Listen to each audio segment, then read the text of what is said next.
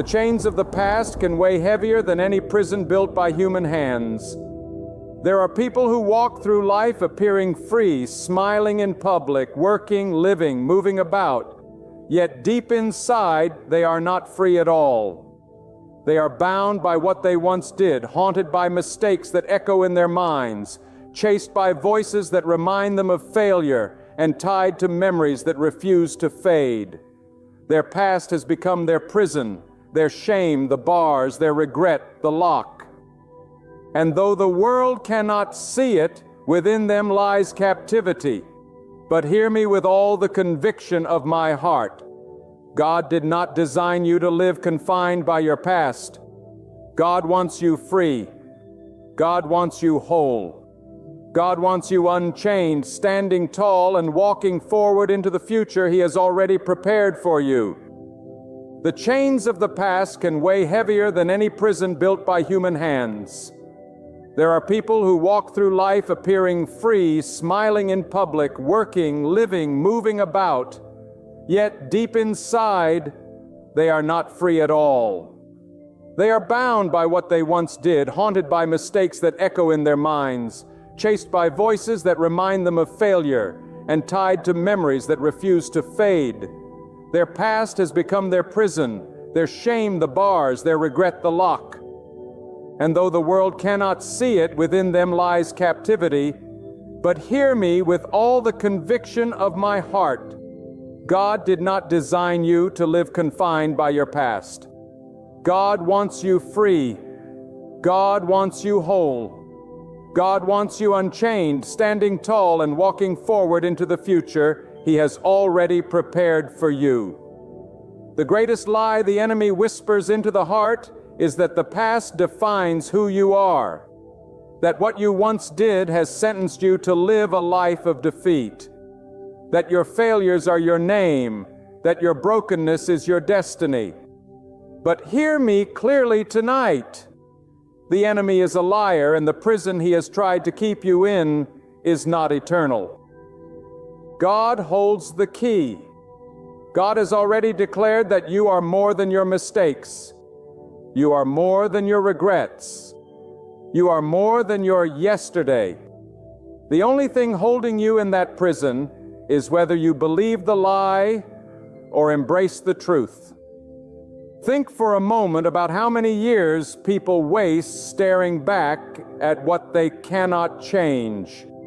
They replay scenes in their mind like a cruel film that never ends, each time feeling the same pain, the same guilt, the same hopelessness. They let that film play until it drowns out the voice of God, calling them into something greater. And because they cannot forgive themselves, they believe God will not forgive them either. But my friend, when God says He is merciful, He means it. When God says He is compassionate, He means it. When God says He will never leave you nor forsake you, He means it. The past does not have the authority to chain you. When God Himself has declared you free, I want you to understand that holding on to the past is more dangerous than you realize. It does not only rob you of joy, it robs you of purpose. It blinds you from seeing the opportunities God is setting before you today. It convinces you that tomorrow cannot be better than yesterday. And if you are not careful, you begin to worship your past more than you trust your God.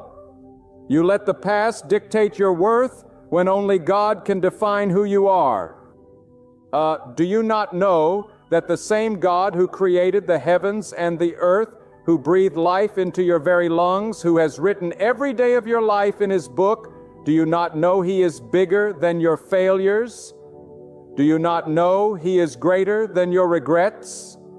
Some of you listening tonight feel unworthy even to lift your head to heaven. Satan, but you don't know what I've done. You don't know the things I've said. You don't know the people I've hurt. You don't know the sins I've committed.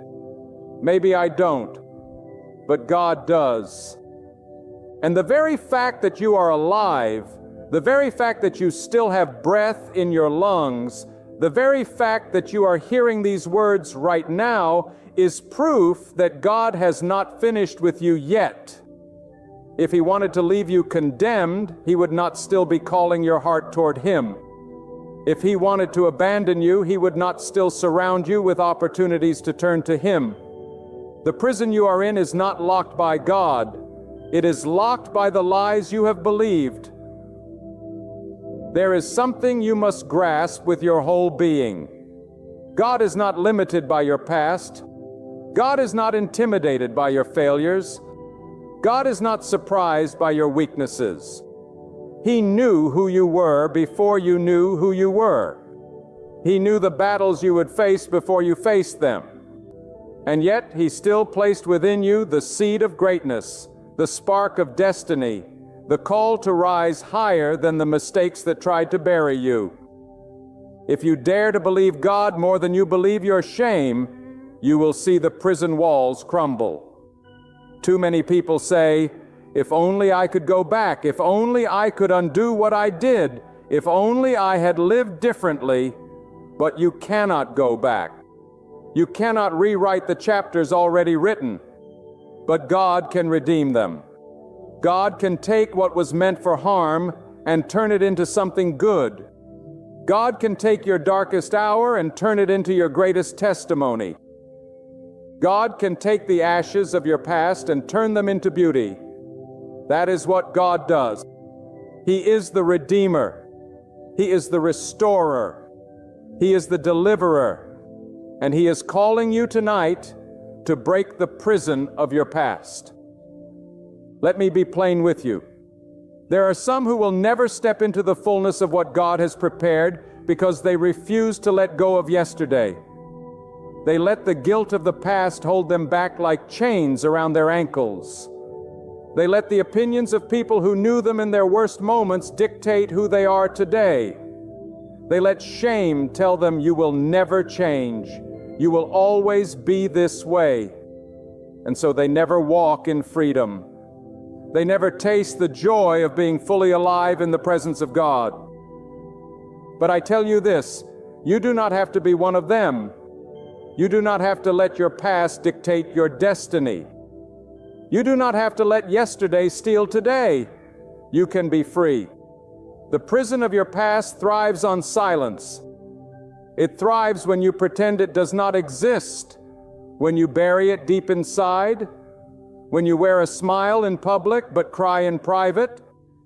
It thrives when you believe you are alone, when you convince yourself no one else could ever understand. But listen carefully. God sees you. God knows the tears you have cried when no one was there. God knows the nights you could not sleep because your mind would not stop reminding you of what you did.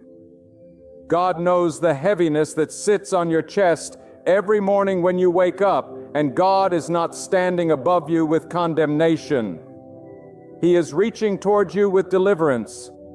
He is saying, "Come out of that prison. I have something greater for you." You may say, "But my reputation is ruined." Let me remind you, God can rebuild what man has torn down. You may say, "But I hurt people." God can restore what was broken. You may say, "But I wasted years." God can redeem the years the enemy has stolen. You may say, "But I am weak." God's strength is made perfect in weakness. Do not insult the greatness of God by believing your mistakes are stronger than His mercy. Do not reduce the power of God by believing your past has more authority than His promises. Your past is a place of reference, not a place of residence. You are not meant to live there. You are not meant to set up camp in your regret. You are not meant to walk in circles around the same shame year after year. God is calling you forward. God is calling you higher. God is calling you to rise up out of that pit and walk into the light of His presence. But you must choose. You must decide that enough is enough, that the prison will not hold you any longer, that the lies will not bind you any longer. You must choose to believe God over your guilt, God over your shame, God over your regret. I tell you this with love, but also with urgency. If you do not break the prison of your past, it will break you. It will eat away at your soul. It will destroy your peace. It will steal your purpose. The enemy does not care how successful you appear on the outside if he can keep you chained on the inside. But God cares. God wants the chains broken. God wants the doors open. God wants you to walk free. Not halfway free, not occasionally free, but fully free. There comes a moment in every life when you must decide whether you will remain chained to what was or rise to what can be. And that moment is not tomorrow. That moment is not in some distant future when everything feels perfect. That moment is now. Right now, God is speaking to hearts, stirring souls, breaking chains that have long been clamped in place. The prison of your past is trembling at the sound of God's voice. The walls you thought were unbreakable are cracking, but you must believe. You must take the step of faith out of the prison door. God has already unlocked it, but He will not drag you out. You must walk out. The danger of the past is that it disguises itself as identity. People say, "This is just who I am. I am the one who failed. I am the one who betrayed. I am the one who lost everything. I am the one who wasted my youth. I am the one who carries shame." They let their past become their name, but that is not what God calls you. God does not call you failure. God does not call you broken. God does not call you shame. God calls you chosen. God calls you beloved. God calls you capable of more than you have ever imagined. And until you accept God's name for you, you will always bow to the name of your past. When you allow your past to define you, you build a prison inside your own soul. And that prison has no visible bars, no steel doors, no guards, and yet it is more powerful than any earthly cell. You can be wealthy and still be imprisoned by regret. You can be admired and still be chained by guilt. You can be successful in the eyes of others and still be broken inside because you have not let God take the weight of yesterday off your shoulders. Let me say it plainly. Until you surrender the past to God, the past will hold you captive. Some of you are not only bound by your own mistakes, you are bound by what others did to you. You carry scars from betrayals, wounds from people who spoke against you, pain from family who rejected you, trauma from situations you never asked for. And you say, "How can I ever move on when they hurt me so deeply? How can I forget what they did?" Hear this. God never asks you to pretend it did not happen. God does not ask you to erase your memory, but God does call you to rise above it, to release the grip of bitterness, to refuse to let someone else's sin imprison your future. If you do not release them, you chain yourself. And if you chain yourself, you cannot walk freely in the purpose God has laid before you. The prison of the past is cruel because it always whispers, "This is the end." But God's voice declares, "This is the beginning." What feels like the closing of your story is often just the opening of a new chapter God is writing. Think about it. If the Creator of the universe is the author of your life, then how dare you believe the pen has run dry? How dare you believe He cannot write beauty after ashes, victory after failure, joy after sorrow? Do not let the ink of regret blot out the script of destiny that God Himself has written for you. But let us go deeper. Why is it so hard to let go of the past? Why do so many people cling to chains they say they hate? It is because the past is familiar. Even pain can feel safer than freedom if you have lived with it long enough. People say, "I want to be free," but they are afraid of the unknown. They have lived so long identifying themselves by failure that they fear who they might be without it. And so they stay in the prison, not because the door is locked, but because they are too afraid to step into the light. My friend, fear is a liar. Freedom may feel unfamiliar, but it is worth it. God is waiting on the other side of that fear with a life you cannot even imagine. Listen carefully. God is not interested in polishing your crystal. He does not want to make your chains more comfortable. He does not want to decorate your cell so you can tolerate it better. No, God wants you out. He wants you free. He wants you walking in the fullness of His promise, not surviving inside the misery of regret.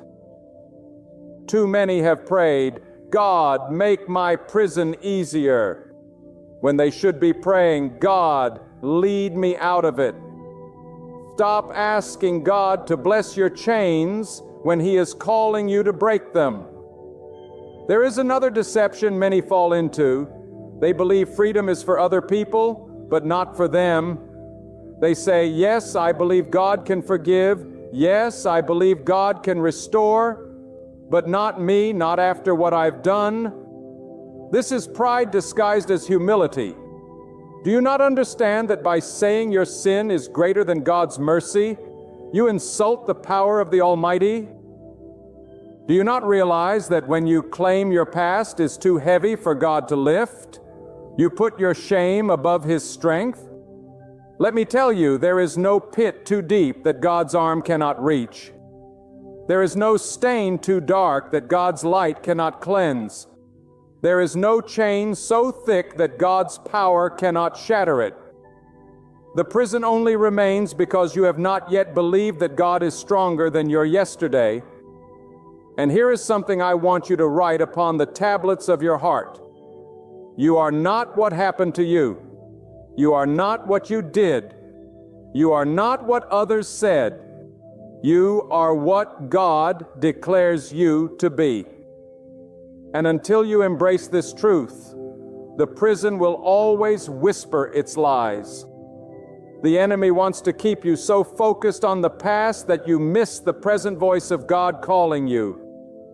But you must lift your head, you must open your ears, and you must choose to walk toward God's voice, not backward into your shame. Freedom begins the moment you decide to stop rehearsing the past and start declaring the promises of God. Freedom begins when you refuse to let regret speak louder than hope. Freedom begins when you let God's word about you outweigh the memories that accuse you. And when you take that step, you will find the ground beneath your feet is stronger than you imagine because it is God who holds you. Let me speak directly to your heart. Some of you have been carrying a burden for decades, and it has robbed you of laughter. It has stolen your peace. It has kept you from truly loving others because deep down you do not even love yourself. You cover it with busyness. You drown it with distractions. But late at night, when the world grows quiet, the prison door closes again and you feel its weight. Tonight, God is calling you to lay it down, to stop carrying what He never asked you to carry, to stop holding on to chains He already broke. God is saying enough. You are free. Walk out of that prison and never return. And when you walk out, do not look back. Do not pick up the chains again. Do not revisit the cell as though it were your home. Do not keep rehearsing the pain as though it were your identity. The prison is no longer yours. Your home is in God's presence. Your future is in God's plan. Your name is written in God's book. You belong to Him, not to your past. But I must warn you, the prison will call your name again. The enemy will try to remind you of what you once were. Old friends may try to drag you back into the same shame. Old habits may tempt you to believe nothing has changed. When that happens, stand firm and declare, God has set me free, and I will not go back. Refuse to return to the cell when the door to freedom is wide open.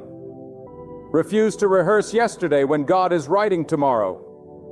Refuse to be a prisoner when God has called you free. There is something remarkable about the way God works.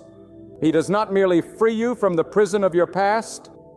He transforms the very scars of that past into testimonies of His power. What once brought you shame will one day become the story that inspires someone else to rise. What once weighed you down will one day be the evidence of how far God has lifted you. The prison that tried to silence you will become the platform from which you speak hope. That is the beauty of God's redemption. He does not waste pain. He repurposes it. He does not ignore wounds. He heals them until they shine as proof of His mercy. Do not underestimate the power of a transformed life. When you walk out of the prison of your past, the world around you will notice. Those who once doubted you will see the difference. Those who once ridiculed you will have no explanation for your peace. Those who once judged you by your failures will be forced to acknowledge the unmistakable mark of God upon your life. The very people who saw you at your lowest will witness you standing tall in the strength of God. And in that moment, it will be clear to all God alone has the power to break the chains of the past. But freedom is not automatic. It is a fight. You must contend for it in your heart and in your mind, because the prison is not made of stone and steel. It is built of thoughts, memories, and beliefs. And if you do not take hold of your mind, you will walk with open doors, yet remain bound inside. The battle is not outside, it is within. And the weapon you need is faith in God's truth. Every time the voice of the past speaks, you must counter it with what God has spoken. Every time shame rises, you must remind yourself of God's mercy. Every time fear whispers, you must declare God's power. This is how the prison collapses. It is not just an escape, it is a transformation of your very mind. Let me tell you something that many never realize. The past has no power unless you agree with it. It is like a ghost with no substance, a shadow with no body. It cannot touch you. It cannot hold you unless you embrace its lies. And yet, so many live in chains because they have come into agreement with their own failures. They rehearse them. They believe them. They speak them. But if you will refuse agreement with the prison, if you will say, I do not belong to this shame anymore, I belong to God, then the prison loses its grip. Agreement fuels bondage. Truth fuels freedom. Which one will you feed? The past is also a thief of vision. It blinds the eyes so that all you can see is yesterday. It convinces you that nothing new can come, that tomorrow will be just a repeat of yesterday's sorrow. But God is the one who makes all things new. God is the one who declares that His mercy is new every morning. God is the one who has written a future filled with hope and purpose. If you keep your eyes locked on the prison walls, you will never see the door God has opened. Lift your eyes, stop staring at what was, and start believing in what God says will be. I want you to grasp this truth with all your soul. Your past is not stronger than your purpose. The calling of God upon your life is not canceled because of mistakes. The plan of God is not erased because of failure. If anything, the very failures you thought disqualified you are what God will use to equip you. Because once you have walked through shame and found freedom, you carry an authority no one else can carry. You can speak life to others still bound because you know the taste of chains. You can lift those in despair because you know the depth of hopelessness. And you can declare with boldness that God delivers because you have experienced it. The prison you leave behind becomes the very proof of your authority to lead others out. But make no mistake, if you keep holding on to the past, you not only rob yourself, you rob the people God has called you to impact. Somewhere someone is waiting for your testimony. Somewhere someone is crying out for hope, and your story is the key that could unlock their prison. But if you stay chained, if you keep silent, if you let shame gag your voice, then they may never hear the truth that God set you free. Do you see how serious this is? Your freedom is not just about you.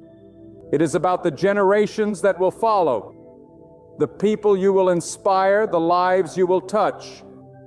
God is not freeing you for yourself alone. He is freeing you so you can become a witness of His greatness to others. Let me ask you a hard question. How long will you allow your past to rule you? How many more years will you waste circling the same memories? How much more of your future will you sacrifice on the altar of regret? Every day you choose to stay in the prison, you give away the gift of time that God has entrusted to you. And time is precious. It never returns once it's gone. You can't afford to waste it fighting chains that God has already broken. And remember this truth. The prison of the past is not just personal, it's generational. Some of you are still bound by patterns inherited from your parents, your families, generations before you, cycles of defeat, pain, and brokenness that have echoed through time. The enemy whispers that this is simply who your family is, that you will never be free. But listen, God is the one who breaks every cycle. He is the one who declares, "It ends with you." You may have been born into chains, but you were never meant to die in them. You may have inherited pain, but you can pass down freedom. You may have walked the same road of failure, but you can blaze a new trail for those who follow. God is not only delivering you, He is delivering your bloodline through you, but you must rise. You must refuse to bow to the identity of the past. You must declare, "I will not be the prisoner anymore. I will not live chained to what was. I will be the one who walks free. I will be the one who sets the example. I will be the one who breaks the cycle." And when you do, watch how God multiplies your obedience into blessings that outlive you. Now let me speak about another prison, the prison of shame for things you did not control. Some of you carry guilt for things that were never your fault. You have taken ownership of pain inflicted upon you by others. You believe the lies that you deserved what happened, and you live chained to memories that accuse you of something that was never yours to bear. Hear this with all your heart. God never meant for you to live in that bondage. You are not guilty for the wounds inflicted on you. You are not defined by what others did. You are defined by what God says about you. And God says you are worthy. You are precious. You are chosen. Release the shame that was never yours to carry. Refuse to let someone else's sin imprison your destiny. There is freedom in surrender. There is power in letting go. When you finally stop clutching the chains, God can place in your hands the blessings He has been holding all along. But as long as your hands cling to regret, they cannot receive what is new. As long as your heart clings to shame, it cannot embrace joy. As long as your mind clings to failure, it cannot see victory. Let go. Release it. Say to God, "Take this burden, I do not want it anymore. Take this shame, I will not carry it another day. Take this regret, I lay it at your feet." And when you do, you will feel the weight lift. You will feel the chains break. and you will know with certainty that the prison no longer holds you. But remember, freedom is a daily choice. Every morning you will have the opportunity to put the chains back on or to walk free. Every day you will hear the echo of yesterday calling, "Come back." And every day you must answer with conviction, "I will not return, for God has made me free." Do not think freedom is a one-time event. It is a lifestyle. It is a commitment. It is a constant choice to believe God's truth over the lies of the past. And once you taste this freedom, you will never want to go back. The joy of walking with a heart unburdened. The peace of knowing you are no longer bound. The strength of standing in the light of God's presence. It is worth every battle. It is worth every decision. It is worth the struggle. And God will walk with you every step of the way. There is a truth you must never forget. The enemy thrives in reminding you of what God has already released you from. He knows he cannot stop God's plan for your life. So he tries to convince you that you are still bound when the chains have already been broken. He whispers through memories, through people, through guilt, and through fear.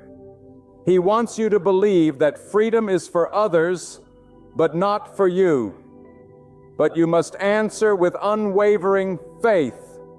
God has set me free, and no power on earth nor in the heavens can chain me again. When you walk with God, your past no longer holds the final word. God Himself speaks over you, and His word is greater than any failure, stronger than any shame, louder than any regret. What He declares stands for eternity. And what has He declared? That you are forgiven, that you are chosen, that you are called to live with purpose. You may have stumbled, you may have fallen, but God does not leave His people in the dust. He raises them up, wipes them clean, and sets their feet upon solid ground. You do not need to crawl through life when God has called you to stand tall. Some of you feel unworthy of God's love because of the weight of your mistakes. You tell yourself, "Surely God cannot love me after all I've done." But do you not know who God is? He is not like man who withholds mercy when hurt. He is not like friends who abandon you when you fail. He is not like people who remind you of your shame to keep you small. God's love is deeper than your darkest night. God's mercy is wider than the expanse of your failures. God's compassion is greater than the sum of all your sins. If you could measure the greatness of God's mercy, you would see that your past is but a speck in comparison. And yet, even after hearing this truth, many still choose prison. Why? Because they have become addicted to punishment. They believe they deserve to suffer for what they did. They chain themselves willingly, thinking it will somehow pay for their mistakes. But hear me clearly. Your suffering cannot redeem you. Only God can. Your pain does not erase your past. Only God's mercy does. Do not mistake self-punishment for righteousness. God is not honored when you remain bound. He is honored when you rise in freedom and live out the destiny He has written for you. Let me remind you that the prison of the past is not simply a weight. It is a thief. It steals not only your joy, but also your vision, your relationships, and your future. It robs you of seeing yourself the way God sees you. It poisons the way you treat others because you filter love through the lens of guilt. It sabotages the future because you sabotage yourself before you even try. Do not let the thief of your past rob you any longer. Guard your heart with the truth of God's word and shut the door on the lies of shame. Now let me take you even deeper. Sometimes the prison of the past disguises itself as wisdom. You say, I've been hurt before, so I'll never trust again. You say, I failed once, so I'll never try again. You call it wisdom, but it is actually fear in disguise. You are not protecting yourself. You are chaining yourself. God did not give you a spirit of fear. God gave you the courage to rise again. The fact that you fell once does not mean you will always fall. The fact that you were betrayed once does not mean everyone will betray you. Do not let fear masquerade as wisdom. True wisdom is trusting that God is greater than what happened yesterday. Some of you are afraid to walk into the new because you do not believe you are worthy of it. You think blessings belong to other people. Opportunities belong to those with cleaner histories. Peace belongs to those without scars. But who told you that? Who convinced you that your past disqualified you? It was not God. God is the one who delights in lifting the broken and making them whole. God is the one who takes the least likely and uses them mightily. God is the one who makes streams in the desert and roads in the wilderness. He does not ask for a perfect past. He asks for a surrendered heart. Listen to me. You cannot rewrite yesterday, but you can surrender it. You cannot erase what happened, but you can release it to God. And when you do, God has the power to redeem it. That means He takes what was meant to destroy you and uses it for your growth. He takes what was intended for harm and makes it a stepping stone toward destiny. He takes your wounds and turns them into wisdom. He takes your losses and turns them into lessons that prepare you for greater victories. That is the God you serve. And let me press this further. If you choose to remain in the prison of your past, you are living in disobedience to God's call. For God does not call His people to chains. He calls them to freedom. He does not lead His people into bondage. He leads them into promise. Every time you accept the lies of your past, you are rejecting the truth of God's promises. Every time you define yourself by yesterday, you are denying the identity God has given you. Do you see now why the prison must be broken? This is not just about peace of mind. It is about obedience to the one who created you. And when you obey God by walking free, you begin to experience life in a way you never imagined. The weight lifts, the shame dissolves, the regret no longer torments you, and suddenly you can see clearly. You can hear God's voice more deeply. You can feel His presence more intimately, because the prison was not only chaining you to the past, it was blocking you from the fullness of God in the present. Once those chains are gone, you are free not only to walk into your destiny, but also to walk in communion with the God who loves you. Let me give you a word of warning. Freedom is not celebrated by everyone. When you leave the prison, there will be people who preferred you chained. They were comfortable with you broken because it made them feel stronger. They were content with you in shame because it distracted from their own. They may remind you of your past in an attempt to pull you back. But you must stand firm and declare, God has already forgiven me. God has already freed me, and no one can chain me again. Do not let the voices of people drown out the voice of God. And here is something even greater. Once you leave the prison, you become a living testimony. Everywhere you go, people will see the freedom of God in your life. They will see a light in your eyes, a joy in your steps, a peace in your spirit, and they will ask, how did you overcome? How did you break free? And in that moment, you will have the privilege to point them to God.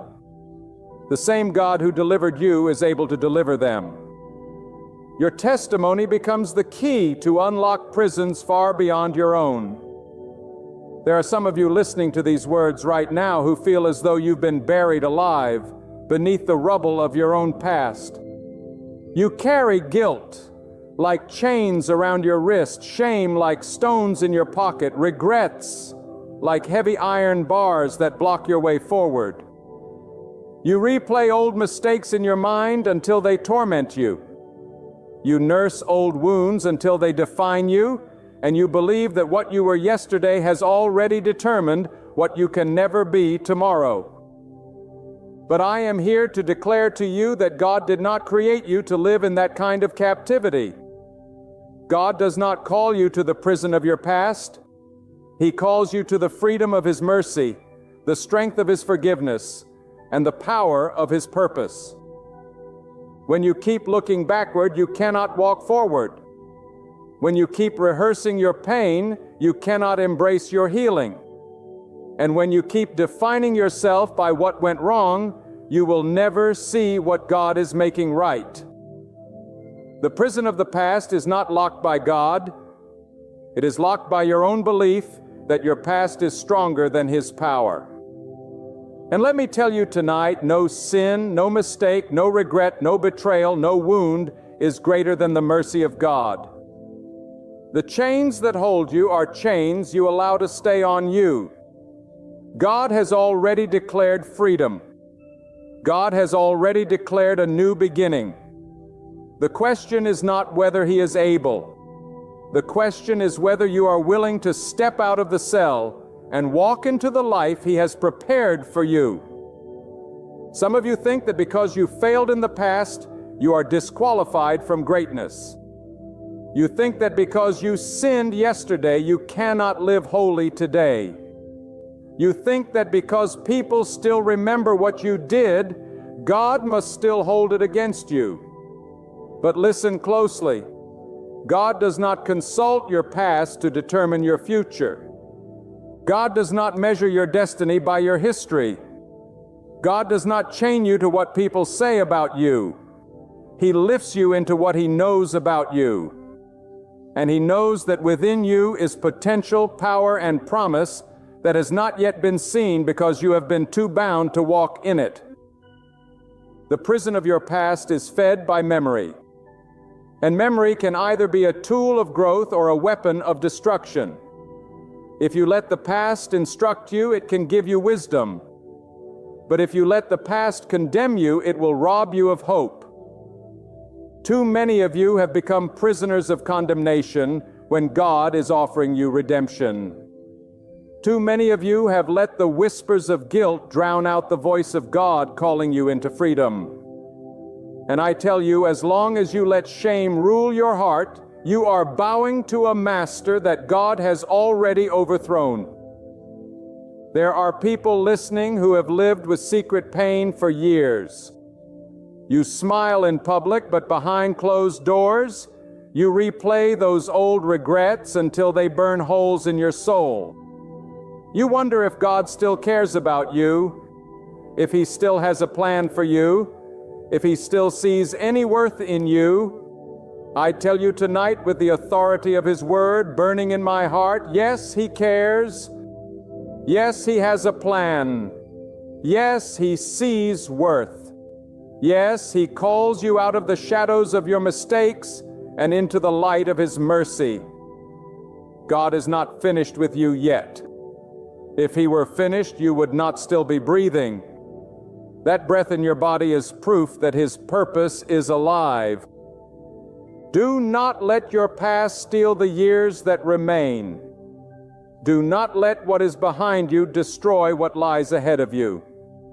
Some of you are wasting the present because you cannot stop weeping over yesterday. But God gave you this day, not yesterday. He gave you this moment, not the memory.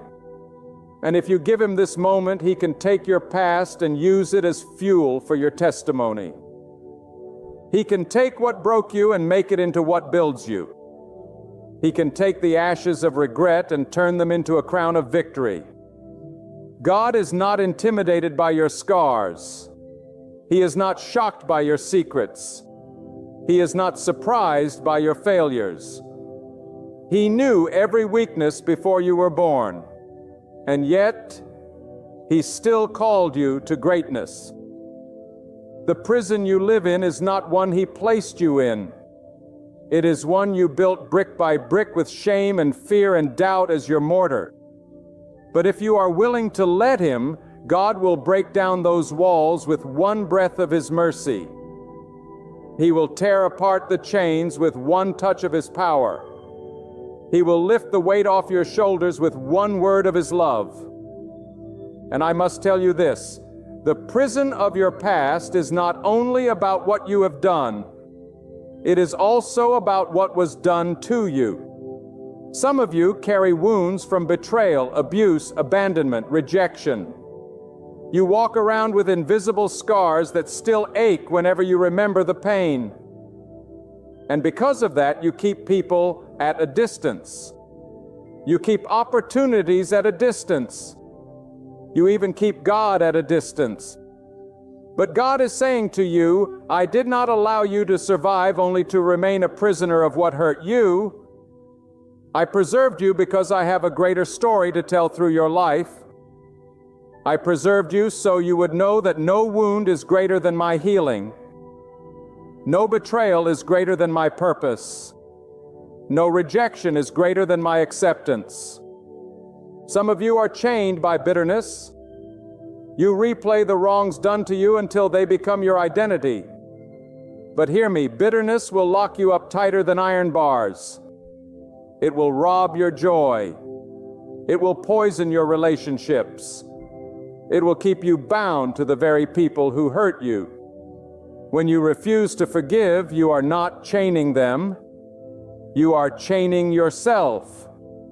And God calls you today to release it, not because they deserve it, but because you deserve freedom. You deserve to walk unchained. And God says, if you will put it in my hands, I will take care of justice. If you will trust me, I will heal what was broken. If you will let go of bitterness, I will fill you with peace. Do you know why the prison of the past feels so strong? Because the enemy of your soul knows if he can keep you chained to yesterday, he can rob you of tomorrow. If he can make you believe you are still bound, he can stop you from rising. But let me tell you, the enemy is a liar. God is the one who holds the final word, and His word declares freedom. His word declares renewal.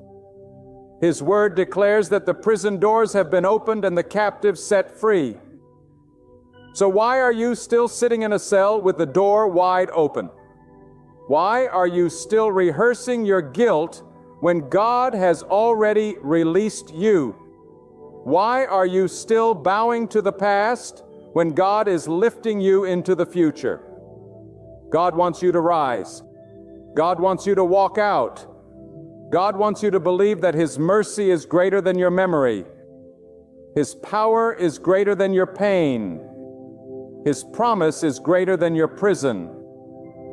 You can't rewrite yesterday, but you can surrender today into God's hands. You can't erase the past, but you can walk boldly into a brand new future. You can't undo what's been broken, but you can trust God to transform the pieces into purpose.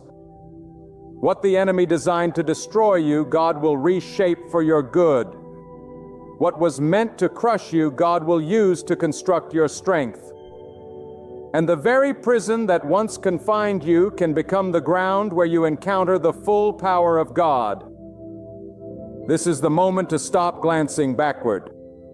This is the moment to quit replaying every failure. This is the moment to break free from the regrets God has already erased. Rise up within your spirit. Lift your eyes with faith. Declare with courage that you are no longer a captive. You are not chained to your past or the pain others placed on you. You are a child of the living God, chosen by His mercy, empowered by His Spirit, and set apart for His divine purpose. The walls of your past cannot imprison you when God Himself has called you free. Do you sense it? That hollow ache deep within? That quiet void that whispers of something lost? That silent desperation following you like a shadow? Have you been waiting for a breakthrough, praying for a sign, yearning for a season of fulfillment and abundance, yet watching each day slip by without change? Beloved, hear me. The God who stretched the heavens, who placed the stars in their courses and carved paths for every river, He has not forgotten you. The season you are walking through, this season of emptiness, of waiting, of longing, is about to shift. God is preparing to transform your emptiness into a season overflowing with blessings. He will take the very ground where despair once lived and fill it with joy, with hope, with divine purpose. Do not let your circumstances fool you. Do not look at your present struggle and believe it defines who you are. God does not define your life by the emptiness you see, the doors that have closed, or the prayers that seem unanswered. He measures your life by His promise, by His faithfulness, by His unfailing love that stretches beyond human understanding. Even when your pantry is empty, even when your heart feels hollow, even when your soul has been worn thin by disappointment, knows this God is at work. He is moving in ways you cannot yet see. He is crafting a tapestry of blessing from the threads of your trial. I want you to hear this. Emptiness is not the absence of God. Emptiness is the space where God prepares you for greatness. When your hands feel empty, it is not a sign that God has abandoned you.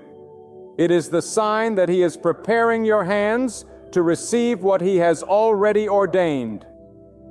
When your heart feels hollow, it is not a void that God cannot fill. It is the chamber into which He will pour His limitless love, mercy, and provision. When your spirit feels weak, it is not a reflection of your failure. It is the canvas on which God will display His strength. Your emptiness is not your end. It is the starting point of a miracle. I know many of you have prayed prayers that seem to echo into the void. You have cried out for provision, for restoration, for direction, and yet the heavens have seemed silent. But God's silence is never absence. His quiet is never refusal. Sometimes the greatest blessings are birthed in the stillness of waiting. Sometimes the divine provision is not immediate because God is aligning every circumstance, orchestrating every detail, and preparing every person who will be part of your breakthrough.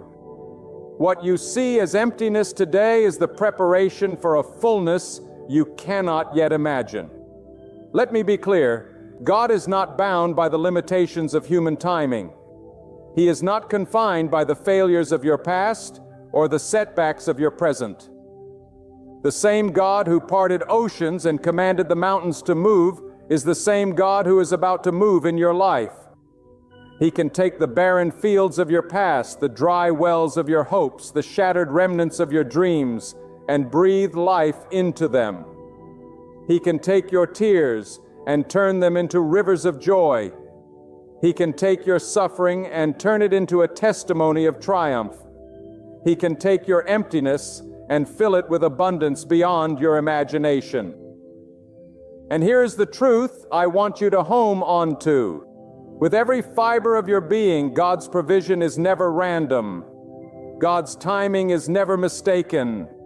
Every delay, every closed door, every unanswered prayer has been a part of His perfect plan to position you for something greater than you could have dreamed.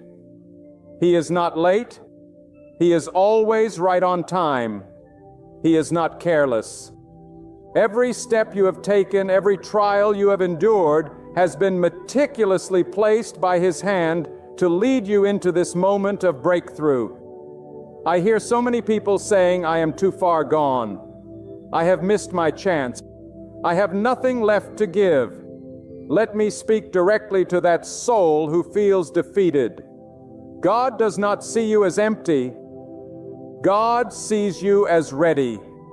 God sees you as prepared. God sees your heart, and He knows the treasures hidden there. Treasures that cannot be measured by wealth, cannot be counted by fame, cannot be diminished by failure. The very thing that you think disqualifies you, the very weakness you believe condemns you, is the very thing that God will use to glorify His name. Your emptiness is fertile soil for God's miracles. Now, do not mistake this message for idle encouragement. This is not a simple pat on the back or a gentle whisper to make you feel better. This is a declaration from the heart of heaven. God is about to act. God is moving. God is ready to reverse the seasons of your life. The winter of despair is ending. The drought of your soul is coming to a close. The famine of your spirit is about to be replaced with a feast of blessings. You must prepare yourself to receive it. You cannot expect a season of fullness while your heart remains locked in bitterness, while your mind dwells on disappointment, while your spirit clings to resentment. God does not pour His abundance into hearts weighed down by unforgiveness or minds clouded by doubt. You must open your hands. You must soften your heart. You must rise in faith and speak life into the emptiness around you. Declare that your current season does not define you. Declare that God's promises are greater than your pain. Declare that your faith will not be shaken. Even when the storms rage, even when the nights are long, even when hope seems distant, I urge you to consider the power of expectation. There is a spiritual law that governs the flow of God's blessings. Expectation aligned with obedience unlocks divine provision.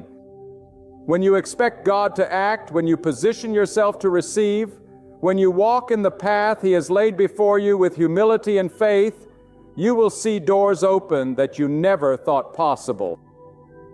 The emptiness you have endured is not a punishment. It is a signal, a divine invitation to align your spirit with the power of heaven. Think about the seasons of nature. The winter is harsh and bitter, yet it prepares the soil for the bloom of spring. The desert is dry and unforgiving, yet beneath the sand, life is waiting to emerge. The night is long and dark, yet it gives way to the sunrise, illuminating the world in glory. Your season of emptiness is no different. It is the preparation. It is the refining. It is the moment before God unleashes His goodness into your life. And when He does, oh, how magnificent it will be. The joy will be overwhelming. The relief will be profound. The blessing will be undeniable. Now I hear some of you thinking, but I have waited so long, I have prayed so much, I am weary, I am tired, I do not know if I can continue. Listen to me. Hear me with every ounce of your being. Your weariness is the very place where God's strength shines the brightest. When your flesh is weak, His Spirit is strong. When your heart trembles, His power is steadfast. When your hope falters, His promises remain unshakable. Do not despise the day of small beginnings. Do not underestimate the quiet moments of waiting. They are the crucible through which God prepares you for the fullness of His blessing. You may ask, how do I know this is true? How can I believe it when everything in my life says otherwise? Let me remind you of the eternal truth. God is not limited by circumstances. God is not constrained by time. God is not deterred by impossibility. He is the same yesterday, today, and forever. He who has done wonders in the past, He who has sustained the weary and lifted the broken, He who has multiplied the resources of the faithful, is the same God working in your life today. Your eyes may not see the fullness. Your hands may feel empty, but your faith can see what God is about to do. I want you to hear this clearly. God's timing is always perfect. There is not a moment too early. There is not a moment too late. Every season of waiting, every trial that feels endless, every tear you have shed in private has been counted, cataloged, and remembered by the God who never sleeps and never slumbers. He knows the exact moment when your cup will overflow, when your long nights of sorrow will transform into days of rejoicing, when the burdens that weigh upon your shoulders will be lifted.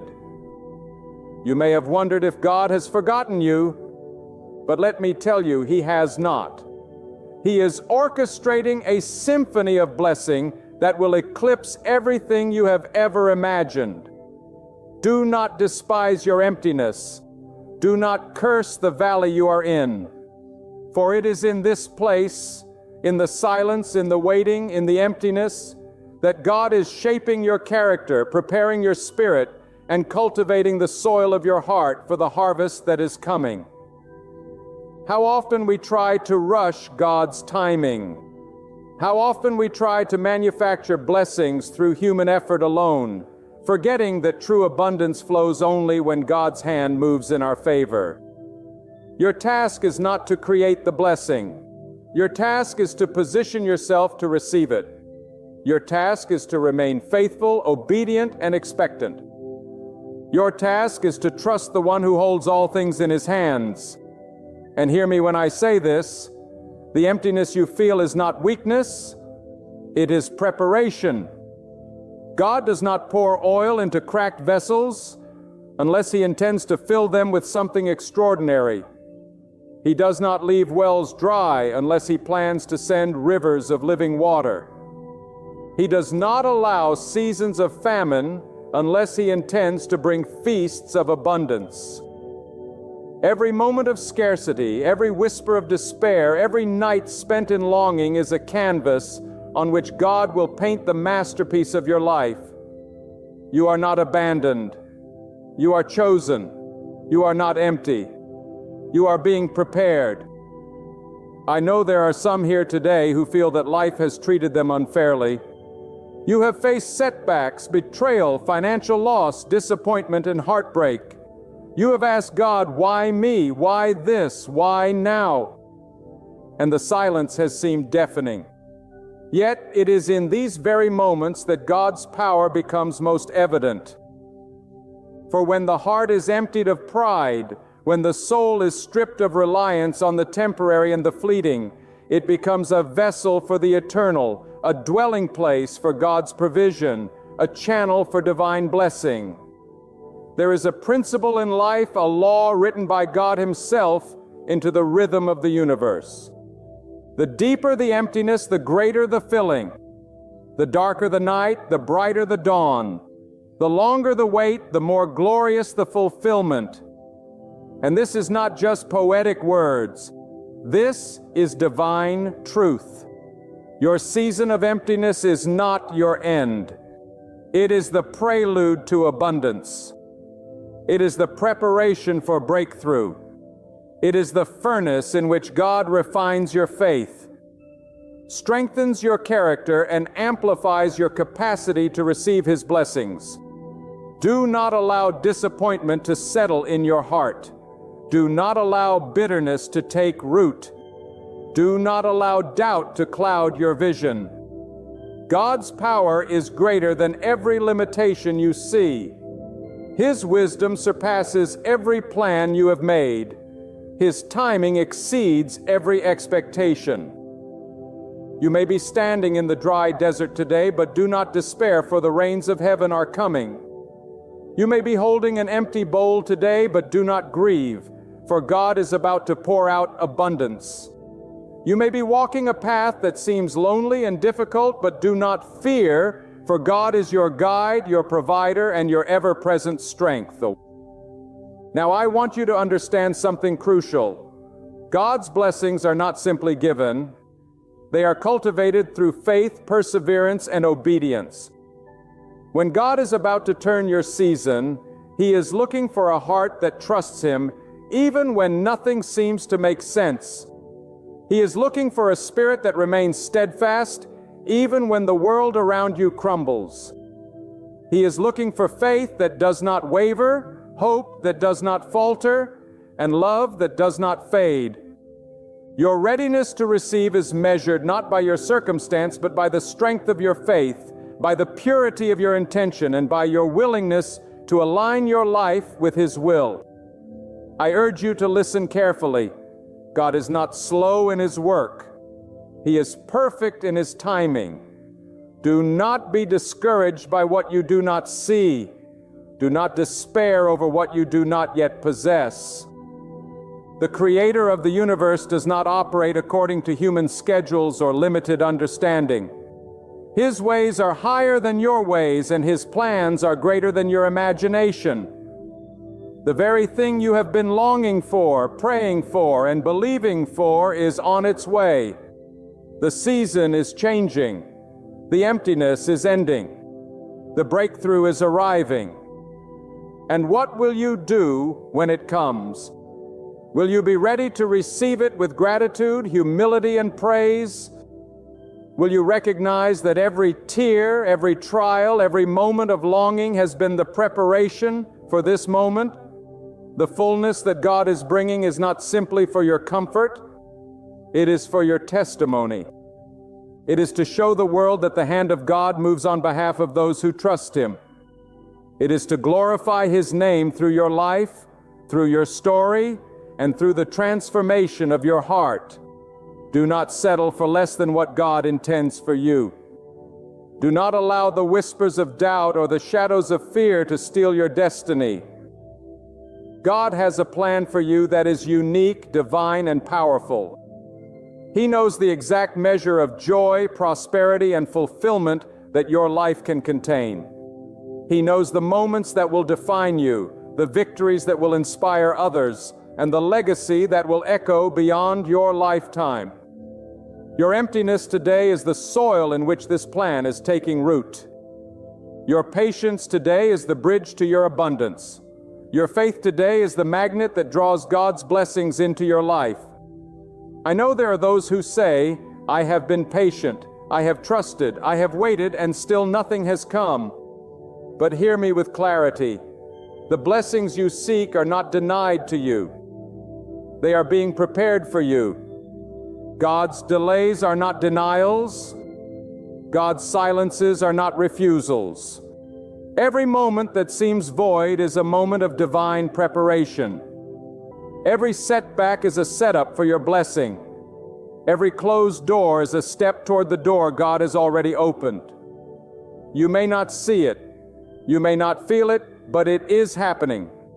God is moving. God is arranging. God is ready to turn your emptiness into fullness, your lack into plenty, your mourning into dancing. Your faith must rise to meet this moment. Your expectation must be steadfast. Your spirit must be alert. For God's blessings do not enter a life that is complacent, indifferent, or doubting. They flow to hearts that are awake, eyes that are focused, and souls that are surrendered. You must prepare yourself not just to receive, but to recognize, to embrace, and to steward the abundance that is coming. This is the work of the faithful, to remain obedient in the waiting, to praise in the silence, and to trust when the evidence seems absent. Do not be afraid of the greatness that is coming. Do not shrink from the fullness of the blessing that God has prepared. Your season of emptiness is ending. Your season of preparation is complete. The God who has sustained you through the trials, carried you through the storms, and strengthened you through the long nights is ready to release into your life a provision that exceeds your understanding. A joy that overwhelms your sorrow. A peace that surpasses every worry, and a purpose that fulfills the deepest longings of your heart. I want you to hear this with every fiber of your being. The God who has sustained you through trials is not content with simply maintaining your life. He is about to expand it. The season of emptiness is a preparation, not a punishment. The dryness you have endured is not a sign of neglect. It is the proving ground for the fullness that is coming.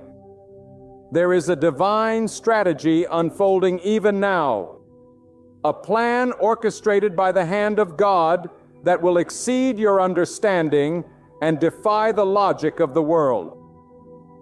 What you see as void, God sees as opportunity. What you feel as loss, God measures as potential. What you endure as waiting, God counts as readiness. I need you to understand something crucial. Faith is not passive. Faith is not a hope that simply lingers while life passes by. Faith is active. Faith is intentional. Faith is the declaration to the universe that you trust God's timing, that you believe in His promises, and that you are ready to act in alignment with His will. The moment you take your faith seriously, the moment you rise in expectation and obedience, the moment you lift your eyes from despair to God, you create the conditions for your season to shift. You become a vessel prepared to receive, a channel ready to overflow, a heart ready to embrace the blessing that God is sending. Many of you have been walking through life feeling unseen, unheard, and unnoticed. You have wondered if your prayers matter, if your tears count, if your service is recognized. I am here to tell you today that nothing escapes the attention of God. Every sigh, every whisper, every longing in your heart is registered in heaven. The Creator of the heavens is watching over you. He has not overlooked your struggle. He has not abandoned your hope. And He has not forgotten your story. The season of emptiness is temporary, and the fullness that is coming is eternal in its impact. Let me speak directly to the heart of the weary. God's ways are not your ways, and His timing is not your timing. You may have expected relief to come yesterday, last month, or last year. But God's plan is perfect and His schedule is flawless. Sometimes the delay is designed not to punish but to prepare. Sometimes the waiting is meant to increase your capacity, refine your character, and deepen your understanding of His provision. The very emptiness you feel is equipping you to handle abundance with wisdom, to walk in blessings with humility, and to testify of God's greatness with conviction. I urge you to open your heart fully to this truth. The greatest harvest often comes after the longest winter. The most beautiful dawn follows the darkest night. The sweetest joy emerges from the deepest sorrow. When God is about to turn your season, He does not do it halfway. He does not give in part. He pours blessings in full measure, overflowing, abundant, and undeniable.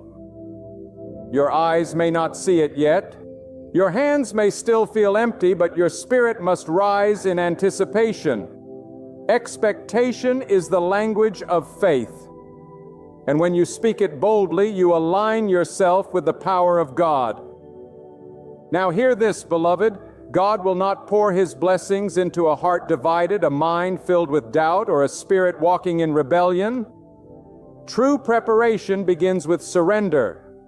It calls for obedience. It demands a trust that goes beyond your understanding. If you desire to see your life shift from emptiness to overflow, you must give yourself completely. Let go of the fear that chains you. Release the bitterness that burdens you. Step forward with courage, faith, and unwavering devotion, trusting that the God who made the promise is faithful to fulfill it. I want you to grasp the greatness of what is on the horizon. A turnaround so absolute. A blessing so deep that even those who once doubted you will stand in awe. Those who once overlooked you, those who once dismissed your potential, will witness the unmistakable hand of God in your life. Your testimony will not be ordinary. It will be extraordinary. Your story will not be muted. It will resound. Your breakthrough will not merely satisfy. It will inspire. It will encourage, and it will illuminate the power of God for all to see. Do not allow impatience to steal your blessing. Do not let frustration blind you to the movements of God. Do not mistake the current emptiness for the end of your story. God's provision is coming, and it will be unmistakable. The very place where scarcity will be transformed into a place of abundance. The very hands that were empty will be filled with provision. The very heart that ached in longing will be saturated with joy.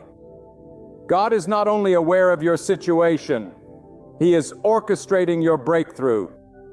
I know there are some among you who have struggled with believing in the unseen, who have wrestled with doubt and uncertainty, who have wondered if God is truly working behind the scenes. Let me assure you, the God who is about to turn your season is not hindered by human disbelief. His power does not falter because of your doubt. His promise does not diminish because of your uncertainty. In fact, it is precisely because of your perseverance, because of your continued trust, because of your faithfulness in the empty season that God is now ready to act. Your endurance in the waiting room of life has prepared you for the fullness that is coming. And hear me well, when God moves, He moves decisively. He does not bring half measures or partial blessings. He brings restoration, multiplication, and abundance.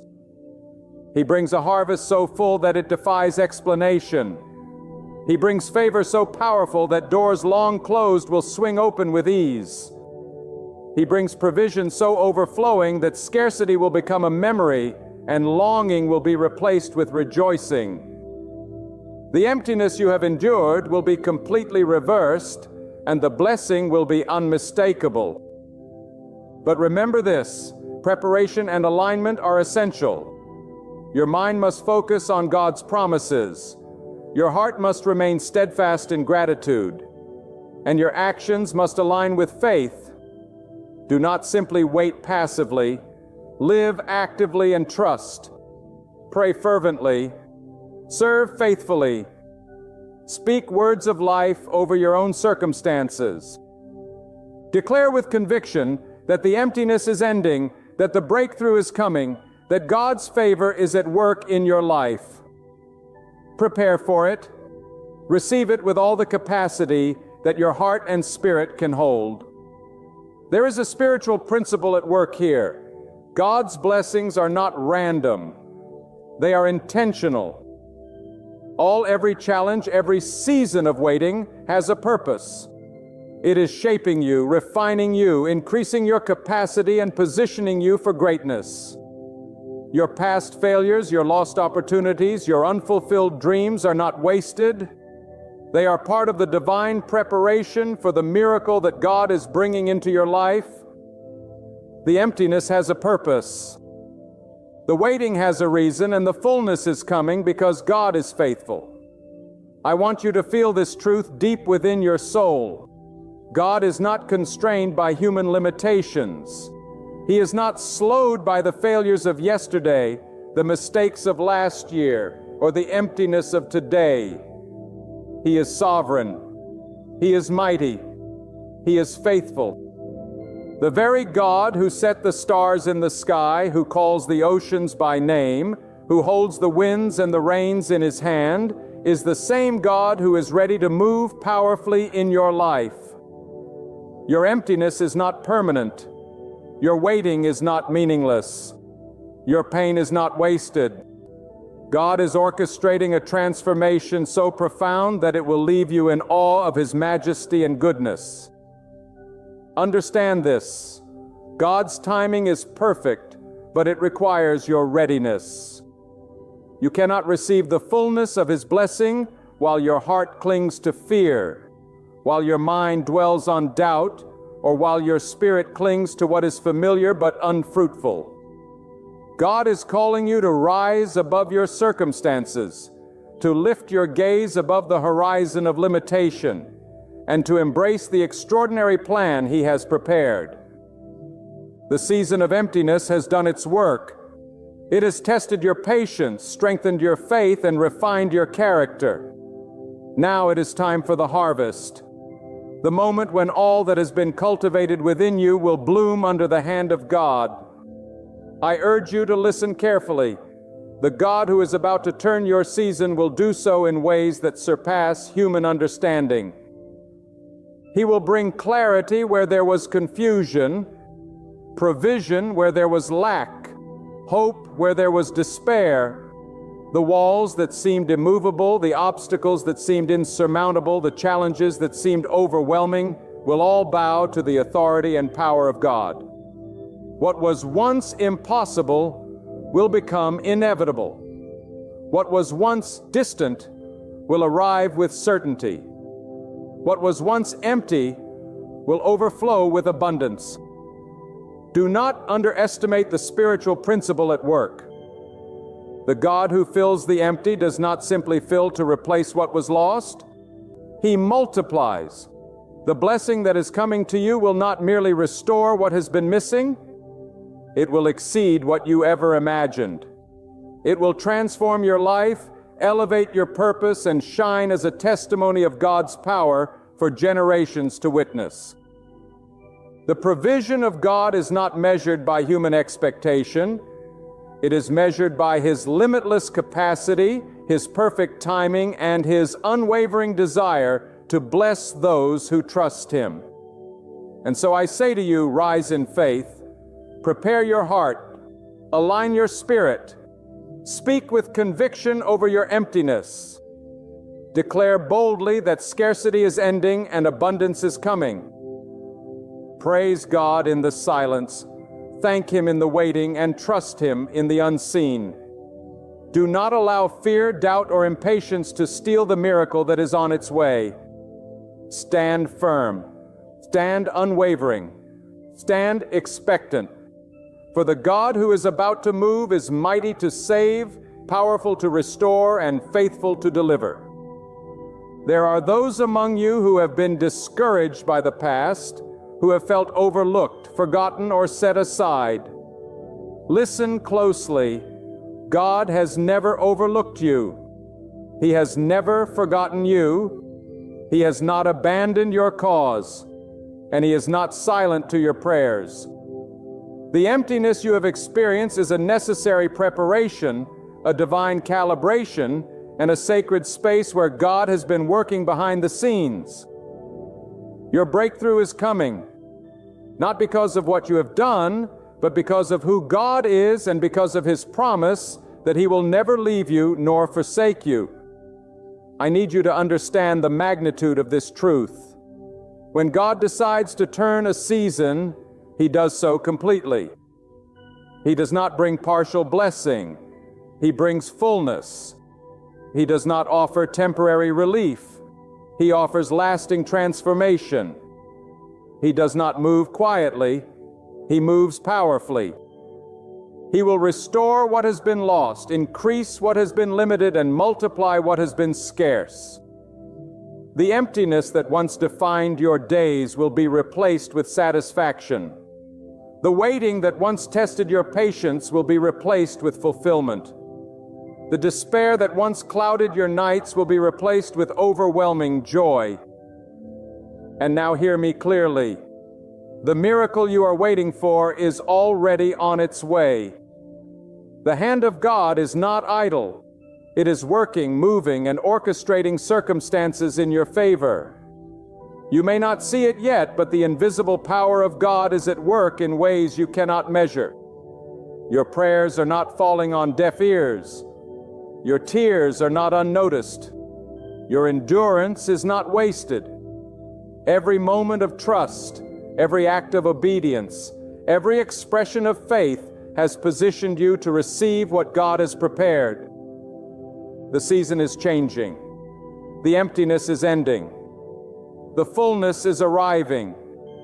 Do not shrink from the greatness that God is bringing. Do not limit the power of His provision by thinking small. Open your heart to receive the abundance that has been prepared for you. Step boldly into the new season. Walk with expectation. Speak with conviction. And live with gratitude. The God who has held you through every trial, who has carried you through every storm, and who has strengthened you through every night of uncertainty, is now about to bless you in ways that will astonish you, inspire you, and bring glory to His name. I want you to understand this with clarity. God does not move in small increments. When He has decided to act, He moves decisively, powerfully, and fully. The emptiness that has defined your life for so long is not a permanent condition. It is a preparation for the fullness that is imminent. You have prayed, you have wept, you have hoped, and every tear, every prayer, every longing has been noted by the Almighty. He has measured the depth of your endurance, counted the persistence of your faith, and weighed the sincerity of your heart. And now, beloved, He is ready to act. He is ready to reverse the seasons of your life.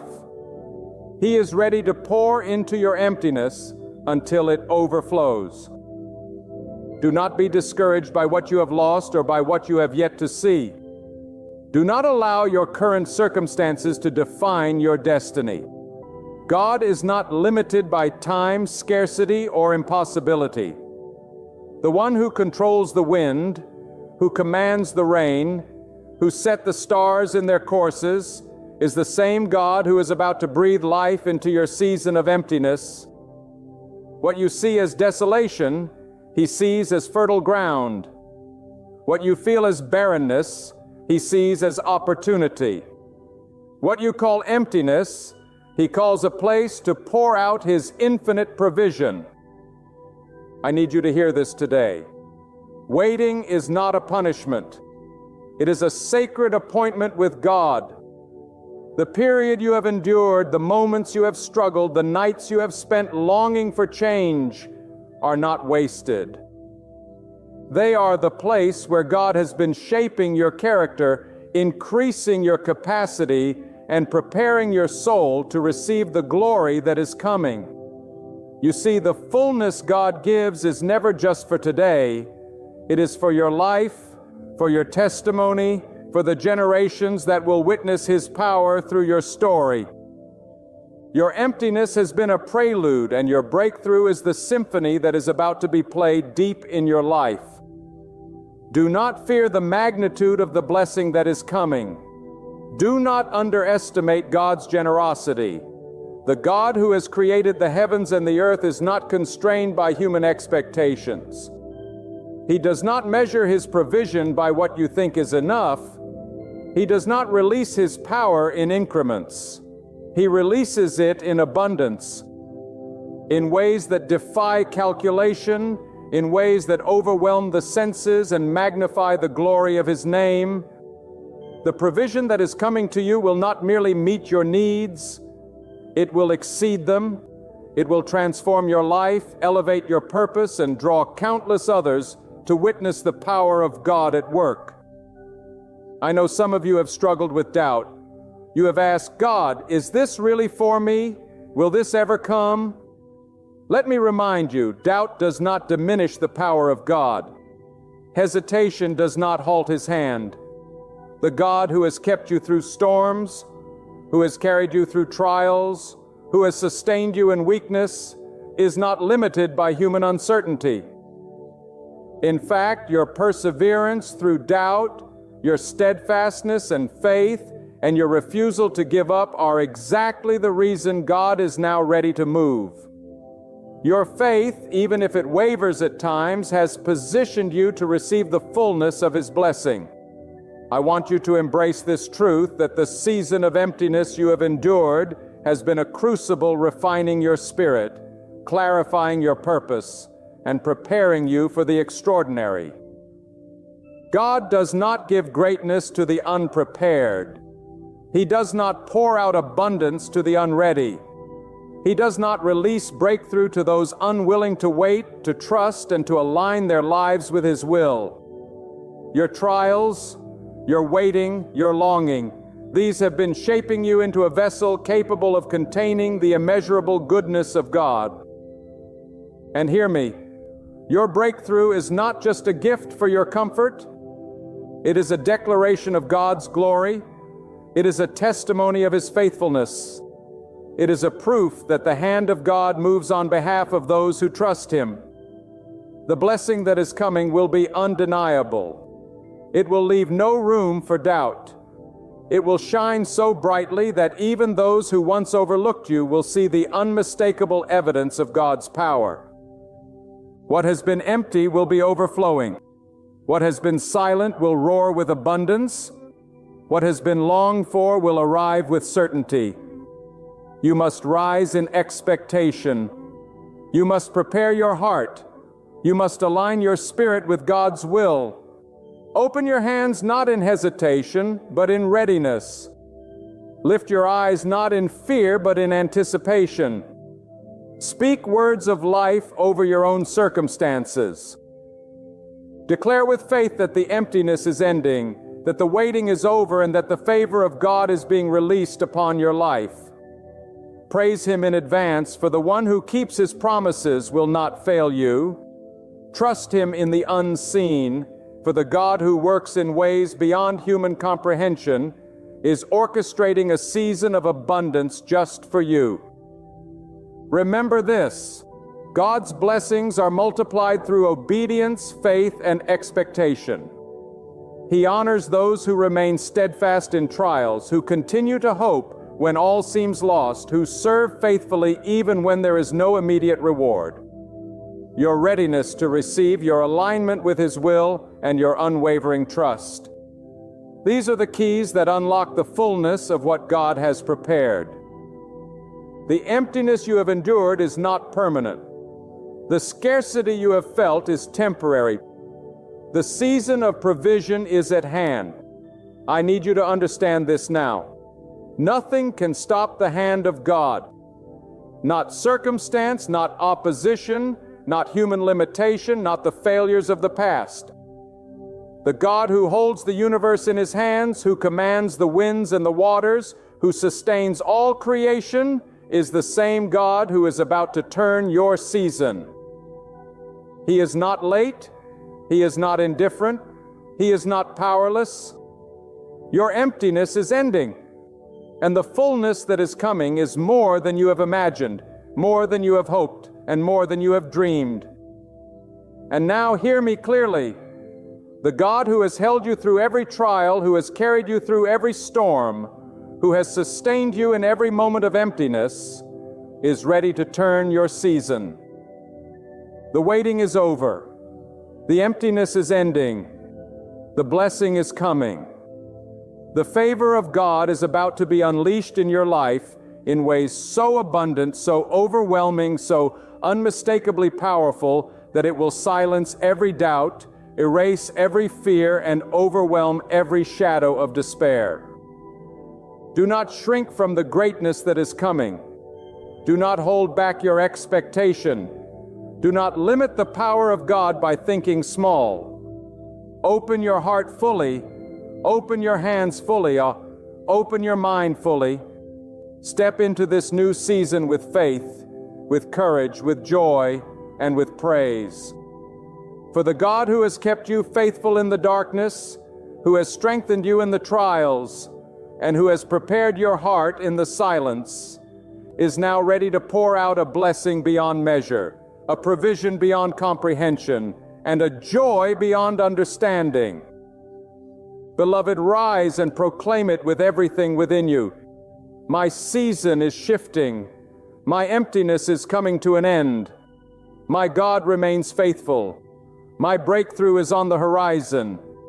The God of heaven is working on my behalf. The one who has never failed, who never grows weary, who never sleeps, is preparing to pour out His fullness upon my life. And when it arrives, it will be undeniable. It will be radiant. It will become a testimony that will echo into eternity. Your faith has carried you through. Your endurance has upheld you. Your trust has aligned you. And now in this divine moment, lift your gaze, lift your heart, lift your voice, and embrace the promise of God. For the season of emptiness has ended. The season of overflow has begun. The Almighty, the powerful, the faithful One is about to shift your season, and nothing can stand in His way. When you look at your life right now, maybe all you can feel is the silence of waiting pressing down on you like a weight too heavy to bear. You've hoped, you've believed, and yet nothing seems to change. The doors you knocked on stayed closed. The opportunities you thought were meant for you slipped right through your hands. And the people you trusted most turned away. You find yourself asking, God, have you forgotten me? But hear this truth with fire in your spirit. God has not forgotten you. He has not turned His face away from you. He has not abandoned you in the quiet shadows of delay. The waiting you're walking through is not wasted. It is the very soil where God is planting the seeds of your greatest victory. And when God shifts your waiting, it will not be a small change. It will not be a minor adjustment. It will be a sweeping, undeniable, unstoppable victory that only God Himself could orchestrate. The truth is, every person under the sound of my voice knows what it feels like to wait. We wait for doors to open. We wait for healing. We wait for breakthrough. We wait for answers that seem long overdue. But let me remind you, when God has you in a season of waiting, it is not because He is punishing you. It is because He is positioning you. The silence you feel right now is not God's absence. It is God's strategy. God allows waiting because He knows that the victory He is preparing requires foundations so strong, so unshakable, that when the breakthrough comes, nothing and no one will be able to take it away from you. What looks like delay is actually divine design. You may feel like the waiting has drained you, like you've run out of strength to keep hoping. But that's when God does His best work. That's when God steps in and says, now I will show you that it was not your timing that mattered, but mine. Not your strength that carried you, but mine. Not your wisdom that sustained you, but mine. God will not allow the waiting to end in defeat. God will shift the waiting into a testimony that will not only bless your life, but will cause others to look at you and say, surely God was with them. For what is impossible for men is possible with God. And what is delayed in your sight is right on time in God's plan. Think about this. When you plant a seed in the ground, the soil covers it.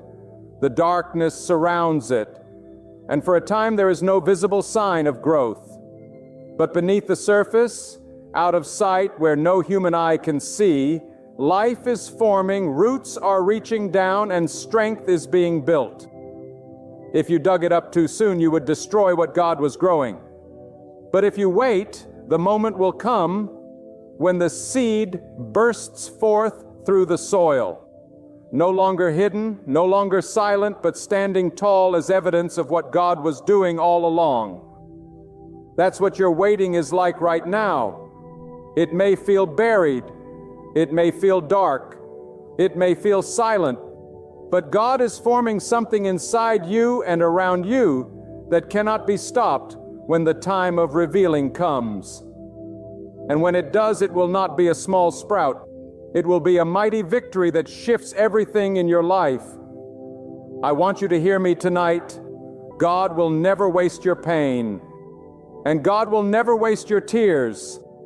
And God will never waste your waiting.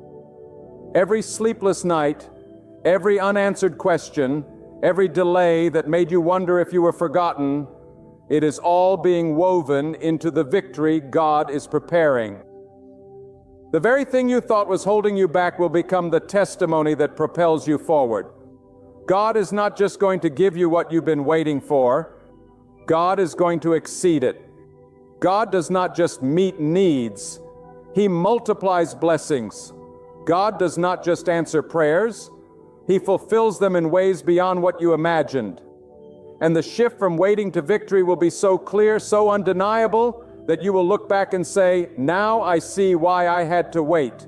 Now I see why God held me back for a season. Now I see that if I had received it earlier, I would not have been ready. I would not have been prepared. I would not have been strong enough to hold it. But God, in His wisdom, timed it perfectly. I know some of you are weary in the waiting. You've carried the weight of unanswered prayers for years. You've watched others move ahead while you stayed behind. You've wondered if maybe God had overlooked you. But let me speak into your spirit with authority. God has not overlooked you. God has not passed you by. God has your name written in the palm of His hand.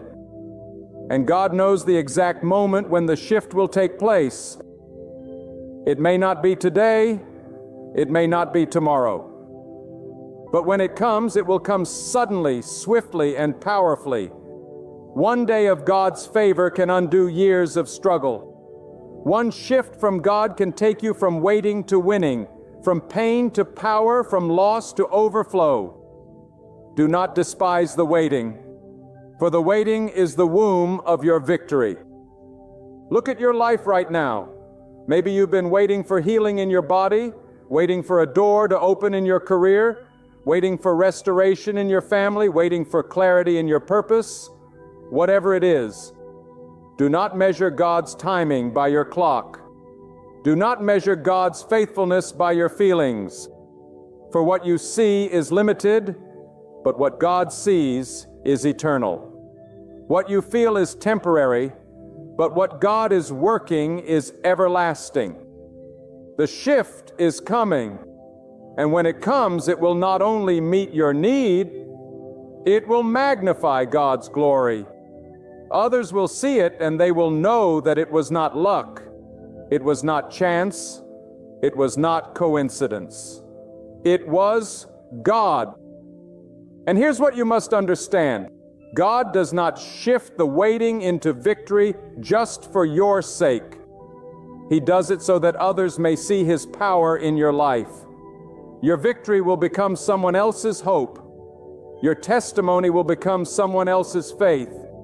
The way God lifts you will inspire others to keep believing in their own waiting season. That is why the victory has to be undeniable. That is why it has to be major. Because God is not just blessing you, He is using you as a living sign of His power. Your life becomes the evidence that God still answers prayer, God still moves mountains, God still turns waiting into victory. I want you to think about where you are right now. Think about the prayers you have prayed, the tears you have cried, the times you have felt like giving up. And then hear this truth. The waiting is not forever. God has already marked the day when the silence will break, when the answer will come, when the doors will swing wide open. It will not be delayed one day longer than necessary. God does not miss appointments. God does not show up late. God's timing is precise. And when He shifts you from waiting to victory, it will be clear that it was God and God alone who did it. When you find yourself in the long corridors of waiting, you are not abandoned. You are under divine construction. The reason it feels quiet is because God is laying beams and foundations that no storm will ever shake. Waiting seasons are sacred classrooms where God trains your faith, stretches your endurance, and sharpens your vision. And if you try to step out too early, you will miss the strength that only waiting can build. That is why you must not despise this place you are in. God is not late.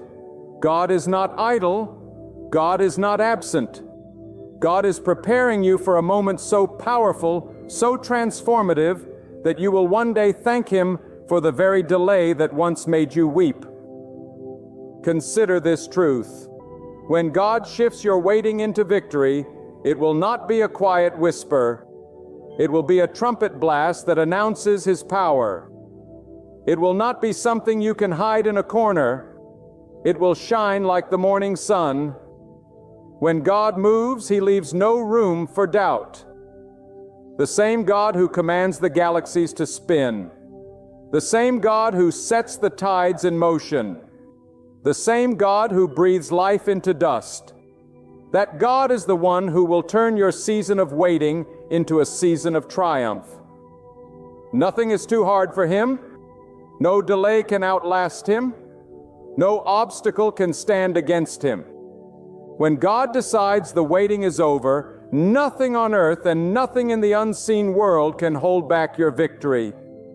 You must understand that God often allows waiting because He wants to separate your desire from your dependence. Too often we lean on what we want instead of who we need. Waiting purifies your heart so that when the blessing comes, you know it is not the gift that sustains you, but the giver. God is not interested in giving you shallow victories that fade away. He is interested in building victories that anchor your soul in His faithfulness. That is why He sometimes delays. For He is not just shaping your circumstance, He is shaping your character. And when both are ready, the breakthrough will arrive. There is a dangerous lie that creeps into hearts during waiting, and it whispers, "Nothing is happening, you're stuck." But let me tell you the truth. Something is always happening when God is involved. The silence is not empty.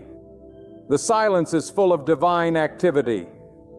God is moving pieces you cannot see, arranging people you have not met, aligning opportunities you cannot imagine. You think nothing is happening because your eyes are limited, but God's hands are never still. He is not bound by what you see. He is working in the hidden places. And when the curtain lifts, you will see a masterpiece that could only have been woven by the hands of God. This is why patience is not weakness. Patience is power. Patience is faith stretched out, declaring, "I trust God's timing more than I trust my own." Anyone can run after quick results, but it takes strength to stand in the waiting and believe that God's way is better.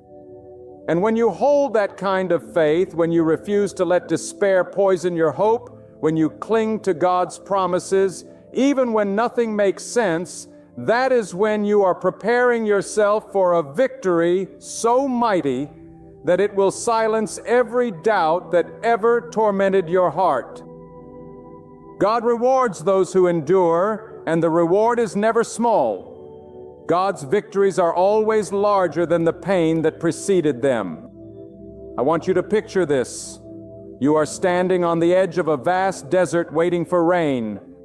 Days pass, weeks stretch on, and the sky remains clear. People mock you, saying, "Where's the rain? You've been waiting too long." But then when you least expect it, the heavens break open. A flood of rain pours down, rivers swell, fields bloom, and what was barren bursts into life. That is what God's shift feels like. One moment it looks like nothing will change, and the next moment everything is transformed. And when it happens, those who doubted, those who mocked, those who turned away will stand in awe, because it will be undeniable that God Himself poured out the victory. But hear me, God's timing is not meant to frustrate you, it is meant to fortify you. If you could see the end from the beginning, you would not need faith. But God requires faith because faith connects you to His power. Waiting without faith is torment, but waiting with faith is preparation. Every day you wait, believing in God's promise, you are building a foundation that the coming victory will rest upon. Without faith, the victory would collapse. With faith, the victory will stand tall as a monument to God's power. Do not underestimate what your faith in the waiting is doing. It is moving mountains you cannot yet see. It is opening doors you do not yet know exist. It is calling forth blessings that will one day flood your life. And when the waiting ends, you will understand that it was never about delay. It was about alignment. God was aligning your life with His perfect plan. And when the alignment is complete, the blessing will not be partial. It will be complete. God does not shift you halfway. God shifts you fully. And when He does, the weight of waiting will be replaced with the joy of victory, and the sorrow of delay will be swallowed up by the laughter of fulfillment. Some of you listening right now are closer to your shift than you realize. You are one sunrise away, one conversation away, one divine moment away from seeing the waiting turn into victory. And that is why the struggle has been so intense. That is why the doubts have been so loud. Because the enemy always fights hardest when the breakthrough is near. Do not give in. Do not retreat. Stand firm because the shift is coming. God's word over your life cannot return empty. His promise cannot be broken. His power cannot be stopped. When the appointed time comes, the waiting will shatter, and the victory will pour out. Waiting often feels like a wilderness, and it feels barren, lonely, and endless. You wake up each day and wonder if today will be the day God moves. And when the silence continues, your heart grows restless. But the wilderness is not a place of punishment. It is a place of preparation. The wilderness is where God strips away distractions, where God teaches you to hear His voice more clearly, where God turns your reliance away from people and places it firmly on Him alone.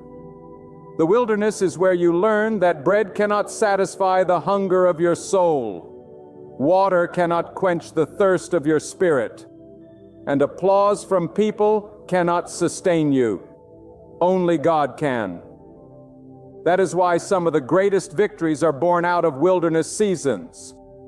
Because when you have nothing and no one else to lean on, you discover that God is more than enough.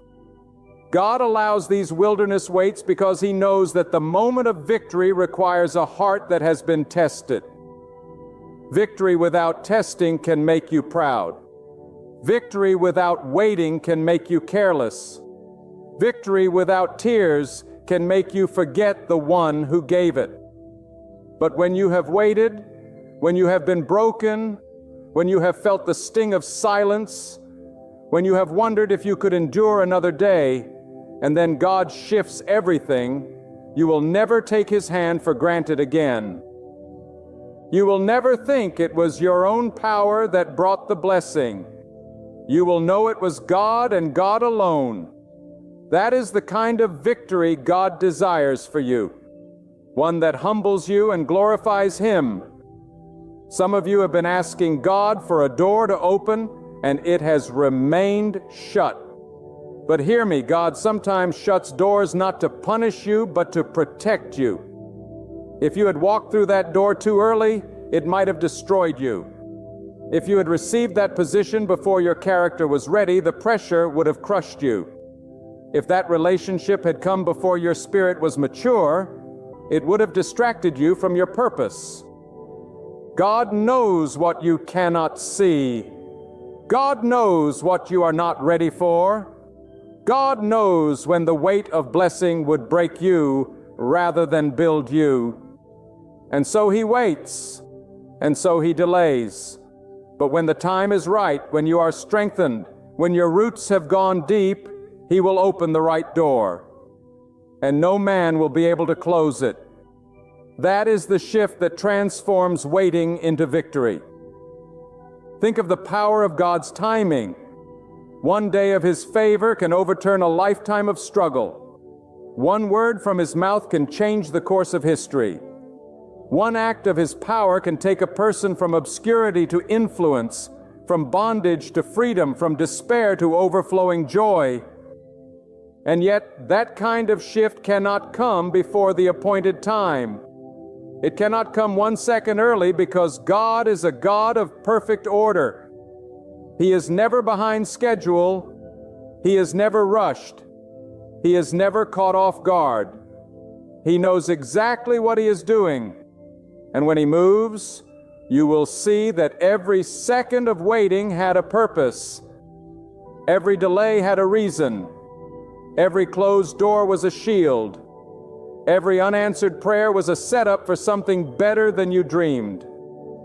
Do not mistake God's silence for His absence. The silence is often where His greatest work is done. The silence is where your faith is purified. The silence is where you stop chasing quick fixes and start learning to rest in His promises. And when you can trust God in silence, you are ready to celebrate Him in victory. The silence is not the end of the story. It is the prelude to the chapter of triumph. Just as the darkest night comes before the sunrise, so the longest silence often comes before the loudest breakthrough. Hold on, because the sunrise is coming. And when God shifts your waiting into victory, the light will be so bright it will erase the shadows of the night that preceded it. What you must also understand is that God does not just shift circumstances. He shifts people. Sometimes the waiting feels long because God is changing you while He prepares the blessing. You ask for the blessing, but God wants to bless the person you are becoming, not the person you were. The waiting transforms you. It takes away arrogance and replaces it with humility. It removes fear and replaces it with faith. It breaks selfishness and replaces it with compassion. God knows that true victory is not just what happens around you. It is what happens within you. If the blessing comes and your heart is not ready, you will waste it. But when the blessing comes and your heart is aligned with God, you will multiply it. You will steward it. You will honor Him with it. That is why the shift requires patience, because God is not simply changing your situation, He is changing your spirit. Many people despise waiting because they think nothing is happening. But if you could see into the unseen, you would fall to your knees in awe. You would see angels moving on assignment. You would see obstacles being dismantled. You would see traps being destroyed before you ever fall into them. You would see opportunities being aligned in ways beyond human imagination. The waiting feels empty only because your eyes cannot see the fullness of what God is arranging. But just because you cannot see it does not mean it is not real. God's hand is moving even when His face is hidden. And when the moment of revealing comes, you will look back and realize He was working all along. Do not forget that God is the one who turns the impossible into the inevitable. What men say cannot be done, God declares will be done. What circumstances insist will never change, God shifts in a moment. What looks like a permanent roadblock to you is nothing but a stepping stone in the hand of God. He specializes in turning dead ends into open highways, deserts into rivers, graves into gardens, and silence into songs of victory. That is the God you are waiting on. That is the God who has promised to shift your waiting into triumph. That is the God who has never failed and who will not fail you. There comes a moment in every life when the weight of waiting feels almost too heavy to carry. You begin to wonder if your prayers ever make it past the ceiling. You question if your cries fade into silence. But let me speak this truth straight into your heart. Your prayers have not vanished. Your cries have not been ignored, and your faith has never been in vain. God hears every whisper.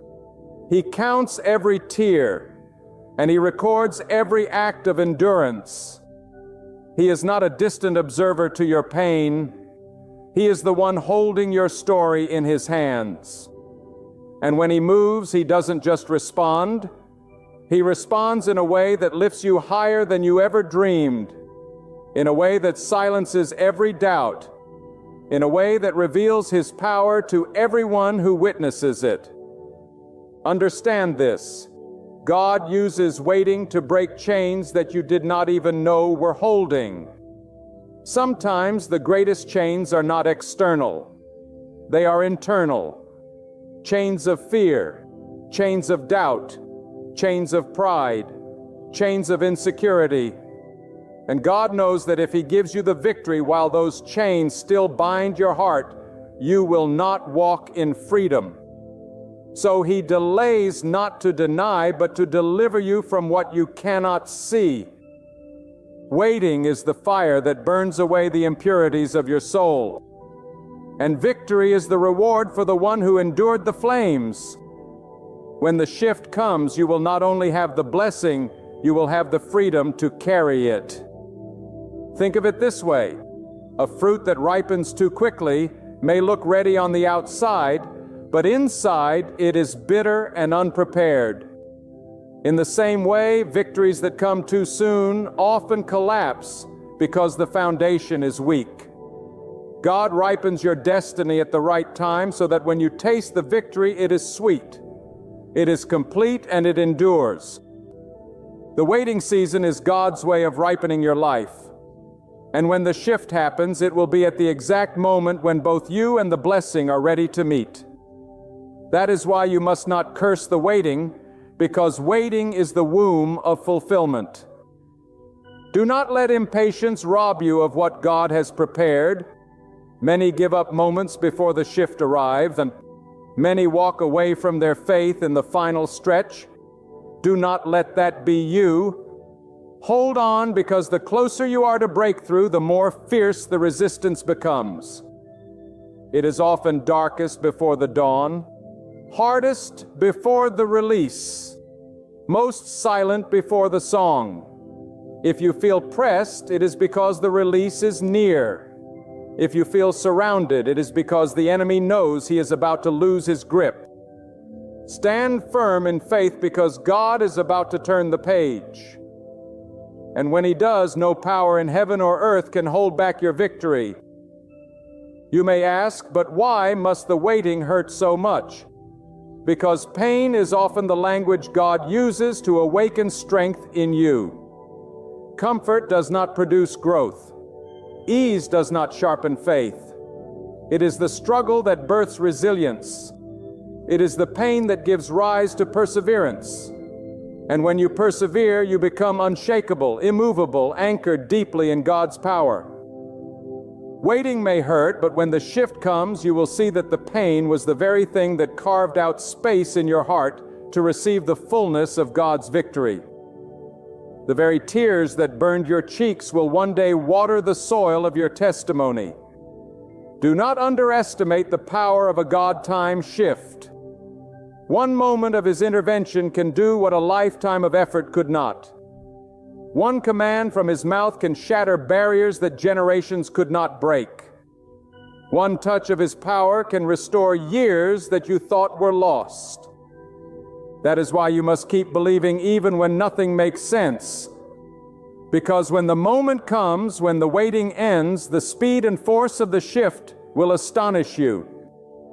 God does not trickle blessings, He pours them. God does not open doors halfway.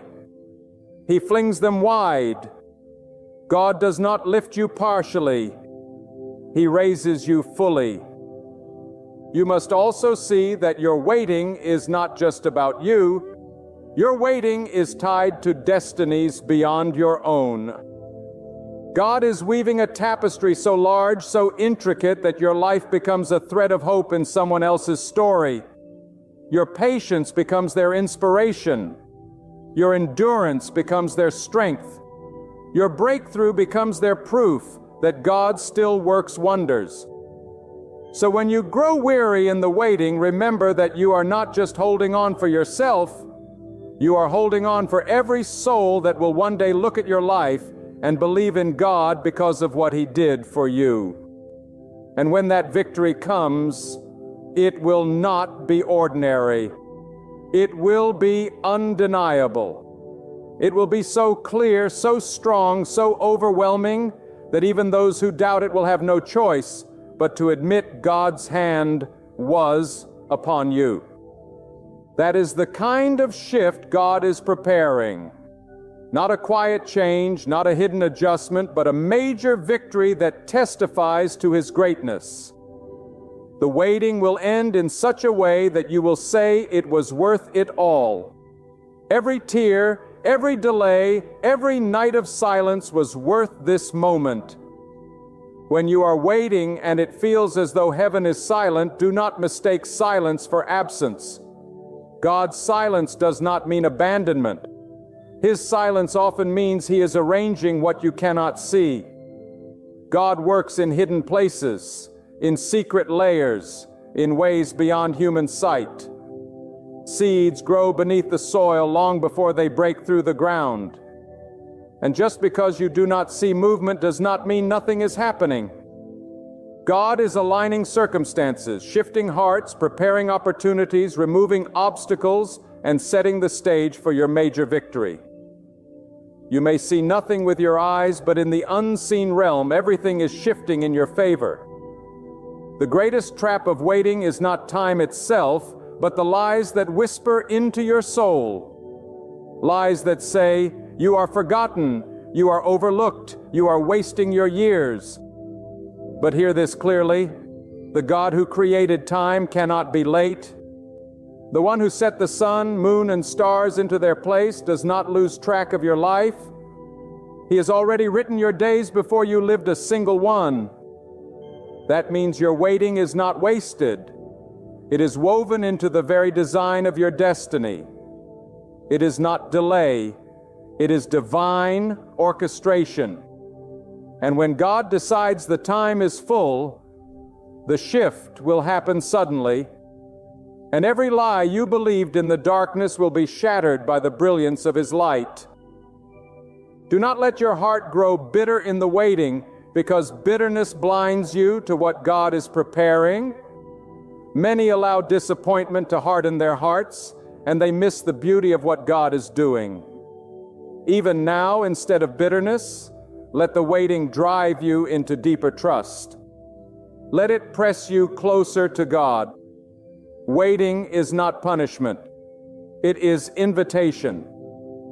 It is God calling you to know Him beyond the surface, to discover His strength when yours runs dry, to see His power when your own hands can do nothing. The waiting is where intimacy with God is born. And intimacy is the very thing that will carry you into victory. God is not just working on the outcome, He is working on you. He is shaping you into someone who can handle the weight of victory. Victories are not light. They carry responsibility. They draw attention. They test character. And God in His wisdom knows that without preparation, a blessing too soon can become a burden. So while you are waiting, He is strengthening your faith, sharpening your discernment, deepening your humility, enlarging your vision.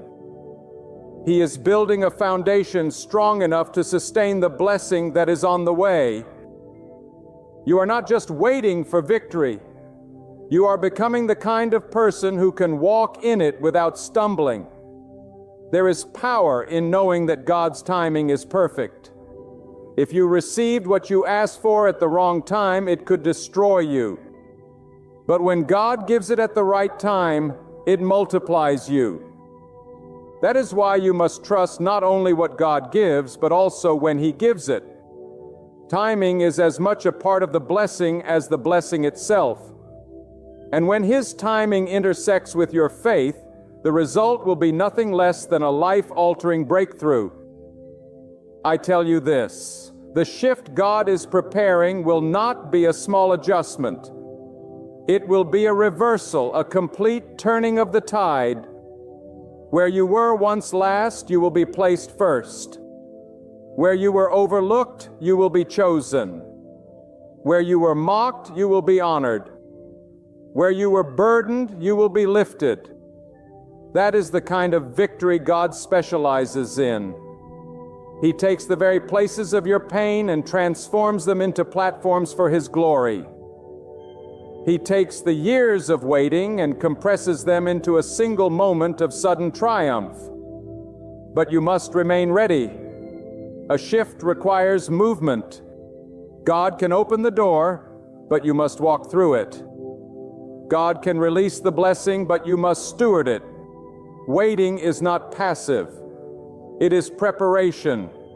Do not spend your waiting season in despair.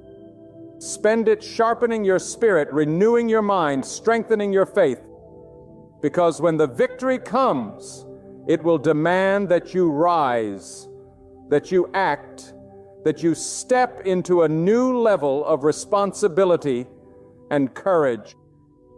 Remember, God does not forget His promises. If He has spoken it into your heart, He will bring it to pass. Not a single word from His mouth falls to the ground empty. Heaven and earth may shake. Circumstances may shift, but the Word of God endures forever. That means if you are holding on to a promise in your waiting, you are not holding on to wishful thinking. You are holding on to certainty. What God has spoken, He will perform. And when that moment comes, you will look back at the waiting not with regret, but with gratitude, because you will see that it was in the waiting you discovered the strength of your faith, the depth of your trust, the reality of God's presence. You will see that without the waiting, you would not have been ready for the victory. And in that moment of triumph, you will declare with conviction, it was worth it. Every trial, every delay, every sleepless night, it was worth it because God has given me victory beyond what I imagined. When you are in the waiting room of life, it is easy to believe that you are forgotten, but let me assure you, God never misplaces His children. He never loses track of His promises. Every second of your waiting is accounted for, measured with precision, and covered with purpose. God does not deal in wasted moments. If He has allowed you to remain in the waiting, it is because there is something being written in you that only waiting can produce. And when the shift finally breaks through, you will see that not a single day was wasted. Not a single prayer was ignored. Not a single tear went unseen.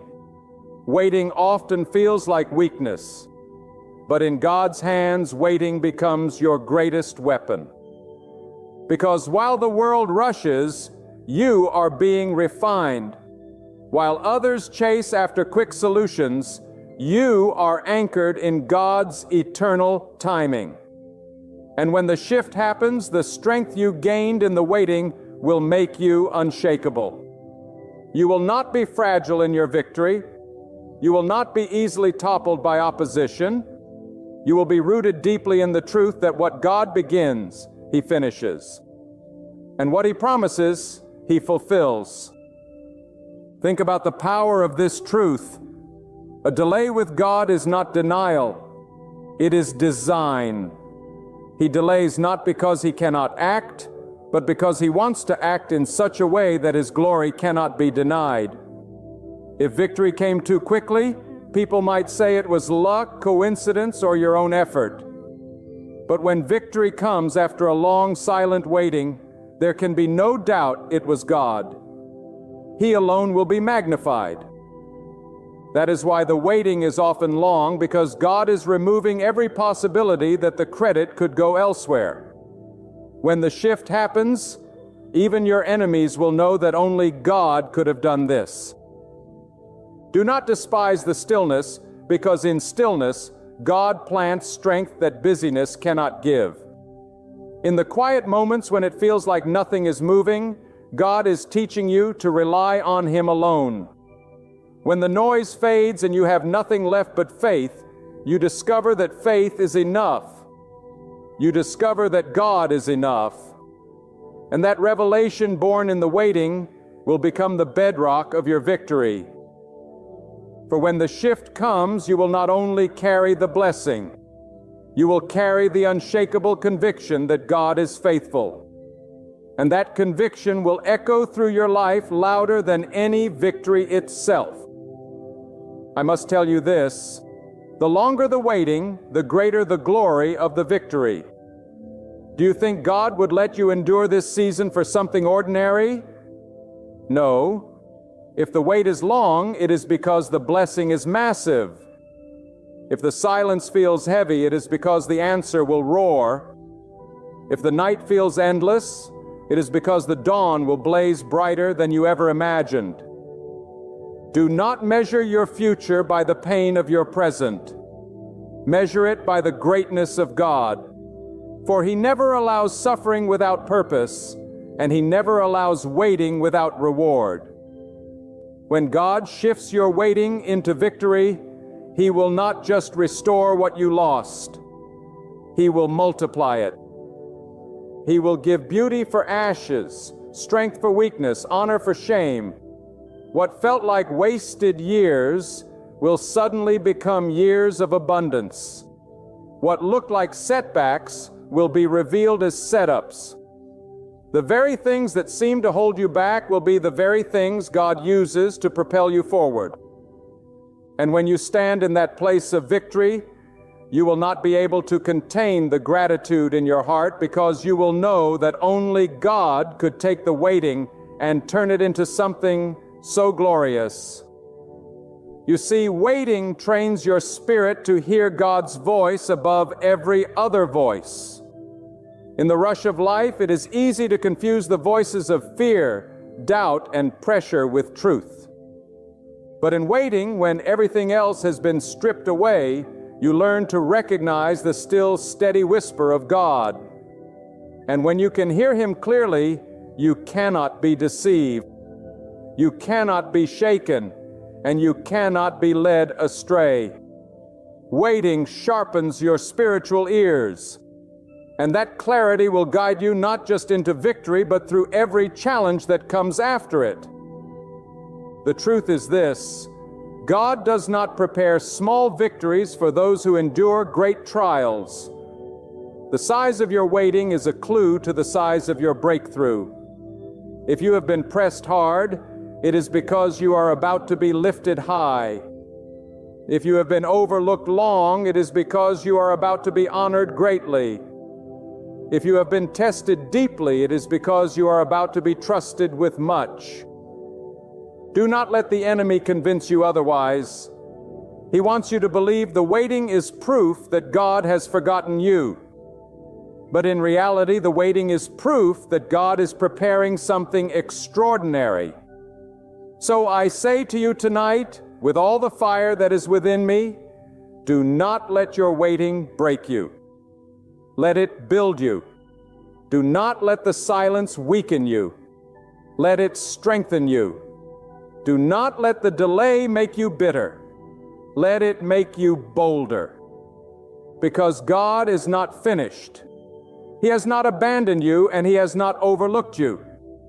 The very place where you thought the story ended will be the place where God writes His greatest chapter. The waiting you have endured is not a wasted season. It is a womb carrying the birth of your breakthrough. And when that divine moment arrives, when God speaks the word, when His mighty hand moves, no force in heaven, no power on earth, and not even the depths of darkness will be able to stand against it. The transformation will come swiftly. The triumph will be so clear that you'll look back and declare, it was God who carried me through. It was God who sustained me. It was God who turned my waiting into a glorious victory. So tonight, lift your head high and let your heart burn with unshakable faith, because the waiting is not your ending. It is the preparation for the glory that's on its way. Hold fast to God with everything in you, for He is about to turn your night into morning, your sorrow into joy, your wilderness into a promised land, and your waiting into a victory so great it will resound through generations. Trust Him. His timing is flawless. His power knows no limits, and His promise stands unbroken. God is about to turn your season of waiting into a defining victory. Believe it, expect it, and get ready to walk in it.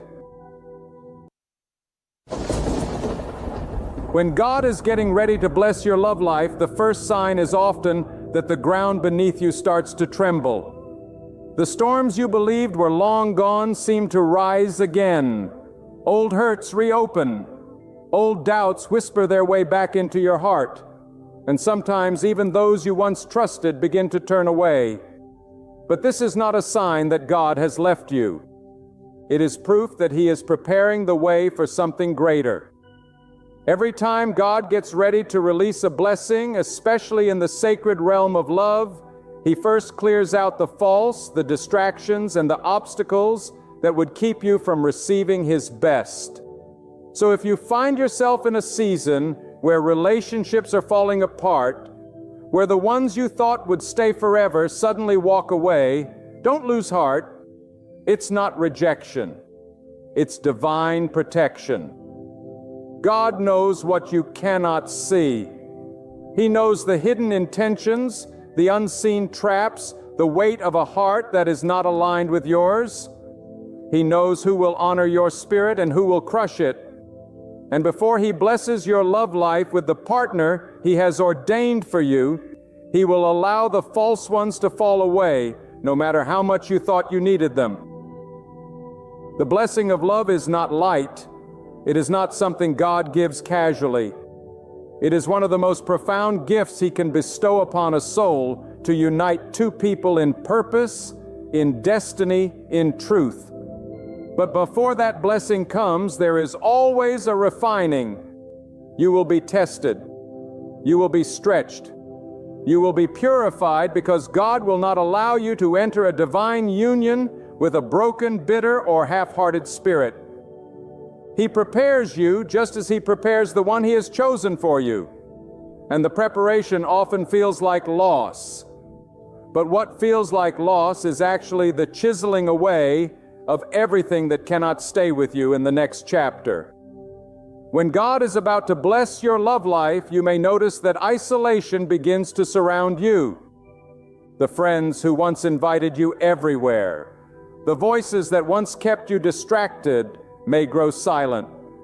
That silence is not loneliness. It is God's classroom. It is in the quiet seasons that God shapes your discernment, strengthens your patience, and builds the character that will sustain the love He is sending your way. Do not mistake the silence as punishment. It is the sacred ground where you are learning to depend not on human approval, but on divine direction. And let me tell you this with all the authority of truth. When God ordains someone for your life, there is nothing in this world that can keep them away. But when God removes someone, there is nothing you can do to make them stay. And so when you feel the sting of someone walking away, let your heart not cling to them. Instead, lift your eyes to God and say, if this is not from you, take it away. And if you have something better, prepare me for it. That surrender is the key that unlocks the blessing. Because God does not bless stubbornness. He blesses obedience. When God is about to bless your love life, the enemy will fight you harder than ever. You will face temptations, counterfeits, and illusions that look good on the outside, but are hollow on the inside. They will appear at the very edge of your breakthrough, trying to convince you to settle. But hear me clearly, counterfeits always come before the real blessing. They are the enemy's last attempt to trap you before God releases what He has prepared. If you settle for what looks good, but is not from God, you will miss what is truly divine. That is why discernment in this season is everything. You must learn to see not with your eyes, but with your spirit. And if you wonder how you will know the difference, understand this. What comes from God will bring peace, not confusion. It will strengthen your faith, not weaken it. It will lift you closer to Him, not pull you away. A love that is blessed by God will not manipulate. It will not deceive. It will not drain you of joy. Instead, it will feel like alignment, purpose, and truth. That is the hallmark of divine love. It bears the fruit of peace. But you cannot receive such love until you yourself are transformed. Many ask God for a blessed partner, but remain unwilling to become the kind of person who can carry such a blessing. You cannot pray for someone loyal while you still entertain disloyalty. You cannot ask for someone who honors you while you dishonor yourself. You cannot plead for someone who walks in faith while you are still chained by fear. God will not give you what you are unprepared to protect. And so when He is about to bless your love life, He begins first with you. He works on your heart, your mind, your habits, your character, because He knows the weight of the blessing, and He will not allow you to destroy it through immaturity. So if you feel like God is pressing on your weaknesses right now, if He is convicting you of patterns you need to release, do not resist. That is the refining fire. That is the evidence that He is getting you ready. The season of preparation may feel heavy, but the blessing will outweigh the pain.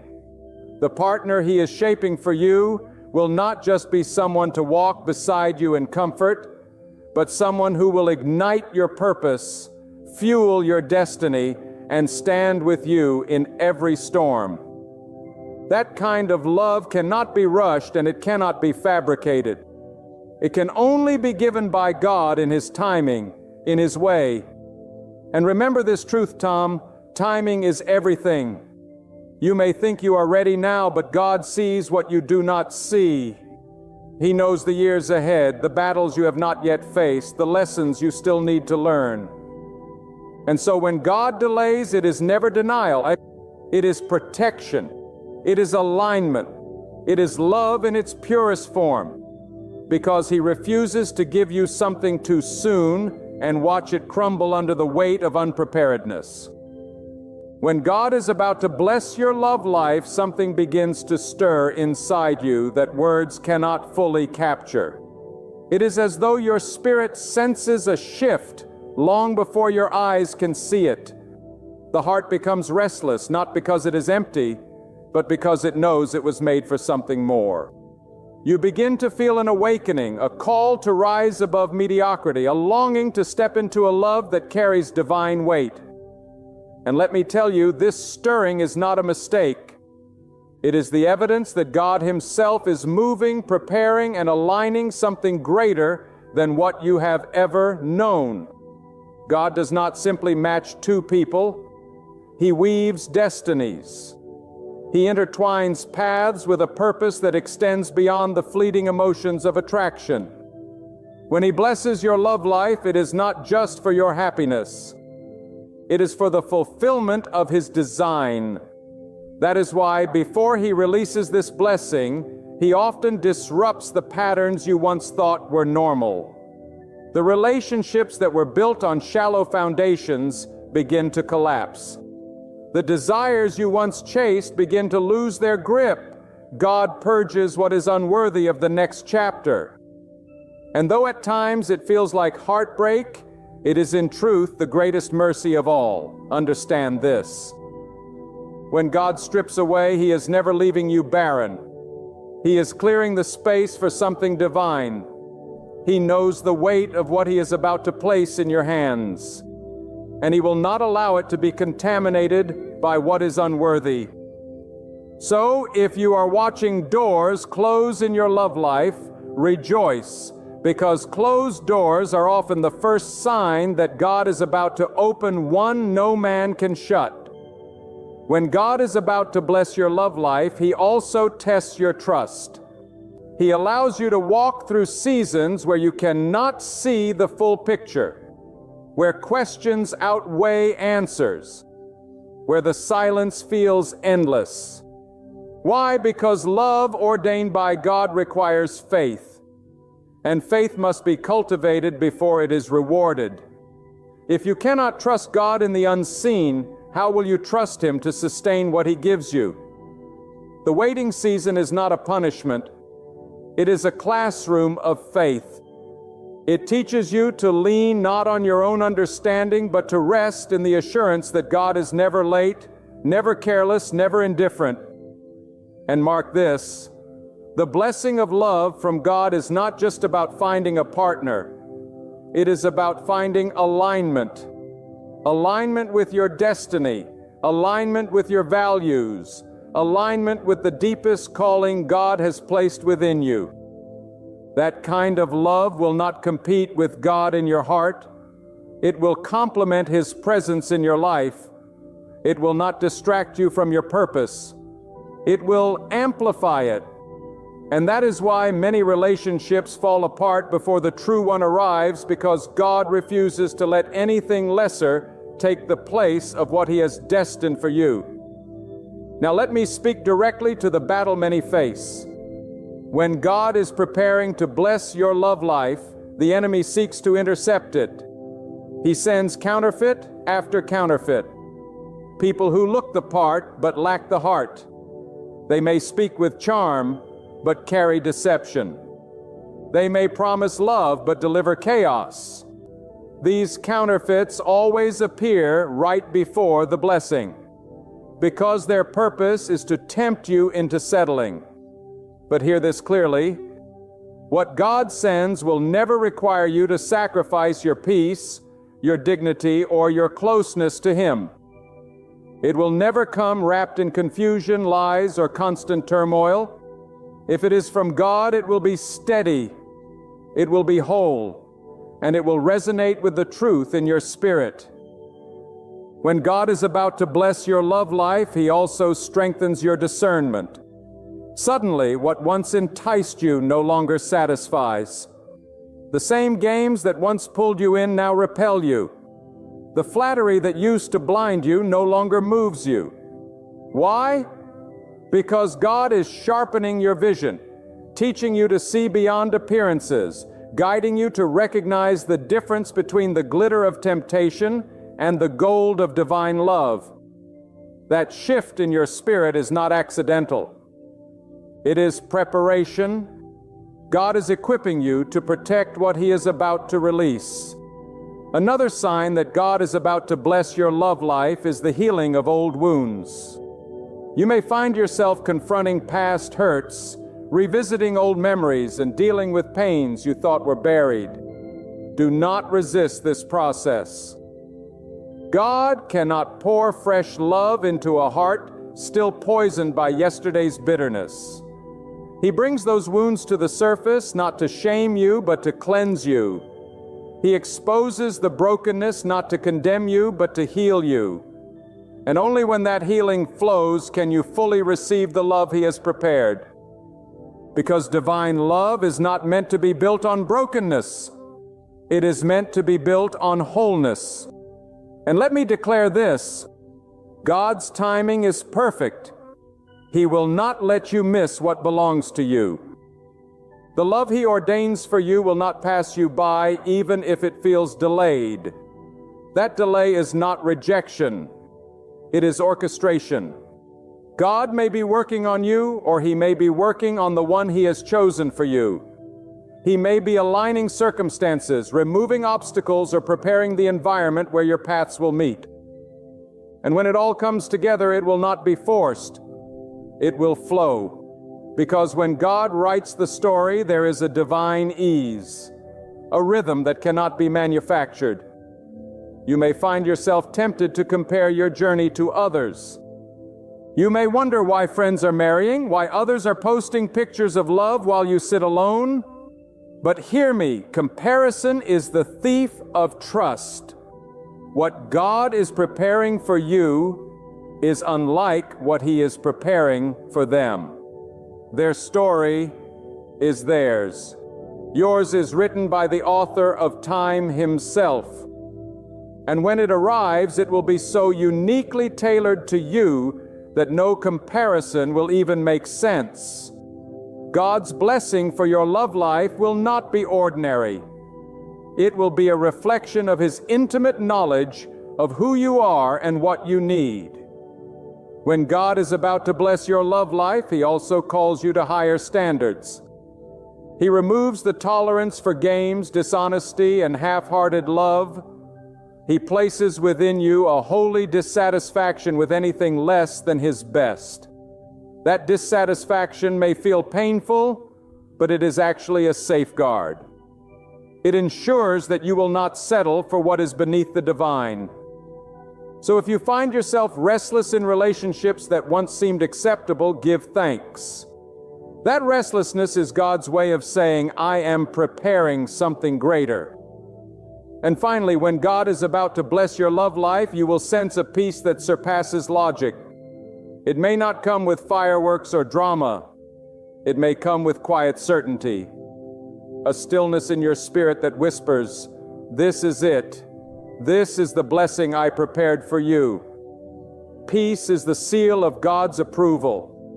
And when that peace floods your heart, you will know that all the waiting, all the loss, all the pain was not in vain. When God is about to bless your love life, He begins to reorder your entire existence. Suddenly, the things that once occupied your attention lose their grip. The shallow pursuits that used to fill your time feel empty, and you start craving something deeper, something purer, something real. That shift is not random. It is God pulling your heart into alignment with His greater plan. Because love that comes from Him cannot be built on distraction. It must be built on focus, on clarity, on purpose. And when God is preparing to release that blessing, He draws you away from the noise so that you can hear His voice more clearly. You see, love is not just about affection. It is about assignment. When God sends someone into your life, it is not only to satisfy your emotions, it is to strengthen your mission. That is why the preparation feels so demanding, because He is not only preparing you for romance, He is preparing you for responsibility. Divine love carries weight, and that weight requires maturity. The person God is sending is not just a companion. They are a partner in destiny. They are someone who will walk with you in faith, who will carry the load with you when life grows heavy, who will remind you of God's promises when doubt tries to silence your hope. And if you are not ready for that kind of love, you will mishandle it. So God works on you first, molding your character, refining your spirit, and teaching you how to love in a way that reflects His truth. When God is about to bless your love life, do not be surprised if He calls you into a season of surrender. He may ask you to release relationships you still cling to. He may nudge you to let go of habits that erode your worth. He may urge you to stop seeking validation from people and start finding it in Him alone. That surrender is not easy. It tears at the flesh. It challenges the ego. It breaks the comfort of routine. But without surrender, there can be no blessing. God cannot pour new wine into old wines. He cannot release a divine love into a heart that is still cluttered with compromise. Surrender clears the ground, making space for the seeds of love that He Himself intends to plant. And let me speak plainly, the love that comes from God is unlike any other. It does not manipulate. It does not drain you of your joy. It does not chain you with fear. Instead, it nourishes. It uplifts. It breathes peace into your soul. And that is why the enemy tries so hard to counterfeit it. The enemy knows that if you experience love as God intended, you will walk in a power and unity that threatens every dark force. So before the blessing arrives, you will often face distractions, temptations, and false promises designed to lure you away. This is why you must stay anchored in God, because only His voice can reveal what is real and what is deception.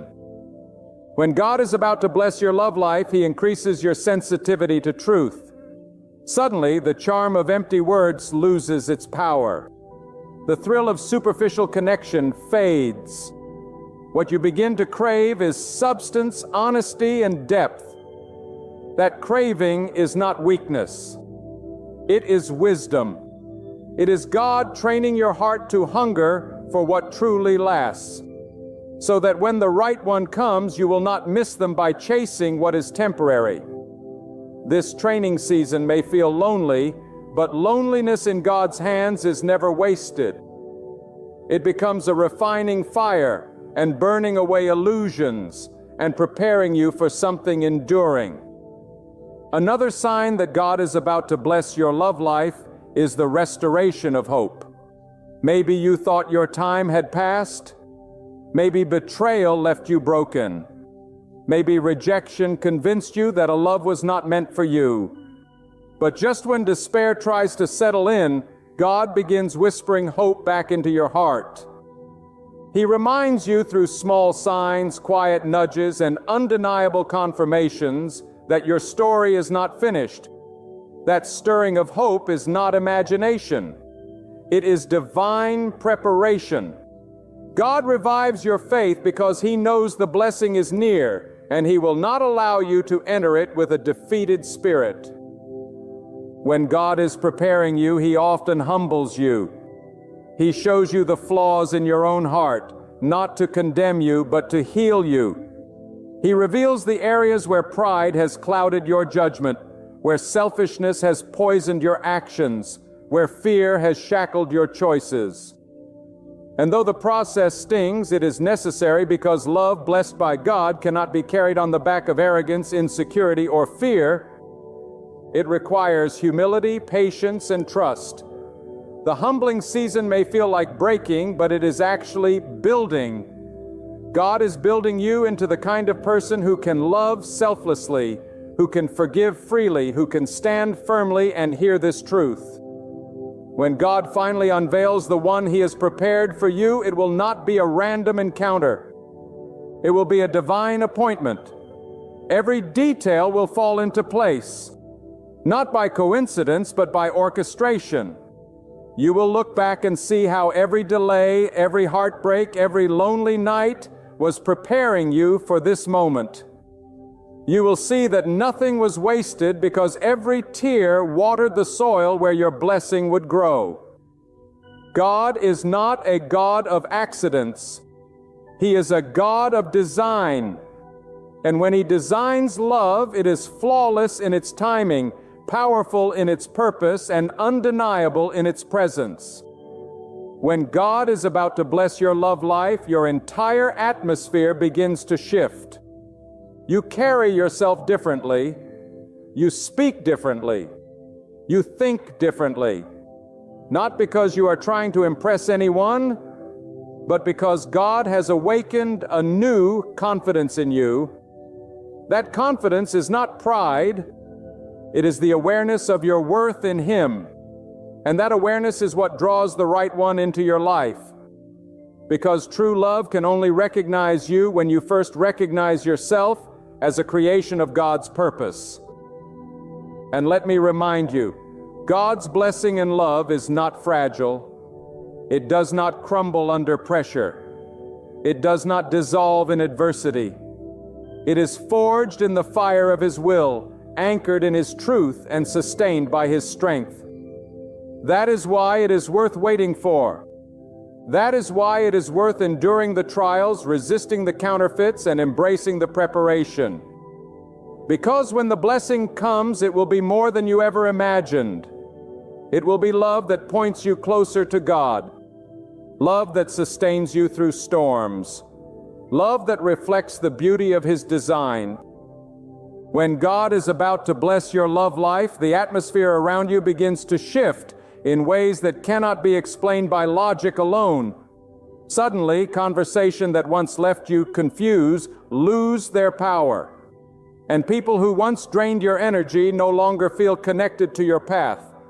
This is not coincidence. It is God drawing a line between what was and what will be. He is closing doors to protect you from distractions. And at the same time, He is opening windows that pour light into your spirit. That light is His signal that you are moving closer to something sacred. You see, love blessed by God is not ordinary. It does not arrive through luck or chance. Everything is orchestrated by God, and before the blessing arrives, He begins to align your inner world with the outer reality He is shaping for you. He refines your desires, redirects your attention, and even stirs dissatisfaction with anything that falls short of His will. That restlessness you've been feeling is not random. It is divine preparation. God never intends for you to settle comfortably in relationships that drain your purpose. He wants you to crave a love that bears His signature, a connection that reflects His wisdom, His strength, and His glory. When God is preparing to bless your love life, He often places you in the sacred discipline of waiting. Waiting may seem silent, but it is one of faith's most powerful classrooms. In that season, you learn to tell the difference between impulse and divine direction, between simple desire and spiritual discernment. You come to understand that timing is not about when you want something, but when you're truly ready to carry it. Many believe love is about finding someone to end their loneliness. But God knows it's about finding someone who helps you fulfill a divine purpose. That kind of purpose cannot be hurried. And so He teaches you patience, because what is rushed seldom endures. But what is prepared by God stands unshaken. In this preparation, God also strengthens your identity. He teaches you who you are without a partner, so that when the blessing comes, you do not lose yourself within it. You cannot receive divine love if you are still desperate for human validation. So God strips away the need for constant approval.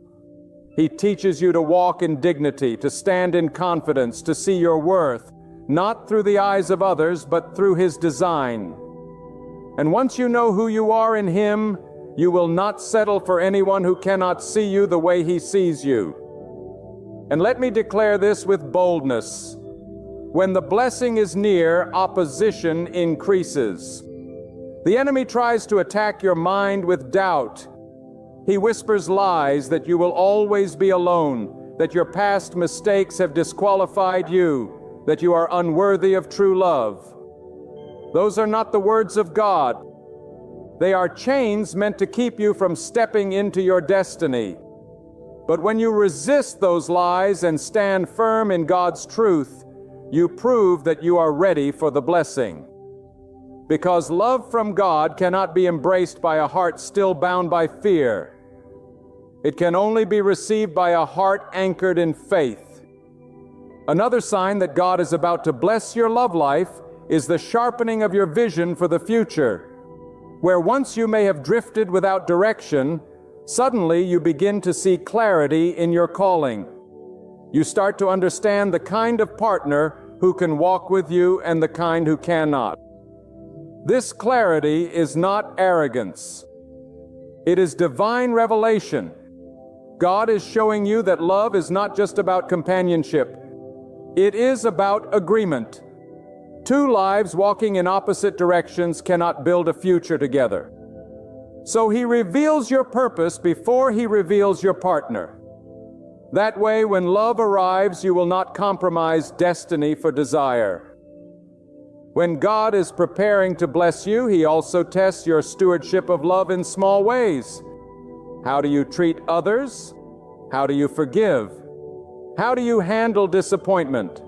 These small tests reveal whether you can carry the greater blessing. Because if you cannot show kindness to those around you now, how will you nurture the one He sends? If you cannot forgive small offenses, how will you protect a bond through greater storms? God examines the heart not to shame you, but to equip you. He knows that love without maturity collapses under pressure, so He matures you before entrusting you with His gift. When God's blessing is close, you will also notice an increase in inner peace even before the person arrived. Peace is God's way of steadying you, of preparing your heart so you will not be swayed by distractions. This peace allows you to walk with patience because you know what is coming cannot be stolen or delayed beyond its appointed time. That calm assurance is the evidence that God has already set things in motion.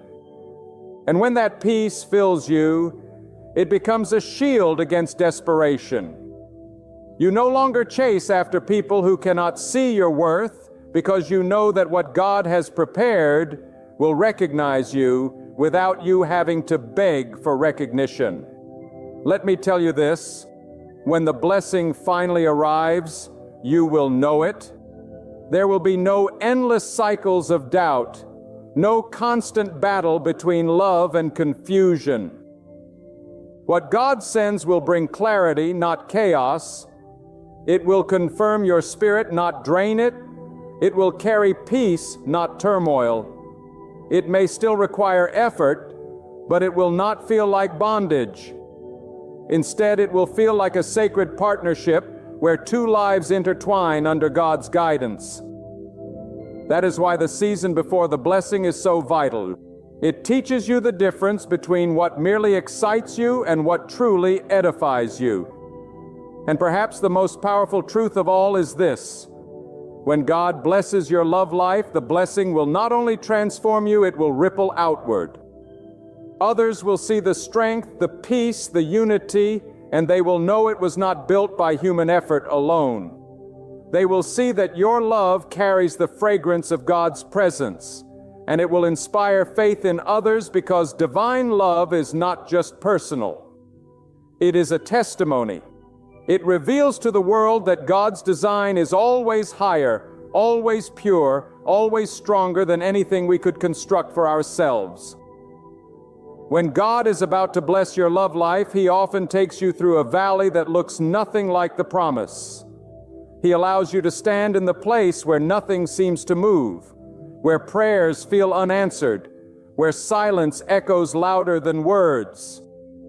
And yet that silence is not abandonment, it is preparation. God is building in you the strength to stand alone before He entrusts you with the strength to stand together. Because if you cannot be whole in Him when you are by yourself, you will not recognize the wholeness He brings through another. Love ordained by God is not built on desperation. It is built on completeness. Two whole people rooted in Him come together not out of need, but out of alignment. That is why the season before the blessing often feels like breaking, because God is stripping away the illusions that you need another person to complete you. No, God Himself is your completion. The one He sends will not fix your soul. They will complement your soul. They will not be your Savior. They will be your partner. And when you enter love with that awareness, you will no longer cling to people out of fear. You will walk with them out of purpose. When God is about to bless your love life, He changes the way you see relationships entirely. What once looked like love, chaotic passion, constant pursuit, endless drama suddenly looks like counterfeit. You begin to crave stability, honesty, and peace. You realize that love should not feel like a battlefield, but like a refuge.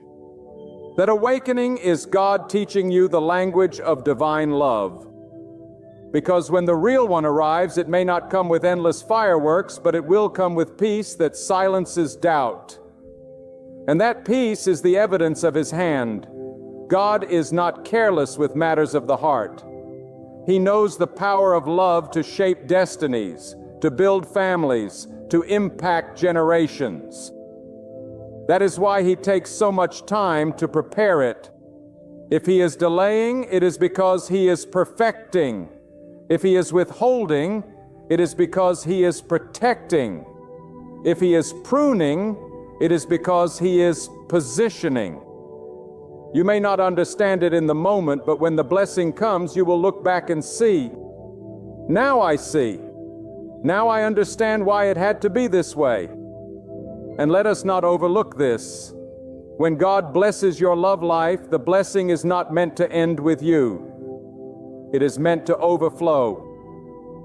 The love He gives you will be so strong, so resilient, so rooted in Him that it will touch everyone around you. People will see how you honor each other, how you stand together, how you endure storms without collapsing. And they will know this is not ordinary. They will know this love carries the seal of God's approval. That testimony alone will change hearts because divine love preaches without words. When God is about to bless your love life, He equips you with wisdom you did not have before. Suddenly, you begin to see red flags where once you saw potential. You begin to set boundaries where once you tolerated chaos. You begin to say no to things that waste your time because you know your heart is worth more than gains. That wisdom is a sign.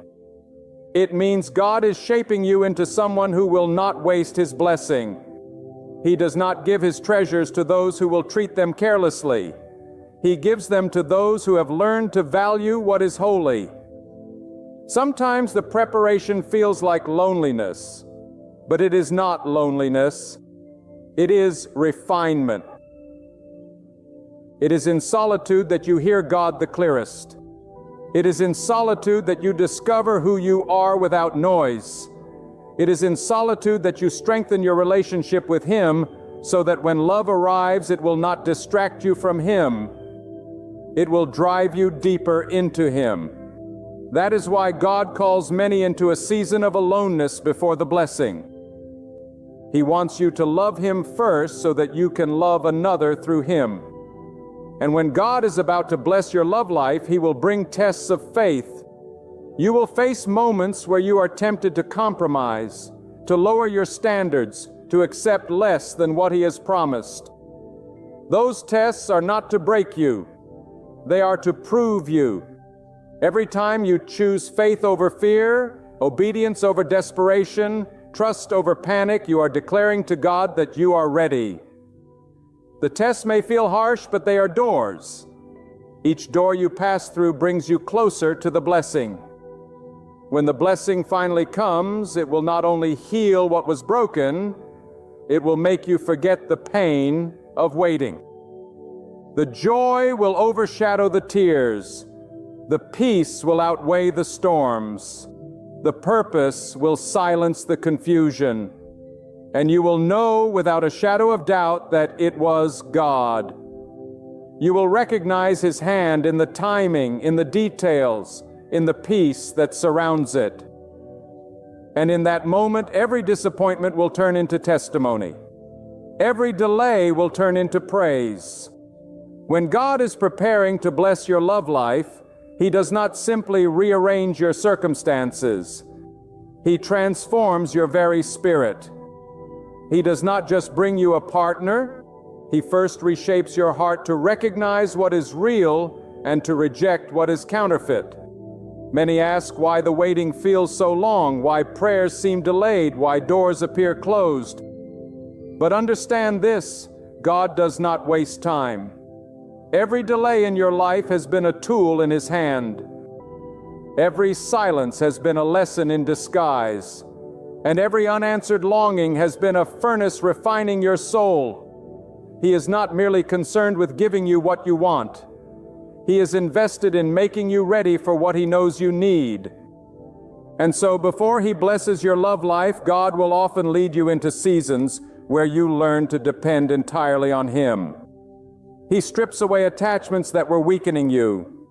He removes relationships that were leading you astray, and He exposes desires that were never aligned with His purpose.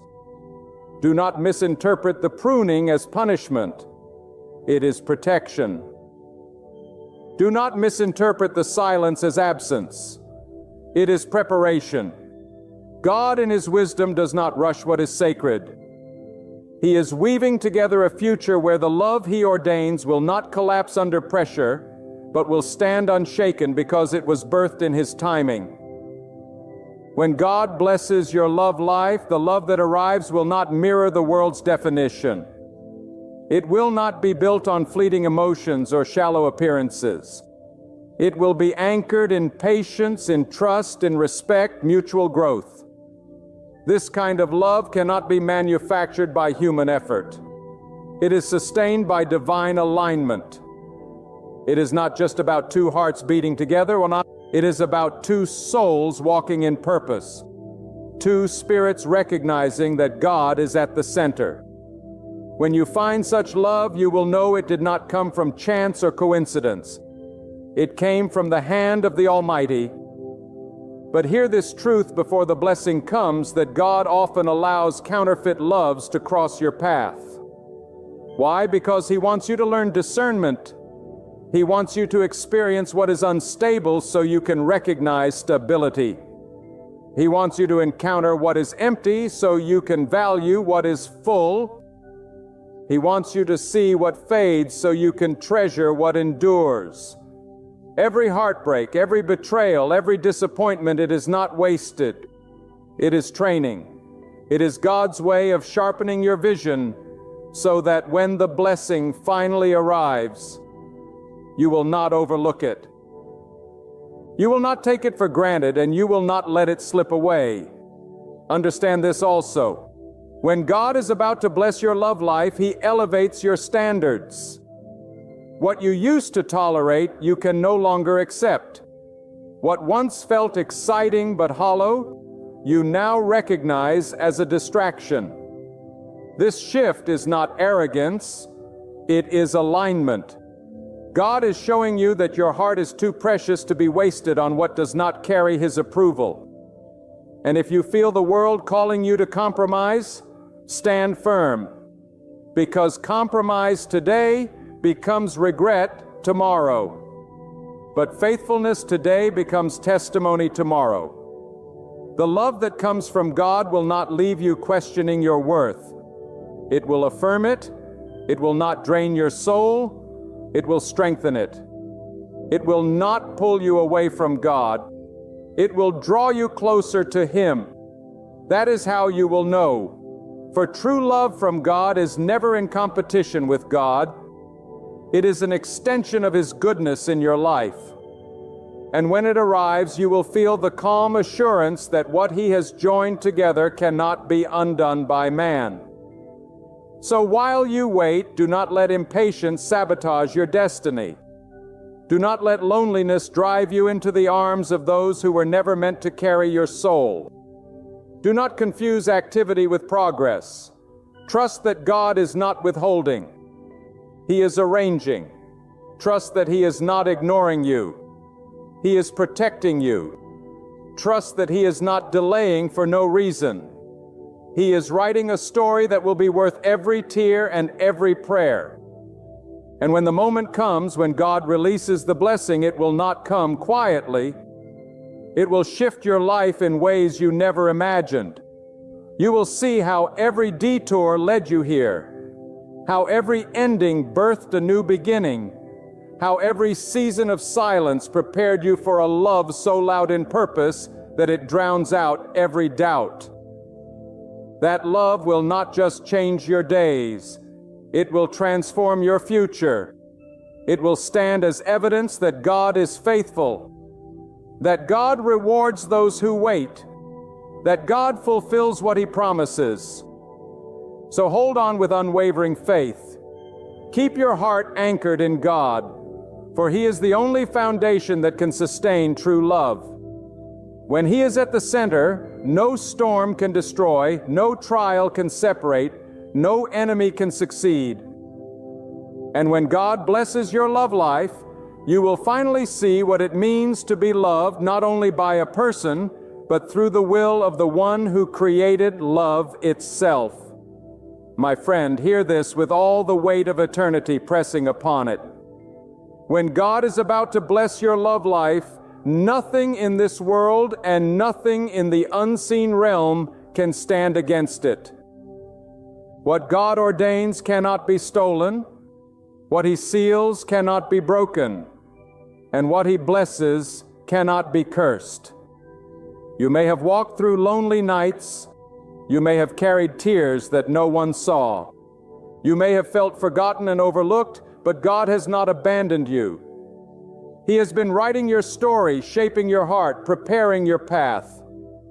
And when his appointed time arrives, the love he brings will silence every doubt and heal every wound. Do not let impatience push you into the counterfeit when the real blessing is near. Do not let fear convince you that you are unworthy of what God has promised. Do not let the whispers of doubt drown out the truth of his faithfulness.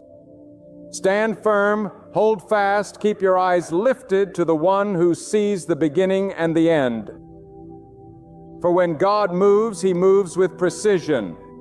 When he opens the door, it will be undeniable. When he unites hearts under his hand, the union will carry his peace, his strength, and his purpose. Rise above the shadows of your past, let go of every chain of bitterness and regret, and open your heart with renewed expectation. The blessing that's coming your way is not merely about love, it is about purpose. It is about God showing you that he truly knows the deepest desires of your heart and takes joy in fulfilling them at exactly the right moment. You are not waiting for nothing.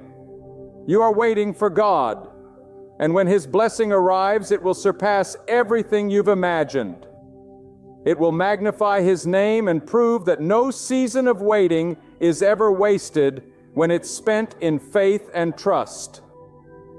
So lift your spirit high and get ready, because the blessing is closer than you realize. Hold tightly to your faith. Keep your heart clean and walk faithfully in obedience. When God moves in your love life, it won't just transform your relationship. It will transform your entire life. And you will stand as a living testimony that those who put their trust in God are never disappointed. There are seasons in life when you feel as though you're about to break. Times when your soul cries out, "Sarah, I can't keep going." You push yourself through the hours, and even the night feels like a weight pressing down. You lie awake staring at the ceiling, your heart pounding with unanswered questions. Does anyone see me? Does anyone know how exhausted I am? Does anyone care? Hear me clearly. God sees you. God knows. God understands. And he has not left you in this battle. You may think your tears go unnoticed, but every drop is counted by the one who created you. You may feel your pain is too hidden or too small for him to notice, but he knows the depths of your heart better than you do. The world may pass you by. People may dismiss you, but God is watching every step you take, every battle you fight, and every moment you wonder if you can endure another day. He has seen you fall on your knees in exhaustion. He has heard the groaning of your spirit when no words would come, and he knows that even now you are weary. Yet, hear me clearly, your weariness is not the end of your story. It is the beginning of God's strength being made real in your life. Some of you have been carrying burdens for so long that your back feels permanently bent beneath their weight. You smile on the outside, but inside you feel like crumbling. You have tried to be strong for your family, for your friends, for the world, but deep within you whisper, "I am tired. God, I don't know how much more I can take." And I declare to you this truth: you do not carry this load alone. God is standing over your life. He is not blind to your pain, and he is not deaf to your cries.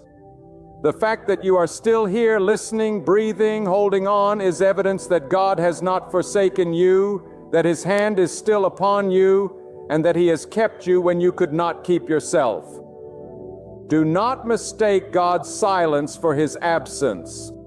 There are seasons when you may not hear him, when the heavens feel like brass and your prayers seem to bounce back unanswered. But even in the silence, he is working. Even in the waiting, he is shaping. Even in the stillness, he is strengthening. And what feels like abandonment is often preparation. God is preparing you for something greater than you can see right now. He allows your struggle not to crush you, but to build you. He allows your weariness not to destroy you, but to bring you to the point where His power can be revealed in your weakness. And if you could see what God is preparing for you beyond this struggle, you would not give up. You would not let despair consume you. You would rise again even with trembling knees, because you would know that the God who sees you also sustains you. Some of you think, "But I am too weak. I have nothing left to give." That is when God's strength shines the brightest. You see, God is not impressed by how long you can hold yourself together. He is moved by the heart that says, "I am tired, but I will not let go of you." He is moved by the one who admits their weariness, but still clings to Him in trust. Your exhaustion is not a sign of failure. It is an invitation to lean deeper into the one who never grows weary. God never slumbers. God never sleeps. God never grows tired. And when you are at the end of yourself, He is at the beginning of His mighty power in you. Do you know why God allows you to face seasons of struggle? It is not because He delights in your pain. It is because He knows that struggle is the soil where faith takes root. Struggle is the ground where endurance is formed. Struggle is the furnace where character is purified. And struggle is the very place where you come to know God in ways you never could when life is easy.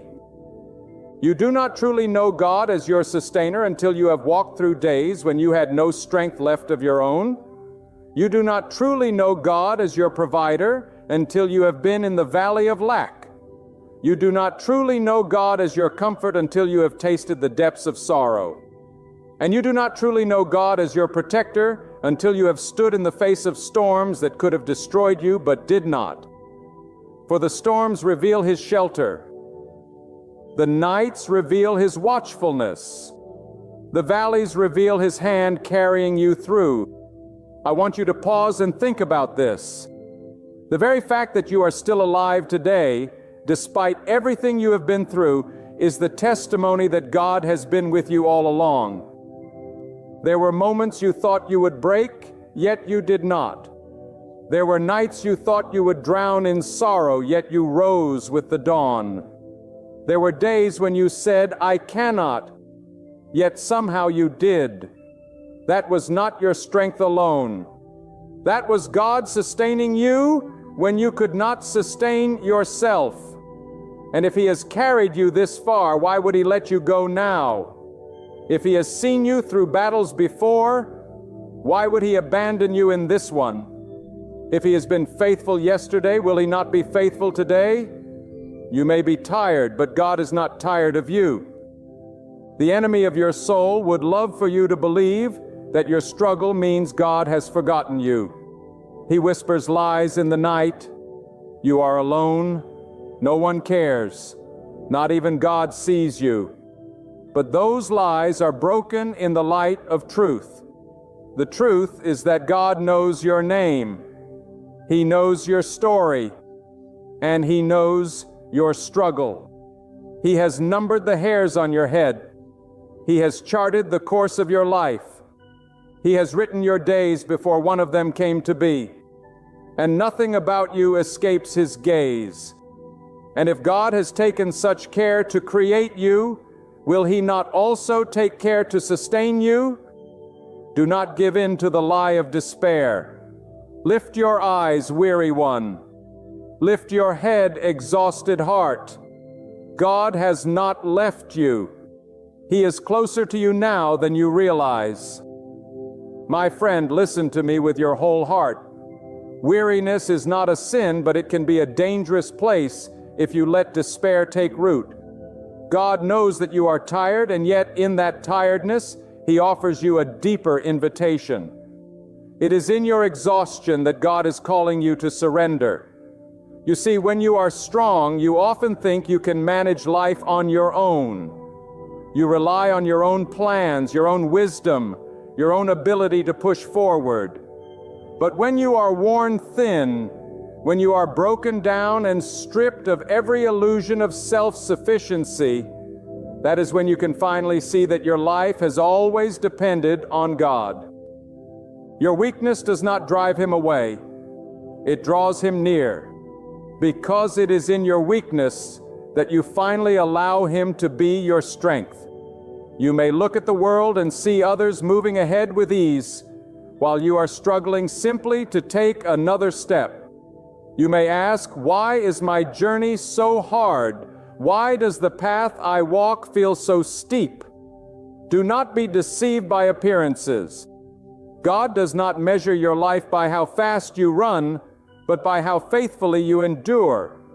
He does not reward those who never grow weary. He rewards those who, though weary, refuse to quit because they trust that He is carrying them. The strongest souls are not those who never stumble, but those who stumble and rise again because they know God is their support. Your struggle is not evidence of God's neglect. It is proof that He is molding you into something greater than comfort could ever produce. Consider this. A tree that grows in gentle weather may appear tall and beautiful, but its roots are shallow. When storms come, it falls quickly. But the tree that grows in the harsh winds, that endures the scorching sun, that fights through storms and rains, that tree drives its roots deep. It may look weathered, but it stands unshaken, so it is with your soul. The struggles you endure, the nights you spend crying out to God, the days you drag yourself forward in weariness, these are the storms that drive your roots deep into Him. They anchor you so that when greater winds come, you will not be moved. What you think is breaking you is in fact building you. What you see as weakness is strengthening your foundation in God. You may be asking God, when will this end? How much longer must I carry this burden? And though He may not give you the answer you seek, He gives you something greater, His presence in the midst of it. If God has not lifted the struggle yet, it is because there is still something He is doing within you. The waiting is not wasted.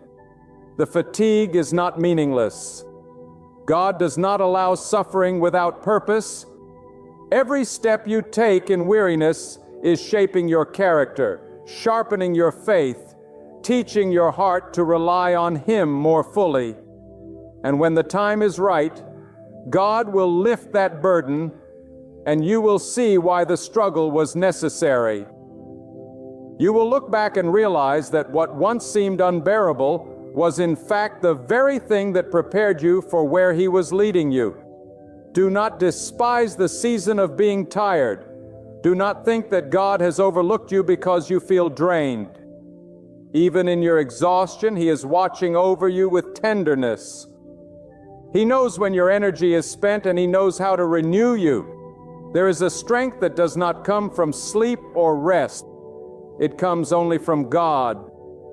It is a strength that rises from within, a peace that steadies the trembling heart, a courage that keeps you walking when you would rather collapse. This is not human willpower. It is divine sustenance. And that strength is available to you when you stop fighting in your own might and start leaning wholly on Him. I say to you now with conviction, do not confuse tiredness with defeat. You may be tired, but you are not finished. You may be weary, but you are not abandoned. You may feel empty, but you are not forgotten. God's eye is upon you. His hand is underneath you. His compassion is around you. And His power is within you. You are not defined by your exhaustion. You are defined by the God who sustains you through it. As long as you are breathing, God is not done with you. As long as you are standing, even if trembling, God is still working through you. As long as your heart beats, your struggle has meaning.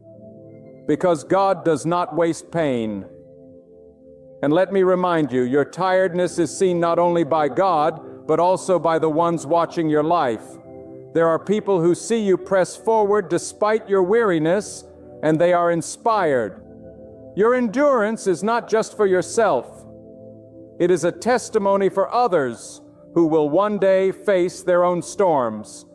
When they see you walk with God through your struggle, when they see you hold on even when you are exhausted, they will realize that the same God who carried you can carry them too. Your struggle has ripple effects far beyond what you imagine.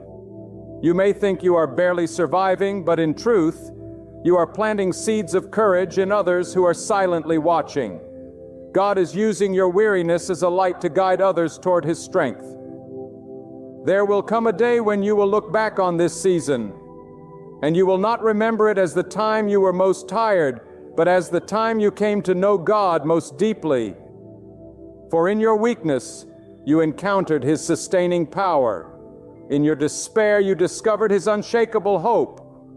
In your emptiness, you experienced His endless supply.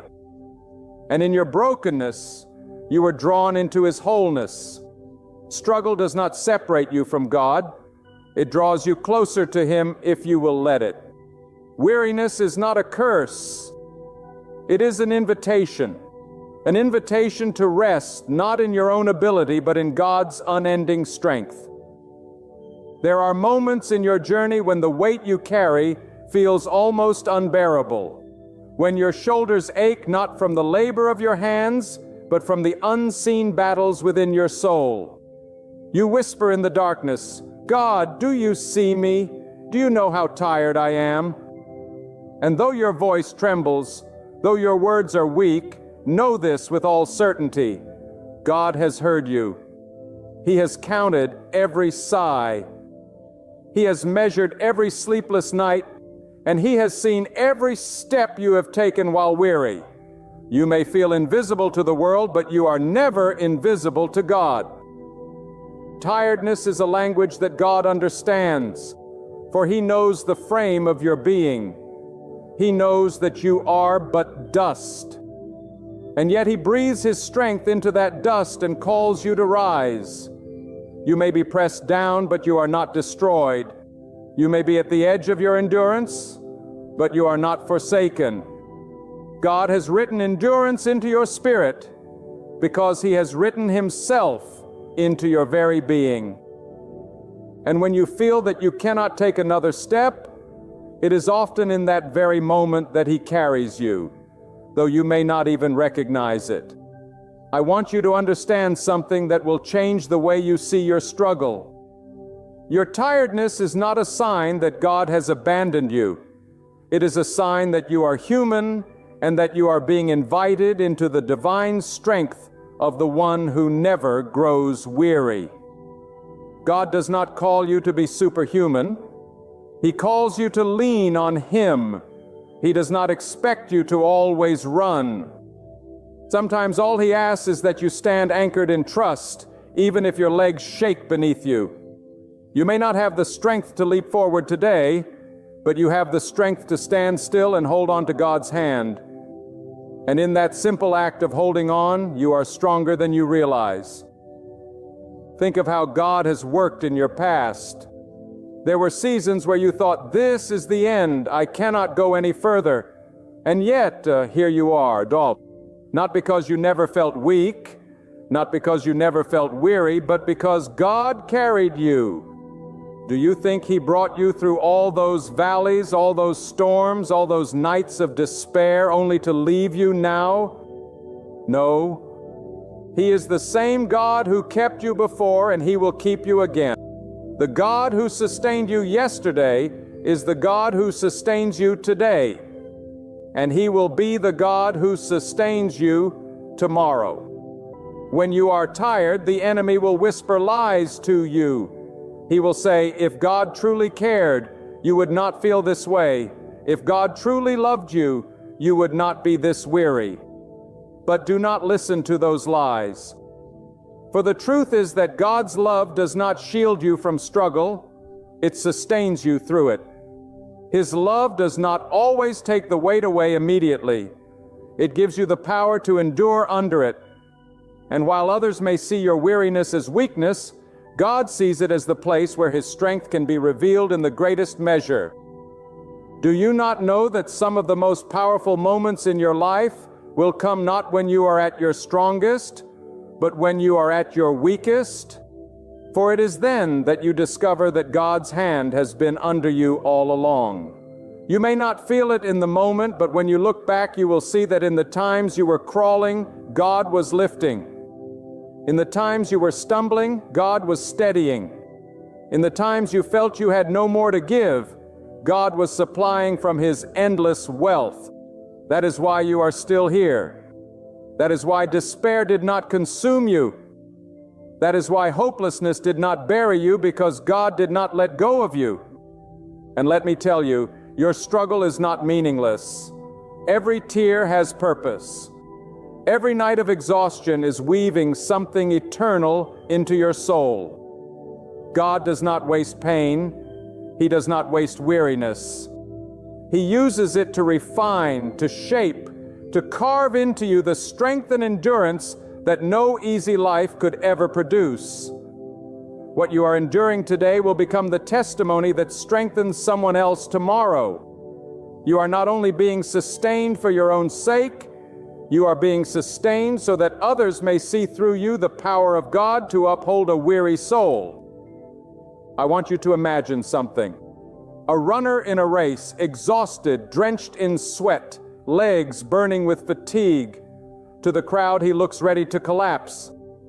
But what the crowd cannot see is the coach's voice calling from the sidelines, urging him onward, reminding him that the finish line is near. That is what God is doing for you. To others, you may look like you cannot go on. To yourself, you may feel as though you will fall at any moment, but God is whispering into your soul, keep going. I see your struggle. I know you are tired, but I am with you, and you will finish this race because my strength is carrying you. There is a mystery in the way God works. He does not always remove the burden, but He always gives the strength to bear it. He does not always calm the storm immediately, but He always anchors the soul that trusts in Him. And while you may be longing for the struggle to end, God is longing for you to know Him more deeply through it. For it is in the darkness that you learn to see His light most clearly. It is in the weakness that you learn to lean on His strength most completely. It is in the exhaustion that you learn to rest in Him most fully. There is something sacred about the struggle that you face when no one else is watching. The world only sees your public strength, but God sees your private battles. He sees you when you are alone and weary, when the mask comes off and your soul whispers, I am tired. He sees the weight you carry that you cannot explain to anyone else. And because He sees, He understands in a way no one else can. Others may look at your life and never grasp the heaviness you endure, but God knows. He knows the exact measure of your strength.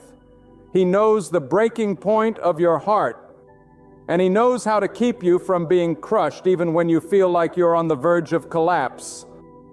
God is not indifferent to your pain. He is not distant from your exhaustion. When you feel like no one notices how hard you are fighting, He notices. When you think no one appreciates the sacrifices you make just to keep moving forward, He appreciates it. When you wonder if your cries vanish into the void, He hears every soundless sob, every silent plea. And what you cannot see is that even as you struggle, He is weaving something far greater than you could imagine. Your tiredness is not wasted. Your struggle is not pointless. It is part of the divine design shaping you into a soul that is unshakable. Do not think for a moment that because you are weary, you are weak in the eyes of God. On the contrary, your weariness is proof that you are still fighting. You have not given up, though every part of you has been tempted to quit. You may feel drained, but that feeling itself reveals the courage that has kept you pressing forward. If you were weak, you would have surrendered long ago. But the very fact that you are weary proves that you have endured. And God delights in those who, even in their exhaustion, choose to stand firm in faith. I want you to hold on to a powerful truth. The most extraordinary victories often emerge from the hardest battles. Diamonds form under immense pressure. Gold shines brightest after enduring the fire. And unshakable souls are shaped in the furnace of exhaustion. If God has allowed this season of hardship, it is because He is refining you for something far greater. He is teaching you to depend not on your limited strength, but on His limitless power that never fades. You were never designed to carry the weight alone. You were created to lean on Him, to draw from the source that never runs dry, to find the peace that surpasses understanding and the courage that stands firm when storms roar. Listen closely. God isn't asking you to hide your weariness. He doesn't expect you to fake a smile or pretend everything is okay. He welcomes your honesty. He calls you to pour out your heart, to tell Him of your fatigue, your fears, your frustrations. Because in that sacred place of transparency, His comfort becomes real. The heart that conceals its pain from God only deepens its sorrow, but the one that exposes its weakness before Him is the one that finds renewal. God already sees your struggle, yet when you confess it to Him, you invite His strength to flood your soul like a river in the desert. Think of how the seasons work. Winter strips the trees bare, the cold winds blow, and life seems absent. But beneath the frozen ground, unseen to the human eye, roots are strengthening, preparing for the coming spring. In the same way, your season of weariness may look barren, but beneath the surface, God is deepening your roots. He is anchoring you so that when the season of renewal comes, you will not only survive, but flourish. Your struggle today is preparing the strength you will need for tomorrow. Your exhaustion now is setting the stage for a fresh wave of God's sustaining power. You must not measure your worth by how much energy you have left. You must measure it by the God who holds you in your weakness. People may judge you by your performance, by how much you accomplish, by how well you appear to hold everything together. But God does not judge you by appearances. He looks at the heart that clings to Him even in exhaustion. He looks at the soul that refuses to give up even when it feels it has nothing left to give. That heart, that soul is precious to Him beyond measure. Do not let your tiredness deceive you into believing that you are at the end of your story. Many times, the moments when you feel most drained are the very moments right before breakthrough. Just as the night is darkest before the dawn, so your spirit may be heaviest before God unveils His deliverance. Hold on in the weariness, for the God who has carried you thus far will not leave you stranded. His strength is not seasonal, it is eternal. His care is not conditional, it is constant. His presence is not fleeting, it is unchanging. Lift your weary heart and say within yourself, God sees, God knows, God will not leave. Those words are not empty, they are truth. And when you speak truth into your weariness, your soul begins to rise again. You may still be tired, but your spirit will find a new fire. You may still feel the weight, but you will know that you are not carrying it alone. And that knowledge changes everything. It turns despair into hope. It transforms exhaustion into endurance. It awakens within you the unshakable realization that the God who sees your struggle also holds your future. And one day when you step out of this season and look back, you will see clearly what you cannot see now. That every weary night, every heavy step, every tear-stained prayer was a thread in the tapestry of God's perfect plan. You will see that the struggle that nearly broke you was the very thing that built you. You will see that your weariness was the ground where His strength took root. And you will give thanks not for the pain itself, but for the God who met you in it and never let you go. There are seasons in life when your spirit whispers what your lips are too weary to say. You rise in the morning, but the weight of yesterday has followed you into today. You carry burdens no one else sees, responsibilities, disappointments, wounds of the heart. And you think to yourself, if I must face another day like this, I will collapse. But I tell you now, God has already seen those secret cries. He knows the exact measure of your weariness. He knows the heaviness of your soul before you even open your eyes. And though you may feel like you are walking alone, you are not. God's presence surrounds you more closely than the air you breathe. Do not mistake fatigue for failure. Do not confuse exhaustion with defeat. When you are tired, it is not a sign that you are losing. It is a sign that you have been fighting. The body grows weary. The mind becomes drained. But the spirit anchored in God remains unbroken. That is why you are still standing even now. You have been knocked down, but not destroyed. You have walked through fire, but you were not consumed. You have cried yourself to sleep, but you awaken again this morning. And why? Because God's hand has kept you when your own strength would have given out. There is a depth of wisdom that only comes through struggle. Comfort never teaches what hardship teaches. Ease never molds the soul as struggle does. And though you despise the heaviness now, one day you will see it for what it truly was, an instrument in the hand of God, shaping you into something unshakable. Just as the potter applies pressure to the clay to form it into a vessel of beauty and strength, so God applies the pressure of life to mold you into the person He designed you to be. You may not understand why you are being pressed, why you are being stretched, why you are so tired of carrying this weight, but trust this: the hand upon you is not there to crush you. It is there to form you. There is a sacred purpose in every sleepless night, in every weary sigh. Even your tears are not wasted. They are collected by God as testimony of your endurance. The world may look at you and see only weakness, but God looks at you and sees resilience, faith, and the courage to keep going when everything inside you screams to stop. He sees you not for the state you are in now, but for the strength He is bringing forth through you. And when others would give up on you, God does not. He does not tire of you even when you are tired of yourself. He does not walk away from you when you feel empty. He remains steadfast and unchanging, carrying you when your legs can no longer hold you. Listen closely. Your weariness can either drive you into despair or drive you into the arms of God. One path will drain the little strength you have left.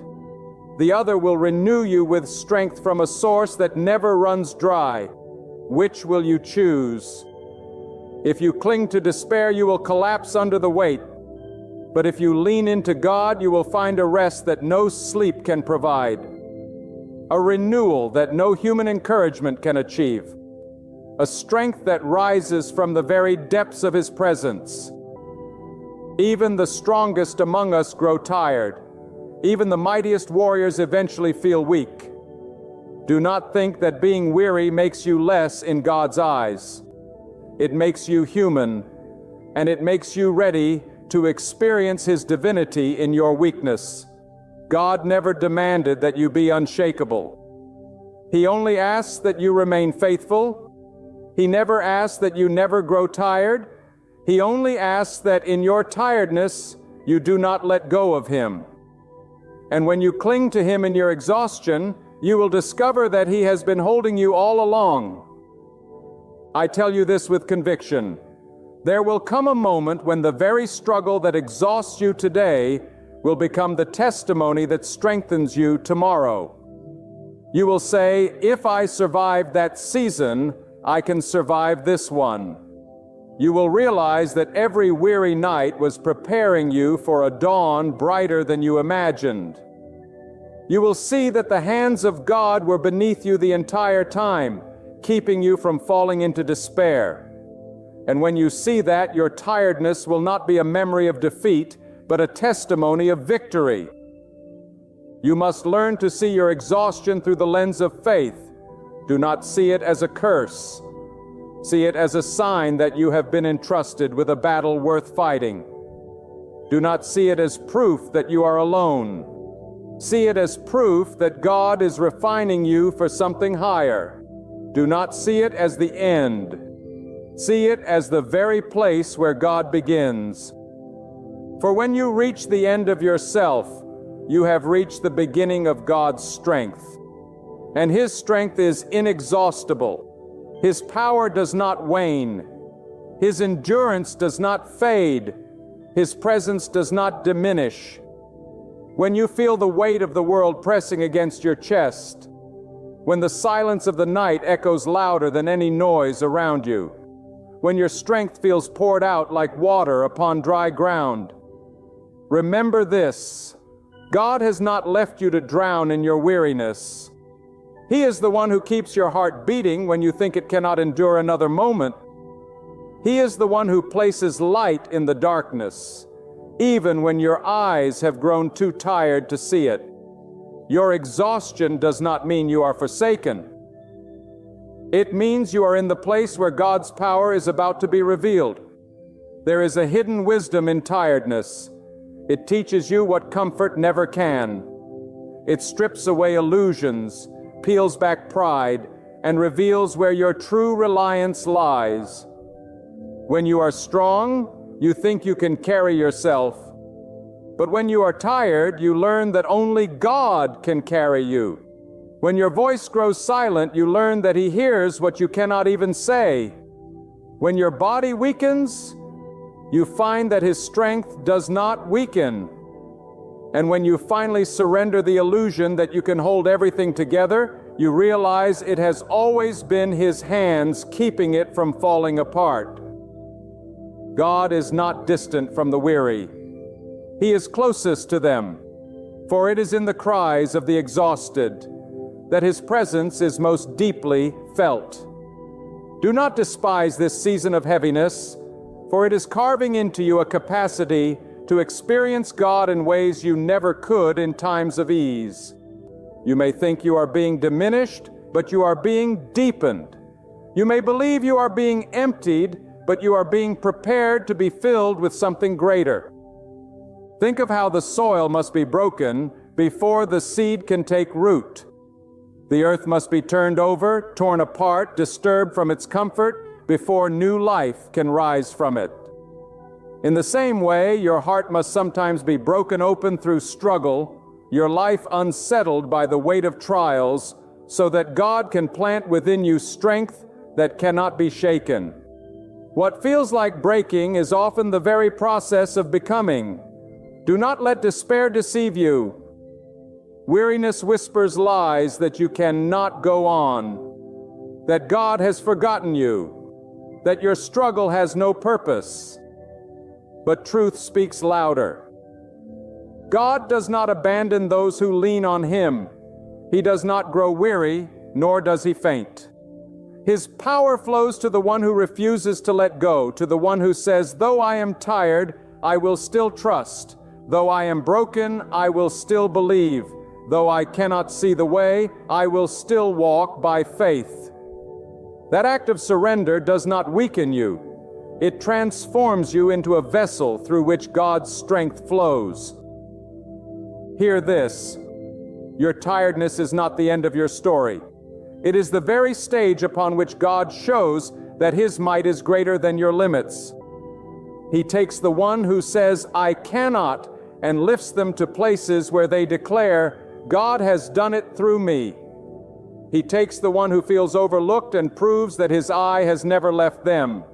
He takes the one who thinks their strength is gone and clothes them with endurance that stuns even themselves.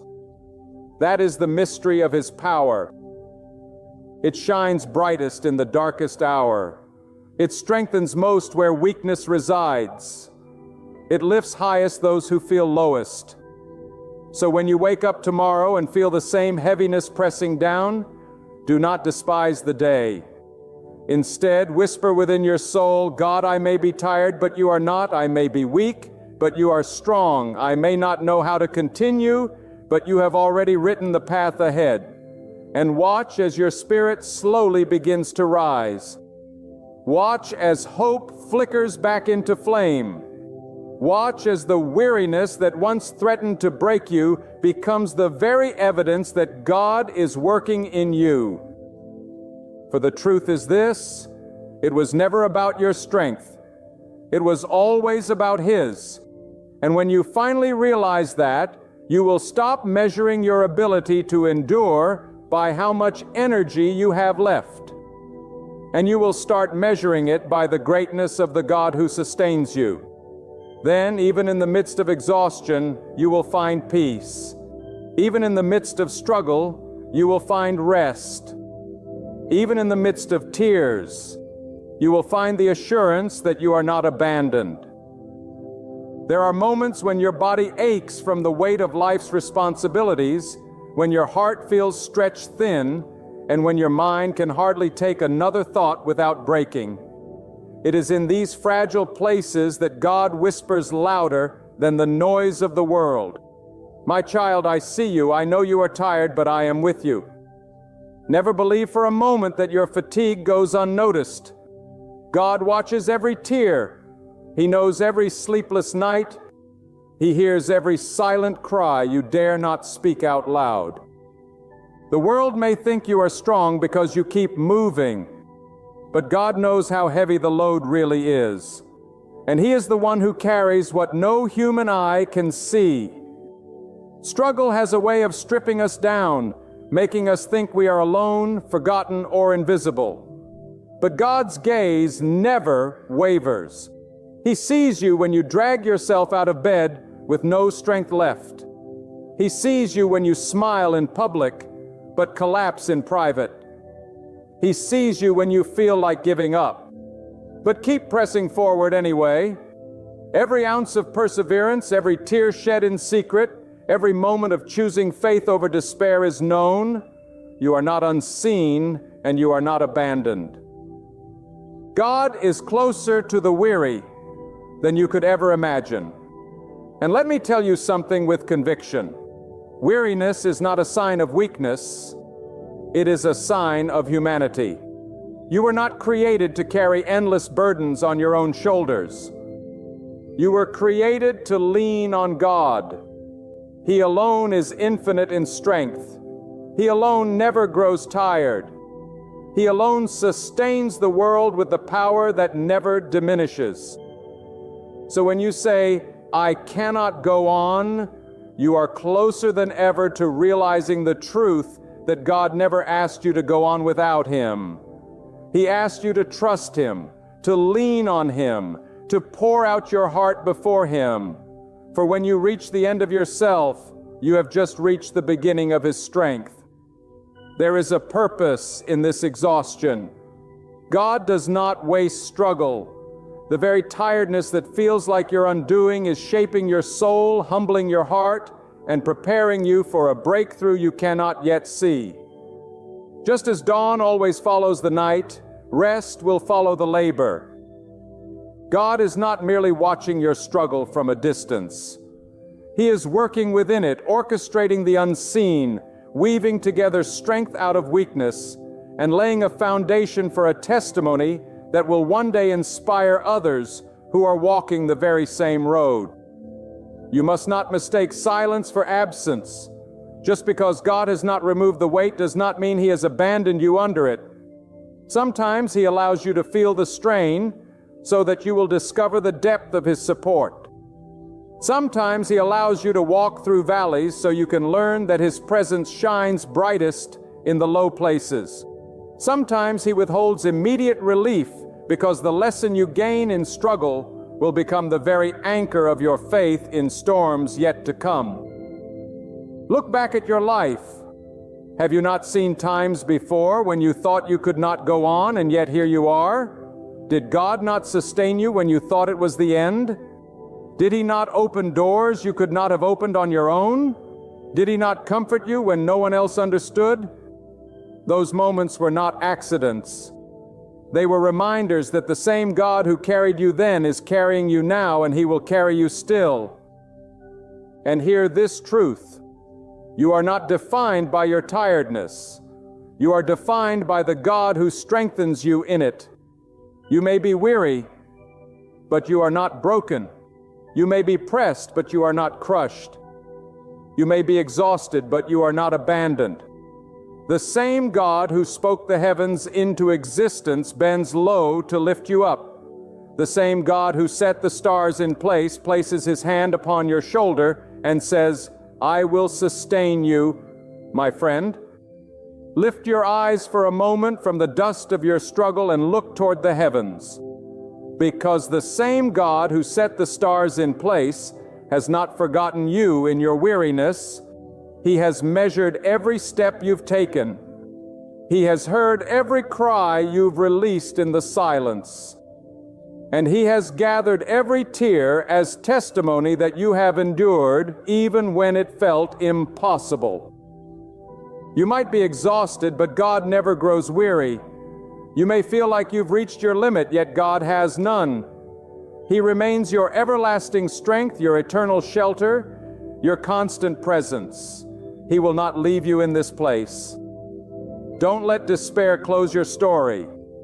Let faith rise and declare, "I may be weary, but God restores me. I may be weak, but God empowers me. I may be burdened, but God delivers me." You are not forgotten. You have been chosen to witness God's power in ways that only the weary can comprehend. When the night feels endless, remember, the dawn is already approaching. When the weight feels unbearable, know that God is already lifting it from you. When your steps begin to stumble, trust that He is carrying you forward. Your story is not one of defeat. It is a testimony of God's sustaining hand. The same God who has held you this far will never release you now. Trust in Him.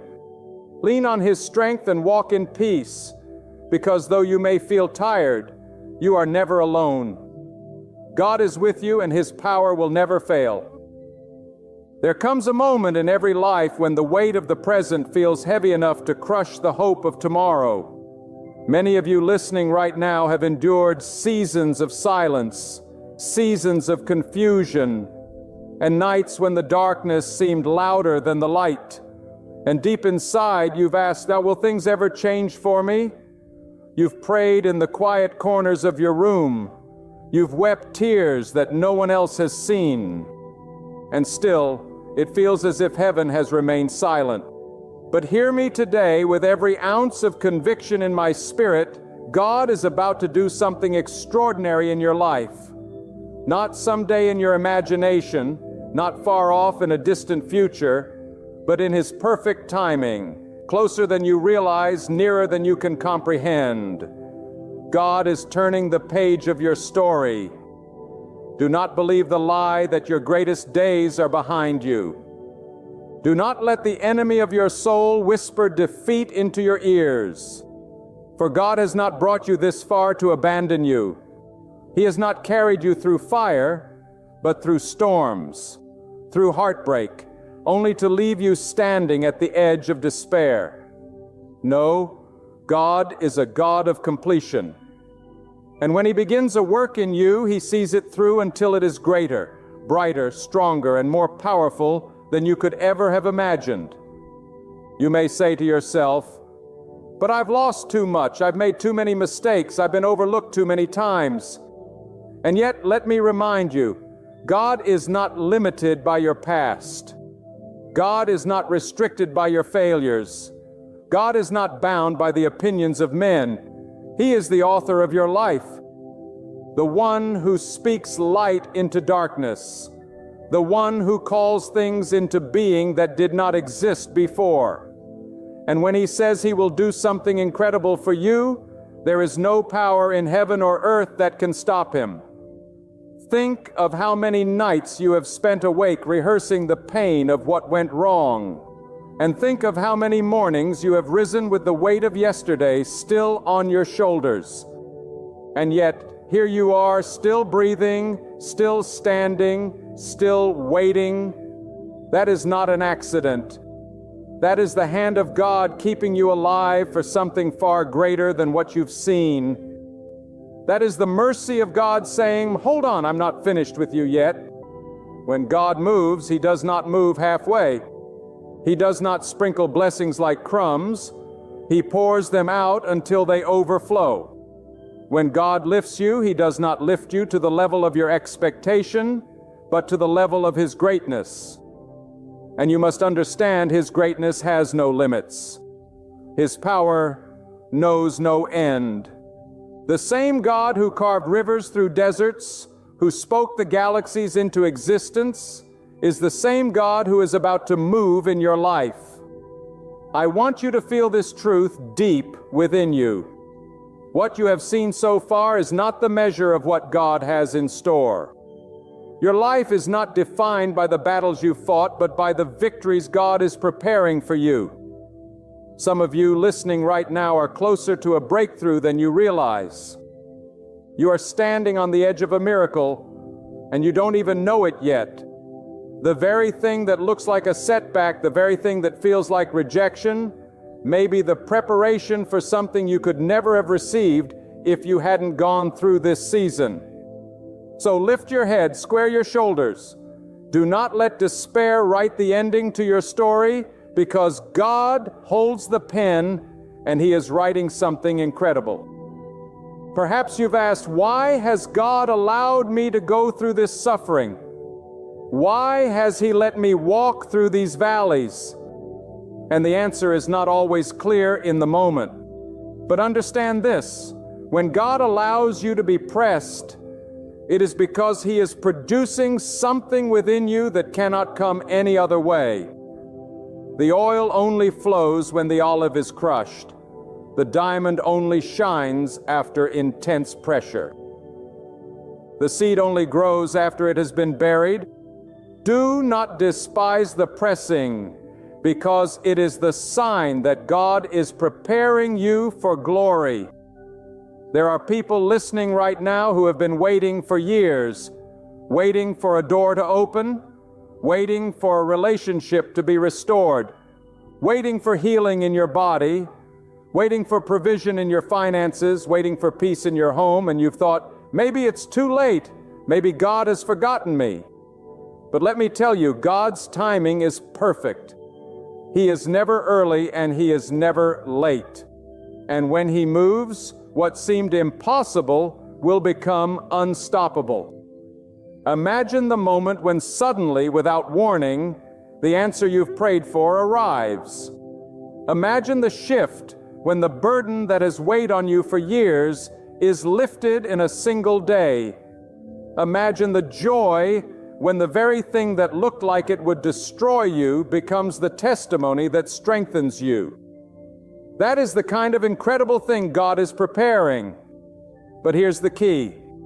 You must believe. Faith is not a casual hope. It is a conviction. Faith says, even when I can't see it, I know God is working. Even when I don't feel it, I trust His hand. Even when everything looks against me, I know He is for me. That kind of faith moves mountains. That kind of faith unlocks doors. That kind of faith receives the incredible from God. Right now, some of you are listening with tears in your eyes because you know these words are for you. You've been on the verge of giving up. You've been tempted to stop praying, to stop hoping, to stop believing. But let this be your sign today. God has not forgotten you. God has not abandoned you. God is going to do something incredible for you. And the waiting will not be in vain.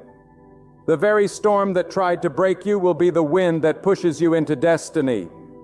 The very fire that tried to consume you will be the furnace that refines your character.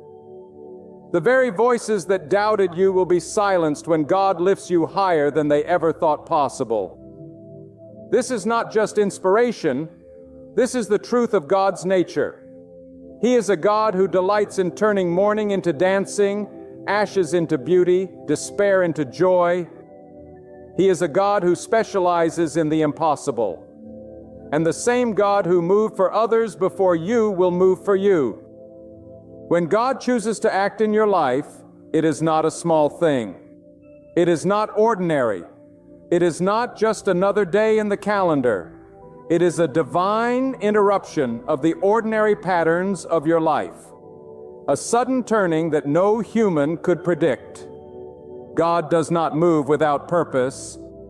And when He moves, everything around you shifts. People who once overlooked you begin to notice. Doors that had been bolted shut for years begin to swing open with ease. Paths that seemed blocked suddenly clear, and what once felt like a lifetime of waiting collapses into a single moment of divine breakthrough. But let me tell you this, before God does something incredible for you, He often allows you to walk through seasons that test your faith. Seasons that demand perseverance. Seasons that strip you of pride. That break the false securities of your heart and force you to depend on Him alone. It is not because He wishes to harm you, but because He desires to strengthen you for what He is preparing. A vessel must be tested before it can carry weight. A soldier must be trained before entering the battlefield. A heart must be humbled before it can be exalted. God is preparing you even now. And the very challenges you are enduring are shaping you into the person who will be able to handle the blessing when it arrives. Think of the silence you have endured, the times you prayed and felt as though the heavens were shut. That silence was not God's absence. It was His way of stretching your faith. For faith is not proven when everything is easy. Faith is proven when nothing makes sense. And yet you still hold on. Faith is born when the night is darkest, when the weight is heaviest, when the answer is nowhere in sight.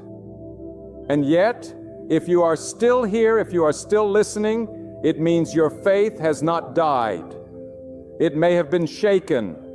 It may have been tested, but it has not been destroyed.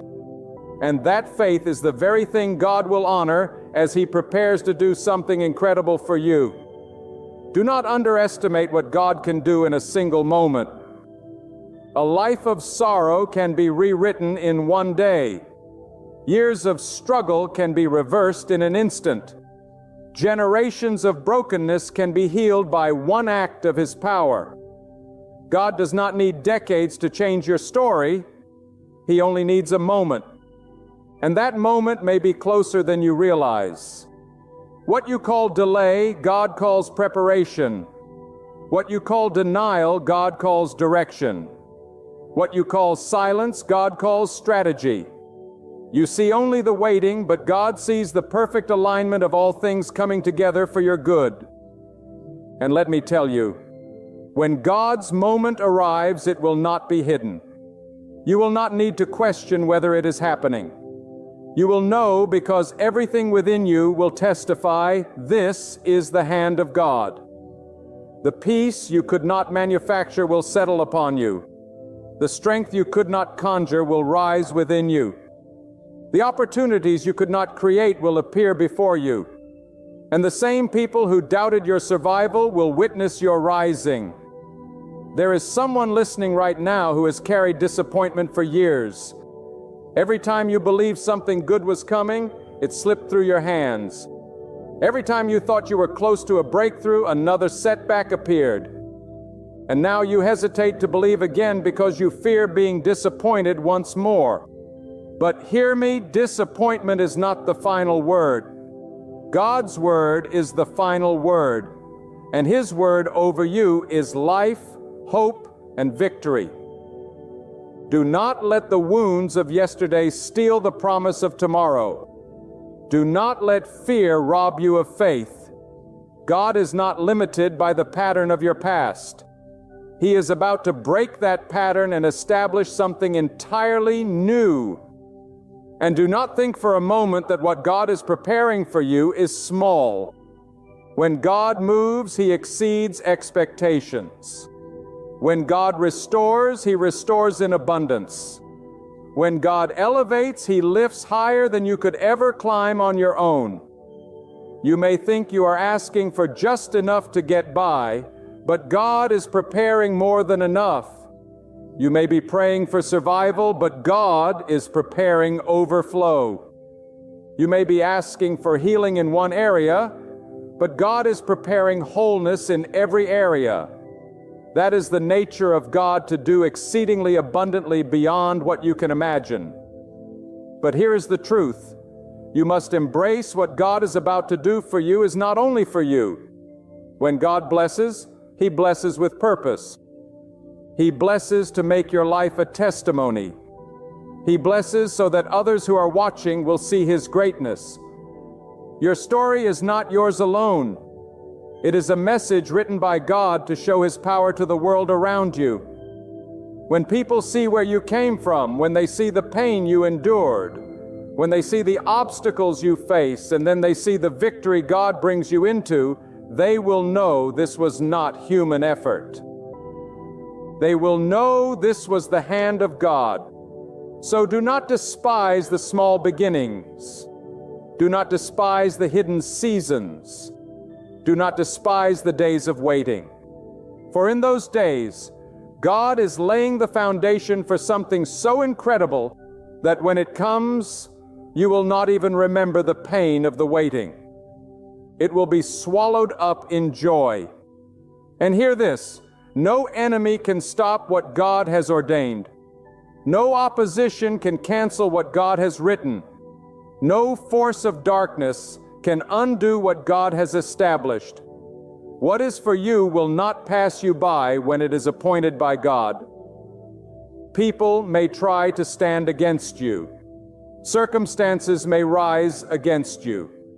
Fear may whisper against you. But when God says it is time, nothing and no one can resist His command. Right now, there are unseen battles being fought on your behalf.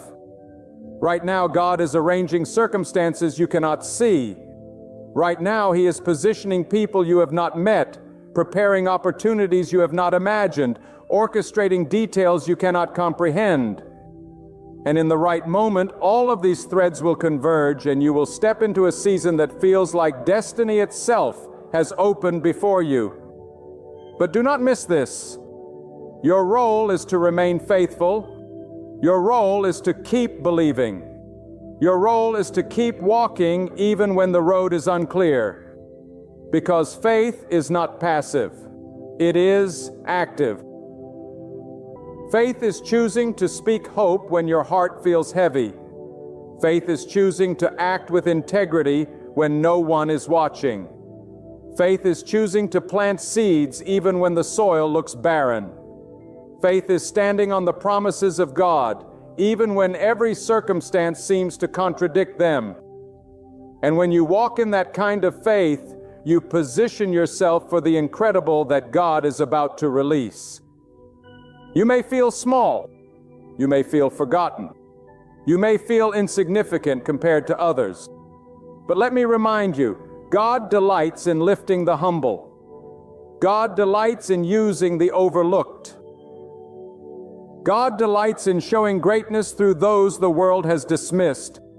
You do not need the approval of people when you have the favor of God. You do not need the applause of crowds when you carry the promise of God. One word from Him will do more for your life than a lifetime of striving on your own. There are moments when life makes you feel like everything is slipping away, like you are standing on ground that is crumbling beneath your feet. You feel powerless, you feel exhausted, and you wonder if you can endure one more day. But let me speak with the fire of conviction in my heart. You are not standing alone. God is holding you even now. And the very ground that feels like it is collapsing will be the soil from which your victory grows. What looks like the end is often the beginning. What looks like loss is often preparation for gain. And what looks like defeat is often the very stage upon which God reveals His power. You see, when God prepares to do something incredible for you, He will allow circumstances to strip away every false security. He will let the things you thought you needed fall from your grasp so that when He blesses you, there is no confusion about where it came from. It will be clear. Not by my strength, not by my wisdom, not by my plans, but by God alone. He does this so that your heart will remain anchored in Him, not in what He gives. For if the blessing becomes your focus, you will forget the one who is the source of it all. God is not only preparing to give you something, He is preparing your heart to carry it with humility and gratitude. I want you to understand this truth. The magnitude of the blessing is tied to the depth of the preparation. The greater the calling, the deeper the refining.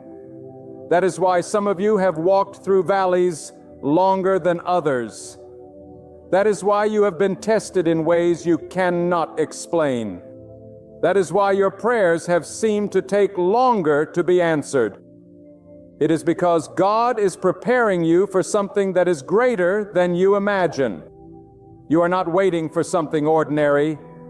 You are waiting for something extraordinary. And extraordinary things require extraordinary preparation. But listen carefully. Do not let the waiting weaken you. Let it strengthen you. Waiting is not wasted when you trust God. Waiting is the training ground of faith. It is in the waiting that you learn patience, endurance, trust, and hope. It is in the waiting that you grow roots that will keep you standing when the winds of blessing blow. Because let me tell you, blessing comes with weight. Favor comes with responsibility. Opportunity comes with opposition. If you are not rooted deeply in God, the very thing you prayed for could overwhelm you. But God loves you too much to give you what will crush you. He prepares you so that when the blessing comes, you will not just receive it, you will sustain it. Some of you listening right now are surrounded by voices telling you that it is over for you, that you will never rise again, that your story has already been written. But I tell you this with boldness, only God decides the ending of your story. People may predict, but God determines. Circumstances may suggest, but God declares. And when God declares a blessing over your life, no power in existence can revoke it. What He opens, no one can close. What He decrees, no one can cancel. What He begins, no one can undo. So lift your faith higher than your fear. Fear says, I don't see a way. Faith says, God is the way. Fear says, it's over. Faith says, it's only beginning. You must decide which voice you will listen to. For the voice you listen to will determine the future you walk into. If you tune your ear to the whispers of despair, you will sink. But if you tune your ear to the promises of God, you will rise. Do not think for a moment that God has forgotten you. He knows your name. He knows your pain. He knows every detail of your journey. Every tear you've cried, He has seen. Every burden you've prayed, He has heard. Every burden you've carried, He has felt. You are not invisible to God. You are never forgotten by Him. Even in the moments when people fail to notice you, God sees you completely and knows you intimately. This same God, who understands your heart better than you ever could, is preparing something extraordinary with your name on it. And when it arrives, it won't just meet your needs, it will go far beyond them. It won't just answer your prayers, it will erase every trace of doubt. It won't just lift your spirit, It will elevate everyone connected to you. Because when God blesses, the impact always overflows. When His hand moves in one life, others are transformed by the overflow of that grace. So never think your breakthrough is meant for you alone. It's for your family, your circle, your community, for everyone who will witness His glory shining through your life. Your testimony will become a light that draws hearts back to God. But hear this, when God begins to elevate you, not everyone will rejoice. Some will question it, others will envy it, and a few may even resist it. But do not be shaken. Their response has no power to change what God has already ordained for you. Their doubt does not diminish your breakthrough. Their resistance cannot undo what God has established. Keep your eyes on God. Do not be distracted by voices of negativity. Do not be swayed by the opinions of people. What God is doing in you is bigger than what others can understand. And remember this, the incredible thing God is about to do is not just about outward success. It is about inner transformation. It is about peace where there was once anxiety. It is about hope where there was once despair. It is about strength where there was once weakness. It is about faith where there was once fear. The greatest miracle is not always what happens around you. It is what happens within you.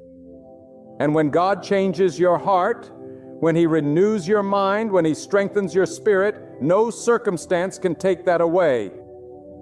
I say again with urgency in my spirit, prepare yourself. Get ready. Do not grow weary in doing good.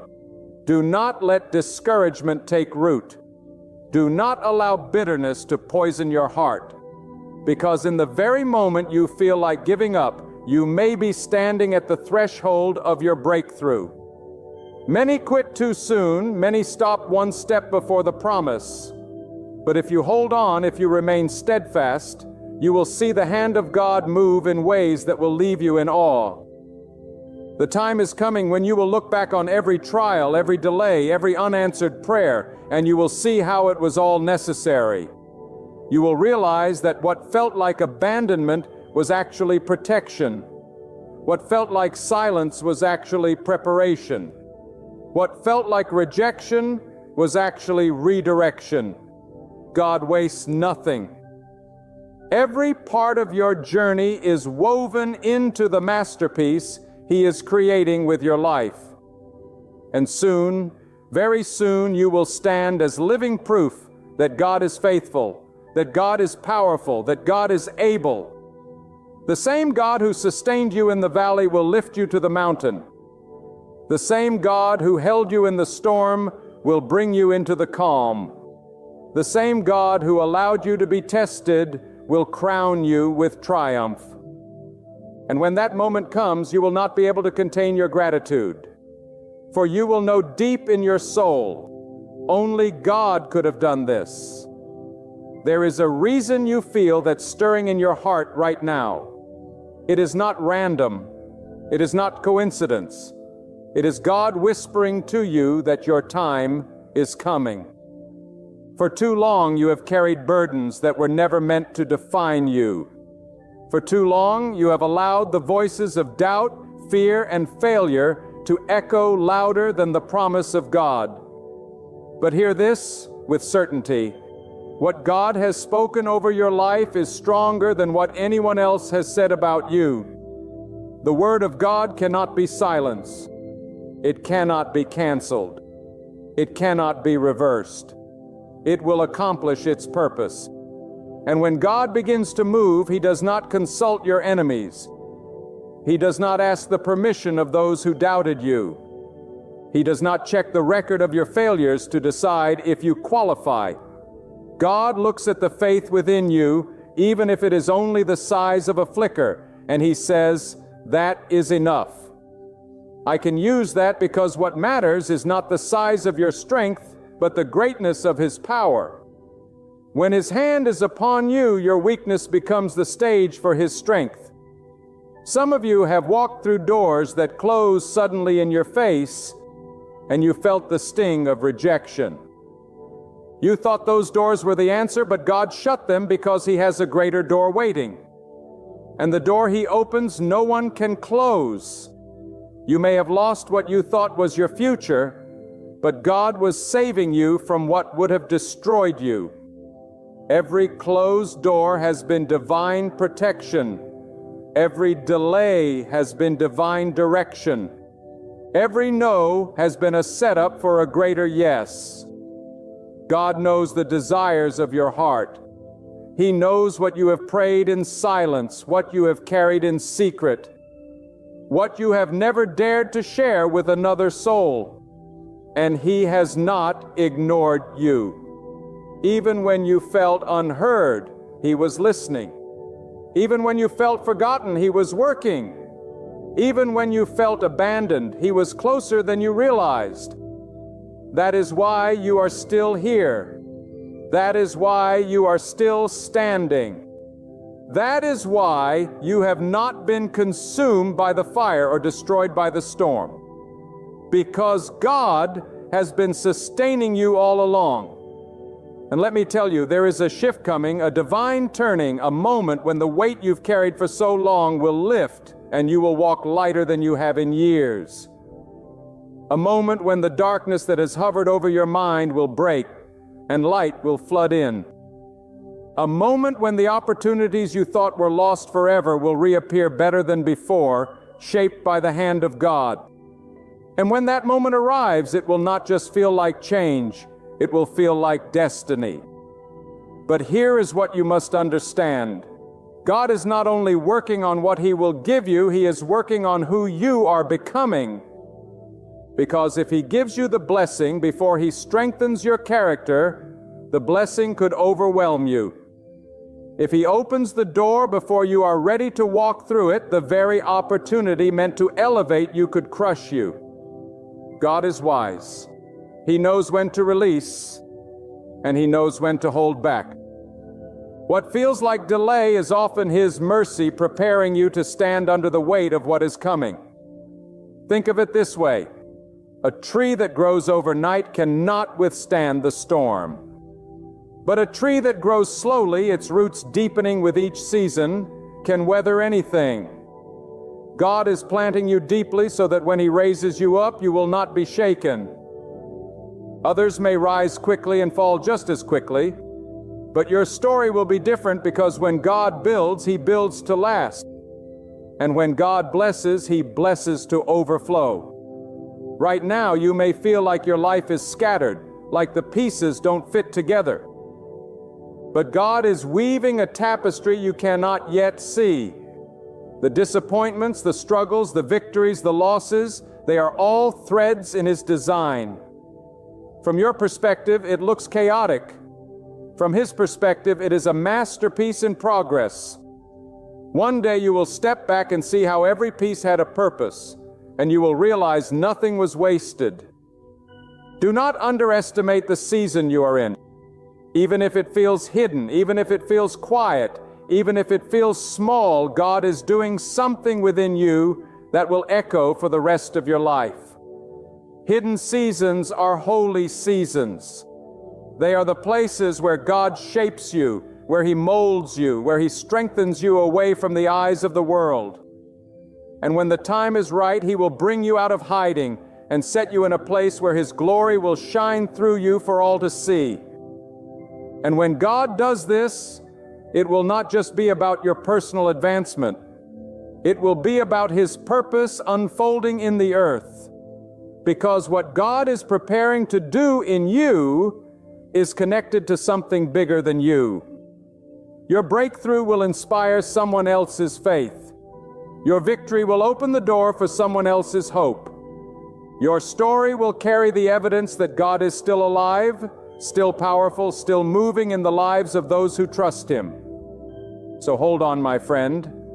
Do not let go now. You are closer than you think. The pressure you feel is not the signal of destruction. It is the sign of birth. Something is being birthed in your life that will change everything. And just as a mother endures the greatest pain right before the child is born, so too the intensity of your trial is often greatest right before the breakthrough comes. The darkness is deepest just before the dawn. You may not see the dawn yet, but God sees it. He has already appointed it. And when that light breaks, nothing will be able to hold it back. Your night will give way to morning. Your sorrow will give way to joy. Your waiting will give way to fulfillment. And in that moment, you will stand as undeniable proof that God keeps His promises. There are moments when the human soul grows weary under the weight of waiting. And yet it is in that waiting where some of God's greatest works are hidden. You may think the delay means denial, but in truth, the delay is preparation. God never gives a blessing half-formed. He never pours out His abundance into a vessel that has not been strengthened to hold it. What may feel like emptiness now is simply the hand of God clearing the ground, preparing the soil so that when the seed of His promise bursts forth, it will not wither. It will not die, but it will flourish in ways beyond your comprehension. Hold steady, for God is closer than you imagine, and His timing is not late, but precise, unfolding exactly when your life is ready to contain the incredible thing He is about to do. When God moves, He does not merely change circumstances. He transforms destinies. You may think you are asking Him only for provision, but He is preparing you for influence. You may think you are crying for healing, but He is shaping you into a testimony that will lift others out of despair. You may think you are pleading for an open door, but God is constructing an entire pathway that will carry you far beyond the limits you thought possible. He never gives according to the size of your request. He gives according to the size of His greatness. That is why you cannot measure the coming blessing by your present condition. For His abundance is not limited by what you see, but determined by who He is. The human heart often underestimates what God has planned. Because we judge by what is in our hand, we look at the lack, the insufficiency, the closed doors, and we begin to think this is all there will ever be. But God does not operate within the narrow vision of man. He sees the full span of your days. He sees not only where you are, but also where He is taking you. And when God decides to do something incredible, it will not fit into the confines of your imagination. It will stretch you. It will lift you. It will set you on a foundation so much higher than you thought possible that even those around you will know. It could only have been the hand of God. Never mistake silence for absence. When the heavens seem quiet, when the answers do not rush in, it is then that God is often arranging the pieces in ways you cannot perceive. Think of the mighty rivers hidden underground flowing unseen, yet carrying life and strength beneath the surface. So it is with God's work in your life. Just because you cannot hear the roar does not mean the river is not moving. Just because you cannot trace His hand does not mean He is not guiding every step. And when that hidden work breaks forth, when that underground river bursts into the open, it will not come as a trickle, but as a flood, carrying you into a new season that no force on earth can hold back. Do not let the voice of doubt steal what God has prepared. Doubt will tell you it is impossible. Fear will whisper that it is too late. The past will accuse you of being unworthy. But God is not bound by your doubts. He is not intimidated by your fears, and He is not limited by your past. His mercy reaches beyond your mistakes. His power stretches beyond your weakness, and His will overrides every obstacle that tries to stand in the way.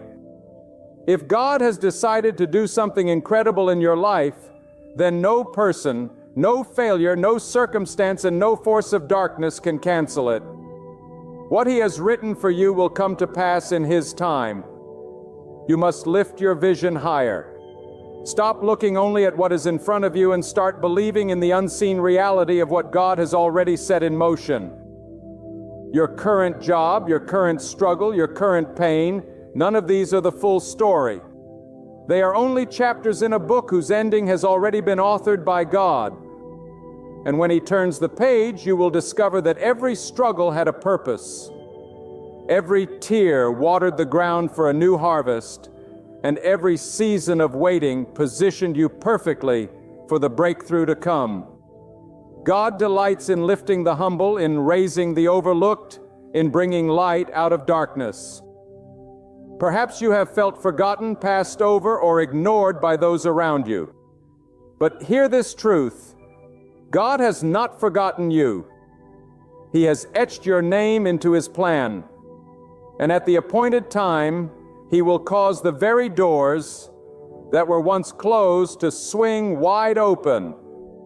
He will cause opportunities you never pursued to come running towards you. He will cause people who once dismissed you to stand in awe at what He has done in your life. And when that day comes, you will know it was not by your striving, not by your cleverness, not by your strength, but by the sheer goodness and power of God. Do not shrink your prayers to match your circumstances. Lift them to match God's greatness. Do not limit your expectations to what you think is possible. Expand them to what God has promised. For He is the one who parts seas, who moves mountains, who brings life where there was death and light where there was darkness. If He could breathe stars into existence, do you think He cannot open a way for you? If He could form the oceans and command their waves, do you think your situation is too difficult for Him? No. The same God who shaped the universe is the God who is about to shape your future with His own hands. There are times when God allows the weight of life to press against us, not to destroy us, but to deepen our roots. A tree that grows in calm weather may look tall, but when the storm comes, it is easily broken. Yet a tree that has been tested by winds, pushed by storms, and soaked by rains grows roots so deep that no force can topple it. In the same way, God is strengthening your spirit through what you face now. The pressure you feel is not punishment. It is preparation. The storms you endure are shaping you to carry the blessing He is preparing to release. And when that blessing comes, you will not just hold it. You will steward it with wisdom, stability, and strength, because God has made you unshakable. Every struggle you have endured, every tear you have cried, and every silent prayer you have whispered has not gone unnoticed by God. He has counted every tear, and each one has watered the soil of a new season that is about to burst forth. Sometimes you wonder why the night feels so long, but the dawn is never far away. God does not abandon His people in the darkness. He allows the darkness so that when the light breaks, you will recognize it as His hand and not your own. The pain you feel today will become the testimony you proclaim tomorrow, because God is going to do something incredible that will redeem every moment of sorrow you have endured. Do not let the lies of the enemy convince you that your story is finished. As long as God gives you breath, He has not completed His work in your life. He is the author of your days, and no one can close the book He has written for you. What you see now may look like an ending, but God is crafting a new beginning. When He writes the next chapter, it will overflow with redemption, restoration, and abundance beyond measure. What feels like ashes in your hands today will be turned into beauty by the power of His will. God's plan for you is not fragile, and it is not easily broken. People may fail you. Circumstances may shift. Doors may close. But the purpose of God remains. His promises are not bound by time, and they are not limited by human decisions. What He has ordained cannot be canceled by the rejection of others. He is the one who lifts one up and brings another down. And when He decides to raise you, no opposition will stand. Trust that the timing of God is perfect. Though it may seem slow to you, His timing is aligning every detail so that when He releases the blessing, it will arrive complete, without flaw, and right on time. So often we look at the size of our problems and forget the greatness of God. We measure the mountain and feel small. We see the storm and feel weak. But God is greater than every mountain and stronger than every storm. He is not intimidated by what overwhelms you. In fact, He often chooses the impossible situations to display His power. The Red Sea could not part by human hands, but it parted when God commanded. The barren fields could not produce by human effort, but they flourished when God sent His rain. Likewise, what looks impossible in your life today will become possible when God moves. And when it happens, you will know it was His doing and His alone. God is not only preparing blessings for you, He is preparing you for those blessings. If He were to pour everything out before you were ready, it could crush you. But because He loves you, He builds your character, strengthens your faith, and develops your endurance so that you can hold what He is about to place in your hands. Do not despise the process, for the process is what ensures the promise will last. Every delay is working for your good. Every challenge is sharpening your spirit, and every setback is positioning you for a greater comeback, because God never wastes a moment in your journey. When God decides to elevate you, He does it in such a way that even your enemies cannot deny His hand. Those who doubted you will be forced to watch as He blesses you openly. Those who spoke against you will see the undeniable evidence of His favor upon your life. And you will not have to boast or prove yourself, because the greatness of God will speak louder than any words you could say. When He lifts you, He makes sure the world knows it was Him and not your own power. That way, all the glory belongs to Him alone. And so I tell you with every ounce of conviction within me, lift your head, open your heart, and steady your faith. For the God who formed the heavens and the earth is not finished with you. He has seen the tears you cried when no one was watching. He has heard the prayers you whispered when you thought they faded into silence. And He has carried the weight you thought you bore alone. Every step you have taken, every valley you have crossed, every storm you have endured has been preparing you for this very moment. Do not let fear chain you. Do not let doubt silence you. And do not let despair blind you.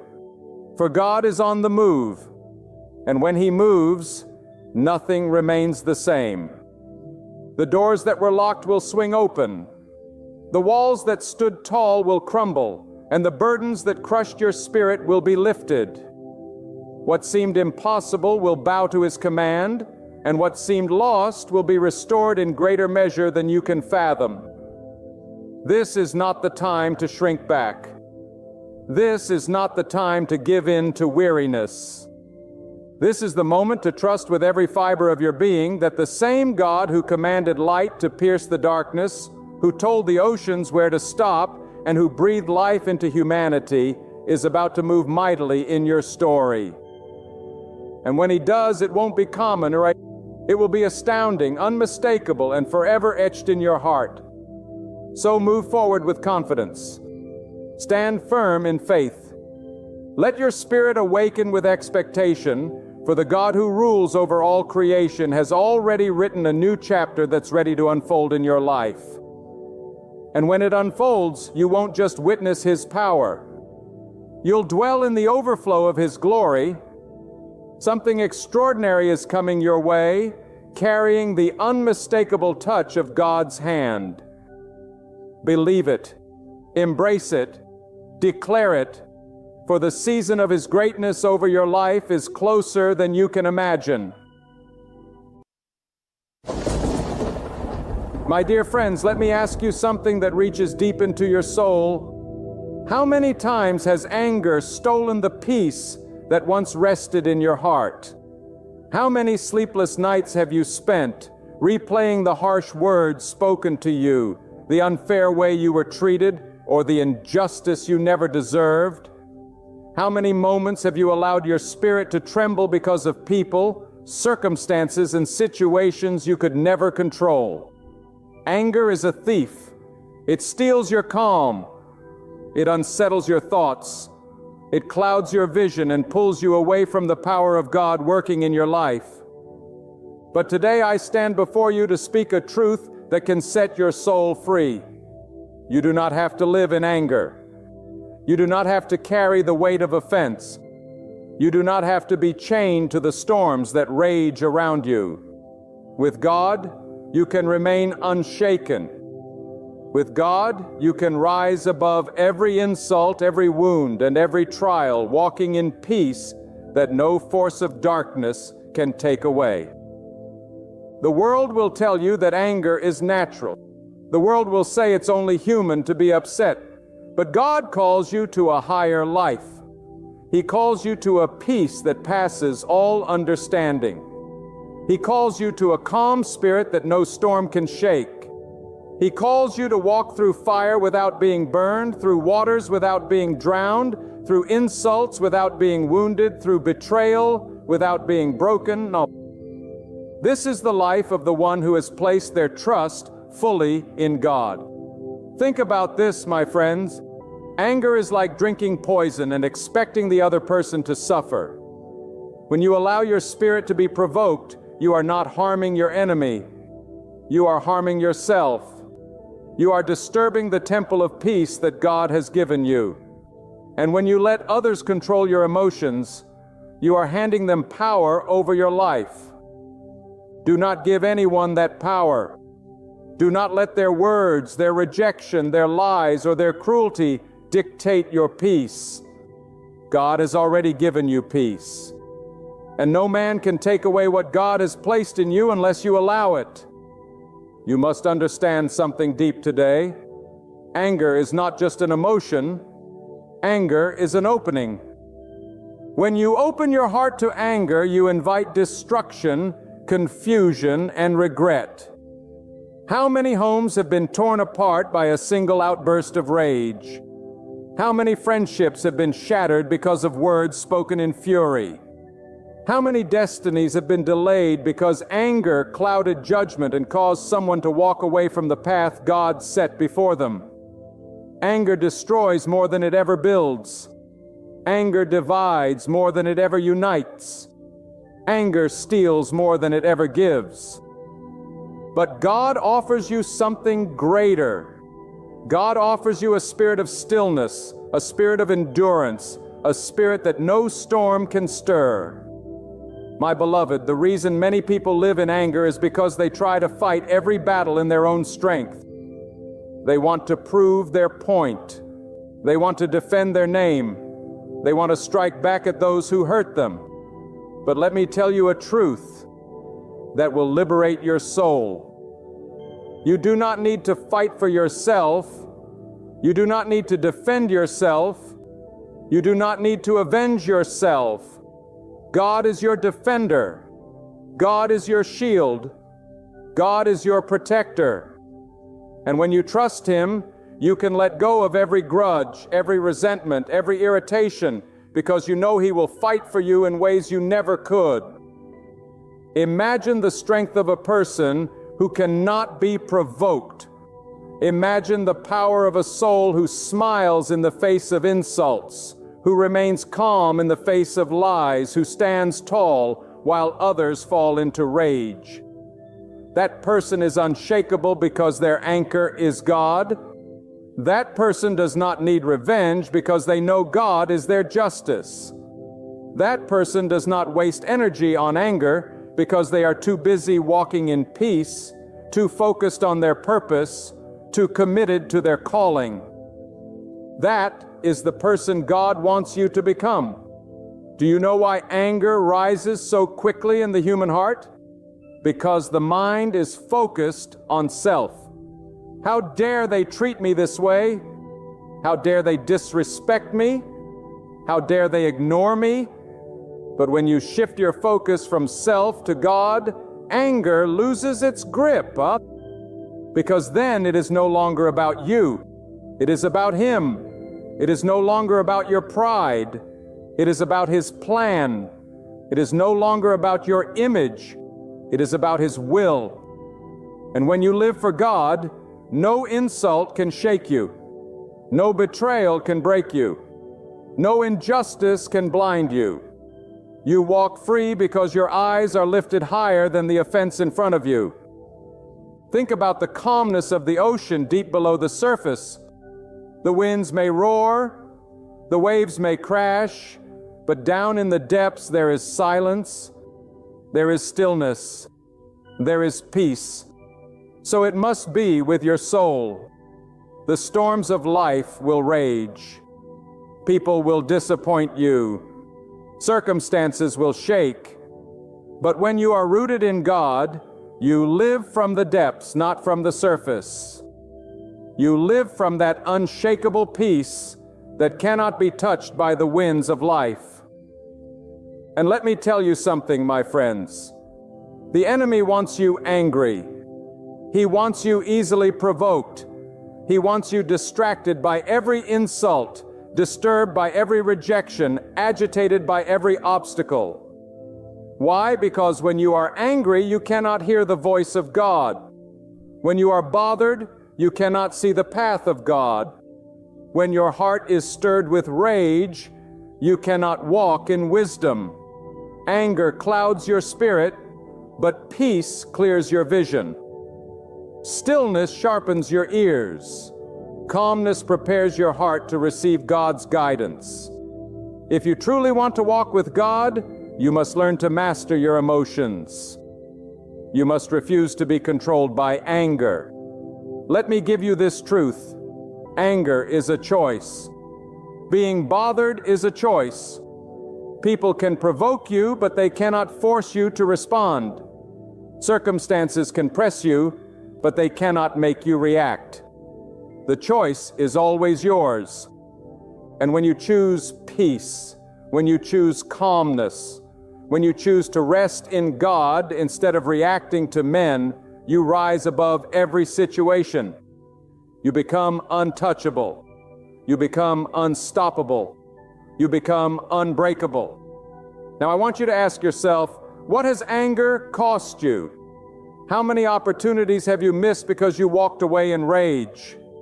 How many relationships have been damaged because of words spoken in irritation? How much peace has been stolen because you could not let go of what someone said or did?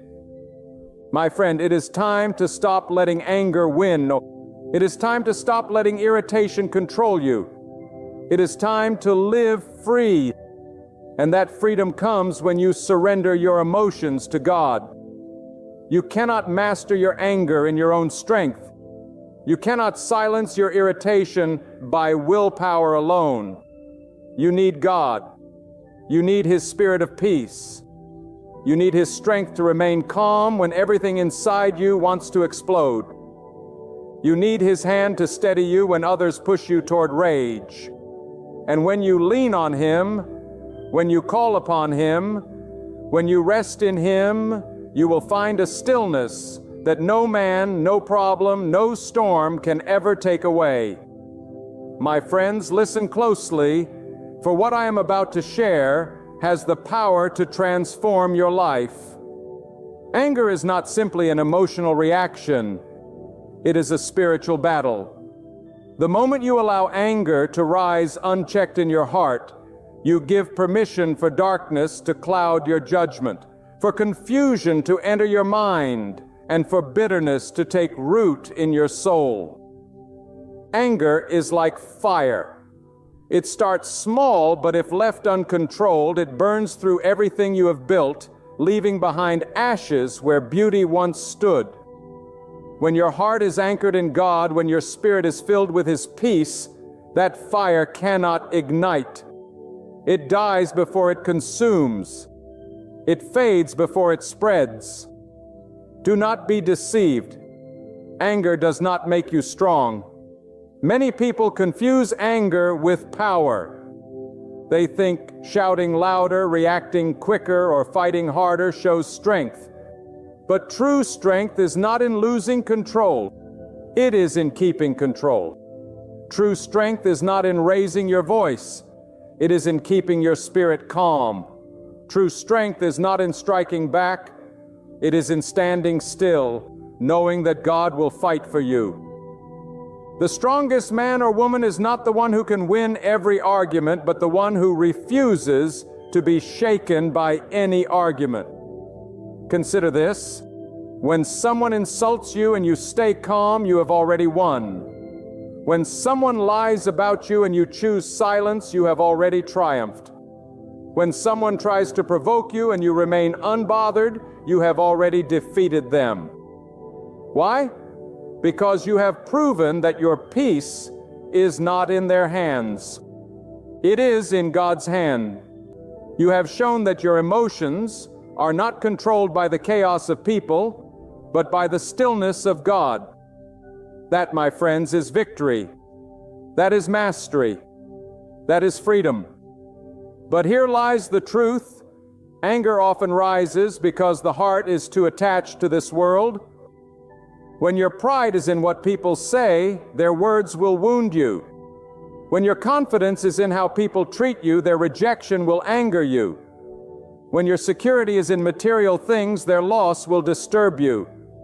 But when your heart rests in God, when your worth comes from Him, when your security is in His plan, then nothing in this world can shake you. People can talk, but you will not be moved. Circumstances can change, but you will not be broken. Storms can come, but you will remain calm. Ask yourself, what is anger worth? Does it heal the wound? Does it undo the insult? Does it fix the problem? No, my friends. Anger does nothing but harm. But peace, peace, peace rebuilds. And peace is what God desires for you. If you want to live above anger, you must value your peace more than your pride. You must value your calm more than your need to be right. You must value your connection to God more than your desire to get even. When God becomes your treasure, you will not waste yourself on petty battles. Some of you have carried anger for years. Anger toward a family member who wronged you. Anger toward a friend who betrayed you. Anger toward life for not going the way you dream. But hear me today. Anger is a weight, and you cannot fly with God while carrying heavy burdens. Anger is a chain, and you cannot walk freely into your destiny while shackled to resentment. Release it. Let it go. Place it in God's hands. He knows how to deal with those who wronged you.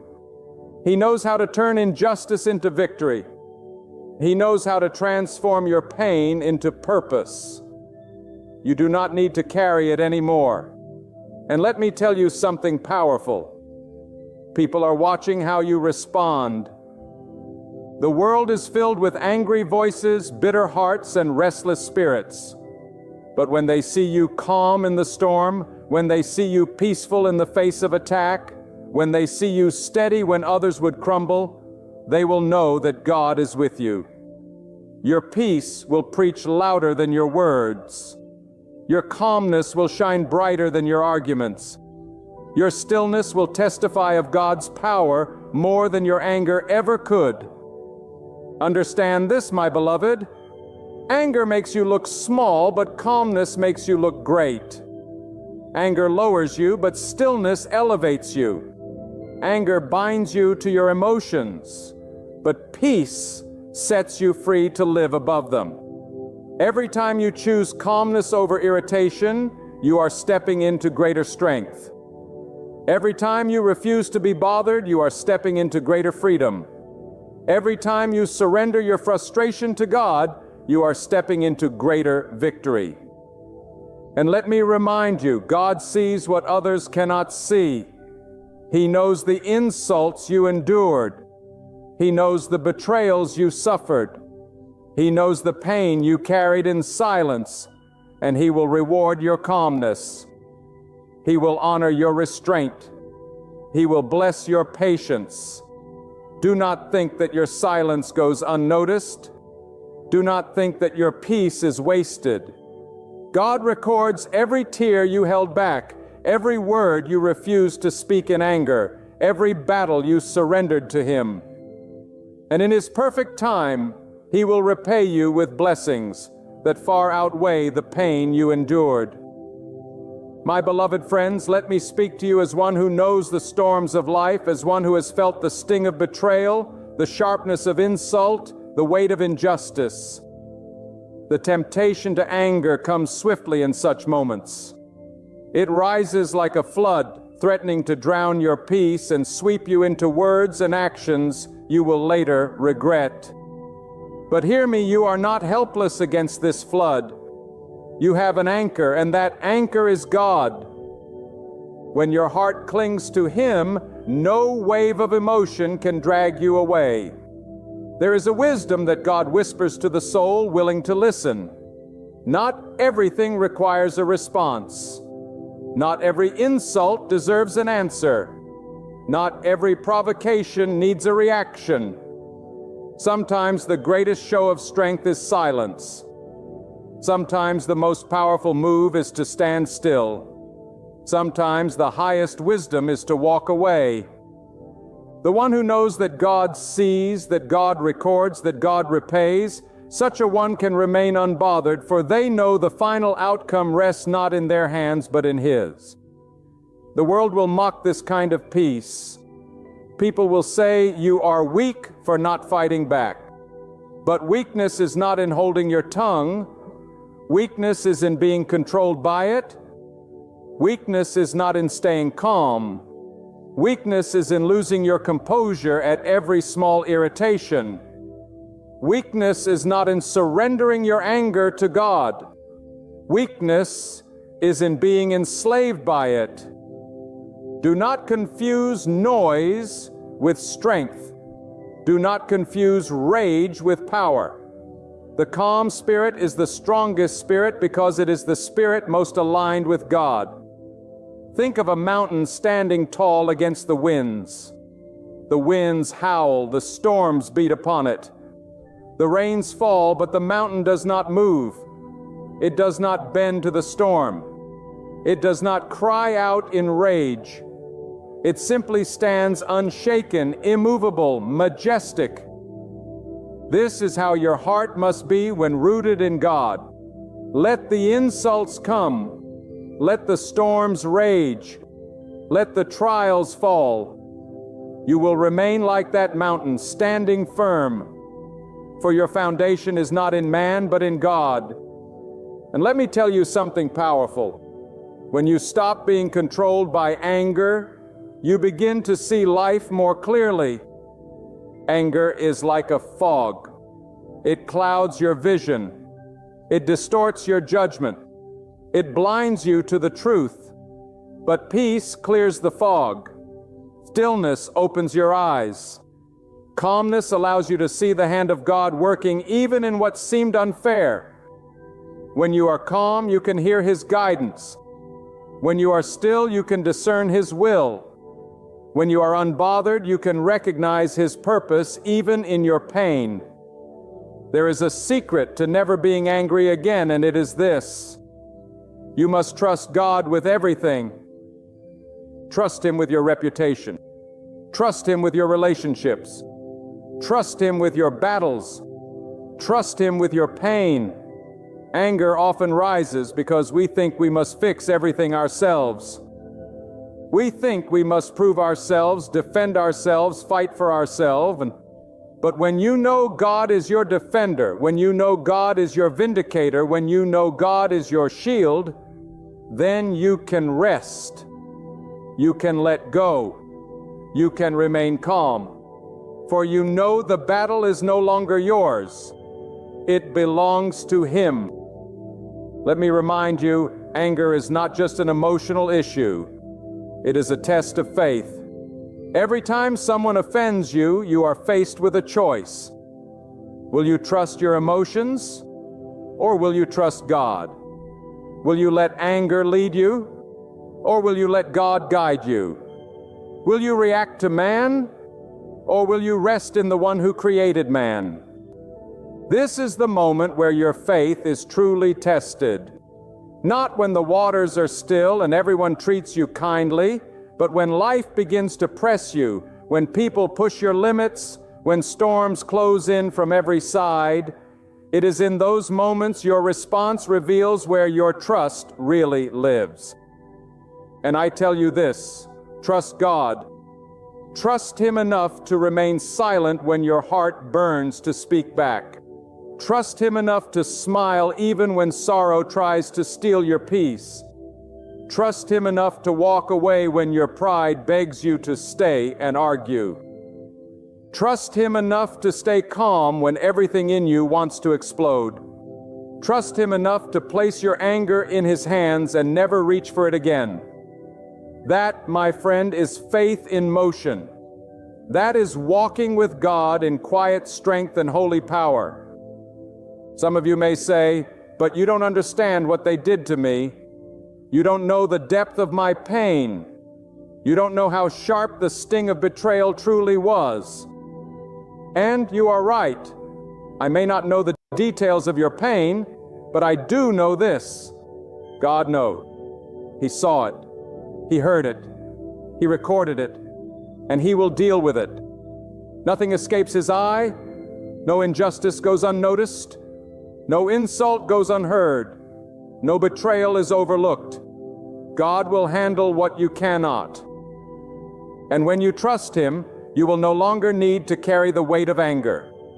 You can place it fully in His hands. My dear friends, do not let the bitterness of others become bitterness in you. Do not let the poison of their words become poison in your soul. Do not let the fire of their anger ignite a fire within you. Instead, let your calmness be the water that quenches it. Let your silence be the wall that stops it. Let your peace be the shield that deflects it. When you respond with anger, you join them in their chaos. But when you remain calm, you rise above their storm. Remember this: every moment you choose peace, you are building strength. Every time you refuse to be bothered, you are gaining victory. Every instance you surrender anger to God, you are stepping into a higher level of freedom. Anger keeps you bound to the actions of others, but peace connects you to the power of God. And I ask you, which is greater, to be bound to man or to be connected to God? Choose wisely, for your choice will determine your peace. My friends, there is a mystery about anger that many overlook. Anger does not always roar like thunder. It often begins as a whisper. It creeps into the heart in small moments. Irritation at a careless word, frustration at an unmet expectation, agitation at a minor delay, and if left unchecked, these whispers grow into storms that steal your peace. This is why you must guard your heart in every moment. Do not wait until anger has already erupted to control it. Stop it when it first appears. How? By immediately turning to God. Call on Him when your heart begins to stir. Remember His greatness when your pride begins to flare. Rest in His plan when your patience begins to fade. For the one who turns to God quickly will not be overtaken by anger. Anger thrives in hearts that feed it. The more you replay the insult in your mind, the stronger it grows. The more you focus on the wrong done to you, the heavier it becomes. But if you feed your heart with God's truth, if you dwell on His promises, if you remember His power, anger starves. It loses its grip. It cannot survive in a soul filled with remembrance of God. That is why the one who keeps God at the center is the one who walks in unshakable peace. You see, anger is not just about what others do. It is about how you choose to see. Two people can face the same offense. One becomes bitter, the other remains calm. One is consumed by rage, the other rests in peace. What makes the difference? The lens through which they see. If your lens is focused only on yourself, you will feel attacked at every word, offended at every slight, disturbed at every circumstance. But if your lens is focused on God, you will see higher. You will understand that nothing touches you unless He allows it. You will recognize that even what seemed like an attack can be used for your growth. You will rise above offense because your eyes are fixed on God, not on man. My dear friends, never forget every trial is a teacher. Every offense is a test. Every irritation is an invitation to grow stronger in God. When someone tries to provoke you, that is not a moment to lose control. It is a moment to gain mastery. When someone speaks against you, that is not a time to explode. It is a time to prove that your spirit is anchored. When life presses you, it is not to break you. It is to reveal the strength God has placed within you. So instead of asking, "Why is this happening to me?" ask, "What is God teaching me through this?" That shift in perspective will transform your anger into wisdom, your irritation into growth, your trial into triumph. Let me give you this truth. Anger is temporary, but its consequences are lasting. A single word spoken in rage can wound for years. A single decision made in anger can alter a lifetime. A single act done in fury can destroy what took decades to build. But when you remain calm, when you pause before reacting, when you surrender your emotions to God, you protect yourself from destruction. You guard your destiny from regret. You keep your path clear for the blessings God has prepared for you. Do not sacrifice your future on the altar of a moment's anger. There is also another angle, my beloved. Anger often rises when we forget who truly holds control. We get upset because things do not go our way. We become restless because people do not act as we expect. We feel disturbed because situations unfold differently than we plan. But who said you are in control? Who told you that everything must go according to your will? It is God who rules. It is God who decrees. It is God who decides the outcomes of every matter. When you remember this, you stop fighting what you cannot control, and you start trusting the one who controls all. Anger fades because trust grows. Irritation dies because faith rises. Disturbance leaves because surrender takes its place. Understand, peace is not the absence of problems. It is the presence of God in the midst of them. If you wait for life to be perfect, to find calm, you will wait forever. If you wait for people to treat you right before you have peace, you will never know peace. True peace is not found in people or circumstances. It is found in God alone. When He fills your heart, nothing external can shake your internal calm. When He anchors your soul, no storm can uproot your peace. That is why you must seek Him daily. Lean on Him deeply. Trust Him fully. For in Him is the secret to living a life unbothered. And remember this, my friends, every time you overcome anger, you weaken the grip of the enemy in your life. Every time you choose calmness, you frustrate the one who wants to see you lose control. Every time you remain unshaken, you prove that your spirit is stronger than the storm. This is not just about self-control. It is about spiritual victory.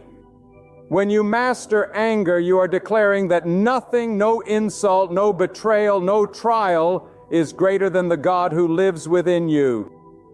My friends, I want you to understand something that will revolutionize your life. Anger is not only an attack on your peace, it is an attack on your destiny. Every time you lose yourself in anger, you lose time, you lose clarity, you lose opportunities, you lose the chance to hear the whisper of God guiding you forward. How many destinies have been delayed because someone reacted in anger instead of resting in God? How many doors have been closed because of a single outburst? How many blessings have been pushed away because a heart chose rage instead of patience? Do not let anger sabotage what God has prepared for you. When you remain calm, you open yourself to God's timing. You allow Him to orchestrate events in ways you could never imagine. You see, anger wants to rush, to react, to act out of impulse. But peace waits. Peace trusts.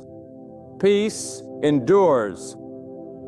And it is in that waiting, in that trusting, in that enduring that God works most powerfully. When you let go of anger and lean into calmness, you are saying to God, I trust you more than I trust myself. I trust your plan more than my emotions. I trust your timing more than my desire for control. And my friends, when you trust Him like that, He will never fail you. Do not think that calmness means passivity. Some people believe that if they stay calm, they are being weak. But calmness is not weakness. Calmness is strength under control. Calmness is a heart that could explode, but chooses to remain still. Calmness is a mind that could seek revenge, but chooses to rest in God's justice. Calmness is the highest form of power because it shows that nothing external can govern your internal world. And when you live like this, people will see a strength in you that is rare, that is unshakable, that is undeniably rooted in God. Now let me tell you something else. Anger often comes when you forget your true identity. You are not defined by what people call you. You are not defined by the insults they throw or the lies they spread. You are defined by God and God alone. When you know who you are in Him, you will no longer be shaken by the words of men. When you know that your value comes from Him, no rejection will diminish you. When you know that your worth is secure in Him, no insult will disturb you. The moment you anchor your identity in God, anger loses its power over you. And listen closely. One of the most dangerous things about anger is that it blinds you to the bigger picture. When you are angry, all you can see is the offense, the pain, the insult. But when you remain calm, you begin to see what God is doing beyond the moment. You begin to see that sometimes He allows certain people to provoke you so you can grow stronger. Sometimes He allows certain doors to close so He can open greater ones. Sometimes He allows certain storms to rise so He can reveal the depth of your faith. If you live in anger, you will miss the lesson. But if you live in peace, you will see the purpose. My beloved, there is a reason God calls you to be slow to anger. It is because anger is quicksand. It pulls you down before you even realize it. But patience, calmness, and trust are like solid ground. They keep you steady. They keep you upright. They keep you moving forward. When you master your anger, you are not just protecting yourself, you are positioning yourself for greater blessings. God honors those who endure with patience. God lifts those who remain calm under pressure. God rewards those who refuse to be shaken by offense. I tell you the truth. Some of the greatest victories you will ever win will not be with your fists or your words, but with your silence, your stillness, your unshakable peace.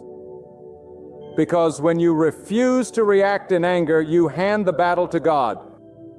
And when God fights for you, victory is certain. He can do more in a moment than your anger could ever achieve in a lifetime. So what does it mean to never be angry or bothered again? It means you choose daily to surrender your emotions to God. It means you decide that nothing anyone does is greater than the peace He has placed in you. It means you trust His justice more than your desire for revenge. It means you guard your heart with His wisdom and your mind with His promises. It means you rise above the petty battles of life and fix your eyes on the eternal. My dear friends, imagine living a life where nothing disturbs you. Imagine walking through insults with a smile. Imagine facing betrayal without bitterness. Imagine going through storms without fear. That is not a fantasy. That is the life God wants for you. A life where you are untouchable by anger, unbothered by offense, unshaken by trials. A life where your peace flows like a river, unending, unstoppable, unbreakable. And that life begins the moment you decide to trust God above all else. Let me tell you something deep, something that will pierce your heart if you allow it. The person who controls their anger is greater than the one who conquers a city. Why? Because a city may fall with time, but a heart that is under control can endure for eternity. Anger is like fire. It destroys quickly, leaving ashes in its path. But calmness rooted in the remembrance of God is like water. It nourishes, it heals, it gives life. And when you choose calmness, you are not only saving yourself from destruction, you are creating an environment where blessings can grow. Think about it. Anger makes your heart heavy, your thoughts clouded, and your words poisonous. But calmness makes your heart light, your thoughts clear, and your words life-giving. Anger makes you a slave to others. They push one button and you explode. But calmness makes you free. No one has power over your peace. Anger lowers you to the level of your enemies, but calmness lifts you above them into the safety of God's presence.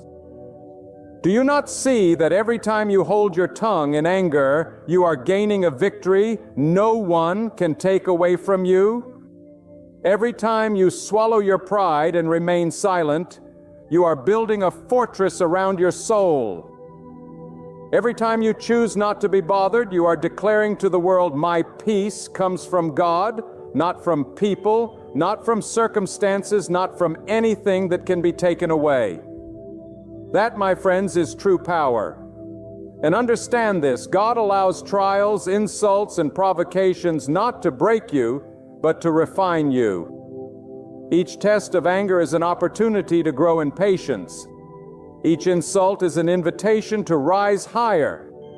Each betrayal is a lesson that people are temporary, but God is eternal. When someone offends you, ask yourself, why has God allowed this moment? Perhaps it is to show you the limits of your self-control. Perhaps it is to reveal the strength you did not know you had. Perhaps it is to remind you that He is the only one worthy of your full trust. My brothers and sisters, never forget that anger opens the door to regret. How many words have been spoken in rage that cannot be taken back? How many relationships have been destroyed because of one moment of uncontrolled emotion? How many opportunities have been wasted because someone could not stay calm? But when you remain patient, when you choose calmness, when you choose to be unbothered, you are not only protecting your present, you are protecting your future. Some of you have enemies who want to see you lose your temper. They provoke you. They spread lies about you. They try to disturb your peace. Do not give them the satisfaction. Your calmness is your shield. Your patience is your victory. When they see you unmoved, untouched, unshaken, it will frustrate them. And even better, it will draw you closer to God. Because every time you resist anger, you are aligning yourself with His will. Remember, anger does not solve problems, it multiplies them. But calmness creates solutions that anger could never find. Anger blinds you to wisdom, but calmness opens your eyes to divine insight. Anger builds walls, but calmness builds bridges. Anger brings regret, but calmness brings reward. When you choose calmness, you are choosing to live under the shelter of God's wisdom. And let me remind you, true calmness does not mean you will never feel the heat of anger. It means you will never let anger control you. It means you acknowledge the feeling but refuse to act upon it. It means you allow God to take control of your emotions. It means you trust Him to handle what you cannot. That is why the person who masters their temper is stronger than the one who lifts mountains. Because mountains can be moved with force, but the heart can only be moved with surrender to God. So I say to you today, make it your mission to live above offense. Do not let your peace be stolen by trivial things. Do not let your heart be disturbed by every word spoken against you. Guard your peace as if it were treasure, because it is. Guard your calmness as if it were life itself, because without it your spirit will wither.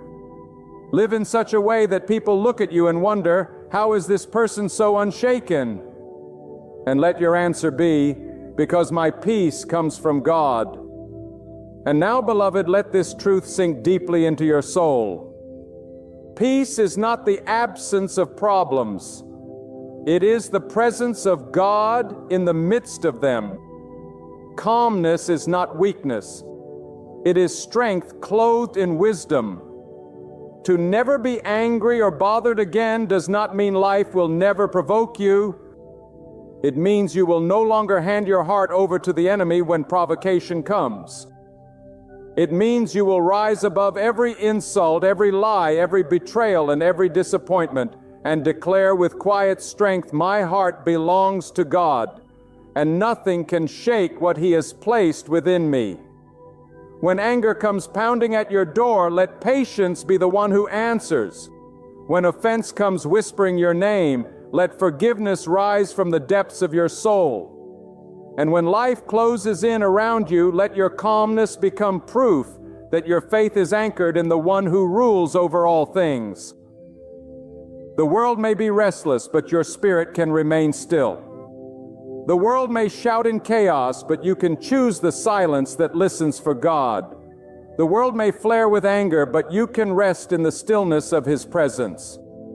Go forward with the confidence that the one who governs their tongue, heart, and mind walks in true victory. Go forward knowing that every breath of calmness brings you closer to the peace only God can give. Go forward unshaken, unafraid, and unwavering. For the Lord Himself is your strength, your shield, and your everlasting peace. Have you ever prayed, believing you were asking God for something great, only to later discover that He had something far greater waiting for you? My friend, God is not a God of small portions. He is not bound by your vision, your requests, or your understanding. When you bring your petitions before Him, He is already preparing to give you more than you could ever imagine. The problem is, too many of us pray with hesitation, expecting crumbs from a feast. We ask for a drop when God wants to give us the ocean. We ask merely to survive when He intends for us to overflow. We ask for just enough to make it through, but God is planning to open the windows of heaven and pour out blessings so abundant you will not have room to contain them. Hear me today with conviction deep in my soul. God is going to give you more than you asked for. There is a divine difference between what you think you need and what God knows you are ready to receive. When you pray, He looks beyond the words from your lips and sees the longings of your heart. He sees the potential within you that you have yet to recognize. You may ask Him for strength to make it through a storm, but He is already determined to make you victorious over that storm. You may ask Him for bread to feed your hunger, but He has determined to set a feast before you. You may ask Him for one door to open, but He is preparing to tear down the walls so that many doors open in your favor. That is the God you serve. The God of abundance, the God of power, the God who gives more than you ask for. But let me remind you, before God gives, He prepares. He shapes you, molds you, and tests you so that when the blessing comes, you are not destroyed by it, but strengthened through it. Sometimes you wonder why your request seems delayed, why the answer has not yet come, but the truth is this: God is not denying you. He is preparing you, because what He is about to give you is not small. It is beyond what you thought possible. If He gave it to you too soon, you would not be ready to handle it. But when the time is right, you will see that the delay was not denial. It was divine preparation for a blessing greater than your expectation. Too often we shrink our prayers down to the size of our fears. We say, God, if you could just help me get through this day, when God is wanting to help you conquer every day of your life. We say, God, if you could just help me pay this one bill, when God is wanting to set you free from financial struggle altogether. We say, God, if you could just bring me one friend, when God is preparing an entire community of support around you. Our problem is not that God cannot answer, it is that we do not ask boldly. And even when we do, His answer still exceeds our request. Because God is not a God who barely meets needs. He is a God who overwhelms you with His goodness. Think of your own life. How many times have you prayed for one thing and God gave you something far greater? You asked for guidance, and He gave you wisdom. You asked for survival, and He gave you victory. You asked for peace in one area, and He gave you joy that overflowed into every part of your being. God does not measure His blessings by the size of your request. He measures them by His own limitless capacity. That is why your future is brighter than your past. Your potential is greater than your present. And your blessings are going to exceed your prayers because God is going to give you more than you ask for. But do not misunderstand, this is not about selfish desire. It is about divine purpose. God blesses you not only to meet your needs, but to overflow into the lives of others. When you ask Him for strength, He gives you more than enough so that you can strengthen someone else. When you ask Him for provision, He gives you more than enough so you can become a source of provision for others. When you ask Him for peace, He gives you more than enough so that your peace radiates into the hearts of those around you. God always gives with purpose, and His purpose is always greater than your vision. That is why you will find yourself receiving blessings you didn't even know to ask for, because God has already seen the road ahead, and He is preparing you for more. You may be walking through a season where it feels like your prayers have gone unanswered. You've asked and you've waited, and still nothing seems to change. But hear me today. God has not forgotten you. He has not ignored your prayer. He is simply aligning the pieces in ways you cannot yet see. What you think is a delay is actually God arranging something far greater. He is not only preparing to answer your request, He is preparing to exceed it. You may think you are waiting on God, but in truth, God is waiting on you to be ready to receive more than you ask for. I want you to imagine standing before a vast storehouse filled with blessings. You may have come to the door asking for one small item, but God intends to open the door wide and say, "Take it all, for it is yours." That is the reality of faith. You are asking for one thing, but God is preparing everything. You think you're praying for enough strength for today, but God is preparing strength for a lifetime. You think you're praying for one opportunity, but God is preparing doors you didn't even know existed. You think you're praying for healing in one part of your life, but God is preparing restoration in every area of your life. God is going to give you more than you asked for. And let me tell you something. You must begin to think differently about your prayers. Stop coming before God as if He is limited. Stop asking Him for crumbs when He has prepared a banquet. Stop doubting whether He can do it when His very nature is power and abundance. Begin to believe that the God you serve is not a God of barely enough, but a God of overflowing more. Begin to speak your prayers with boldness, not fear. Begin to trust that even if you don't see the answer yet, the blessing is already in motion.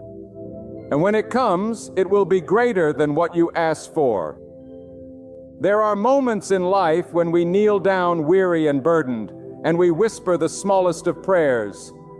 Our hearts cry out for relief, for a glimmer of hope, for the simplest touch of mercy.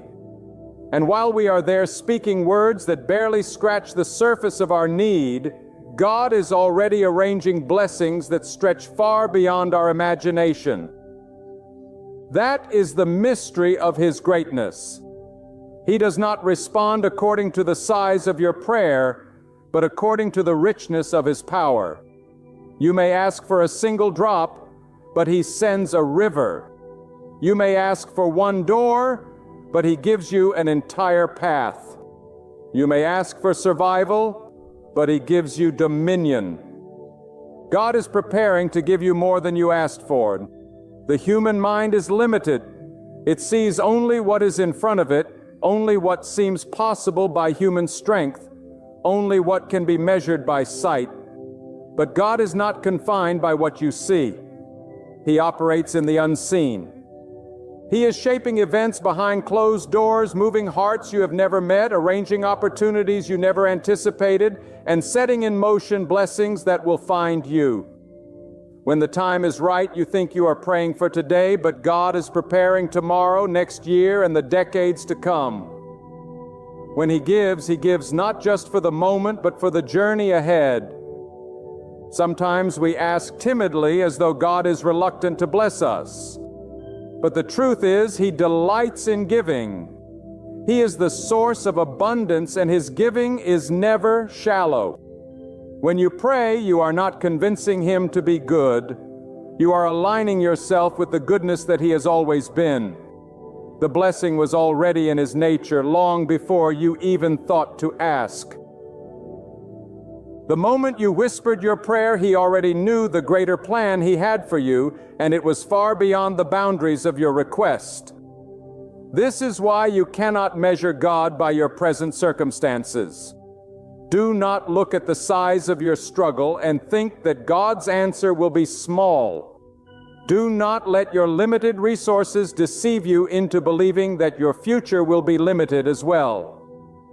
God is not bound by the scarcity you see around you. When He decides to bless, He creates doors in walls, rivers in deserts, and light in darkness. He specializes in exceeding human expectation. What you think is the end is only the beginning of His work. What you thought was enough is only a fraction of what He intends to pour into your life. I tell you, God has a way of turning your little into much. You may feel as though your resources, your talent, your influence are too small to matter, but in His hands the small becomes multiplied. You asked Him to help you endure, but He intends to make you flourish. You asked Him to provide the bare minimum, but He intends to fill your cup until it overflows. You asked Him to strengthen your weak heart, but He intends to make you unshakable.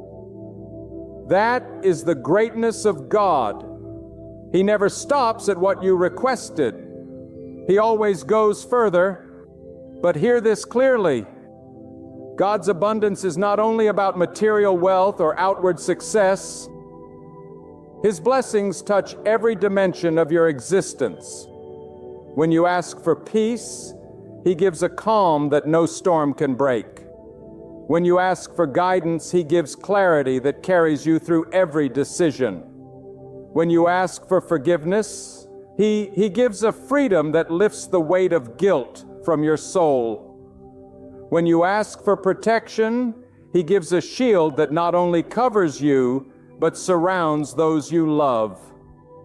His blessings are holistic: mind, body, spirit, and destiny. He does not bless one corner of your life and leave the rest empty. No, He fills every space with His goodness, more than you could ever hold. There are some of you listening who have grown discouraged because the answer to your prayer has not yet arrived. You have knocked and the door did not open. You have sought and the way was not made clear. You have asked and there has been silence. But let me assure you, God's silence does not mean God's absence. While you wait, He is building. While you wait, He is shaping. While you wait, He is multiplying what you asked for so that when the blessing comes, it will not simply meet the need, it will overflow. God is not giving you less because you are waiting longer. He is giving you more because the preparation is greater. And when the blessing comes, it will carry with it a weight of glory that makes every moment of waiting worthwhile. You will look back and realize that the delay was part of the blessing. You will see that the doors you thought were closed forever were closed only so better doors could open. You will understand that the prayers you thought were ignored were actually being answered in ways beyond your understanding. And you will realize that God was not withholding from you. He was preparing to give you more than you asked for. This is why you must not give up in prayer. Too many people quit just before the blessing arrives.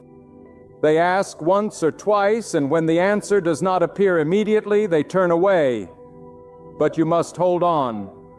If He promised abundance, He will deliver it. If He promised guidance, He will provide it. If He promised strength, He will manifest it. The God you serve cannot lie, cannot fail, cannot fall short. If He said He will give, then not only will He give more than you dared to request. And let me tell you, there are times when God blesses you without you even asking. There are moments when He interrupts your life with goodness that you did not even think to pray for because He knows what you need before you ask. He knows the future that lies ahead, and He equips you for it before you arrive there. That is why some of the greatest blessings in your life will be the ones you never saw coming. The ones that leave you in awe, saying, I never even thought to ask for this. That is the mark of God's abundance. He surprises you with more. Think of the fields that bloom in spring. The farmer plants seeds expecting growth, but when the rains come, the harvest multiplies beyond what he imagined. He planted one seed, and yet the soil brings forth many. That is what God does with your prayers. You plant them in faith, and He multiplies them into a harvest greater than you imagine. You may ask for a single seed, but He brings forth a field. That is the way of God. Always more, always greater, always beyond. There are some of you who have been asking God for healing. They've been carrying pain, whether in your body or in your heart, and your prayer has been simple. God, just take away this burden. But let me tell you something today. God is not only able to heal the pain, He is able to restore what was broken, to renew what was lost, and to strengthen you in ways you never thought possible. You may be asking Him for relief, but He is preparing renewal. You may be asking Him to take away the ache of one moment, but He is preparing to give you a lifetime of strength. That is how God works. When you ask for enough to survive, He gives you enough to thrive. Some of you have been asking for guidance. You've been saying, God, just show me one step, just show me one way out of this confusion. But God is not interested in showing you just a single step. He is interested in illuminating your path. He is preparing to give you clarity, wisdom, and discernment that not only carries you through this moment, but shapes your future. You may have asked for direction for today, but He is preparing direction for your lifetime. You may have asked for an answer to one problem, but He is preparing to give you wisdom that becomes a guiding light in every season of your life. God never stops at what you request. He carries you beyond it. There are others who have been praying for provision. You've been asking God to help you pay one bill, to meet one need, to carry you through one crisis. But let me declare this truth. God is not simply the God of just enough. He is the God of overflow. You may have asked Him for one piece of bread, but He is preparing a table before you. You may have asked for enough to get by, but He is preparing to lift you into a place where you are no longer scrambling for survival, but living with dignity and fullness. And when He provides, it will not only be for you, it will be so that you can become a vessel of blessing to others. Because God does not pour into you for your sake alone. He pours into you so that His abundance may flow through you to touch the world around you. You see, God thinks generationally. When He blesses you, He blesses through you. When He answers your prayer, He is already considering your children and your children's children and those who will be touched by your legacy. That is why His blessings are greater than your requests. You ask for enough to survive your lifetime, but God gives enough to shape lifetimes beyond you. You ask for enough to carry you through today, but God gives enough to carry generations. His vision is larger than your vision. His plans stretch further than your horizon, and His blessings extend beyond the span of your imagination. But here's what you need to realize. God often gives you far more than what you ask for, though at first it may not appear as a blessing. He permits trials. He allows your faith to be stretched. He brings seasons that test the deepest core of your endurance. And you may wonder, this isn't what I prayed for. Yet I tell you, even those moments of hardship are part of the greater answer. Because the strength born in those trials is far richer than the comfort you desired. The wisdom forged through the struggle is greater than the ease you requested. The resilience discovered in the waiting is more precious than the quick fix you thought you needed. God always gives more than you asked for, even when His gift comes wrapped in pain, for within that pain lies preparation. Within that trial lies transformation. And within that storm, God is building your unshakable faith. When you finally stand on the other side of what you went through, you will look back and say, I asked for God to carry me. And He did not just carry me. He made me stronger. I asked for Him to give me peace. And He gave me a deep, unbreakable calm that I never thought possible. I asked for Him to remove the obstacle. And He gave me the power to climb mountains I never imagined I could face. That is the abundance of God. He will always leave you saying, this is more than I asked for. Let your heart be lifted, because the God who made the heavens and the earth does not give sparingly. He is not bound by human limitations. He is not confined by your doubts or restricted by your fears. He gives according to His infinite power, not according to your finite vision. So when you come before Him, do not come with the mindset of scarcity. Do not pray as if He has to ration His goodness. Do not limit your faith by the size of your request. Come boldly. But even then, know this. No matter how bold your prayer may be, His answer will still exceed it. Some of you have been praying for deliverance from fear. You have been asking God to simply calm your anxious heart. But hear me now. God does not want to merely soothe you for a moment. He wants to uproot the very chains of fear and replace them with unshakable courage. He wants to transform your spirit so that you walk into rooms with confidence, so that you face challenges with faith, so that fear no longer has a grip on your life. You asked Him for temporary relief, but He is preparing permanent freedom. That is more than you asked for. Some of you have been asking for love, for companionship, for someone to walk this journey of life with. And maybe you prayed for just one person to care for you, to stand by you. But God's love is deeper than any human bond, and His blessings are broader than your request. He will not only send people into your life who care for you, He will send relationships that sharpen you, that build you, that carry you into your purpose. He will surround you with those who lift your spirit, who align with your destiny, who reflect His goodness into your life. You ask for one connection, but He is preparing a network of support, a family of faith, a circle of encouragement. That is more than you asked for. Do not measure God's giving by your asking. Your asking is the seed, but His giving is the harvest. Your asking is the spark, but His giving is the fire. Your asking is the riverbank, but His giving is the flood that overflows beyond its edges. This is why the Scripture tells us that God's ways are higher than our ways, His thoughts higher than our thoughts.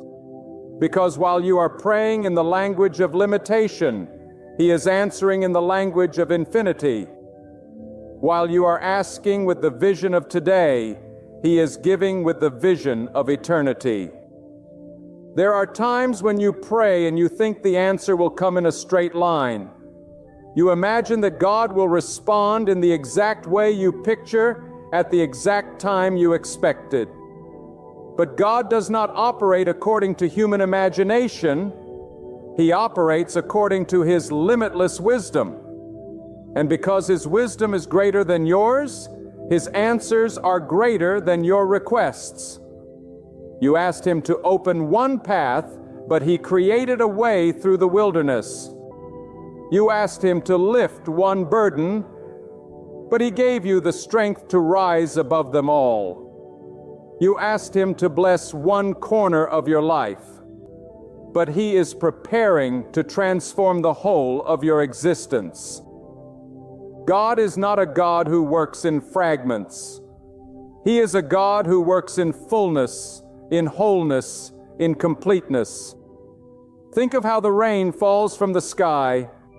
A farmer may pray for enough rain to water his crops, but when the heavens open, the rain does not just touch one field. It spreads across the land, feeding rivers, filling valleys, nourishing soil beyond what he thought about. That is how God blesses. He takes your request, your single field, and He causes the rain to fall so broadly that it covers more than you ever imagined. You thought you were asking for one answer, but His response nourishes every part of your life. And there are times when you ask God for something and He withholds it. Not because He is denying you, but because what you asked for was too small compared to what He is preparing. If He gave it to you when you asked, you would settle for less than His best. You may have asked Him for a simple job, but He is preparing a career that will shape your destiny. You may have asked for one opportunity, but He is preparing influence far greater than you envision. You may have asked for the strength to make it through the valley, but He is preparing to set you on the mountain. His withholding is not punishment. It is positioning. He is positioning you to receive more than you asked for. Do not be deceived by the silence of God. Silence is often the soil in which the greatest blessings are growing. While you think nothing is happening, God is arranging everything. While you wait, He is building a foundation so that when the blessing comes, it will not crumble under its own weight. Too often people want the blessing without the preparation, but a blessing without preparation is a burden. God loves you too much to give you something you cannot handle. So He stretches you, develops you, disciplines you, and strengthens you. And when He finally places the blessing in your life, it will not crush you. It will carry you higher. Some of you are asking God to remove the storm. But hear me, sometimes God does not remove the storm.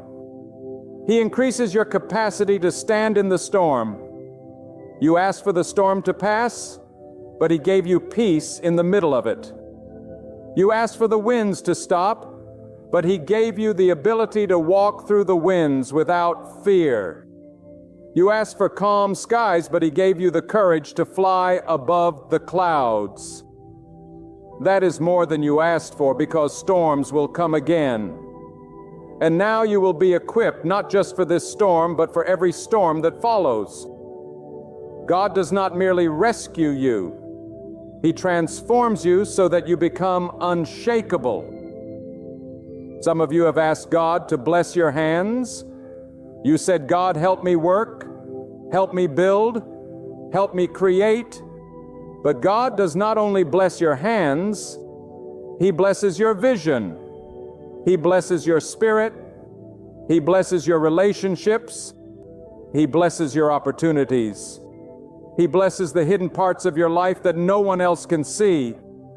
You may have asked for success in one area, but God is preparing to expand your territory. He is preparing to enlarge your capacity so that you will not only do well in one place, you will prosper in many places.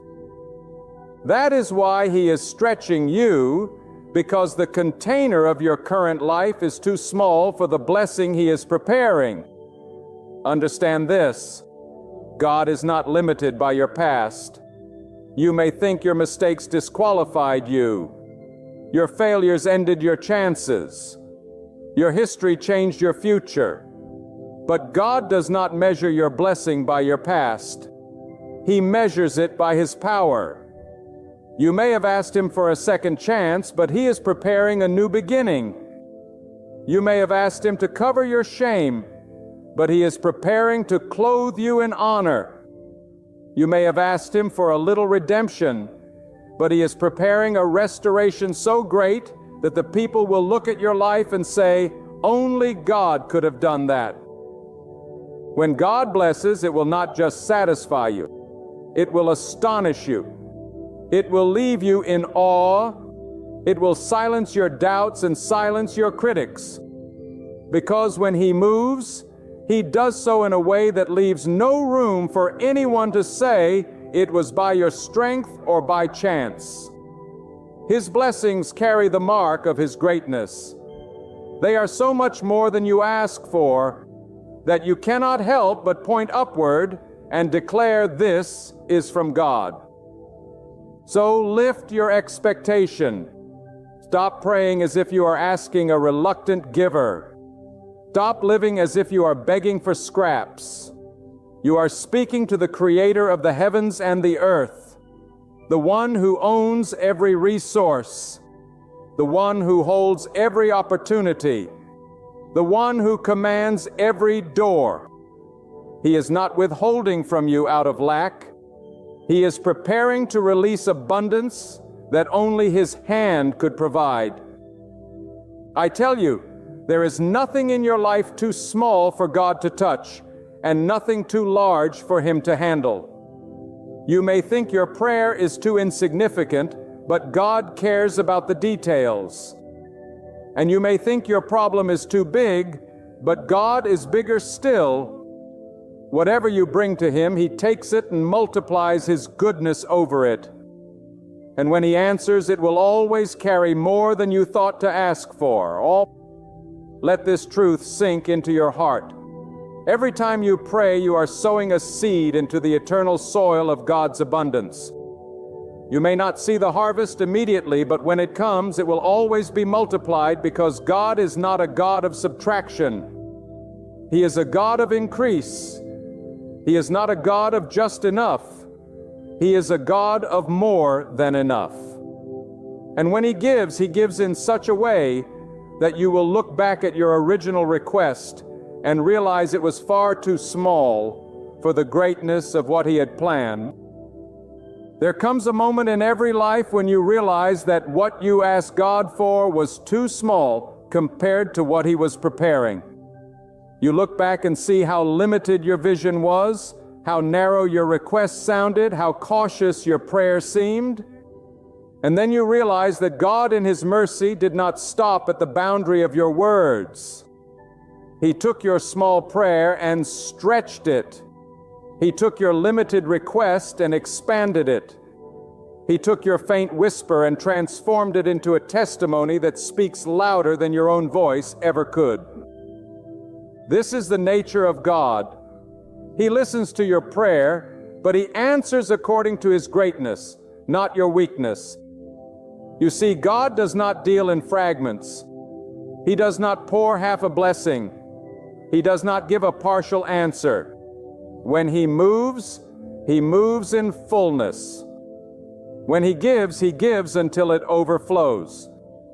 You may come to Him asking for healing in your body, but He brings healing to your mind, your heart, your relationships, your spirit. You may ask for provision in one area, but He arranges provision across areas you didn't even think to consider. You may ask for clarity in one decision, but He opens your eyes to see your entire purpose. His blessings are whole, complete, covering every corner of your existence. That is why they always exceed what you ask for. Do not measure God's response by your request. Measure His response by His character. And what do we know of God's character?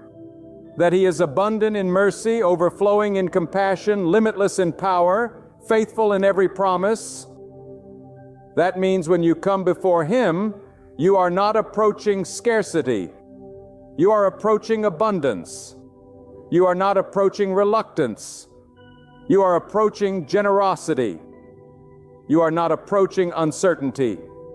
You are approaching the unshakable certainty of the Creator of all things. And because that is who God is, His giving will always stretch further than your asking. Think of how the sun rises each morning. Did you ever pray for light to return to the earth? Yet God, without fail, paints the sky with beauty every day. And He doesn't just give light, He gives warmth. He gives growth to the earth. He gives energy for life itself. That is a picture of how He blesses. He never gives you only what you think you need. He surrounds it with more. You asked Him for strength, and He wrapped it in courage. You asked Him for peace, and He clothed it in joy.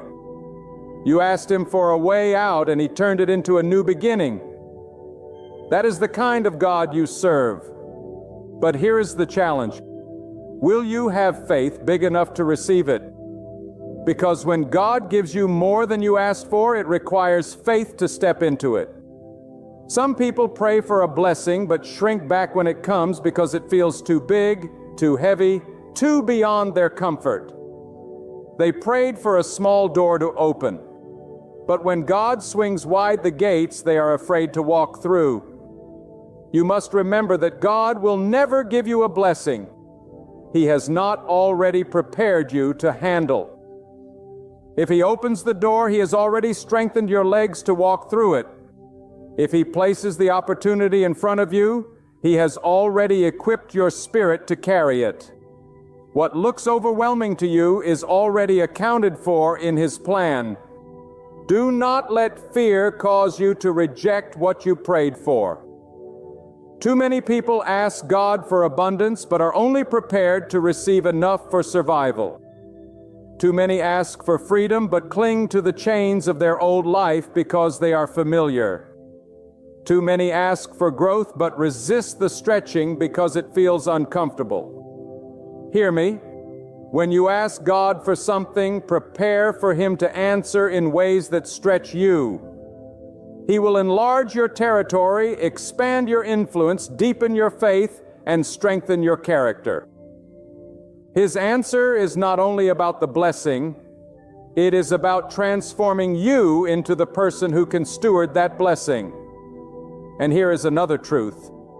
When God gives you more than you ask for, it is not only for your benefit, it is for the lives connected to you. God blesses you so that through you others may be blessed. He strengthens you so you can strengthen others. He provides for you so you can provide for others. He fills your heart with peace so you can carry peace into places of chaos. You may have thought your prayer was only about you, but God's answer always extends beyond you. That is why it is more than you ask for, because it must overflow into others. Consider the river. A single drop may satisfy a moment's thirst, but a river flows beyond one person, beyond one need, beyond one time. It sustains entire communities, generations, nations. When you pray, you may be asking for a drop, but God is preparing a river. And that river will not only refresh you, it will refresh those around you. That is why His blessings are so great, because they are designed to flow through you, not just to you. And let me speak to those who feel as though God has overlooked them. You have prayed for years and the answer has not yet come. You have cried in the night wondering if He has heard you. Let me assure you, God has heard. Not a single tear has fallen without His knowledge. Not a single word has been spoken without His awareness. But He is preparing something so much greater than what you asked for that the waiting will make sense. When the blessing arrives, when the door finally opens, you will see why the other stayed closed. When the provision finally comes, you will understand why it took this long. When the answer finally appears, you will realize that your small prayer was transformed into a divine plan. Do not despise the waiting season, because it is in the waiting that God builds the capacity to receive. A small container cannot hold a great blessing. So while you wait, God is enlarging your container. He is stretching your faith, deepening your trust, refining your character, and preparing you to handle more. You may have asked for something yesterday, but He is preparing to give you something tomorrow that requires a stronger version of you. So trust the process, because the waiting is not wasted. It is part of the blessing. And when the blessing comes, let it remind you of this truth. God always gives more than you ask for, because He wants you to see His greatness. He wants your life to be a testimony, a living example of His abundance. He wants the world to look at you and say, "There is no way this happened by chance. This is the hand of God." He wants your story to become a beacon of faith for those who are doubting, a reason for the hopeless to believe again, a reason for the weary to keep praying.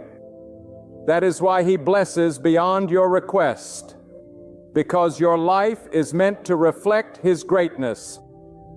And now I tell you, when you rise from this place, rise with the certainty that God has already gone before you. Do not carry your fears into tomorrow, for tomorrow has already been shaped by His wisdom. Do not cling to yesterday's disappointments, for yesterday was only a stepping stone toward the greatness He has hidden within you. Walk forward with your head lifted high, not because of who you are, but because of who God is.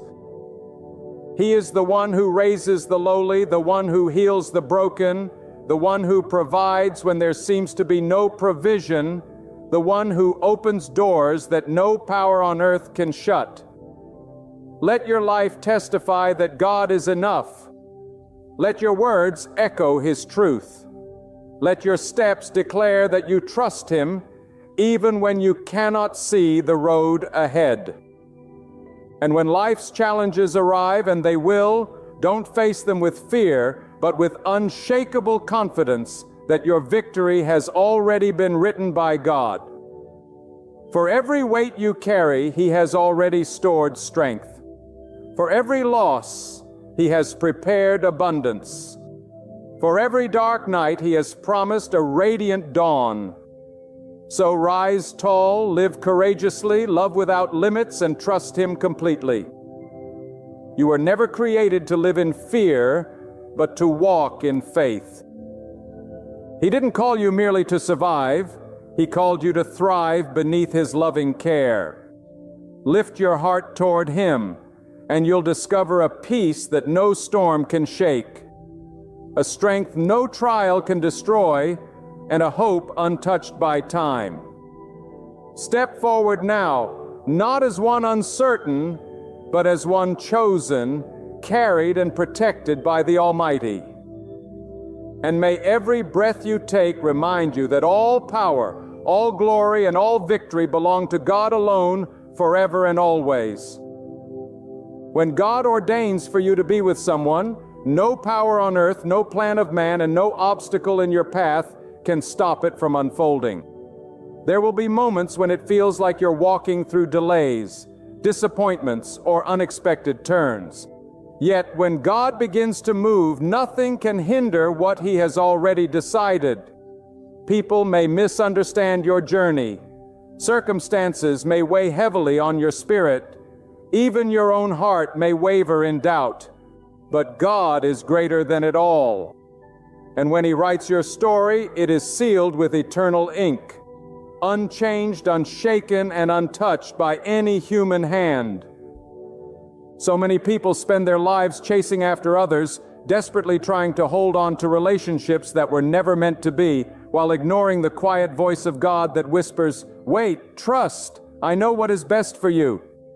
If God wants you with someone, you won't have to manipulate, you won't have to beg, and you won't have to compromise who you are to keep them. What God joins together is sealed by His will. And when He ordains a bond, it will not be broken by the winds of circumstance. That truth must settle into your heart like a fire that burns away all doubt and fear. But let me tell you, when you take matters into your own hands, when you force connections that are not aligned with God's plan, you will always find yourself restless, unsatisfied, and weary. Because what is born out of your own effort will require your constant striving to keep alive. But what is born of God carries His power and peace. There is a vast difference between a bond made by human desire and a bond crafted by divine wisdom. One can crumble overnight while the other withstands every storm.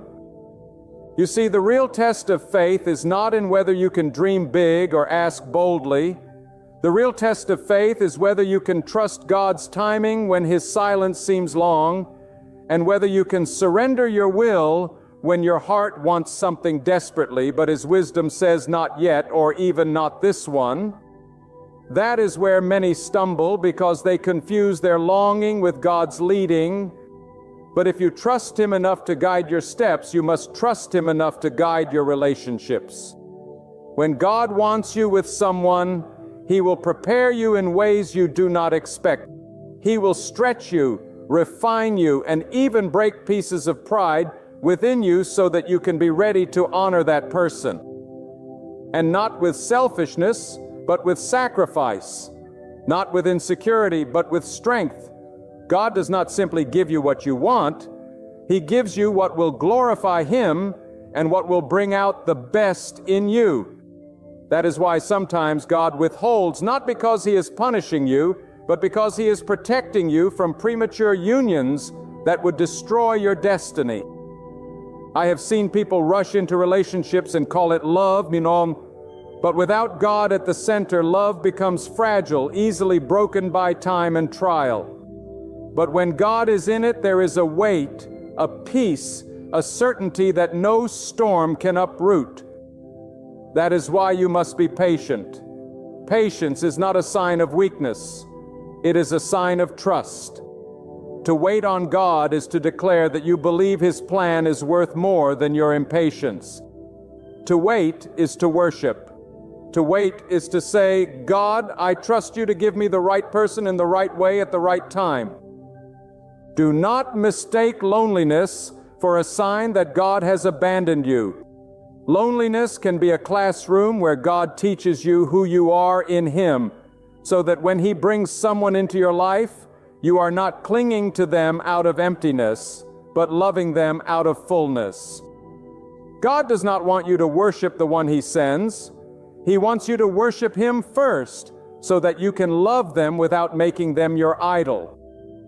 And when you reach that point of maturity, you will recognize that the greatest gift God can give you is not someone who completes you, but someone who walks with you as you both complete the assignment He has placed on your lives. Listen carefully. The person God has for you will not pull you away from Him, but will push you closer to Him. The person God has for you will not feed your weaknesses, but will strengthen your character. The person God has for you will not just match your preferences, but will align with your purpose. And when you see that kind of alignment, you will know this is not an accident. This is not chance. This is God's hand at work. When God wants you with someone, He will orchestrate circumstances that seem impossible, opening doors no man could open, closing doors you once thought you needed, and weaving a story that leaves no doubt about His involvement. But here is the challenge. Will you let go of what you think you need so that God can give you what He knows you need? Too many hold on to temporary attachments because they fear the silence of waiting. They settle for less because they doubt that God can give them more. They chain themselves to people who diminish their spirit rather than elevate it. And then they wonder why peace is absent from their hearts. My friend, peace is the evidence of God's presence. If you cannot find peace in a relationship, perhaps God is telling you that it is not from Him. When God wants you with someone, He will not create chaos in your spirit. He will not make you question your worth. He will not force you into a bond that robs you of joy. God's gifts bring peace, not torment. And if what you are experiencing is constant turmoil, it may not be God's gift. It may be your choice. That is why discernment is vital. Do not just follow your emotions, follow the voice of God. Do not just seek chemistry, seek destiny. Do not just ask, do they make me happy? But do they make me holy? Do they sharpen my faith?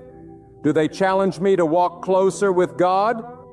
And let me remind you, when God wants you with someone, He will make both of you ready. It will not be a one-sided struggle where one person is dragging the other along. It will be two hearts prepared by God, drawn together by Him, moving in the same direction. That does not mean it will be free of challenges. Every relationship has its tests, but the foundation will be solid because it rests on God, not on human effort. When storms come, you will not fall apart because the one who brought you together will hold you together. When God wants you with someone, He will arrange the path so that your steps align without confusion, without manipulation, and without compromise. There is a divine order in the universe that flows from His will. And when you surrender your life to that order, you will see how He moves people, opportunities, and circumstances like pieces on a chessboard. What you once thought was coincidence will reveal itself as divine strategy. The people you meet, the timing of conversations, the unexpected doors that swing wide open, all of it will show the unmistakable fingerprints of God. You may look back one day and say, yeah, I could not have planned this. This was not my doing. This was God. But hear me clearly. God does not want you to chase people who are not meant to be in your life. God does not want you clinging desperately to those who are determined to walk away. When someone exits your life and you know you have given your best, trust that God is redirecting you. He will never remove someone without a purpose. He will never allow a door to close without holding the key to something better. And if God wants you with someone, you will not have to beg them to stay, because God Himself will incline their heart toward you and your heart toward them in a way that no human power can undo. The mistake so many make is believing they must fight in their own strength to secure what is already secured by God.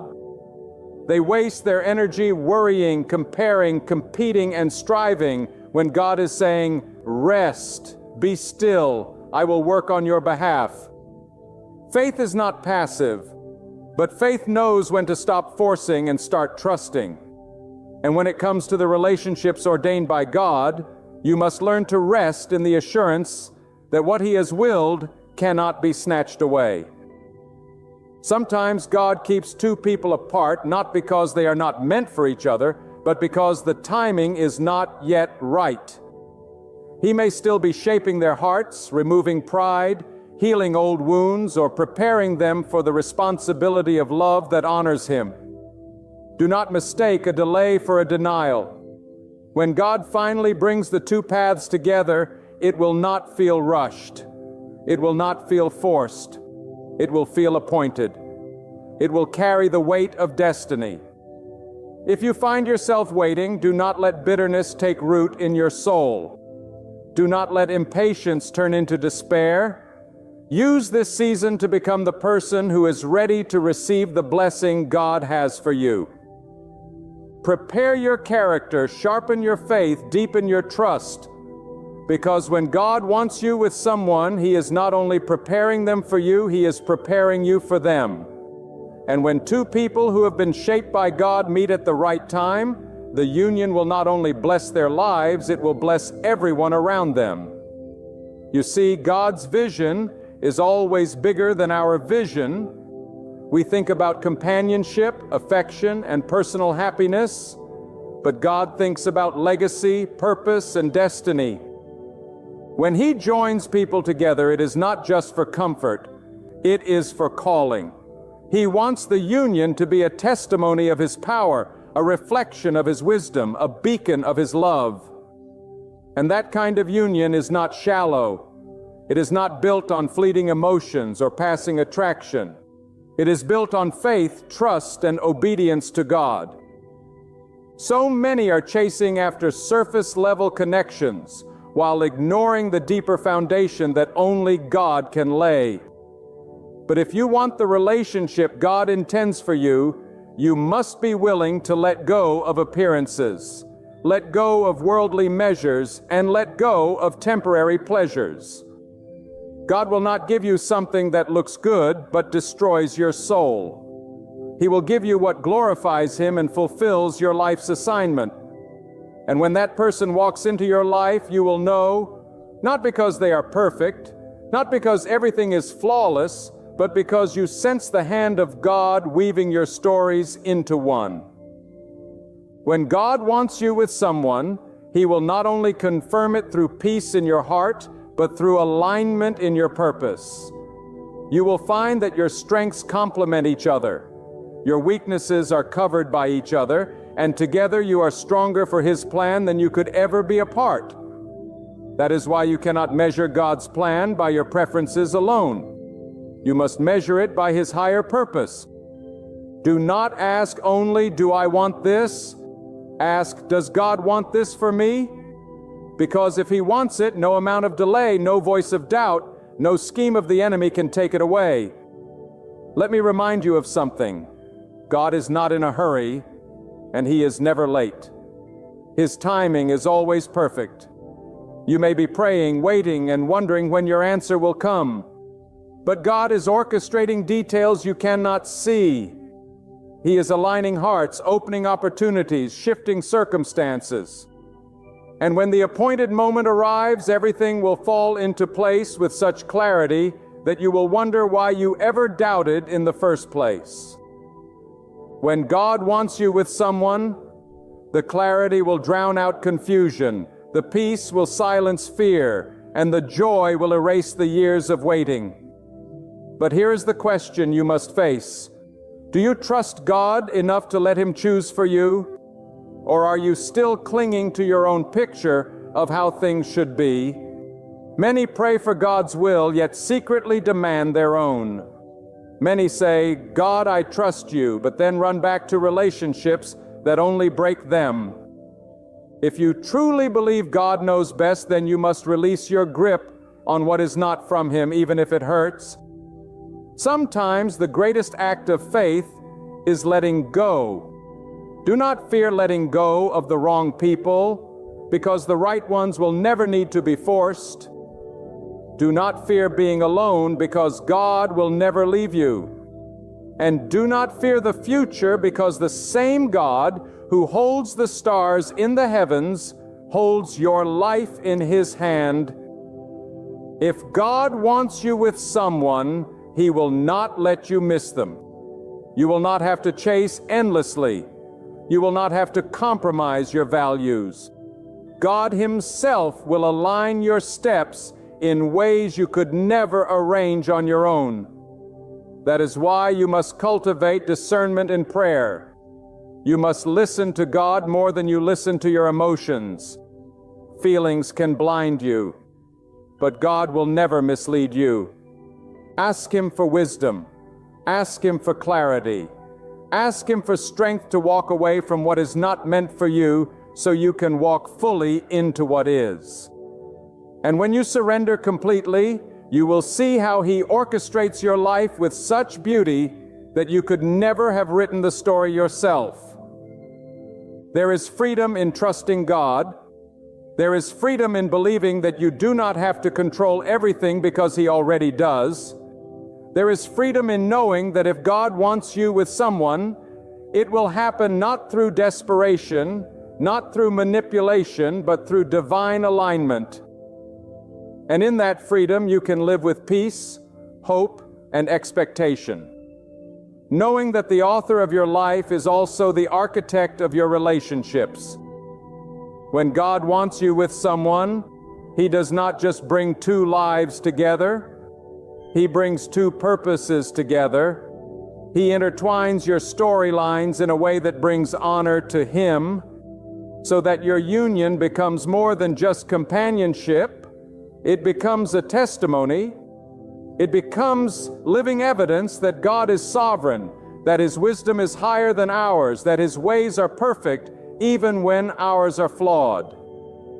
This is why you must not underestimate the seriousness of God's hand in your relationships. When He ordains something, it carries eternal significance. It is not random, it is not shallow, and it is not without reason. Many people spend their years chasing after temporary connections, blinded by appearance, swayed by charm, and deceived by surface attraction. They tie themselves to people who may please their eyes but destroy their soul. They pursue those who excite their emotions but rob them of peace. And yet they still wonder why their spirit feels unsettled. But when God is the one who ordains your connection, there will be no need to question whether your soul is safe. You will know because peace will cover you like a shield. You will sense that God is not just permitting this bond, but blessing it. When God wants you with someone, He will guard your heart in the waiting. He will not let the right person pass you by, nor will He let you miss the appointed moment. He may keep you hidden for a season, not because He has forgotten you, but because He is preparing you for the unveiling. Sometimes the delays are not about punishment. They are about positioning. God positions you where you need to be so that when the right person appears, the soil is ready, the timing is ripe, and the union can flourish. And hear me, this union will not come at the expense of your values. God will never give you someone who pulls you away from Him. God will never bless a relationship that demands you compromise your faith, your integrity, or your calling. The person He has chosen will strengthen your devotion, not weaken it. They will push you closer to God, not away from Him. They will inspire you to rise higher, not drag you lower. This is the seal of God's hand upon a relationship. It magnifies His presence rather than diminishes it. Do not believe the lie that you must chase or manipulate to keep someone who is truly meant for you.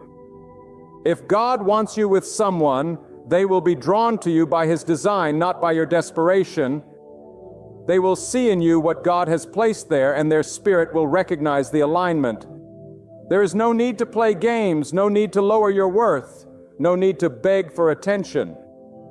What is God-given will not require you to sacrifice your dignity. What is God-sent will not leave you restless or insecure. God's gifts come wrapped in peace. And when He sends someone into your life, His peace will be the wrapping around it. But you must understand this truth. God's plan is not just about your happiness, it is about your holiness. It is not just about who makes you feel good in the moment, but who helps you grow into the person He created you to be. That is why some people who once felt perfect for you were removed from your path. It was not because you were unworthy, but because they were unfit for the journey God designed for you. Trust that He is always protecting you from something that would have harmed your destiny. And when He finally says yes, it will make sense why all the others had to leave. When God wants you with someone, it will not just bless your heart, it will bless generations. Because God does not think in moment, He thinks in legacies. He sees how your union will impact your children, your community, even people you may never meet. He sees how two lives aligned in His will can shine as a beacon to others who are searching for hope. And this is why you must not settle for less than what God has for you. The stakes are too high. Your life is too precious. Your purpose is too great to waste on someone who was never meant to carry it with you. Do not confuse temporary attraction with eternal assignment. Do not mistake a fleeting feeling for a God-ordained destiny. If it is from God, it will endure the tests of time. If it is from God, it will withstand storms. If it is from God, it will not fall apart under pressure. Because what God ordains, He also sustains. You will not have to hold it together by your own strength. His strength will hold you both. But here is where you must be honest with yourself. Are you truly ready for what you are asking God for? Are you ready to love unselfishly, to give without holding back, to forgive quickly, to sacrifice joyfully, and to serve faithfully? Because when God sends someone into your life, He is not sending them to fill your emptiness. He is sending them so that together you can fulfill His purpose. And purpose requires maturity. Purpose requires discipline. Purpose requires a heart that has learned to trust God above all else. So let this season of waiting refine you. Let it strip away your pride, your fears, and your impatience. Let it teach you to anchor your identity in God alone so that when the right person arrives, you are not clinging to them as your source, but welcoming them as your partner. Because if you look to a human being to complete what only God can complete in you, you will place a burden on them they were never designed to carry. And that is why so many relationships fail. Not because God is unfaithful, but because people expect humans to give what only God can give. When God wants you with someone, He will not just align your paths. He will align your hearts. He will give you both the grace to understand each other, the patience to endure each other's weaknesses, and the strength to celebrate each other's strengths. And when challenges come, and they will come, His presence will be the glue that holds you together. This is why you must make God your foundation. Now, before the relationship ever arrives, build your life on Him. And when the right person joins you, they will find stability, not chaos. I tell you with conviction, the greatest relationships are not built by human wisdom, but by divine guidance. They are not the result of trial and error, but of prayer and obedience. And when God is the one who writes your love story, it will be a story that points back to Him. People will look at your life, at your union, and they will say, "Surely this is the work of God." And that is the kind of testimony He wants for you. And that is why you must not compromise. Trust Him. Trust Him in the silence. Trust Him in the delays. Trust Him in the disappointments. Because every detour is leading you closer to the destination He has prepared. Every closed door is protecting you from heartbreak. Every season of loneliness is putting in you the strength to love with purity when the time comes. Nothing is wasted in God's plan. And when the right moment arrives, you will see how every tear, every prayer, every waiting season was part of His perfect design. When God wants you with someone, He will place a conviction in your heart that no opinion, no gossip, and no resistance from others can remove. You may encounter voices that doubt. You may face criticism from those who do not understand. But when God confirms something in your spirit, you can walk with assurance. That assurance is not arrogance, it is faith.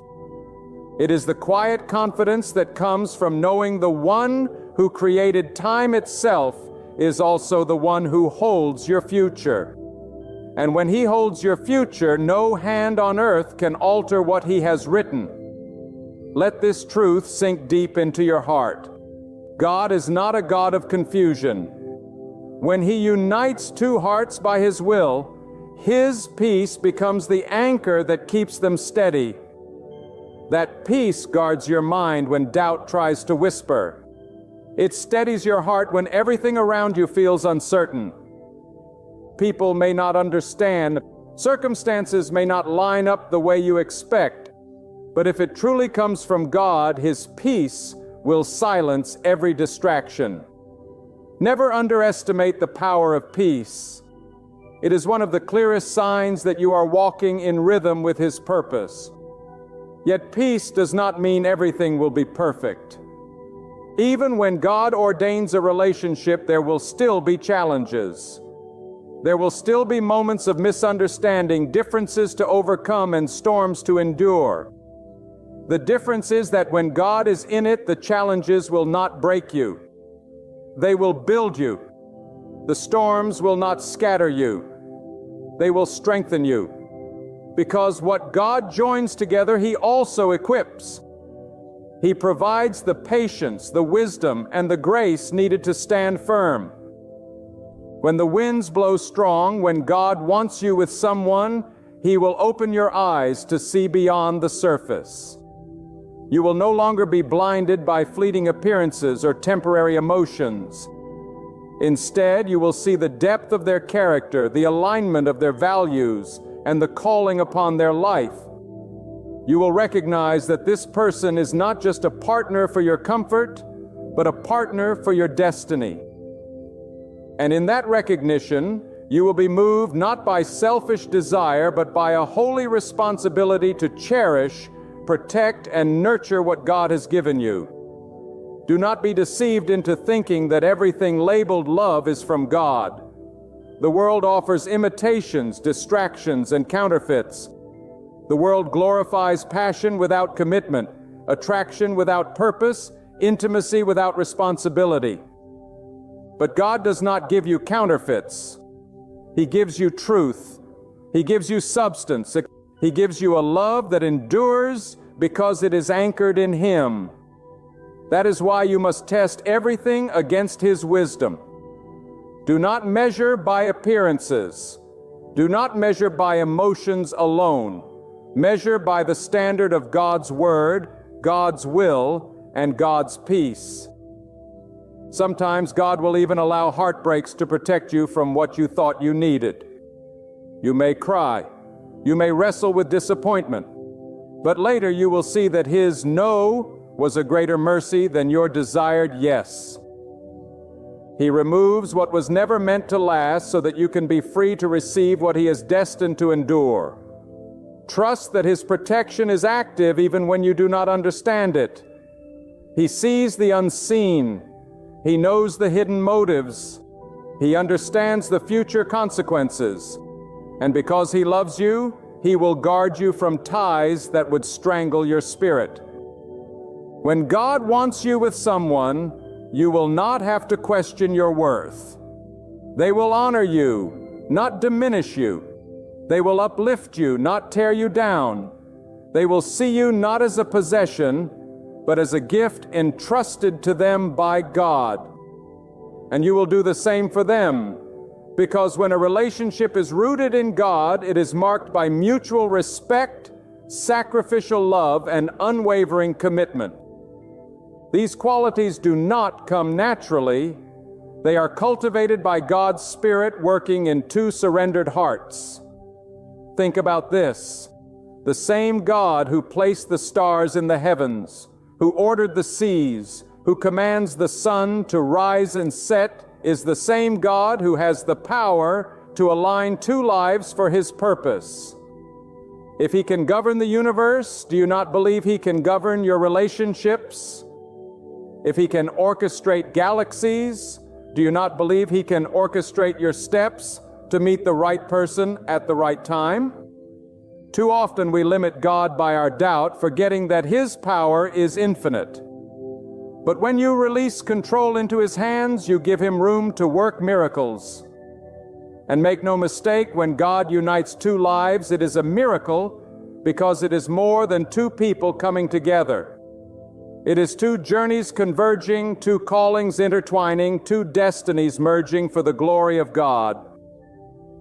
This is why the enemy fights so hard against God-ordained unions. He knows that when two people aligned with God come together, they are a force too powerful to be broken easily. That is why you must stay vigilant in prayer even after God brings you the one He has chosen. Prayer will be the shield that protects your union. Prayer will be the anchor that holds you when life shakes you. But let us not forget, God is not only concerned about who you are with, but also about who you are becoming. You cannot ask Him to give you someone who is faithful if you are not cultivating faithfulness in yourself. You cannot ask Him for someone who is kind, patient, and honest if you are not willing to grow in kindness, patience, and honesty. God often answers prayers for the right partner by shaping us into the right partner. And this shaping can be uncomfortable. It can stretch us, humble us, and refine us. But the refining is necessary because God does not simply give blessings. He prepares us to carry them well. When God wants you with someone, He will not give you a person to complete your identity. He will give you someone to complement the identity He has already formed within you. This is why you must first find your worth in Him, not in another human being. If your value is anchored in God, you will never place the weight of your self-worth on another's approval. And when two people, each rooted in God, come together, they can love each other freely, not out of need, but out of abundance. I tell you with urgency, stop settling for less than what God has spoken over your life. Stop chasing relationships that drain your spirit. Stop trying to force what God has already said is not for you. Your life is too precious. Your calling is too great. Your destiny is too important. When you trust God's will in this area, you will see that His plan far exceeds your imagination. He knows you better than you know yourself. He knows what kind of partner will bring out the best in you. He knows what kind of relationship will glorify Him through your life. And when He delivers that gift, it will leave no doubt that it came from His hand. When God wants you with someone, He will use even the smallest details of life to align your path with theirs. What seems like chance encounters are in fact divine appointments. A conversation that begins casually can open the door to a lifelong bond. A delay, a redirection, or even what feels like a setback can position you to cross paths with the one God has prepared. Nothing is wasted in His plan. Every step, every detour, every closed door has its purpose. And when the time is right, all those seemingly random moments will weave together into a tapestry so beautiful that you will know only God could have authored it. But while you wait for that alignment, remember this: God will never bless a union that pulls you away from Him. No matter how appealing someone may look, no matter how persuasive their words may sound, if their presence in your life causes you to compromise your values or distance yourself from God, then that is not from Him. God's gifts never compete with His place in your heart. What He gives you will lead you closer to Him, not further away. This is the test that separates what is from Him and what is from human desire. When God wants you with someone, you will not have to manipulate circumstances or force outcomes. He is the one who turns hearts, opens doors, and brings favor where none existed before. Striving in your own strength creates exhaustion, but trusting in God creates peace. And that peace is one of the clearest signs of His hand at work. The right person will not come through endless striving or anxiety, but through the quiet assurance that God has orchestrated this connection. Now understand that timing is everything. Even if God intends two people to be together, He may not bring them together until both are ready. Sometimes He must first strip away pride, heal wounds, or develop spiritual maturity before the bond can flourish.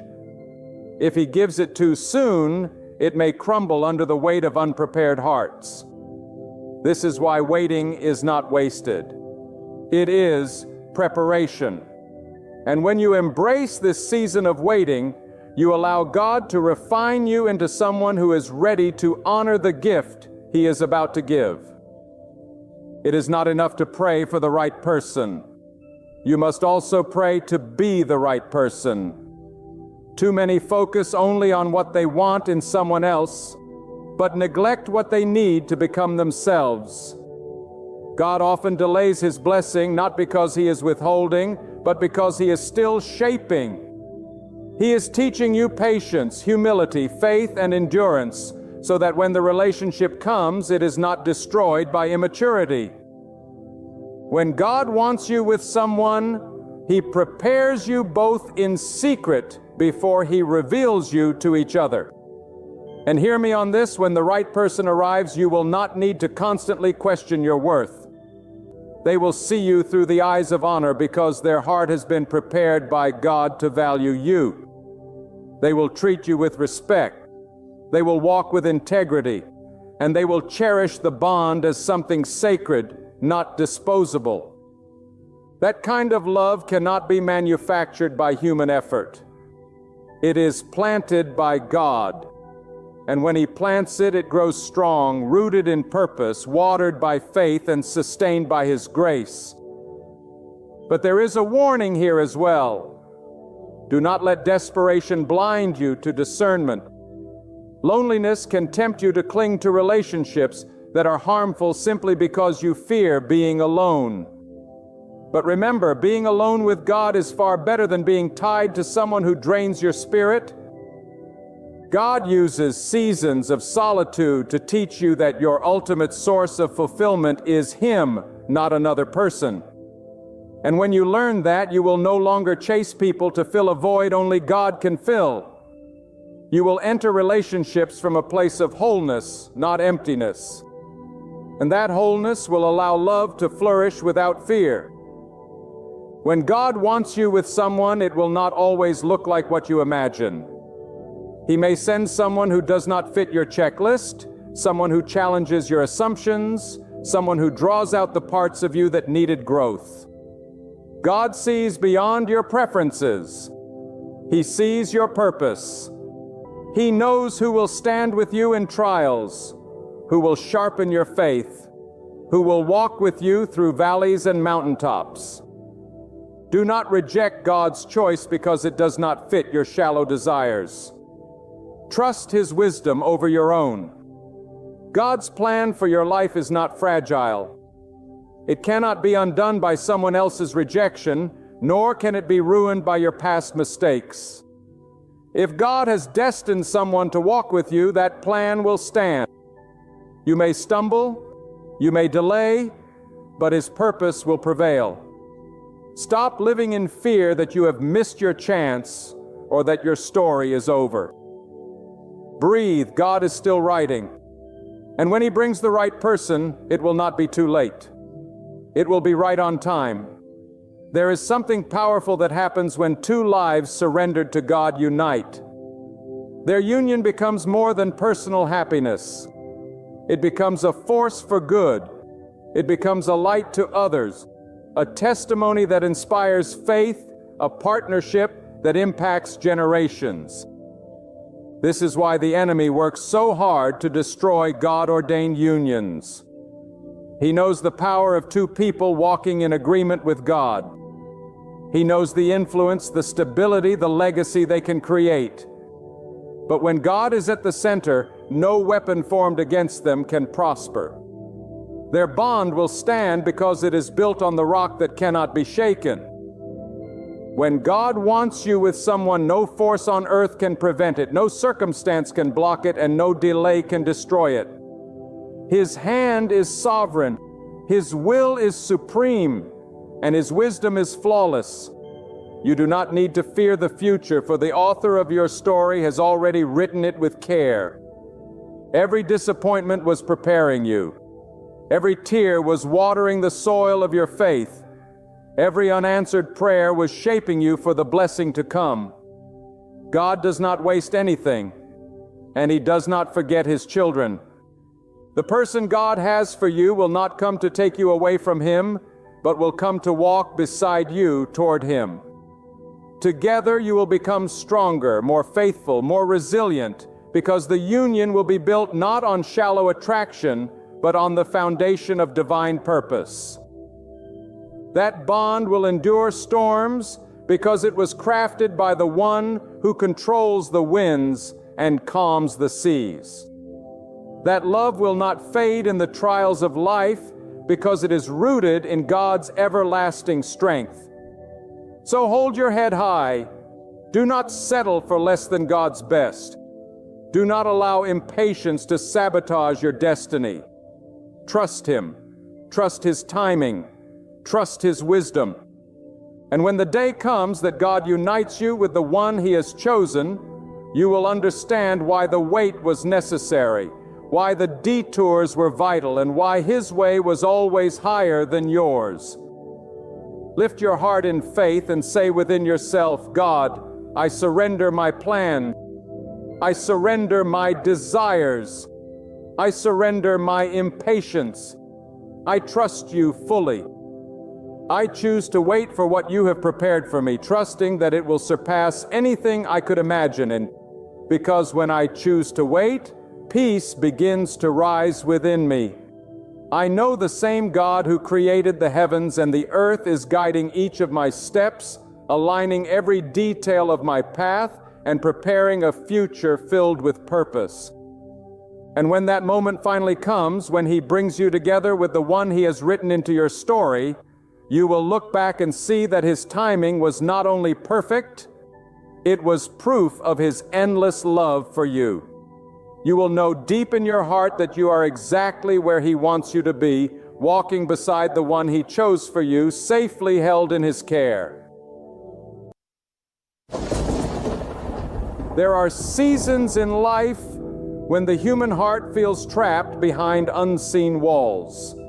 When no matter how hard you labor, every financial door seems sealed and every opportunity drifts just beyond your grasp. Many of you listening right now are carrying weights so heavy that you question whether the burden will ever lift. You've prayed. You've wrestled. You've endured sleepless nights. And you've whispered, "When will my breakthrough come?" Hear me today with every ounce of conviction in my soul. God is shattering every financial chain right now. Not tomorrow, not next year, not in some distant season. Now the power of God is not governed by time, not dependent on economies, not restricted by human opinion, and not confined by what others say you can or cannot achieve. When God flings open the windows of heaven, no power on earth can close them. You might be staring at your situation and thinking this promise couldn't possibly be for you. You may have grown up in a family where lack was all you knew. You may be staring at debts that look like mountains, bills that pile higher than your strength, responsibilities that outnumber your resources. But hear this truth, and hear it. Wealth, financial limitations are not permanent when the living God steps in. What seems immovable in the eyes of man is dust before the breath of God. He is not limited to your salary. He is not confined to your education, and He is not dependent upon your earthly connections. He owns all resources. He commands all provision, and He has power to place in your hand what you could never have imagined holding. I want you to realize this financial limitation is more than numbers on paper. It is a mindset. It is a spirit that seeks to keep you bound, to whisper that you will never rise, to convince you that you are destined to remain stuck where you are. But God never created you to live in chains of insufficiency. He never designed your life to be a cycle of just enough to survive. God is a God of abundance, a God who delights in lifting the humble, a God who has promised to make rivers flow in the desert and bread fall from heaven if necessary. If He could feed a multitude in a barren wilderness, do you think He is unable to provide for you today? No. He can break every limitation the world has placed upon your life, even the ones you have accepted as unchangeable. You see the danger of financial limitation. It is not only the lack of resources, it is the way it conditions your thinking. It tells you to expect little, to settle for less, to walk through life with your head down, never daring to believe that you could step into something greater. That is why when God begins to move, He does not only release provision into your life, He breaks the inner prison of small thinking. He teaches you to expect miracles, to anticipate breakthroughs, to walk as though abominance is not a dream, but a destiny. God does not call you to scrape by at the bottom of life's barrel. He calls you to walk in the confidence that He can lift you higher than your background, higher than your environment, higher than the walls others have built around you. And let me tell you, when God breaks a limitation, He does it in such a way that no one can deny it was Him. He lifts a person from obscurity into influence, from lack into provision, from struggle into stability, until the very people who once looked down on you are forced to admit that the hand of God is upon your life. That is the power of the one who rules heaven and earth. He is not intimidated by your credit report. He is not discouraged by the scarcity of your bank account. He is not shaken by recessions or downturns. He is the God who can turn famine into plenty, drought into harvest, captivity into freedom. Right now, I want you to picture the very limitations that have haunted your financial life. The debts, the lack, the cycles of insufficiency, the doors that always seem to close just when you thought you were making progress. Hold them in your mind for a moment. And now hear this declaration. God is shattering them. He is tearing them apart. He is removing the chains that have been wrapped around your resources. He is uprooting the weeds that have strangled your growth. He is silencing the voice that said you would never rise. The same God who parts seas and moves mountains is moving for you. The same God who raises nations and casts down empires is lifting you. The same God who holds the stars in His hands holds your future in His hands. And He is declaring that financial limitation will not be your portion. But you must believe it. You must rise within yourself and refuse to settle any longer for the crumbs when your Father has prepared a table. Limitation thrives in the soil of doubt, but it dies in the atmosphere of faith. The moment you begin to believe that God has more for you, the chains of poverty begin to snap. The moment you dare to expect His provision, doors begin to swing open. And the moment you align your words and your actions with the belief that He is your source, resources begin to flow in ways you never thought possible. Faith is the bridge between where you are and where God is taking you. And today that bridge is being built stronger than ever before. Some of you have been told that your worth is tied to what you earn. You've been made to feel that because you struggle financially, you are somehow less valuable, less capable, less significant. That is a lie straight from the pit of despair. Your worth does not come from your wallet, it comes from the one who created you. God has placed greatness inside of you, and no financial limitation can erase it. But what God is doing now is aligning your external resources with the internal treasure He already planted within you. He is bringing your outer life into agreement with the inner calling He has placed upon you. And when He does this, you will not only have enough for yourself, you will have more than enough to bless others. Because let me tell you, God never breaks limitations just so you can live comfortably. He breaks them so that you can become a channel, a vessel through which His abundance flows to others. He wants you to be the answer to someone else's prayer, the evidence of His goodness in someone else's struggle. He wants people to look at your life and say, only God could have done this. And when they do, His name will be glorified, His power will be acknowledged, and His kingdom will advance. Do not be deceived into thinking that God delights in your struggle. No, He delights in your faith. He delights in your growth. He delights in your ability to trust Him when the numbers don't add up.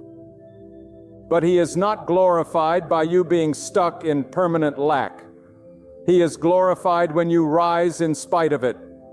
When you testify of how He provided against all odds, when you declare that He is your source, no matter what the world says. That is why today I say again, with boldness and assurance, God is breaking every financial limitation. Now, this is not just a possibility, it is a present reality. If you will open your heart to believe. When you look through the stories of old, you will find that whenever God moved to bless His people, He never left them trapped in insufficiency. When He spoke to those who were bound by slavery, He did not simply free them and leave them wandering empty-handed. He brought them out with provision, with resources, with more than enough to step into their new life. This is the nature of God. He is not a God of half deliverance. He does not remove you from the prison only to leave you standing outside with nothing in your hand. He equips you. He empowers you. He places something in your grasp so that you know it is He who has given you the power to rise. Financial limitation wants you to believe that your life will always be marked by not enough. But God is rewriting your story. He is declaring that where there has been lack, there shall be overflow. Where there has been scarcity, there shall be abundance. Where there have been closed doors, there shall be open gates. God is not bound by the records of your past. He is preparing you for a future that is beyond your imagination. The day you begin to walk in this truth is the day the chains of limitation lose their grip on you forever. Let me remind you of this powerful truth. God never measures His provision by what you deserve.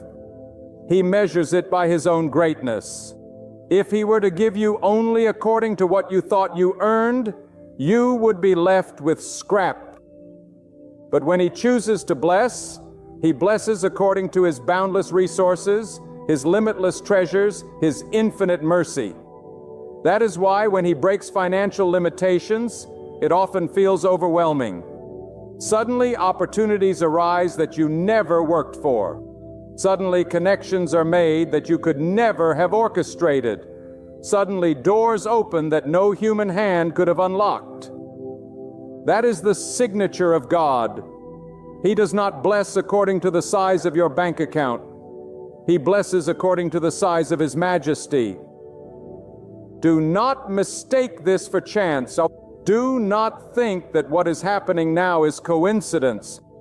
God is deliberate in how He moves.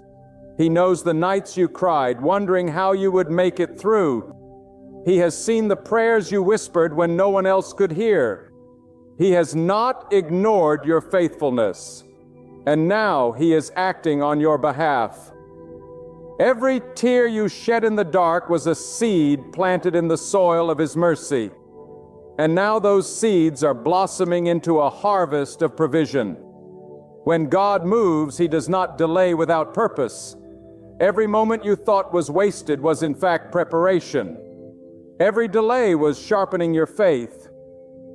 Every setback was positioning you for a breakthrough that would silence the doubts of every skeptic around you. Hear me well, you. Financial limitation is not only about money, it is about control. It is about silencing your voice, restricting your influence, keeping you too busy surviving to ever step into the fullness of your calling. That is why God is not only giving you provision, He is restoring your voice. He is granting you freedom to walk in purpose without the weight of constant worry about survival. He is lifting your eyes from the ground to the horizon because He does not want you to live in survival mode. He wants you to live in destiny mode. He is not only breaking the chains of lack, He is releasing the boldness within you to dream again, to believe again, to plan for more than just tomorrow.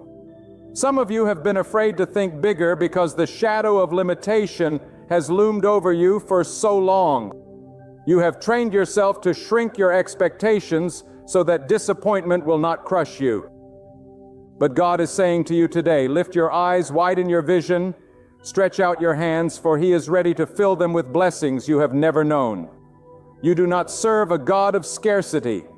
You serve a God who can multiply what is small into what is great, who can turn a single seed into a forest, who can transform the little you hold into more than enough. And let me tell you this, when financial limitations are broken, it is not only for your comfort, it is for the demonstration of God's power in the earth. When people see you rise, when they see how God has taken you from a place of not enough to more than enough, they will know that it was not luck. It was not coincidence. It was not human effort. It was the hand of God.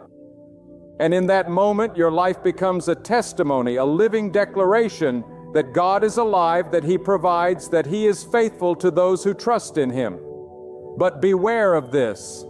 When God breaks your limitations, do not allow pride to take root. Do not forget the days of struggle and the nights of prayer. For the same God who lifts you is the same God who sustains you. And it is humility that keeps the flow of His blessing constant. Remember that your provision is not only for you, it is a tool, a weapon, a resource to impact others. The abundance God is releasing into your life is meant to extend beyond your household. It is meant to touch the widow, the orphan, the broken, the struggling, the ones who are where you once were. God blesses you so that you may become a vessel of His generosity, a carrier of His compassion, an answer to prayers you may never hear. Now hear me, because this is important. The limitations of your past cannot dictate the blessings of your future. Too many people chain themselves to their own history, replaying failures, rehearsing mistakes, reminding themselves of every time they came up short. But when God declares a new season, the weight of your past has no authority to hold you back. If He has chosen to release you, then you are released.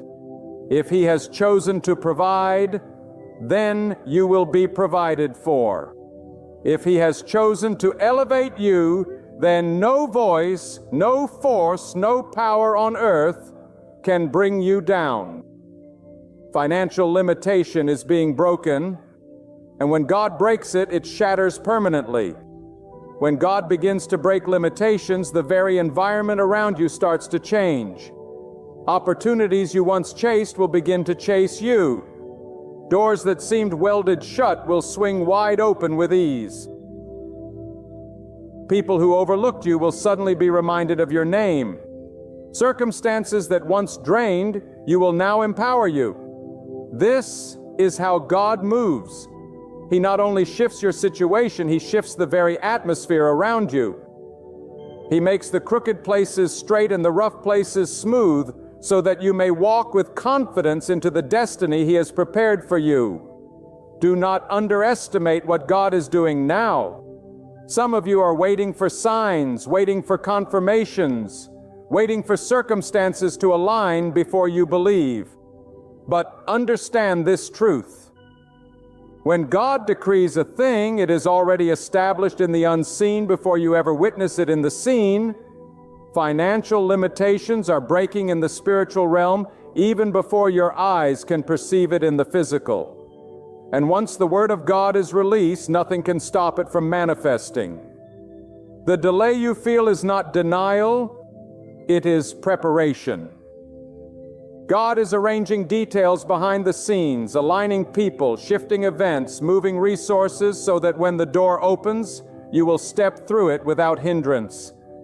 The tragedy of limitation is that it convinces you to live below your God-given potential. It whispers that you cannot build, you cannot expand, you cannot dream beyond survival. But God is silencing those lies. He is reminding you that you were created for more than scraping by. You were created to reflect His greatness, to manifest His provision, to be a living testimony of His generosity. Financial limitation does not define you. It is only a temporary shadow. And today, God is lifting that shadow and causing His light to shine on your path. Where there was darkness, there will be clarity. Where there was scarcity, there will be plenty. Where there was despair, there will be hope. I say to you, do not be afraid of the abundance that is coming. Some of you have become so accustomed to lack that when God begins to bless you, you would be tempted to shrink back, to question whether you deserve it, to doubt whether it will last.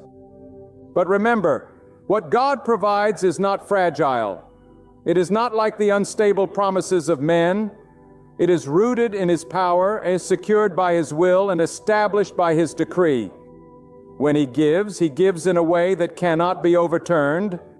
No man can revoke what God has appointed. No system can block what God has released. No adversary can cancel what God has ordained.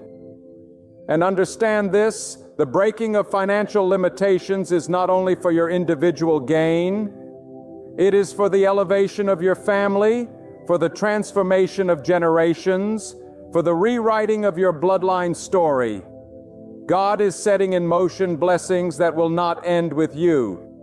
They will flow through you to your children and your children's children. He is breaking cycles that held your ancestors and ensuring they will not hold those who come after you. He is replacing generational scarcity with generational abundance. What you receive now will plant seeds of prosperity that others will reap long after you are gone. That is the greatness of God. He thinks not only of your present, but of your future legacy. But hear this warning. Limitation is not only broken by what God does externally, it is broken by what you allow Him to do internally. If your mind remains small, if your vision remains narrow, if your faith remains weak, then no amount of provision will sustain you. God is not only filling your hands, He is enlarging your heart. He is stretching your capacity to handle more, to believe for more, to steward more. He wants you to think differently, speak differently, act. For too long, financial limitation has trained your tongue to speak defeat, your mind to expect little, your heart to anticipate loss. Now God is renewing your mind, teaching you to think in abundance, to speak with assurance, to expect with fearless faith. Think about this. When a bird has lived too long behind bars, even if the cage door swings wide open, it trembles before it flies. The weight of captivity makes freedom feel foreign. In the same way, years of scarcity can make overflow seem almost uncomfortable. But God is calling you to stretch your wings. Don't linger in the cage when the gates of heaven stand wide open. Don't settle for crumbs when a banquet has been prepared in your name. Don't limit your vision when God Himself is expanding your borders. Soar into the freedom He has destined for you. Understand this: there will be resistance. Every time God breaks barriers, the shadows of fear and doubt rise to confront His work. You will hear whispers inside and around you saying, "This won't last. It's too good. You don't deserve this."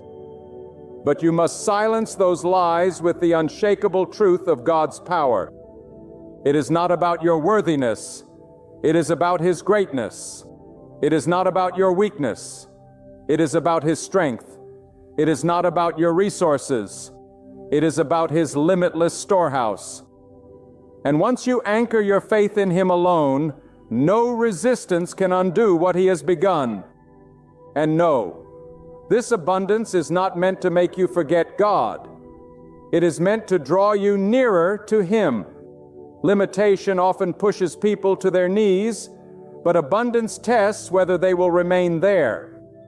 Do not let the blessings make you arrogant. Do not let the provision make you forget the provider. The same God who breaks your financial limitations is the same God who desires your heart, your gratitude, your obedience. Honor Him with what He gives you. Use what He places in your hand as a tool for good, as a blessing to others, as a testimony of His faithfulness. That is how the flow of provision continues. By keeping God at the center of it all, lift your head high and know this: the days of constant struggle are being replaced with days of provision. The seasons of dryness are giving way to seasons of fruitfulness. The valley of lack is leading you to a mountain of abundance. God has heard your cries, seen your struggles, and marked this as your moment of release. The same power that formed the heavens and the earth is now forming a new chapter in your life. And when God writes a new chapter, it cannot be erased. When God moves to break financial limitations, He is not merely changing your bank balance. He is transforming your position in life. He is repositioning you in places you never thought you would stand, bringing you into circles you never thought you would enter, giving you influence you never thought you could carry. For too long, financial limitation has tried to keep you hidden, small and silent. But when God lifts you, no force can keep you in the shadows. He elevates you not by the systems of men, but by the decree of His own will. You must understand this. Financial limitation is not just about numbers. It is about identity. It seeks to brand you as insignificant, to label you as one who cannot rise, to convince you that you are defined by what you lack. But God is stripping away those false labels. He is placing His own seal upon you, declaring that you are chosen, capable, destined for more than you have yet seen. When God declares a new name over you, the old one loses its power. You are not a victim of scarcity. You are a vessel of abundance. You are not marked by insufficiency. You are marked by the favor of God. And when this favor flows, it will do more than sustain you. It will overflow from you. God does not release provision in drops. He releases it in rivers. Rivers are not stagnant. They are moving. They are flowing. They are meant to spread. In the same way, what God is placing in your life is not meant to be hoarded. It is meant to move through you, to water dry ground, to lift those around you, to bring refreshment where there has been drought. You are not called to be a reservoir. You are called to be a channel. The more you release, the more God will pour in, for His supply does not run out. Let me tell you something powerful. Many people fear wealth because they think it will corrupt them. But it is not wealth that corrupts. It is forgetting the one who gives it. Wealth in the hands of the faithful is not dangerous. It is divine. It becomes a tool, a testimony, a weapon against the chains of poverty that bind so many. God is not afraid of you being blessed. He is afraid of you forgetting Him when you are. That is why He prepares your heart before He releases His provision. He is not only shaping your circumstances, He is shaping your character. He wants you to stand in abundance without losing humility, to hold resources without losing reverence, to prosper outwardly while remaining anchored inwardly in Him. This is why the breaking of financial limitation often comes after seasons of struggle. God allows you to feel the weight of lack so that when abundance arrives, you will never forget who carried you. He allows you to taste insufficiency so that gratitude will remain alive in your spirit when He brings plenty. He teaches you patience in the desert so that you will not take the rivers for granted when they flow. Every delay has purpose. Every setback has meaning. And when the appointed time comes, all of it will make sense. Look at how God works. He does not lift you only a little. He lifts you in such a way that the very limitations that once held you become testimonies of His greatness. The debts that once threatened to drown you will become stories of deliverance you will share with others. The nights you wondered how you would make it will become the evidence of God's sustaining hand. The very areas where you suffered lack will become the very areas where you shine in abundance. For when God restores, He does not restore halfway. He restores completely, and He restores abundantly. I want you to grasp this truth. Financial limitation is being broken not because of who you are, but because of who God is. He has chosen to reveal His greatness in your life. He has chosen to demonstrate that He alone is the source, the provider, the sustainer. If it were by your strength, the glory would belong to you. But because it is by His hand, the glory belongs to Him alone. This is why the abundance that is coming cannot be explained by logic. It cannot be traced back to human calculation. It cannot be dismissed as coincidence. It will be clear that it was God and only God who made the difference. Some of you listening right now are afraid to believe this. You have faced disappointment so often that hope feels dangerous. You have trained your heart to settle so that you will not feel crushed when expectations are unmet. But hear this, God is not like men. He does not promise what He cannot deliver.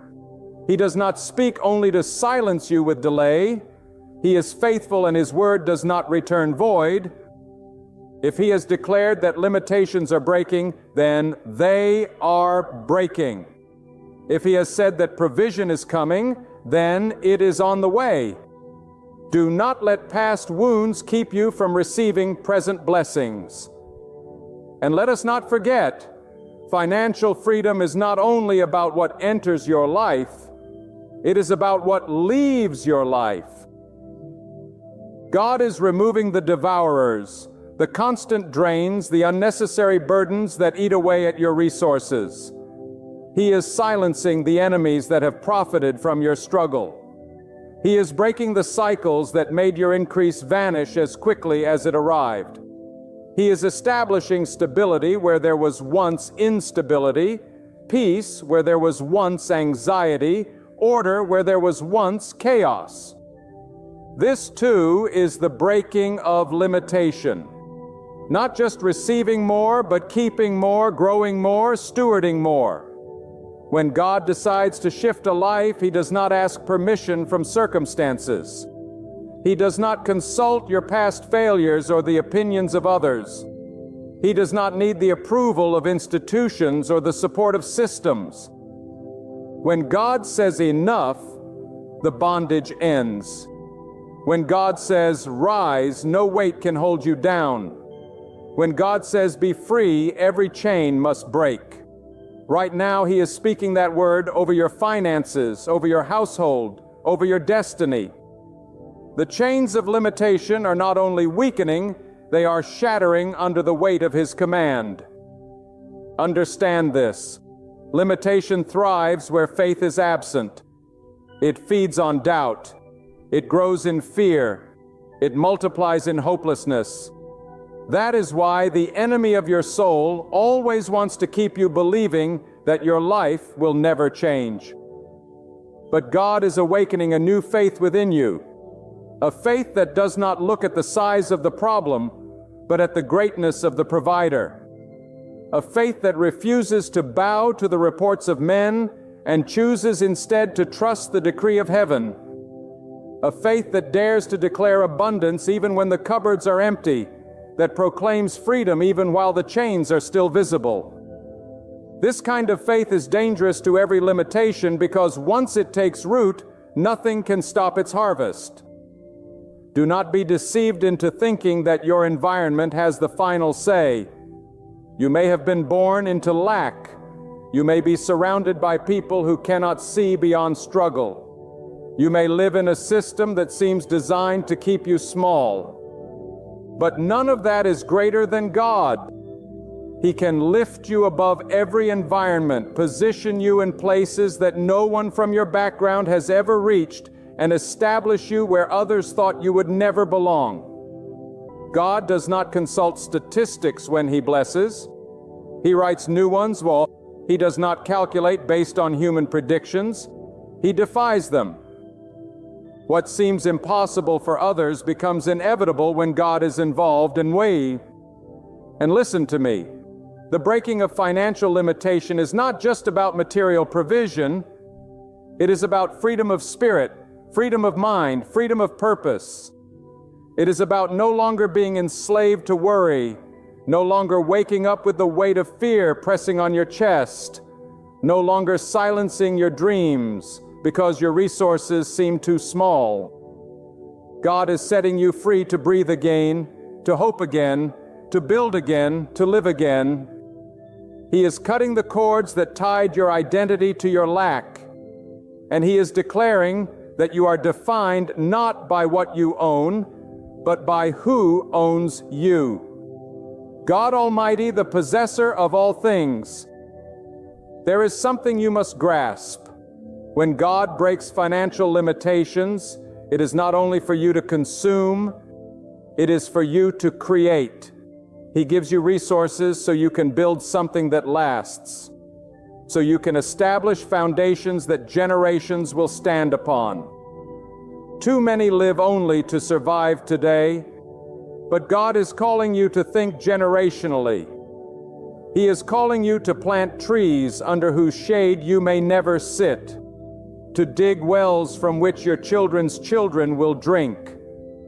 When you walk in His abundance, you become a builder, a planter, a multiplier. You are no longer a victim of cycles. You are the author of a new one. But remember, the breaking of limitation requires alignment. God is moving, but you must move with Him. Do not cling to the habits of lack when He is calling you into the discipline of abundance. Do not waste what He provides as if it has no purpose. Every coin, every opportunity, every connection He sends into your life is a seed. If you plant it in obedience, it will multiply. If you squander it in neglect, it will wither. God is faithful to give, but He is also watching how you handle what He places in your hands. And the more faithful you are, the more He entrusts to you. Look at the patterns of your life and see how God has carried you. Even in your lowest moments, you did not collapse completely. Even in the times when you thought you had nothing left, somehow you made it through. That was not by your own strength. That was God sustaining you, teaching you, preparing you for this very season. He has been training your spirit in the wilderness so you will know how to walk in the land of promise. He has been stretching your patience so you will know how to handle blessing without arrogance. He has been testing your endurance so that when the floodgates open, you will not drown in unpreparedness. And now He is opening those gates, not trickles, not drops, but floods. Provision is coming from unexpected directions. Ideas are being planted in your mind that will unlock doors of opportunity. People are being stirred to favor you without knowing why. Systems that once rejected you will now make room for you. This is not coincidence. It is God. He is orchestrating every detail, arranging every step, aligning every event so that the fullness of His promise manifests in your life. But I urge you, do not let fear steal what God is releasing. Fear will whisper, "This won't last." Fear will tell you you will fail again. Fear will insist you are not worthy of this. But fear is a liar. Faith must be louder. Declare boldly, "God has broken my limitations, and I will not return to bondage." Say it until it takes root in your spirit. Say it until it silences every doubt. Say it until your environment begins to shift to match your words. For your confession is a weapon, and in this season, it is pulling down the walls of lack. There comes a time when a person must decide whether they will keep living under the shadow of scarcity or step boldly into the light of God's abundance. That moment is now. God is not calling you to simply exist. He is calling you to thrive, to flourish, to become a living testimony of His power. Limitation has tried to convince you that survival is the best you can do. But God declares that you were not created to merely survive. You were created to overflow. You were not placed on this earth to crawl. You were called to soar. Do not underestimate what God can do with a willing heart. A small seed in His hand becomes a forest. A drop of oil becomes enough to fill vessels until they overflow. A barren desert becomes a river's pathway when God commands the waters to flow. If He can split seas, bring bread from the heavens, and raise gardens out of wastelands, then surely He can take the little you have and multiply it into more than enough. The limitation you see is not the end of the story. It is the stage for His power to be revealed. But hear me clearly, abundance is not measured by numbers alone. A person can have wealth yet still live in poverty of spirit.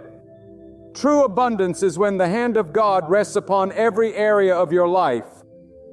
It is when you have peace that cannot be bought, courage that cannot be shaken, wisdom that cannot be manipulated, and provision that cannot be explained by logic.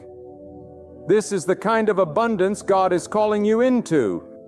An abundance that does not fade, an abundance that flows from His endless treasury. God does not want you trapped by comparison. Too many people sabotage their blessings by measuring themselves against others. But God is not interested in making you a copy of someone else. He is shaping you into the unique masterpiece He designed from the beginning. Your path may not look like theirs. Your breakthrough may not come the way theirs did. Your resources may not flow through the same channels. But God is not limited to one method, one system, or one door. If He chooses, He can open 100 doors at once, or He can create a door where there was only a wall. Do not limit God by expecting Him to move in the same way He moved for another. Trust Him to write your story differently, for His wisdom is infinite. There are those who will doubt, who will mock, who will scoff when they see you rising. They will question, how could someone like you succeed?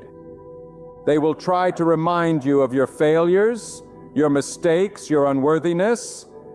But let them talk. Their words cannot cancel what God has decreed. Their disbelief cannot block what heaven has already released. If God decides to lift you, no voice on earth can drag you back down. The same God who made the stars shine in the darkness will cause your light to shine in the midst of their doubt. And let me tell you something deeper. Limitation is not only about money. It can take the form of fear that chains your mind, guilt that suffocates your soul, or bitterness that poisons your relationships. But the same God who breaks financial barriers can also break these hidden prisons. He does not want you wealthy yet empty, outwardly successful yet inwardly tormented. He desires wholeness for you, freedom in thought, purity in heart, strength in spirit, and provision in body. That is true deliverance. That is true freedom. That is the fullness of His blessing. You may feel unqualified, but remember this: God does not choose based on human credentials. He does not search resumes before deciding who to bless. He lifts the humble. He exalts the overlooked. He raises the forgotten. And when He places His hand upon you, it does not matter who doubts you. What matters is that the Almighty has chosen you. You may not have the education others boast about, the networks others rely on, or the experience others trust in, but if you have God, you have what no man can compete with: divine backing. Then hear this final word with all the weight of heaven behind it. The chains of financial limitation are breaking. Not tomorrow, not someday in the far future. God has already spoken abundance over your life. What looked like drought will become rivers. What seemed like emptiness will overflow. What appeared shut will swing wide open under the power of His hand. Do not walk out of here with the same mindset you came in with. Walk out with faith that God has already shifted the atmosphere around you. Lift your gaze higher, for your help is not drawn from wealth, people, or the fragile systems built by human hands. Your strength and provision flow from God, the Creator of heaven and earth. When He chooses to bless, no opposition can stand. When He chooses to raise you up, no one has the power to hold you down. And when He opens the heavens to pour out His goodness, no hand can shut it. This is your hour to believe, your hour to speak faith, your hour to step fearlessly into divine overflow. Rise with boldness and let your life shine as proof that no boundary can outmatch the might of God. Move forward with confidence, for the chains are broken, the gates are wide open, and heaven's favor is already upon you. The same God who spoke creation into being has declared liberty over your life. And nothing, absolutely nothing, can stand in its way. Have you ever noticed how restless people have become? Always chasing, always searching, always comparing, always questioning. What is my purpose? Why am I here? What am I supposed to be doing with my life? In this constant struggle, in this endless search for answers, their souls can never find rest. My friend, I want to tell you something that might surprise you, but it will also bring you peace. Breathe. Stop exhausting yourself trying to uncover your purpose and start trusting the one who gave you life. Your purpose isn't a hidden treasure buried deep in the ground waiting to be discovered. It isn't something you have to manufacture through pressure or performance. It is something God has already placed within you. And until you surrender that frantic pursuit and learn to rest in Him, you will never experience the peace you are longing for. The world has convinced us that our worth depends on discovering some grand assignment, some visible calling that makes everyone stand in awe. We are told that unless we are doing something dramatic, unless we can label ourselves with a title, unless we can impress the crowd with a clear purpose statement, then somehow our lives are empty. But God does not measure your worth the way people do. God is not waiting for you to prove yourself with business. He is not demanding you climb a mountain to earn His approval. He is not sitting on a throne with arms folded, waiting for you to discover some hidden code. God created you with intention, with love, and with design. And He did not make a mistake. Your very breath is purpose. Your very existence is purpose. You do not have to spend your whole life restlessly running in circles when the one who made you has already defined your value. So many live under the heavy burden of anxiety because they feel lost. They wake up every morning with questions that weigh them down. Am I doing enough? Am I missing my calling? Am I wasting my years? And those questions become chains binding them with guilt and pressure. But when you turn your heart to God, you realize something powerful. Your calling is not in a job title. It is not in a career. It is not in a platform. It is not in applause. Your calling is in obedience, in trust, in faith, and in living with love for God and others. The greatest tragedy is not failing to discover some self-made purpose. The greatest tragedy is living your entire life chasing answers outside of God while ignoring His presence within your soul. Relax, friend. God does not need you to figure everything out before you can live in peace. He is not demanding that you build a monument to prove your purpose. He is asking you to trust Him daily, to walk humbly, to love sincerely, to be faithful in the little things, and to let Him unfold the rest. Your purpose is not lost. It is living inside you, and it will be revealed as you walk with God step by step. We often think purpose is about the future, something waiting in the distance like a destination we must reach. But listen carefully. Purpose is not just about where you are going. It is about who you are becoming right now. Every season, every struggle, every joy, every tear, it all shapes you into the person God intends you to be. And the enemy wants to distract you with endless searching so that you miss the beauty of today. You are not behind schedule. You are not off track. You are not forgotten.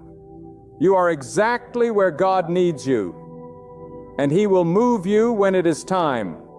That restless heart inside you, that endless need to prove yourself, that constant comparison with others, lay it down. Because God does not compare you with anyone else. He does not ask you to be louder than your neighbor or more talented than your colleague. He asks you to be faithful with what He has placed in your hands. Stop obsessing over what you cannot see and start honoring what is right in front of you. Purpose is found in faithfulness, and faithfulness is found in resting in God.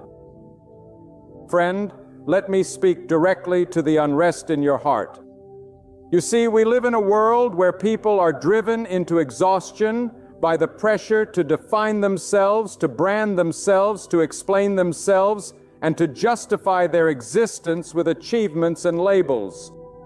But God never asked you to be your own architect. He already drew the blueprint of your soul. The weight you carry, the sleepless nights you endure, the restless questions that haunt your mind, they come not from God, but from a world that thrives on comparison and competition. And as long as you measure yourself by the world's expectations, you will always feel behind, always feel unworthy, always feel like you are missing something. But the truth is, nothing is missing. You are whole because God made you whole. You are enough because God declared you enough when He breathed life into your lungs. Think about this. A flower does not wake up every morning worrying about whether it has discovered its purpose. It does not spend its days comparing its petals with the one next to it. It simply exists as God designed it. And in its existence, it fulfills its role in creation. The sun does not question why it rises. It simply shines as God commanded. The rivers do not struggle with identity. They simply flow as God has ordained.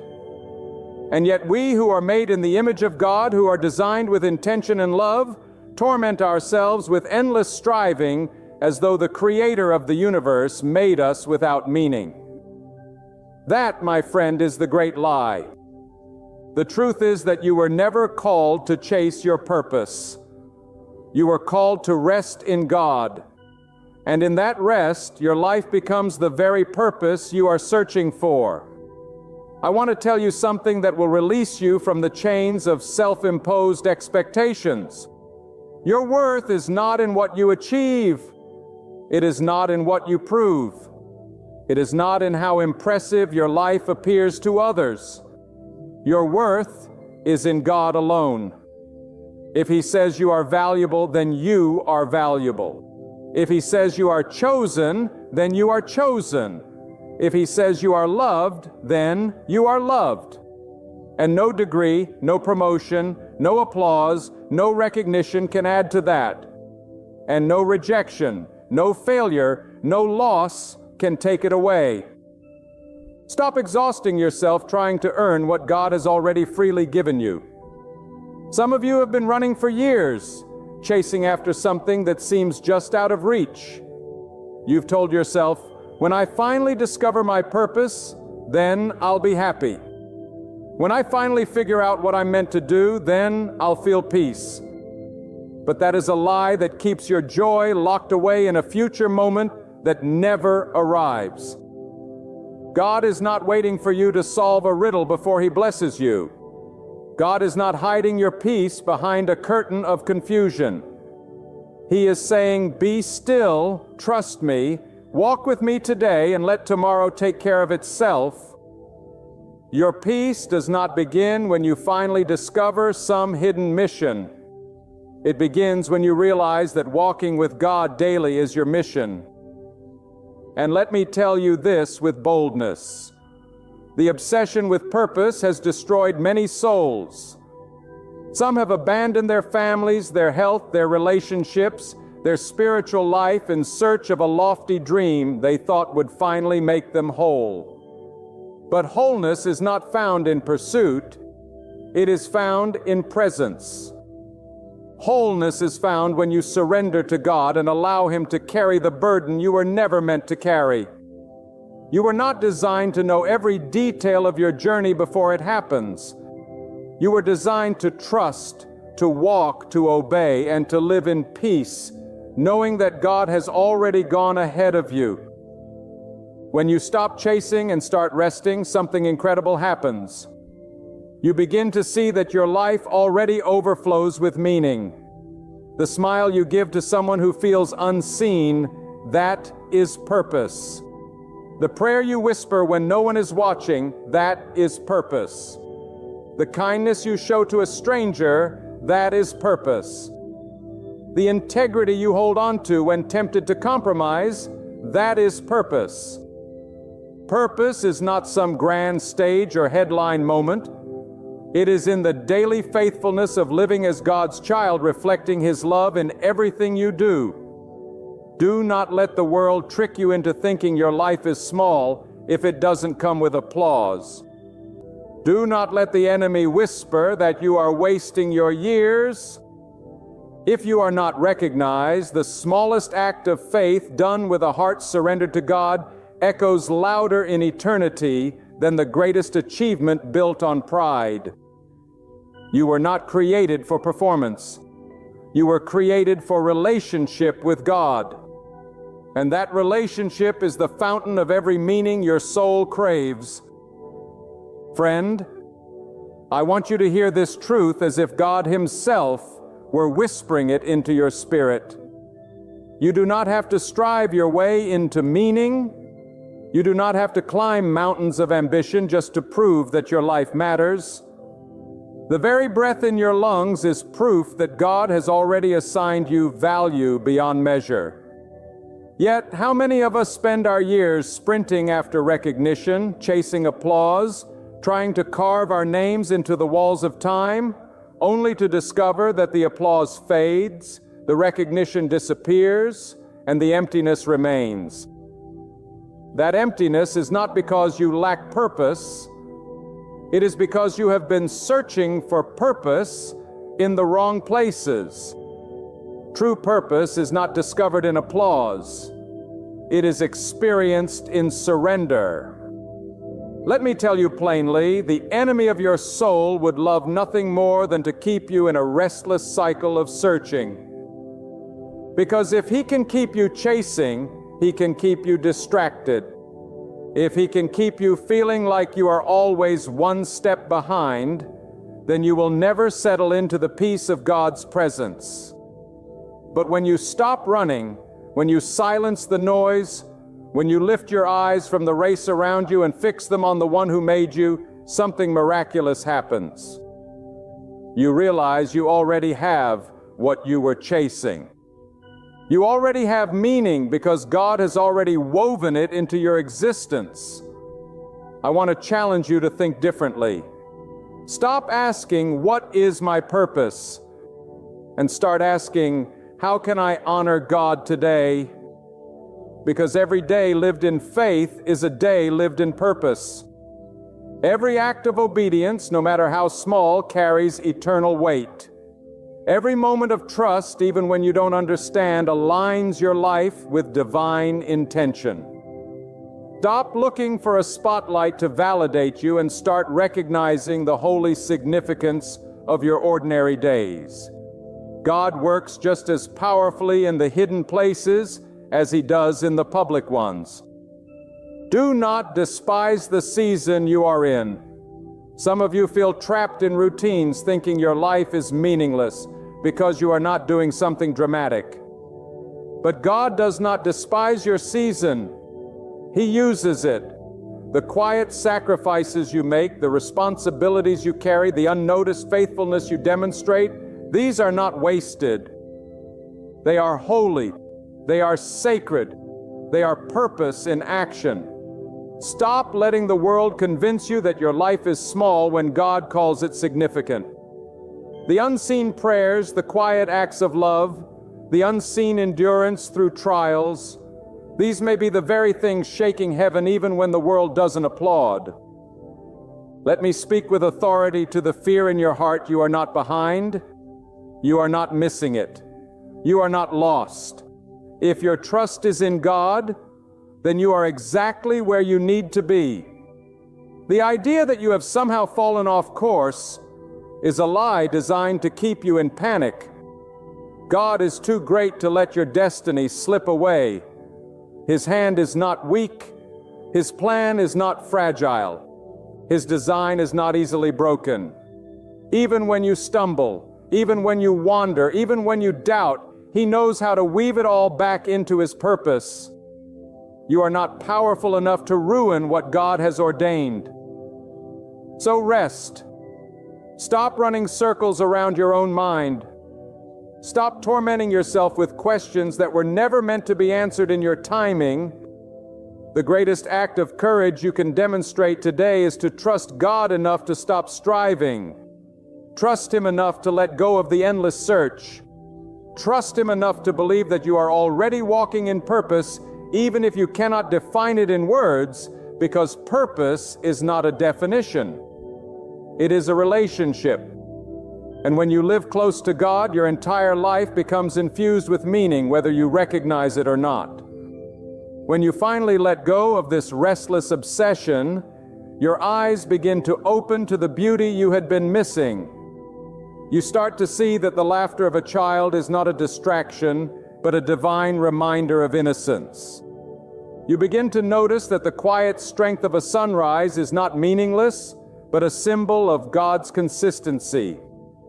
You realize that sitting with a friend, comforting a heart, speaking encouragement into someone's darkness, these are not random acts. They are holy assignments. Life stops feeling like an endless search for what's next and starts becoming a sacred appreciation of what is now.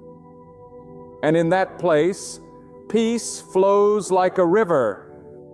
Some of you have been praying, God, show me my purpose, when what you really need to pray is, God, help me trust you right now.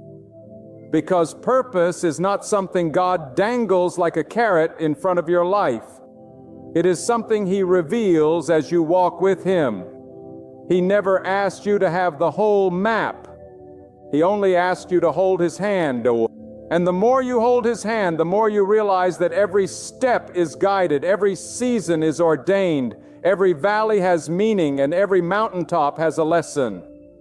Listen to me closely, because what I am about to tell you carries eternal weight. The greatest peace you will ever know is not found in finally solving the puzzle of your life. It is found in surrendering the puzzle to God. The constant restlessness that gnaws at your heart, the endless pursuit of answers that leaves you more tired than fulfilled, is a symptom of forgetting the one truth that brings freedom. God Himself is your purpose. You do not have to manufacture meaning. You already carry divine meaning because you belong to Him. Think of how many people live trapped in the illusion that their life must be extraordinary in order to matter. They run from one dream to the next, one plan to another, chasing a moving target.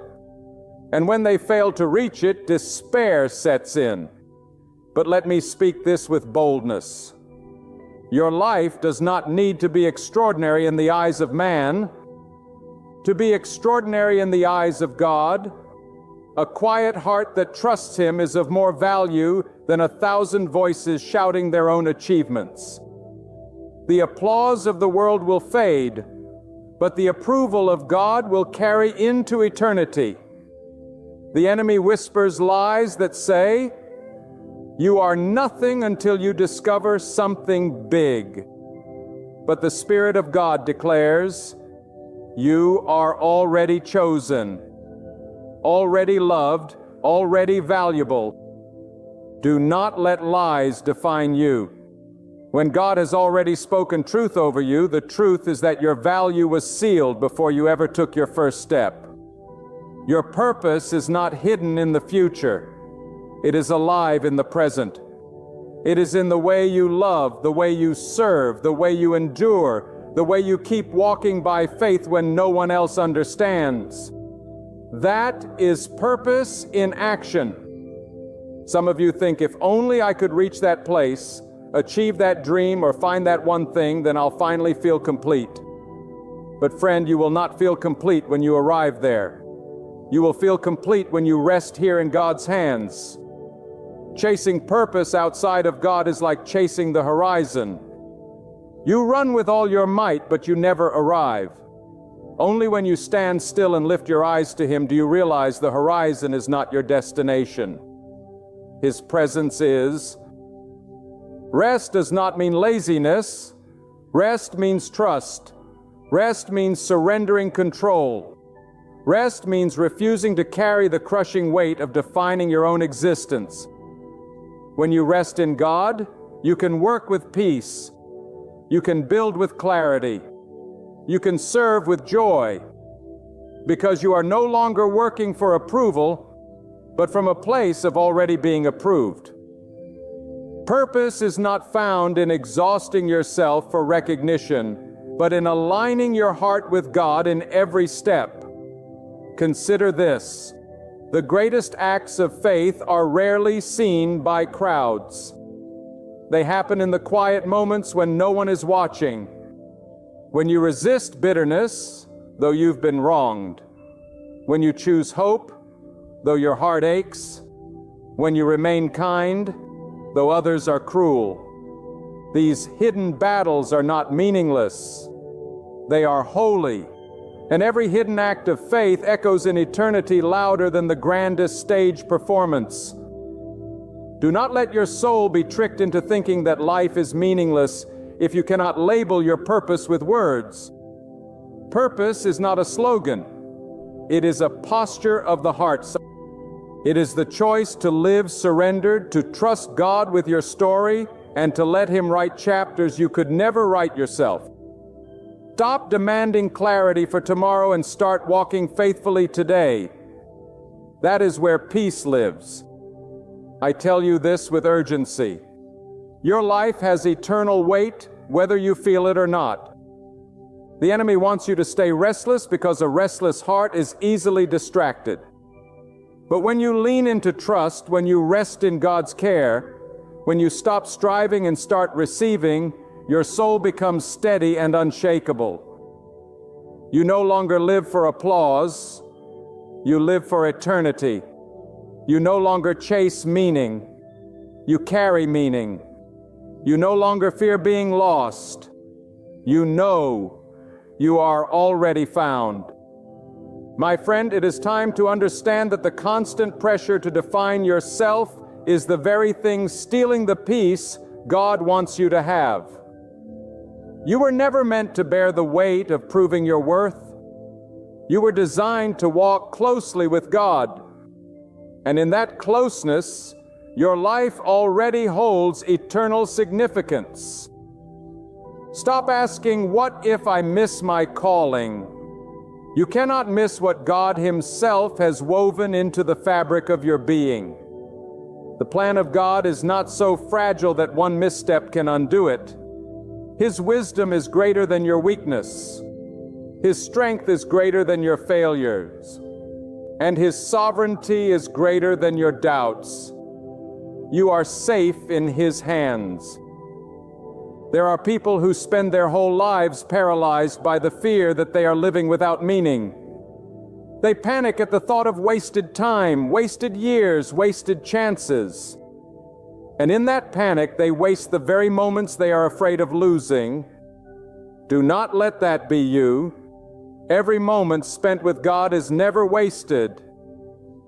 Every prayer you whisper in faith, every tear you shed in surrender, every step you take in trust is recorded in heaven. Stop tormenting yourself with the illusion of lost years. God is a restorer. What you think was wasted, He can transform. What you think is gone, He can redeem. What you think is broken beyond repair, He can make whole again. You are not living outside of His purpose. You are living within His grace. Let me declare this truth so loudly into your spirit that it silences every lie. Your purpose is not hidden from you. It is hidden in God. And because you belong to Him, you are never separated from it. Your purpose is not waiting to be discovered through ambition, but to be lived through trust. Every day you walk in faith. Every day you live in obedience. Every day you choose to honor God over fear. You are fulfilling purpose. You may not see the ripple effect now, but heaven does. Eternity does. There is a rest that comes when you finally stop striving. A deep, unshakable rest that settles into your heart. When you release the obsession of finding yourself and embrace the truth that you are already found in God, that rest will carry you through storms that would have destroyed you if you were leaning on your own strength. That rest will guard your mind when the world screams that you are behind. That rest will anchor you when the enemy tempts you to compare your journey with others. The peace of God is not fragile, it is unshakable. It cannot be stolen by disappointment. It cannot be shattered by delay. It cannot be diminished by rejection. It is a peace that flows like a river when you trust the one who holds your life. So relax. Stop letting the questions suffocate your joy. Stop allowing the unknown to poison your present. You do not need to know the whole path to walk the step in front of you. You do not need to hold the whole plan to live with peace today. Your purpose is not out there waiting for you to catch it. It is already within you because God is within you. And the more you lean into Him, the more you will see that everything you've been striving for was never out of reach. It was always with you. Do not despise small beginnings. Do not look down on ordinary days. Do not underestimate the quiet power of faithfulness. The world may tell you that success is measured in noise, in crowds, in recognition. But God measures success in surrender. He measures greatness in humility. He measures purpose in faith.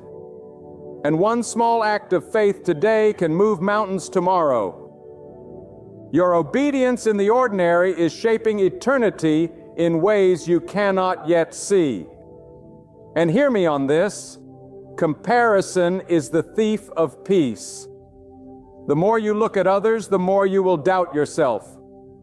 But you were never meant to run their race. You were meant to walk your path, the one God designed for you. Their story is not your story.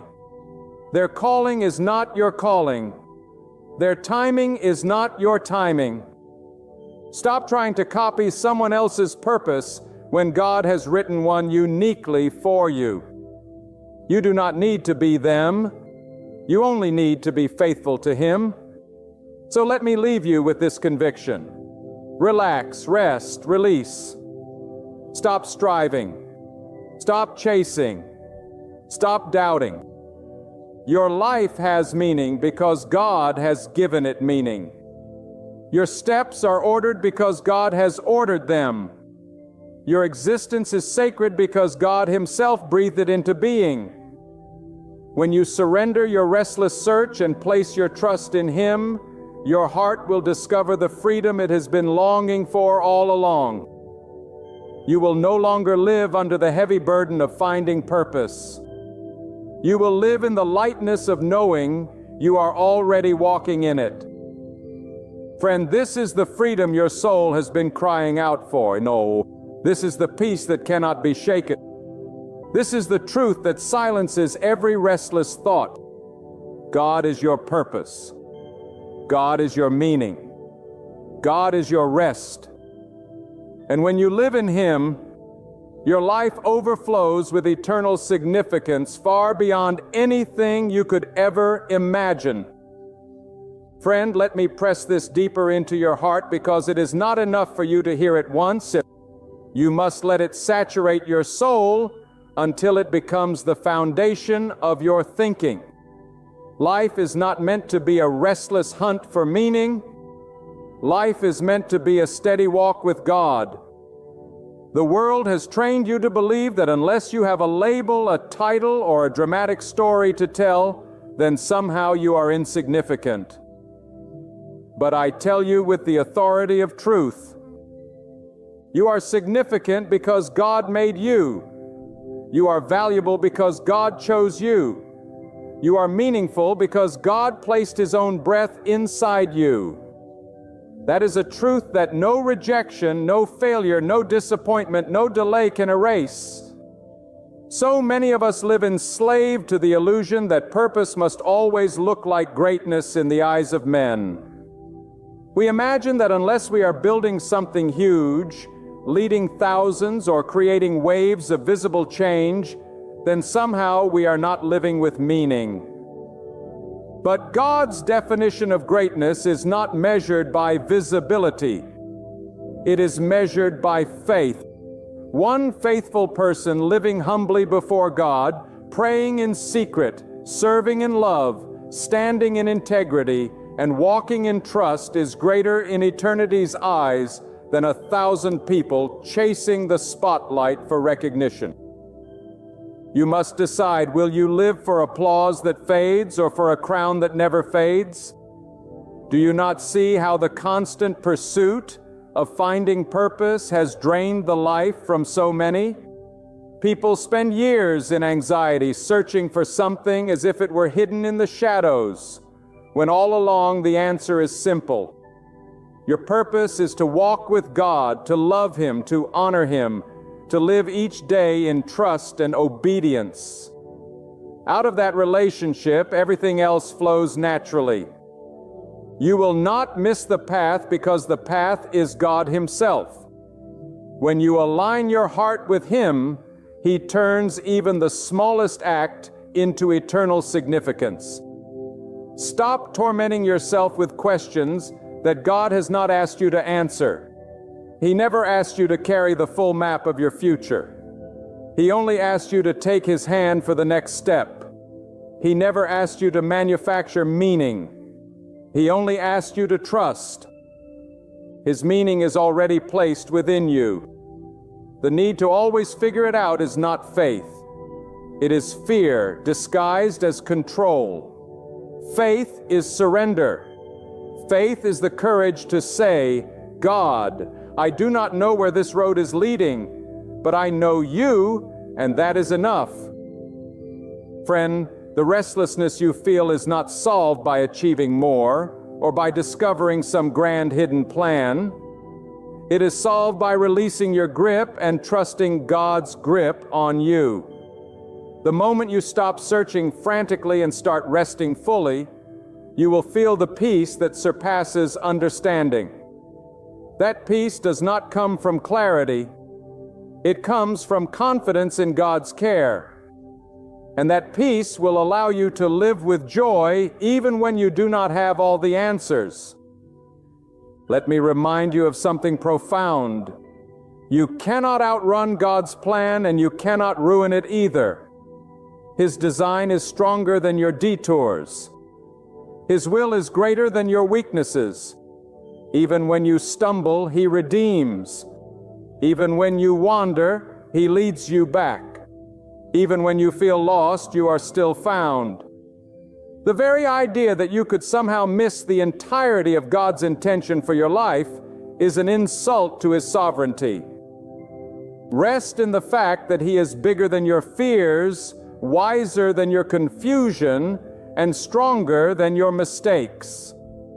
The beauty of surrender is this: you no longer need to compete, you no longer need to compare, you no longer need to panic about being behind. The world may measure life like a race, but in God's kingdom, you are not running against anyone. You are walking with Him. And when you walk with Him, every step, whether fast or slow, is holy. Every breath is meaningful. Every season has a purpose. So release the striving. Lay down the burden. Let go of the endless questions. Stop searching for your worth in the future and begin living it in the present. God has already given you purpose because He has already given you Himself. And when you rest in that truth, your life ceases to be a frantic search and becomes a sacred journey. You will no longer wake up each day with pressure in your chest. You will wake up with peace in your soul. You will no longer wonder if you are enough. You will know that God has already called you enough. Friend, hear this with the weight it deserves. Life is not about discovering a hidden secret. It is about living each day in the presence of the One who holds all secrets. And when you do, you will find that purpose is not something you chase. It is something you carry, or it is not something you achieve. It is something you receive. It is not something far away. It is right here, right now in the hands of God. Friend, there comes a moment when the soul must be spoken to with such clarity, such power, and such conviction that it has no choice but to awaken. That moment is now. You have spent too long questioning your worth, doubting your direction, and exhausting yourself with endless what-ifs and what-nexts. You have lived under the heavy shadow of fear that you are missing something, that you are falling behind, that you are somehow failing at life because you have not defined your purpose in a way that impresses others. But hear me with the fire of truth. God never asked you to impress the world. God asked you to trust Him. God asked you to rest in Him. God asked you to walk with Him. That is purpose enough. That is meaning enough. That is life in its fullest form. The restless search for purpose is often nothing more than a mask for unbelief. We feel we must control, we must define, we must plan, because deep down we fear that if we don't, God won't. But that fear is a lie. The God who hung the stars in the sky does not need your frantic searching to complete His plan. The one who created galaxies does not need you to solve a puzzle to prove your existence matters. Your life already matters because He willed it into being. Your days already hold value because His hand wrote them before you lived a single one. And when you rest in that truth, you no longer need to panic because the author of your story is still writing and his pen has not slipped. I must tell you this plainly. You cannot think your way into peace. You cannot search your way into fulfillment. You cannot strive your way into security. Peace comes only when you release the questions and trust the one who holds the answers. Fulfillment comes only when you stop demanding clarity and start embracing surrender. Security comes only when you lay down the idol of control and place your life in God's hands. Stop looking for something far away to complete you and start recognizing that God is already here, already present, already enough. Do not be deceived by the illusion that your life is insignificant if it is not glamorous. The greatest works of God are often hidden. The strongest foundations are buried beneath the ground. The tallest trees grow their roots in silence before they ever touch the sky. So it is with you. What feels like quiet, hidden, unseen days are in fact holy preparation. God is doing a work in you even when you cannot see it. Every moment is shaping you. Every trial is refining you. Every day of faithfulness is building eternal weight. You are not wasting time. You are being prepared. You are not overlooked. You are being strengthened. You are not purposeless. You are being aligned. Think about this. Even the smallest seed has purpose. Buried deep, unseen, often forgotten in the dirt. It is not purposeless. It is alive. And in time, with water, with light, with care, it becomes something far greater than its present form. That is you. You may feel small. You may feel buried. You may feel unseen, but God sees you. God knows you. God has planted within you the seeds of greatness. Not greatness defined by man, but greatness defined by Him. And in His timing, those seeds will grow. Not because you forced them, not because you searched frantically, but because you trusted Him. Stop fearing that you are late. God does not operate on your clock. He is not bound by deadlines. He is not pressed by pressure. He is eternal, and His timing is always perfect. When you place your trust in Him, you begin to see that you're not falling behind. You are standing right where you're meant to be. What feels like delay is not denial. What seems like waiting is not a waste. What sounds like silence is not absence. Even in the quiet moments, God is at work. And your part is not to worry. It is simply to rest. Do not overlook this truth. The very thing you are afraid you will never discover, your purpose, has already been set in place. You do not need to search for it because it was never lost. Purpose is not a finish line to reach. It is a posture of the heart. It is the daily choice to walk beside God, to honor Him, and to live surrendered. And when you live that way, every step you take carries divine meaning. You are not chasing purpose. You are living it. You are not trying to hold on to it. It is already flowing through you. Have you ever cried out to God and felt the silence wrap around you? Have you ever prayed with every drop of strength inside you, pleading for a sign, a glimpse, a whisper from heaven, yet all you heard was the echo of your own breath? My friend, hear me now, for what I'm about to tell you will stir your soul and awaken your faith. Sometimes the silence of God is not His absence. Sometimes the silence of God is His deepest lesson. Sometimes silence is His gentle question, will you still trust me, even without the sign you're longing for? We live in a world obsessed with proof. We crave evidence before we dare to believe. We want the light to blaze before we take a single step. We want every door to open before we dare to move. But God does not raise His people to walk by sight. He raises them to walk by faith. And faith is not born in moments of miracles and signs. It is born in the moments when there are no signs at all. When there is nothing to hold on to but the unshakable truth that God is still in control. Do you realize that some of the most powerful moments in your life will come not when God shows you everything, but when He shows you nothing, because that is where trust is forged.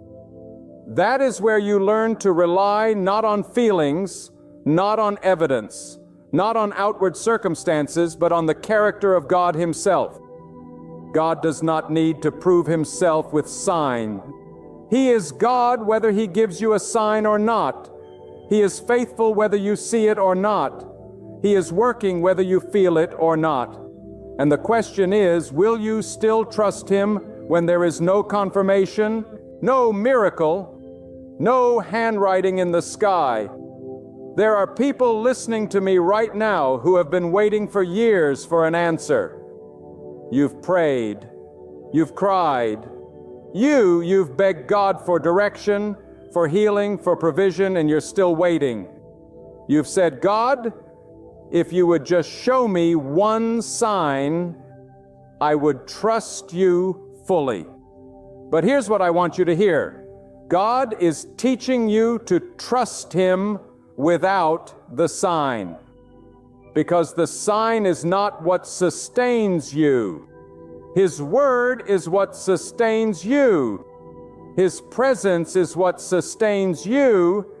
His promise is what sustains you. Signs can fade. Feelings can change. Circumstances can shift in a moment. But when your trust is anchored in God alone, you are unshakable. God is calling you into a faith that is not fragile. A faith that does not depend on constant reassurance. A faith that is strong enough to stand even in the silence. That is the kind of trust that moves mountains. That is the kind of trust that carries you through the storm. Do not mistake God's silence for abandonment.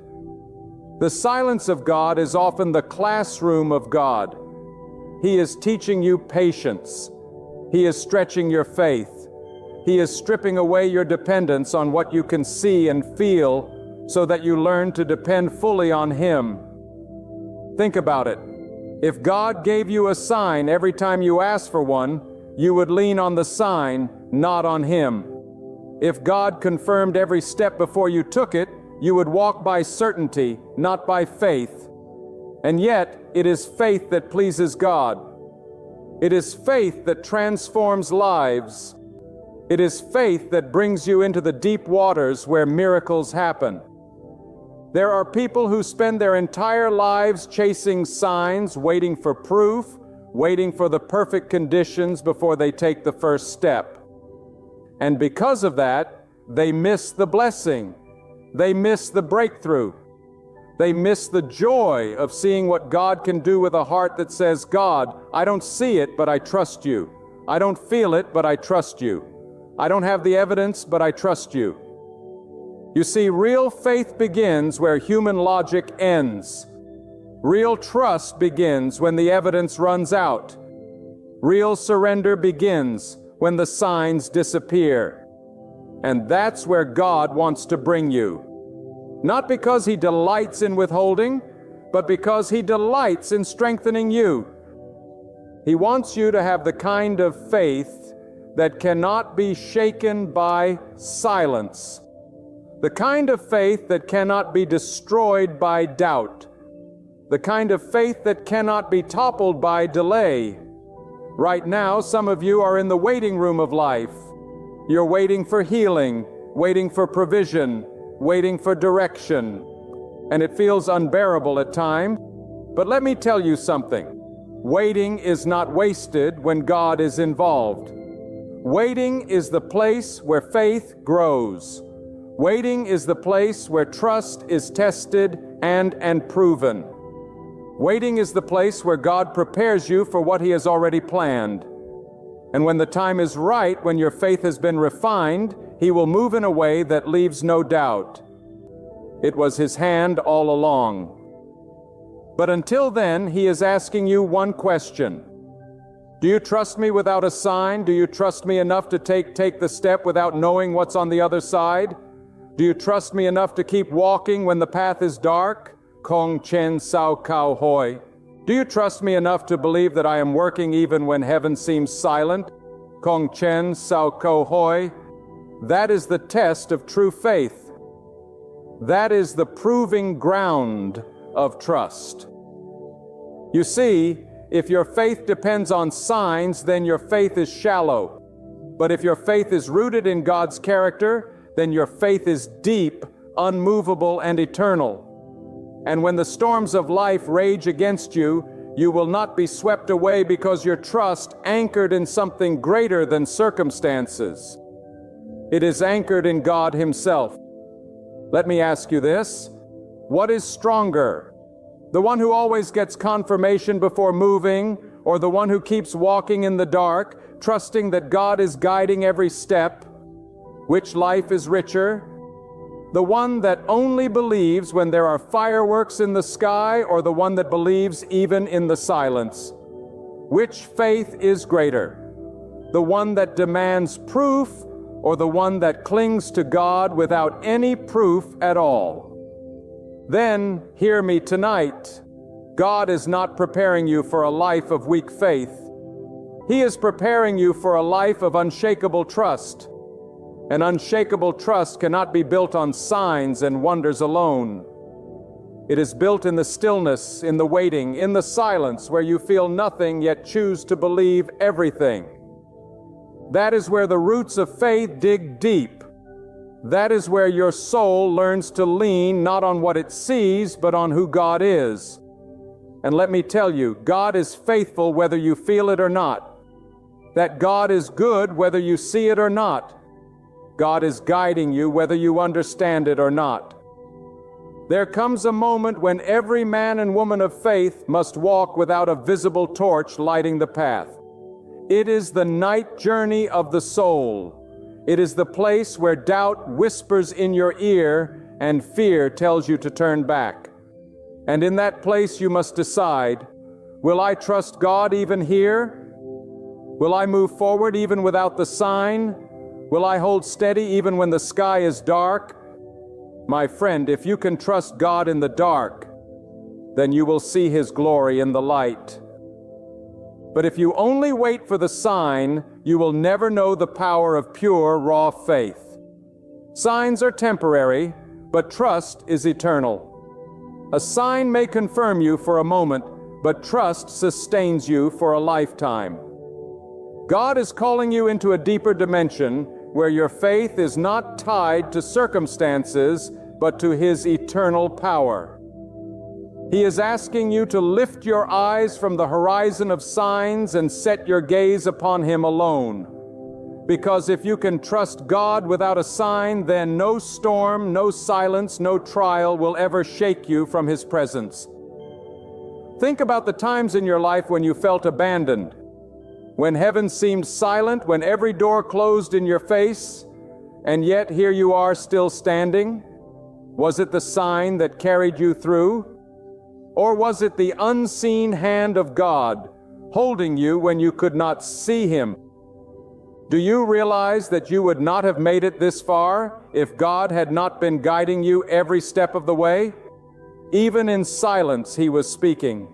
Even in stillness He was moving. Even in delay He was working for your good.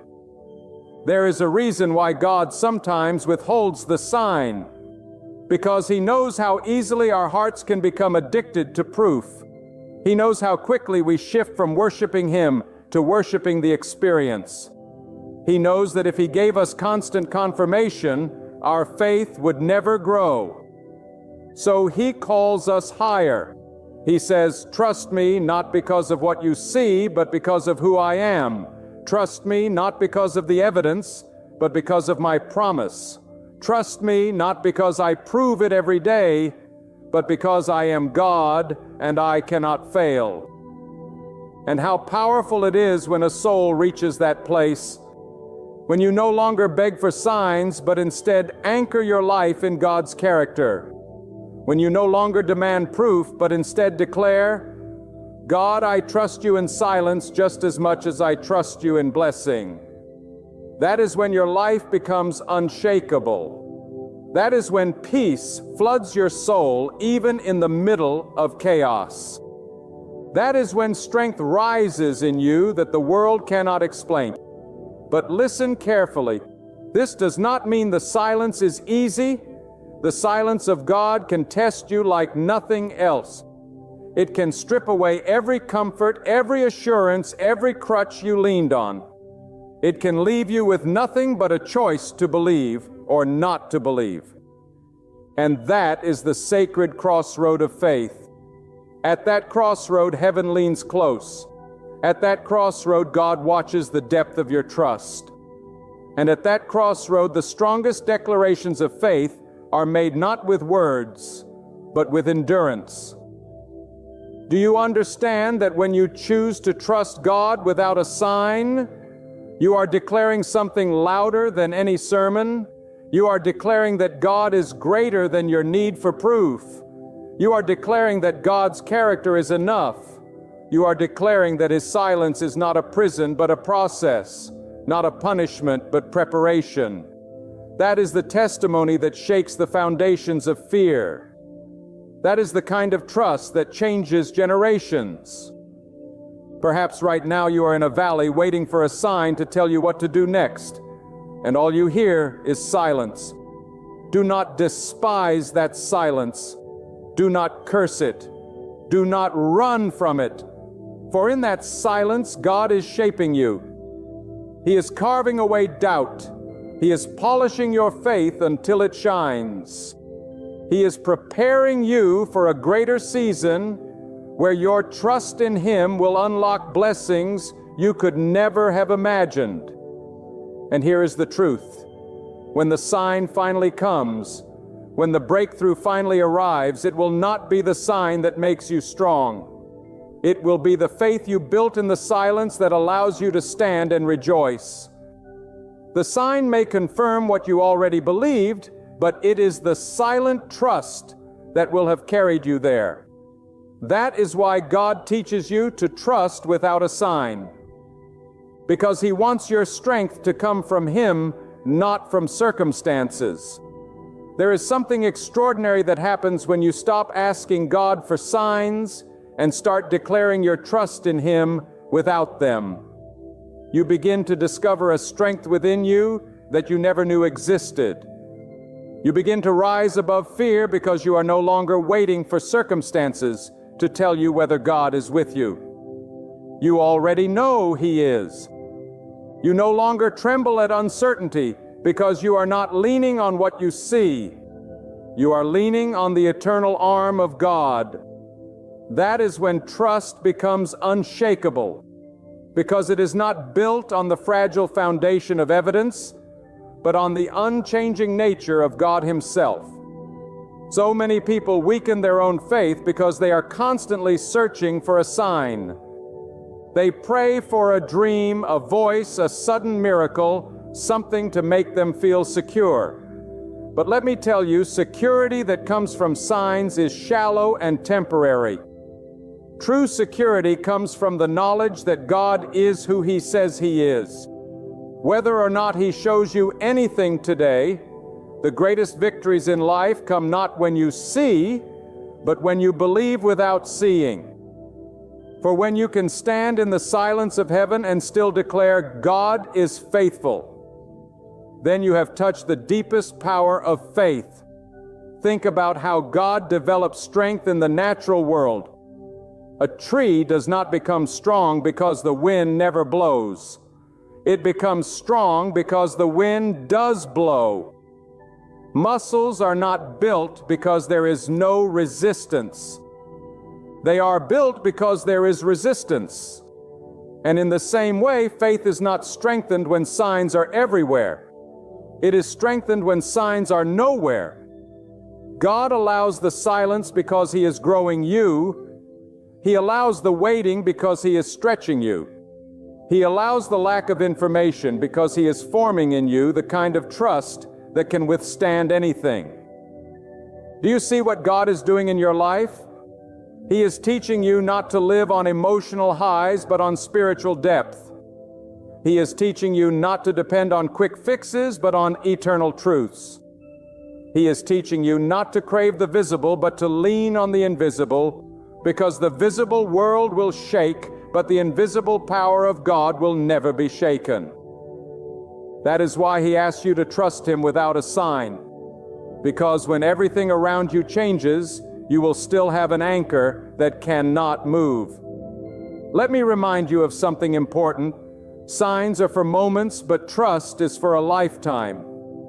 Signs may get your attention for a season, but trust will carry you through every season. Signs may stir your emotions for a day, but trust will give you peace in the middle of the storm. Signs may encourage you for a moment, but trust will hold you steady until your last breath. Do not live your life chasing signs. Live your life anchored in trust, because signs can vanish, but God never does. And here is something you must understand, and trust without a sign is the purest form of worship.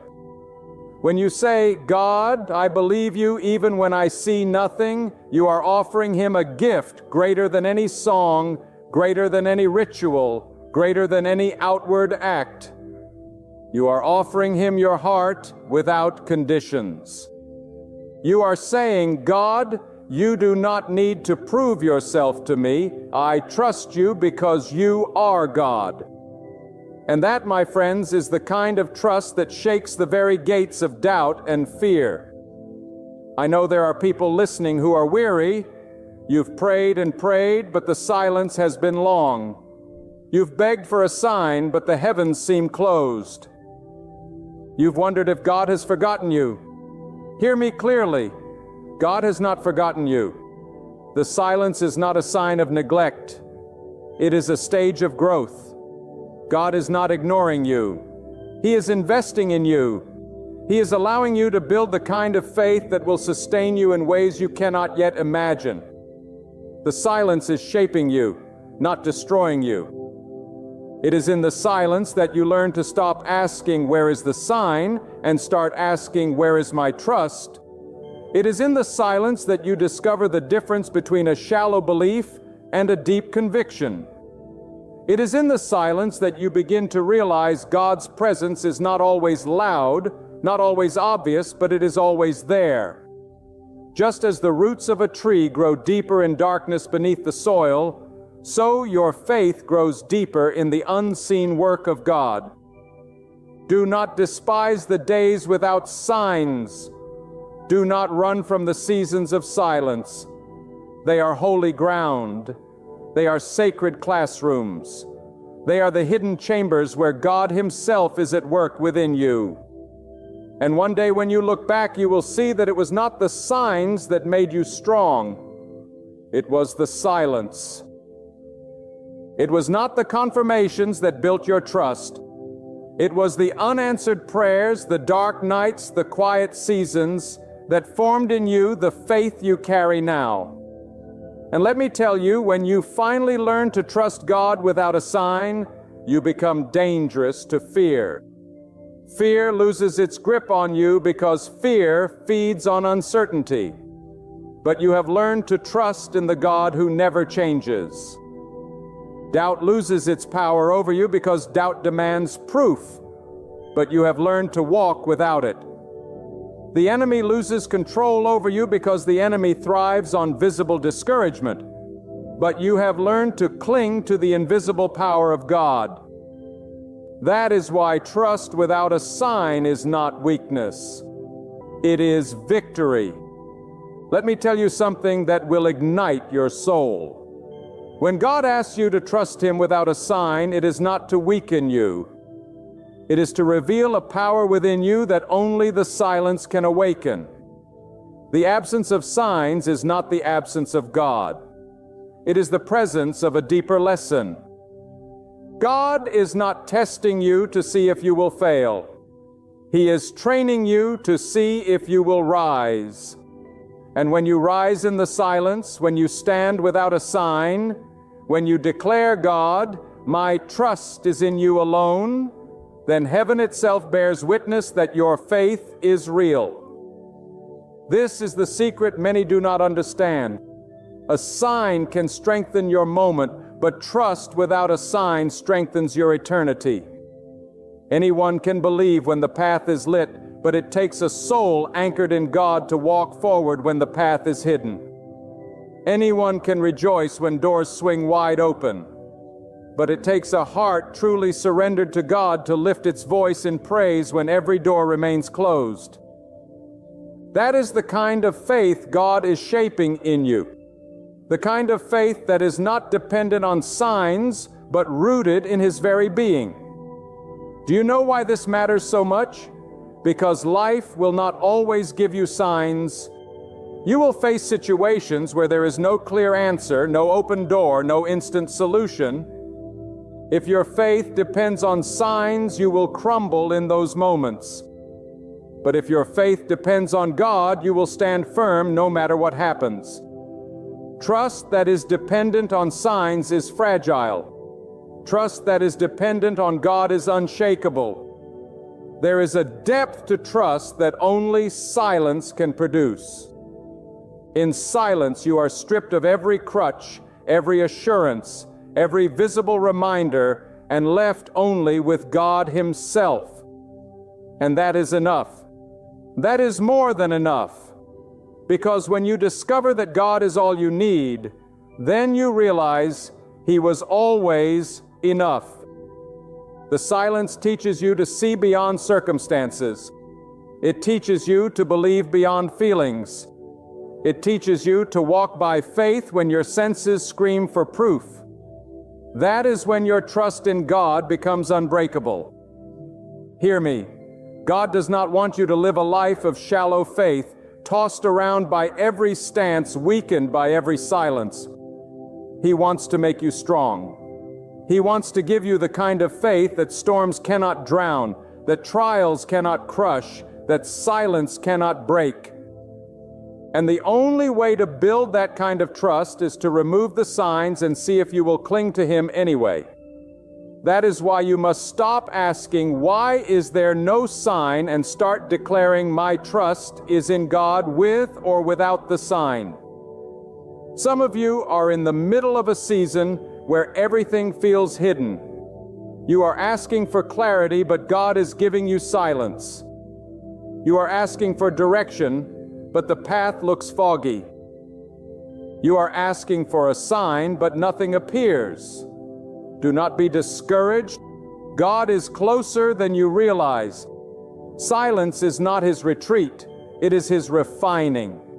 He is refining your heart, sharpening your faith, molding your character. And one day when the silence breaks and the answer comes, you will realize that what God built in you during the silence was far greater than the answer itself. The truth is, God is not only interested in giving you what you ask for, He is interested in making you into who you are meant to become. Signs can confirm a moment, but trust shapes a lifetime. God is shaping you for something far greater than the sign you seek. He is shaping you for endurance, for strength, for spiritual authority, and for a testimony that cannot be shaken by silence. That is why the silence feels so heavy, because the trust it is building is so valuable. Never forget this. Signs may guide you for a day, but trust will carry you for a lifetime. A sign may bring temporary assurance, but trust will give you eternal peace. A sign may help you in one situation, but trust will sustain you in every situation. God does not want you dependent on fleeting confirmations. He wants you anchored in His eternal reality. That is why He is teaching you to trust Him without a sign, because He is giving you something that will last forever. So what should you do when you find yourself in the silence of God? Do not panic. Instead, lift your eyes higher. Say to yourself, God is here even if I do not feel Him. God is working even if I do not see Him.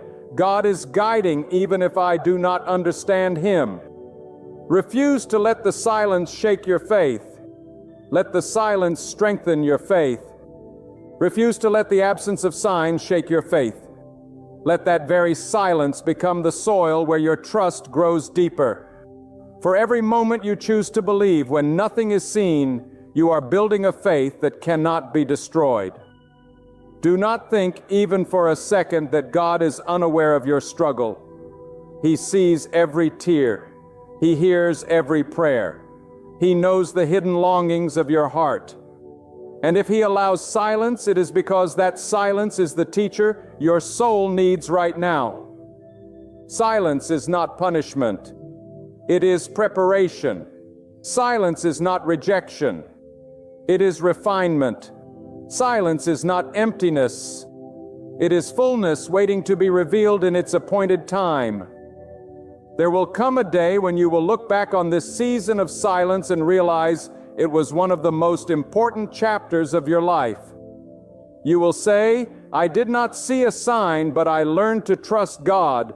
I did not hear a voice, but I learned to rely on Him. I did not get the answer I wanted in that moment, but I received something far greater. I received faith that cannot be broken.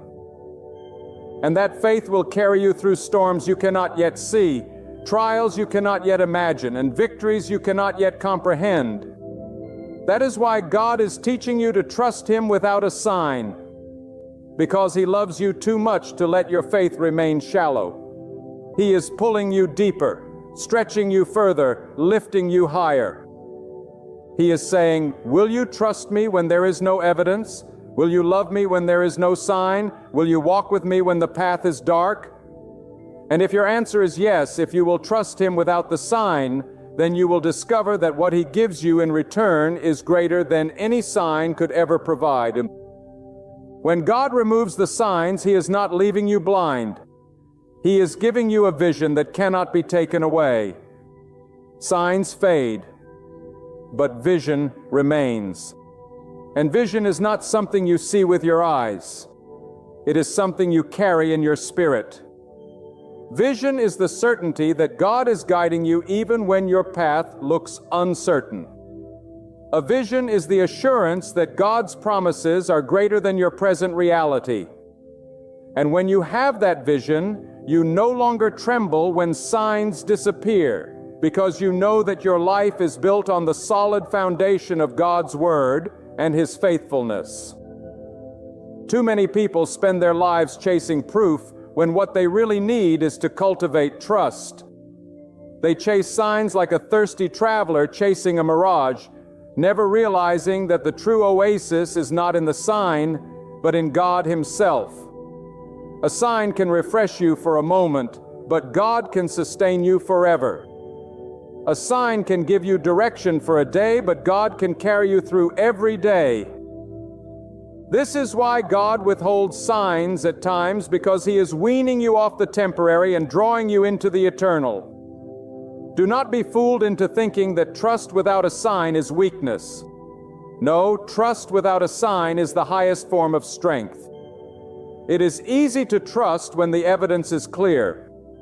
But real power is found in trusting when there is no evidence at all. It is easy to move forward when the path is obvious, but real courage is found when you step forward in faith, guided only by the assurance that God is with you. This is why the silence of God is never empty. It is the forge where warriors of faith are made. And let me tell you something even deeper.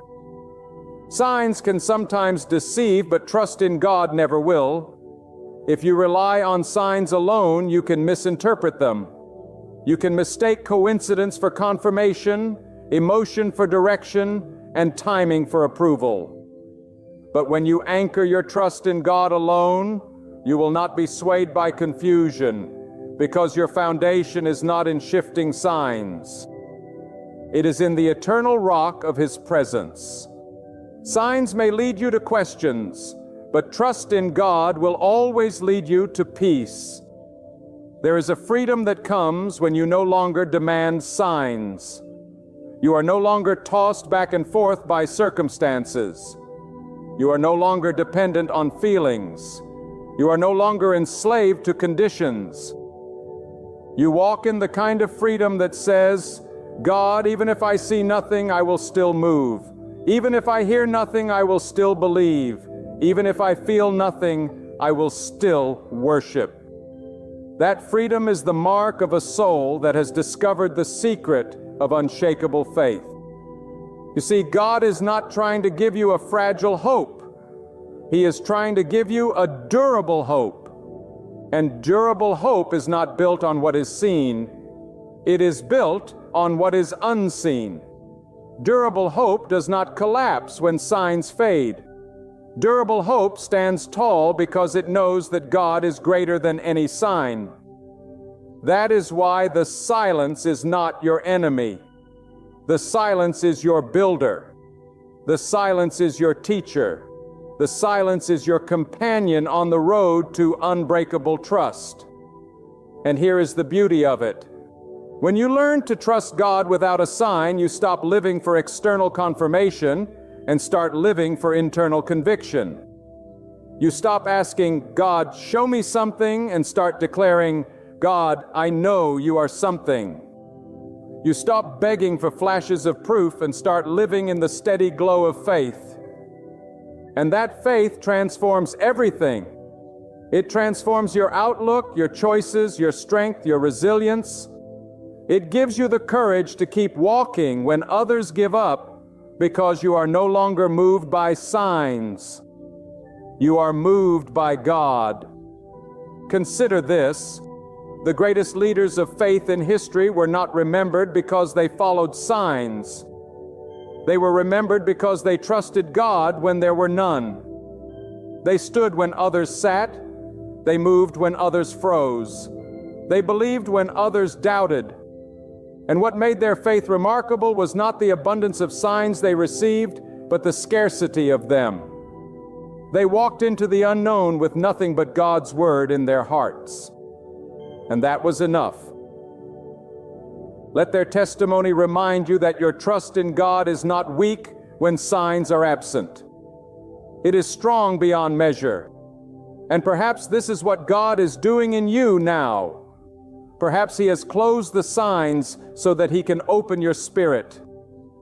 Perhaps He has silenced the confirmations so that He can amplify your conviction. Perhaps He has withheld the evidence so that He can teach you to live by essence, not by appearance. And when you embrace that lesson, you will step into a dimension of faith that cannot be shaken by silence. And because your faith is no longer built on what you see, it is built on who God is. Let me speak directly to your heart. If you are in a season of silence right now, do not despise it. Do not run from it. Lean into it. Ask yourself, what is God building in me through this silence? You may not have the answer yet, but I assure you the silence is sacred. The silence is holy. The silence is evidence that God is preparing something in you that requires deeper trust. And when you come through it, you will not only have your answer, You will have a faith so strong that no answer could ever compare. That is why I say again with all the conviction in me, God is teaching you to trust Him without a sign. He is not trying to leave you weak. He is making you strong. He is not trying to leave you blind. He is giving you vision. He is not trying to abandon you. He is drawing you closer. And if you will embrace this, if you will surrender to this, if you will declare in your soul, God, you are enough even without the sign, then you will discover a peace, a joy, and a strength that nothing in this world can ever take away. When God begins to teach you to trust Him without a sign, He is stripping away every crutch you thought you needed to survive. He is removing the scaffolding you built around your faith so that what remains is not your reliance on circumstances, not your dependence on people, not your leaning on feelings, but your full and undivided trust in Him alone. Many of you have prayed and expected a lightning bolt, a dream, a sudden confirmation in the sky. But instead there was silence. And in that silence, God was speaking louder than words. He was saying, do you trust me when you cannot trace me? Do you lean on me when you cannot see me? That is the very heart of faith. That is the furnace in which trust is purified, the soil where unshakable belief grows. God knows the danger of a faith that relies only on signs. If He gave you a sign every time you asked, then your faith would not be in Him, but in the sign. You would not seek His face. You would seek His proofs. And God in His mercy will not let you reduce Him to a performer of tricks to satisfy your doubts. He is not molding you into a child that demands candy. At every step He is shaping you into a warrior who knows the voice of God, even in silence, who stands firm even when the ground shakes, who believes even when the sky is empty. You see, when you demand a sign before you move, you are not walking by faith. You are bargaining with God. But trust that demands no sign is the highest form of surrender. It is when you look toward the heavens with no evidence in your hands, no guarantees in your sight, and still say, God, I believe you. I will follow you. I will stand on your word alone. That kind of trust shakes the very gates of doubt. That kind of faith draws you closer to God than any sign ever could. God does not want your faith to be fragile. He does not want you to collapse every time your prayer is met with delay. He does not want you to panic every time the sky stays quiet. He wants to forge in you a faith that can stand through storms, through valleys, through deserts, through nights where the stars hide themselves. And the only way to create that faith is to take away the signs you crave and teach you to walk by trust. Trust that does not flinch when the wind howls. Trust that does not crumble when friends abandon. Trust that does not evaporate when prayers take years to be answered. God is not punishing you when He withholds a sign. He is maturing you. He is deepening your roots. He is teaching you to rely not on sight, but on His presence, and not on evidence, but on His word. Not on feelings, but on His promise. That is why some of you have been waiting and waiting. That is why doors have not opened yet. And that is why answers have not come as quickly as you expected. Because God is pulling you away from dependence on signs, teaching you the holy strength of raw trust. And understand this, faith that is built on signs will fail when signs are absent. But faith that is built on God Himself will endure forever.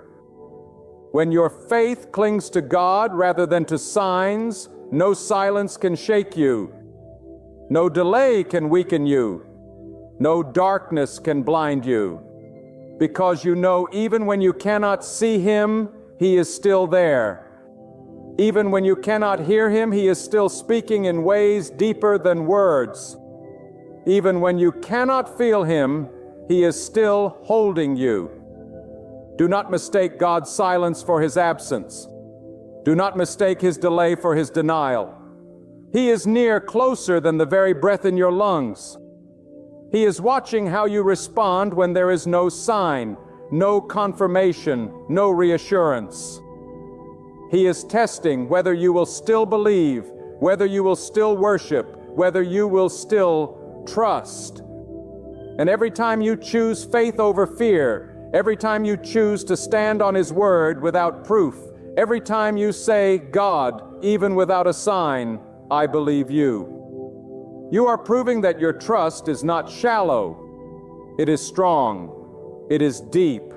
It is unshakable. God delights in that kind of trust. He delights in those who walk by faith and not by sight. He delights in those who look beyond what they can see and cling to the invisible reality of His presence. And He rewards that trust with strength, with peace, with unbreakable confidence that no storm can steal. And now let me bring this message to its final weight upon your heart. My friend, when God strips away the signs you crave, He is not abandoning you. He is elevating you. He is calling you to walk on higher ground, where your faith no longer leans on the crutches of outward proof, but stands firmly on the unshakable foundation of who He is. He is whispering into your spirit. Will you trust me when there is nothing to see? Will you walk with me when there is nothing to hold on to? Will you believe me when the sky stays silent? This is the very proving ground of faith. It is the furnace where trust is refined until it shines like gold. And it is in these moments when the world around you offers no confirmation, when your prayers seem to echo back with no reply, that God is shaping you into someone who is unmovable, unbreakable, untouchable by fear. For what can shake a soul whose trust rests in God alone? What storm can undo a heart that is anchored in His presence, even when there are no signs in sight? Lift your head and remember, God does not need to prove Himself to still be God. He does not need to send you a sign to still be sovereign. He does not need to part the skies to still be faithful. Why? He is God, whether the heavens thunder or stay silent. He is God, whether the seas roar or stay calm. He is God, whether the signs appear or not. And He is worthy of your trust in every season. So lift your heart beyond the craving for proof. Let your spirit wade into the deeper currents of faith. Whisper to God, even if you give no sign, I will still trust you. Even if heaven stays silent, I will still believe. Even if my eyes see nothing, I know your hand is guiding me. That is the kind of faith that delights God. That is the kind of trust that moves mountains. It is the surrender that carries you through every valley, every storm, and every stretch of silence. And when you choose to walk this path, trusting without a sign, you'll realize the silence isn't empty anymore, because it overflows with His presence. The waiting isn't wasted because it's shaping your strength. The unseen no longer terrifies you, for it is the sacred space where God performs His greatest miracles. Trust Him, not for what your eyes can see, but for who He is. For He is faithful. He is sovereign. He is almighty. And He is with you, even in the silence. Have you ever stood at the edge of despair when the night felt darker than you ever imagined and wondered if God had forgotten you? Have you ever wept in silence, your tears unseen, questioning if your prayers ever reached heaven's gates? Hear me now with every conviction in my soul. The silence of God does not mean His absence, and the delay of His hand does not mean the denial of His power. God is closer than the air you breathe, nearer than the beat of your own heart. And He is preparing to move in your life with such wonder that it will leave you trembling in awe. The very ground beneath your feet will become holy when His miracles unfold before your eyes, for God is about to surprise you. The miracles you have been waiting for are already on their way. Too often we mistake the waiting season for abandonment. We confuse the quietness of God with distance. But God is not bound by the clocks on your wall, nor the calendars you mark with red circles of desperation. God moves in His perfect time. And when He chooses to act, no force on earth, no power in hell, no storm in your life can stop the breakthrough He has already spoken over you. There are miracles with your name written upon them, and they are coming with a swiftness that will leave you stunned. The doors that have been locked for years will burst open. The chains that you have dragged along for so long will shatter with a sound that echoes in eternity. The barren places of your life will bloom, because the God who created heaven and earth has not forgotten you, and He has not overlooked your cries. Listen to me. God specializes in the impossible. What seems too heavy for you is light to Him. What seems too far gone for you is just the beginning of His story. The situation that others have declared dead is the very ground upon which God will perform His most extraordinary miracles. You may think that you have reached the end of your strength, but it is here at the very end of yourself that you will see the hand of God lifting you higher than you ever thought possible. Do not be deceived by the silence of the present moment. The heavens are stirring, the earth is shifting, and the unseen hand of God is aligning every detail of your life to usher in the miracles He has promised. There will be people who doubt you. There will be voices that try to persuade you to give up. But you must remember that God does not need the approval of men to bless you. He does not need the applause of crowds to perform His wonders in your life. When God decides to surprise you with a miracle, no critic can silence it, no enemy can block it, and no fear can erase it. You were not born to be abandoned. You were not created to be overlooked. You were designed by the hand of God to experience His power, to walk in His provision, and to witness His miracles with your own eyes. Think back on the valleys you've already walked through. Think of the storms you've already survived, and were you not held up by the invisible hand of God? Did He not sustain you when you thought the end had come? And if He carried you then, will He not carry you now? If He sustained you yesterday, will He not provide for you today? Your miracle is not in the distant future. It is approaching like the dawn after the darkest night. And when that light breaks, it will not come softly or timidly. It will come with the power of God's authority, shining so brightly that even those who doubted you will stand in awe of what He has done in your life. I tell you this, God is never too late. Some of you have been holding on to promises for years. Some of you have been praying with tears on your pillow year after year, wondering when the answer would come. But what you thought was delay was preparation. God has been shaping you, molding you, strengthening your faith, so that when the miracle comes, you will be ready to carry it. He has been building your character to match the size of the blessing He is about to release. And when it comes, you will realize why the wait was so long, why the silence was so heavy, and why the night was so dark. Because the morning He is sending will be brighter than you ever dreamed. You are not forgotten. Your prayers have not vanished into the air. Your cries have not been ignored. God has recorded every word, seen every tear, and counted every sleepless night. And He is about to move. I say to you with boldness, miracles are on their way. Some of you will see healing where doctors gave up. Some of you will see financial provision where the world declared bankruptcy. Some of you will see restoration in relationships you thought were beyond repair, and when it happens, you will know without a doubt that it was the hand of God, because no one else could have written such a story. Hold on to your faith. Do not let go now. Not when the finish line is so near. The enemy wants you to quit before you see it. Doubt wants to rob you of your joy before the blessing arrives. Fear wants to blind your eyes to the light that is already dawning.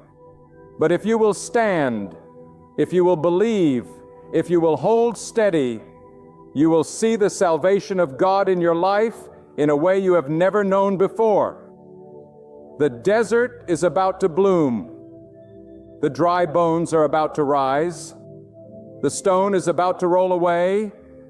There is something extraordinary that happens when a human soul comes face to face with the power of God's timing.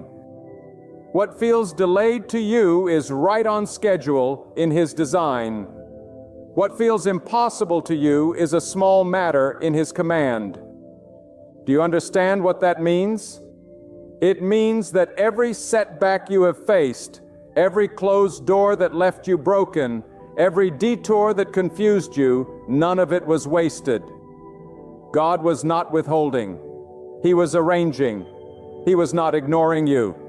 He was orchestrating a far greater miracle than you had the courage to imagine.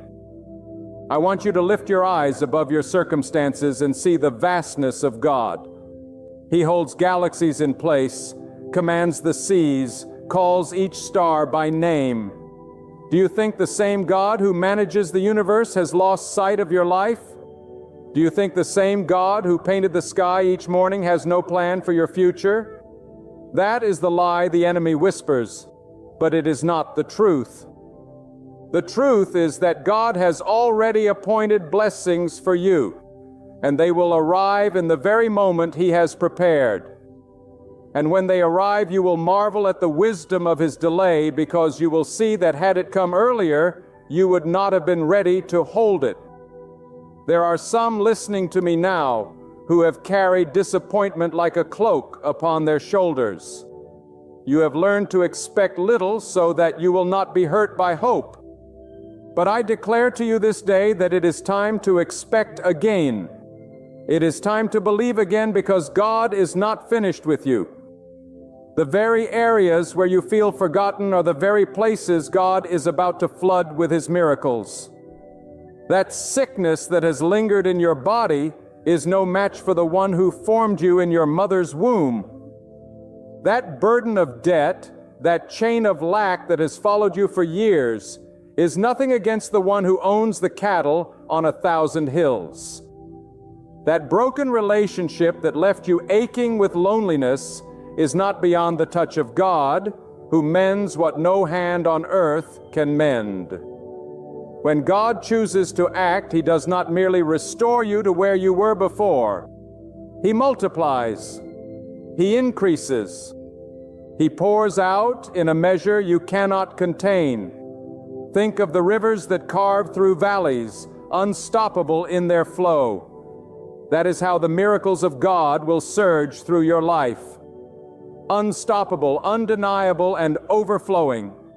Do not insult the power of God by limiting your expectation to the size of your need. Your need is only the starting point. His supply goes far beyond. You ask for survival, but God gives abundance. You pray for enough to endure, but God sends more than enough to thrive. You beg for a door, but He tears down walls. There is a season of sudden change about to unfold in the lives of those who have been faithful in the dark. You may feel as though your prayers have echoed back to you unanswered, but what you could not see is that God was storing them up like seeds. And seeds, though hidden in the ground, are never dead. They are preparing, stretching, breaking open, until the moment comes when they burst forth into life. That is what is happening with your prayers right now. They are about to break the soil of your life, and the harvest will not be small. It will be so abundant that even those who mocked your faith will stand in awe. Do not confuse God's patience with inactivity. The silence of God is not empty. It is full of preparation, full of unseen movement, full of divine alignment.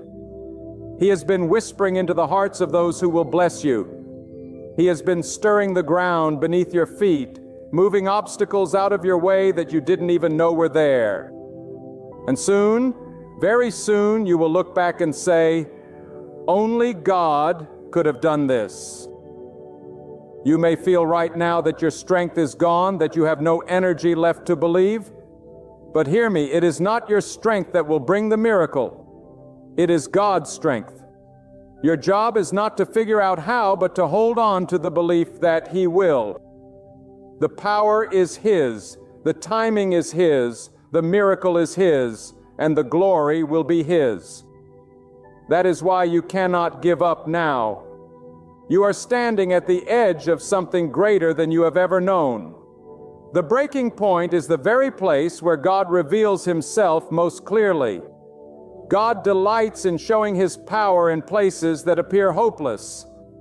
When the situation is so broken that no human hand can fix it, that is where His majesty shines brightest. And perhaps this is why He has allowed you to reach this place. Because He wants the world to see that it was not luck, not coincidence, not human strength, but His miracle that changed everything. When the answer comes, you will not have to convince anyone. The evidence will speak for itself. Your life will testify louder than your words ever could.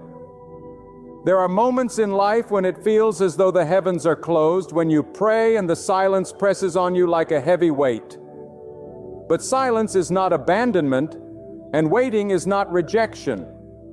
God does not measure time as you and I do. He is not bound to the ticking of a clock or the movement of the seasons. His plan is eternal, and His wisdom surpasses anything the human mind can comprehend. While you sit wondering why the answer has not come, God is arranging details that you cannot see. He is preparing people you have not met. He is aligning opportunities that have not yet entered your imagination. And when His perfect moment arrives, it will come so suddenly, so powerfully, that you will look back and see how every delay was necessary to prepare you for the miracle that is now rushing toward your life. Some of you are standing in the middle of trials that feel unbearable. You have carried the weight of unanswered prayers. You have felt the sting of disappointment. You have watched doors close with no explanation. But let me tell you with absolute conviction, God is not finished with you. He is not through writing your story. What you think is a full stop is only a comma in His design. Your life is not heading toward defeat. It is being prepared for triumph. And when the hand of God moves, you will understand why it had to happen this way. The very things you thought would destroy you will become the platform upon which He reveals His greatness. You see, God does not simply fix problems. He transforms them. He takes the broken pieces of your life and molds them into a testimony that shines with His glory. That is why the pain you have endured will not be wasted. That is why the tears you have shed have been gathered by His hand. He is not only going to restore you, He is going to use your very scars as evidence of His healing power. And when your miracle comes, it will not be quiet. It will not be hidden. It will not be small. It will be undeniable because God does not do things halfway. He completes what He began. Right now, God is working behind the curtain of your life. Think of a great stage production. The audience sees only the scene before them. But behind the curtain, there are workers moving, setting up, preparing for what is about to unfold. That is what is happening for you. God has been moving pieces, arranging the scenery, aligning the timing, and soon He will pull back the curtain and you will see what He has been preparing all along.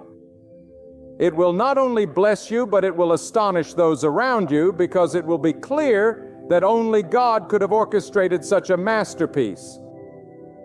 There is a danger in believing that what you see today is all there will ever be. The enemy wants to convince you that your present reality is permanent. But do not be deceived. God is the one who turns night into morning, winter into spring, mourning into dancing. Your current situation is not the final word. The final word belongs to God, and His word is filled with life, power, and promise. Do not let despair lock you into believing that this is the end. The story is still unfolding, and God holds the pen. You may feel weak right now, but weakness is not defeat. In fact, it is often in our weakness that God reveals His greatest strength. When you have no power left to stand, it is then that His power carries you. When you have no answers left to give, it is then that His wisdom directs you. When you have no resources left to draw from, it is then that His provision sustains you. Do not despise your weakness, because it is the very place where the strength of God will shine brightest. Miracles are not simply events that change circumstances. They are encounters with the living power of God that change people from within.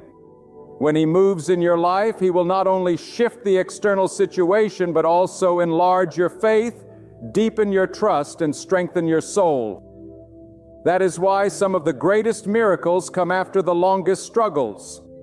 Because God is not only answering your prayer, He is shaping your character to carry what He is giving you. The blessing is not just in the provision, it is in the transformation. I want you to consider this truth. God never surprises without purpose. When He sends a miracle, it is not random, not accidental, not haphazard. It is intentional. It is designed with precision, aimed directly at your need, and timed perfectly for your journey. And when it comes, it will fit so flawlessly into the fabric of your life that you will know it could only have been God. You will not have to force it. You will not have to chase it. You will not have to manipulate it. It will come with ease, because what God ordains flows in divine order. There are seasons when you stand in the middle of life's storms and everything in you cries out for relief, yet the heavens seem still. You look to the left and right and you find no way forward. But let me tell you something that must be engraved upon your heart. The quietness of God is not abandonment. The stillness of God is not neglect. In that silence, He is crafting answers far greater than the ones you imagine. He is not a God who forgets, nor is He a God who abandons. He is a God who sees the end from the beginning. And when His appointed time comes, the very silence you despised will reveal itself as the soil from which your miracle was born. Do you know why God sometimes waits? It is because the ground must be prepared for what He is about to give you. If He placed the miracle in your hands too soon, you might misuse it, misunderstand it, or even lose it. But when He has strengthened you, refined you, and built endurance within you, then you will hold that miracle with confidence and gratitude. What feels like a delay is often the kindness of God protecting you from receiving too small a blessing when He has planned something immeasurably greater. The waiting is not wasted. It is a classroom where faith is taught, where patience is sharpened, and where character is forged. And hear me on this: God never writes small stories. He does not move in your life to impress the world with ordinary outcome. He moves to reveal His greatness. That is why when He chooses to bless you, the blessing is often larger than what you asked for. You pray for the strength to make it through the week, and He gives you the endurance to last through the year. You ask for a door to open, and He builds you a pathway. You plead for a drop of water, and He sends a flood. That is the way of God. His generosity is beyond measure, and His miracles never arrive in fragments. They arrive in fullness. Right now you may feel as though you are in a wilderness. You see no way out, no clear direction, no evidence of change. But the wilderness has always been the place where God reveals His power most clearly. He does not need the fertile fields to grow a harvest. He can bring water from a rock and bread from the sky. He does not need the perfect setting to show His strength. He can take the most barren land and turn it into a place of abundance. That is why you must not despise the wilderness seasons of your life. They are often the very stage upon which God demonstrates His miracles.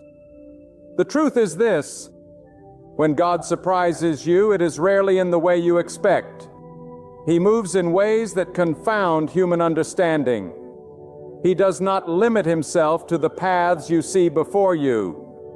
He creates new paths, unseen doors, unexpected opportunities.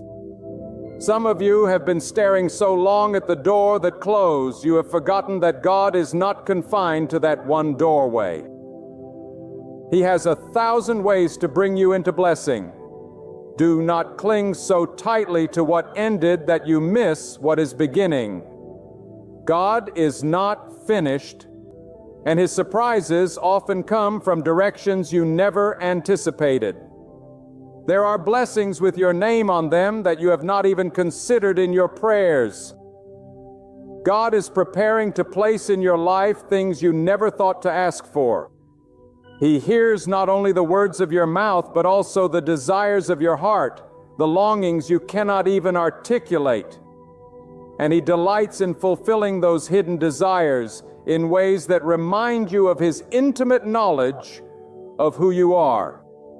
That is why when His miracles arrive, they do not feel generic, they feel personal. They fit your life so perfectly that you know it could not have been anyone else but God.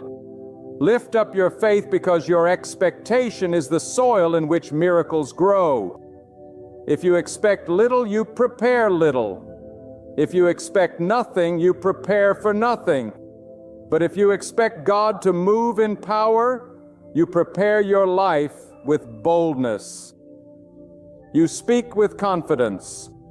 You walk with anticipation. You clear space in your heart for the blessing that is on its way.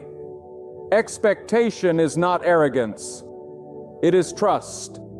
It is the acknowledgement that God is faithful, that His word does not return void, and that His power has not diminished. Expect with confidence, for the one you are waiting on is the one who holds the universe in His hand. Do not allow the voice of doubt to drown out the voice of faith. Doubt will whisper, "It has been too long."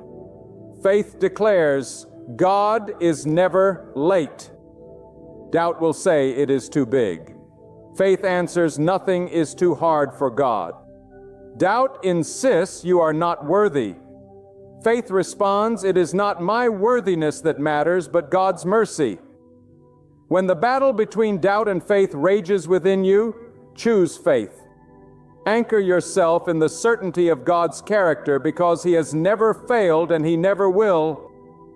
There is coming a day sooner than you think, when your heart will swell with gratitude for the very trials that once tormented you, because you will see how those trials led you to trust God more deeply, how those tears softened your heart, how those struggles positioned you for blessings you could not have carried otherwise.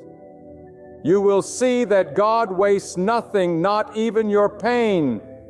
Every difficulty, every setback, every disappointment is raw material in His hands, and He is molding it all into a miracle that will carry your life into new dimensions of blessing. There are divine moments when the ordinary rhythm of life is suddenly interrupted by the extraordinary hand of God. You may be going about your day weighed down by burdens, expecting nothing different than yesterday, and then suddenly the atmosphere shifts. Suddenly, the impossible bends to the will of God. Suddenly, the prayer you whispered in private is answered in public. That is how God works. Quietly preparing behind the scenes, silently arranging every detail, and then suddenly, He moves in power. The world may call it coincidence, but a heart anchored in faith knows the truth. It is God's divine surprise, His intentional intervention, His way of reminding you that He alone authors every chapter of your story. When God decides to act, He needs no announcement, no build-up, no warning. He moves in moments that shift everything. Seasons that seemed endless are overturned in an instant. One moment, Joseph was forgotten in a prison cell. The next, he was standing before kings. One moment, a widow clutched her final handful of flour. The next, her jar was overflowing without end. One moment, the sea stood as an impossible barrier. The next, dry ground appeared where no path had ever existed. This is the pattern of God's power. He takes the suddenly and fills it with His glory, reminding every soul that He alone is in control. But here is what I must tell you. To experience these divine surprises, you must not let bitterness take root in your waiting. Bitterness is a thief. It robs you of hope. It blinds you to possibility, and it closes your hands when God is ready to place a blessing within them. Guard your heart while you wait. Do not allow resentment to turn your waiting season into a wilderness of despair. Instead, let your faith remain alive, your spirit expectant, your words seasoned with hope. Because God delights in those who remain steadfast, who keep their lamps burning, who prepare themselves as if the miracle could come at any moment. Do not underestimate what God is doing even when you cannot see it. Think of the seed beneath the soil. For a long time, it appears as though nothing is happening. The ground looks the same. The surface offers no evidence of change. Yet, underground, the seed is splitting, stretching, reaching, and then, in due time, it bursts forth into life. That is what God is doing with your prayers. They may look unanswered on the surface, but beneath the ground of your life, He is moving, preparing, and soon that hidden work will break forth into visible blessing. And when it comes, it will not just change your situation, it will change you, because the purpose of a miracle is never just comfort. It is transformation. God does not merely give you bread for the day. He teaches you to trust Him for every tomorrow. He does not simply rescue you from the pit. He shows you that He is the one who lifts the fallen. His miracles train your heart to walk in greater faith, greater courage, greater surrender. That is why the blessing is not only in what you receive, but in who you become when you receive it. Now let me tell you this truth with boldness. The miracle you are about to see will not come through human hands, nor will it be the result of human favor. It will be unmistakably divine. The promotion you receive will be so unlikely that others will know it could only have been God. The healing you experience will confound the wisest of experts. The peace that floods your heart will be unexplainable by worldly standards. God moves in such a way that no one else can claim the credit. He makes it impossible to mistake His hand for anyone else's. Do not be surprised if God blesses you in ways that others think you do not deserve. Do not be shocked if He lifts you in the presence of those who counted you out. For His miracles are not distributed by human judgment. They flow from His mercy, His purpose, His plan. And when He chooses to favor you, there is no voice, no enemy, no critic who can reverse it. His hand is final. His decree is unshakable. When God declares a blessing over your life, it is settled. And let me assure you, when God sends His surprises, they do not come in isolation. One miracle opens the door to another. One blessing creates a pathway for more. The provision of God is abundant, overflowing, pressed down, shaken together, running over. His blessings are not scarce. He is not a God of barely enough. He is the God of more than enough. He does not just quench your thirst, He makes rivers flow in your desert. He does not just mend what was broken, He makes it stronger than before. That is the magnitude of His power. And that is the generosity of His heart. There are moments in life when it seems as though the night will never end, when your prayers feel as though they are hitting a wall, when the weight on your shoulders feels too heavy to carry another step. But let me tell you with boldness, with conviction, with unwavering certainty, God is not finished with you. He has not turned His face away from you. He has not forgotten your name. He is preparing something beyond what your mind can comprehend. And when He moves, He will do it suddenly. The delay you are facing is not denial. It is the setup for the very moment when His power will break into your life, and you will stand in awe at the surprise that only God could orchestrate. Some of you are waiting for answers that feel long overdue, and doubt whispers that maybe God has passed you by. But listen carefully. God does not measure time as men do. He is not late. He is never too early. He is always right on time.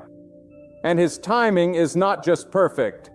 It is purposeful. He allows certain seasons of waiting because the miracle is not just about the outcome. It is about shaping you into someone who can carry the blessing without being crushed by it. When God surprises you, it will not just bless your life, it will transform you. It will teach you that His wisdom is greater than your plans, that His strength is greater than your struggle, and that His promise is greater than your pain.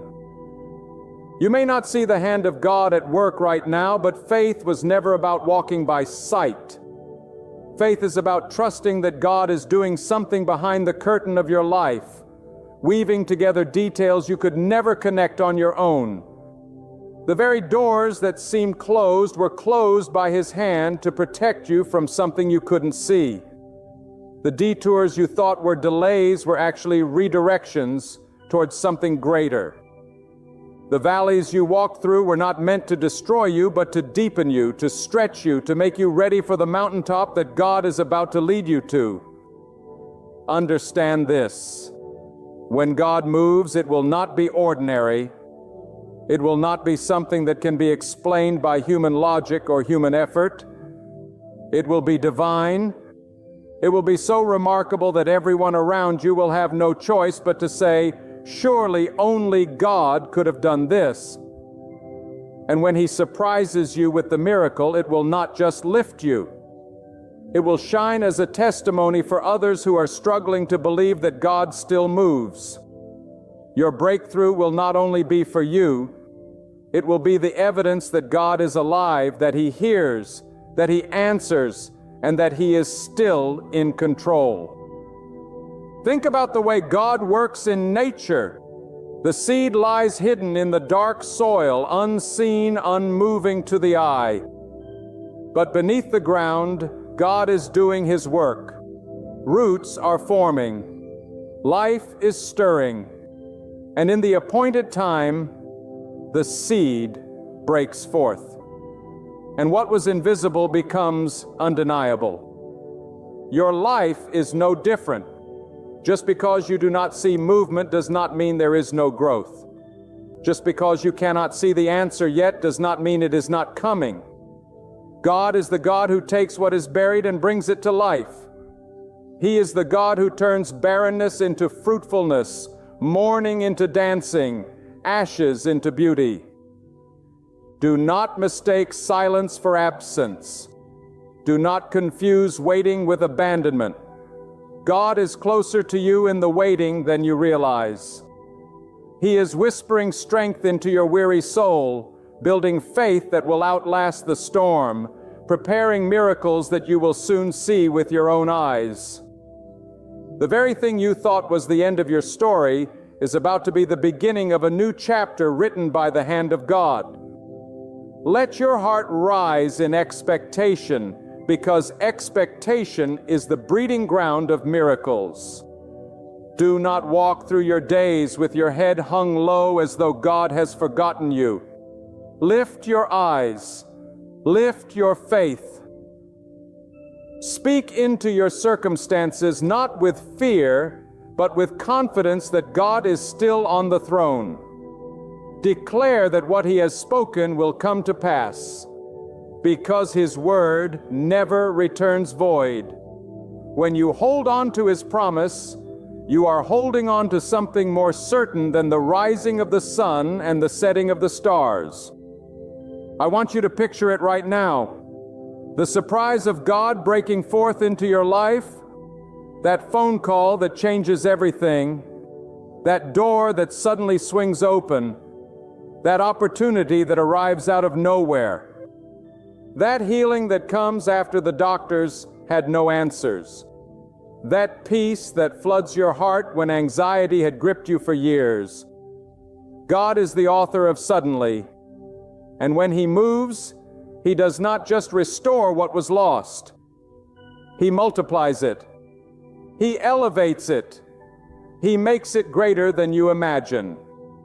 There are divine interruptions that come into the course of a person's life that no human could have predicted, no calendar could have scheduled, no mind could have prepared for, because they come directly from the hand of God.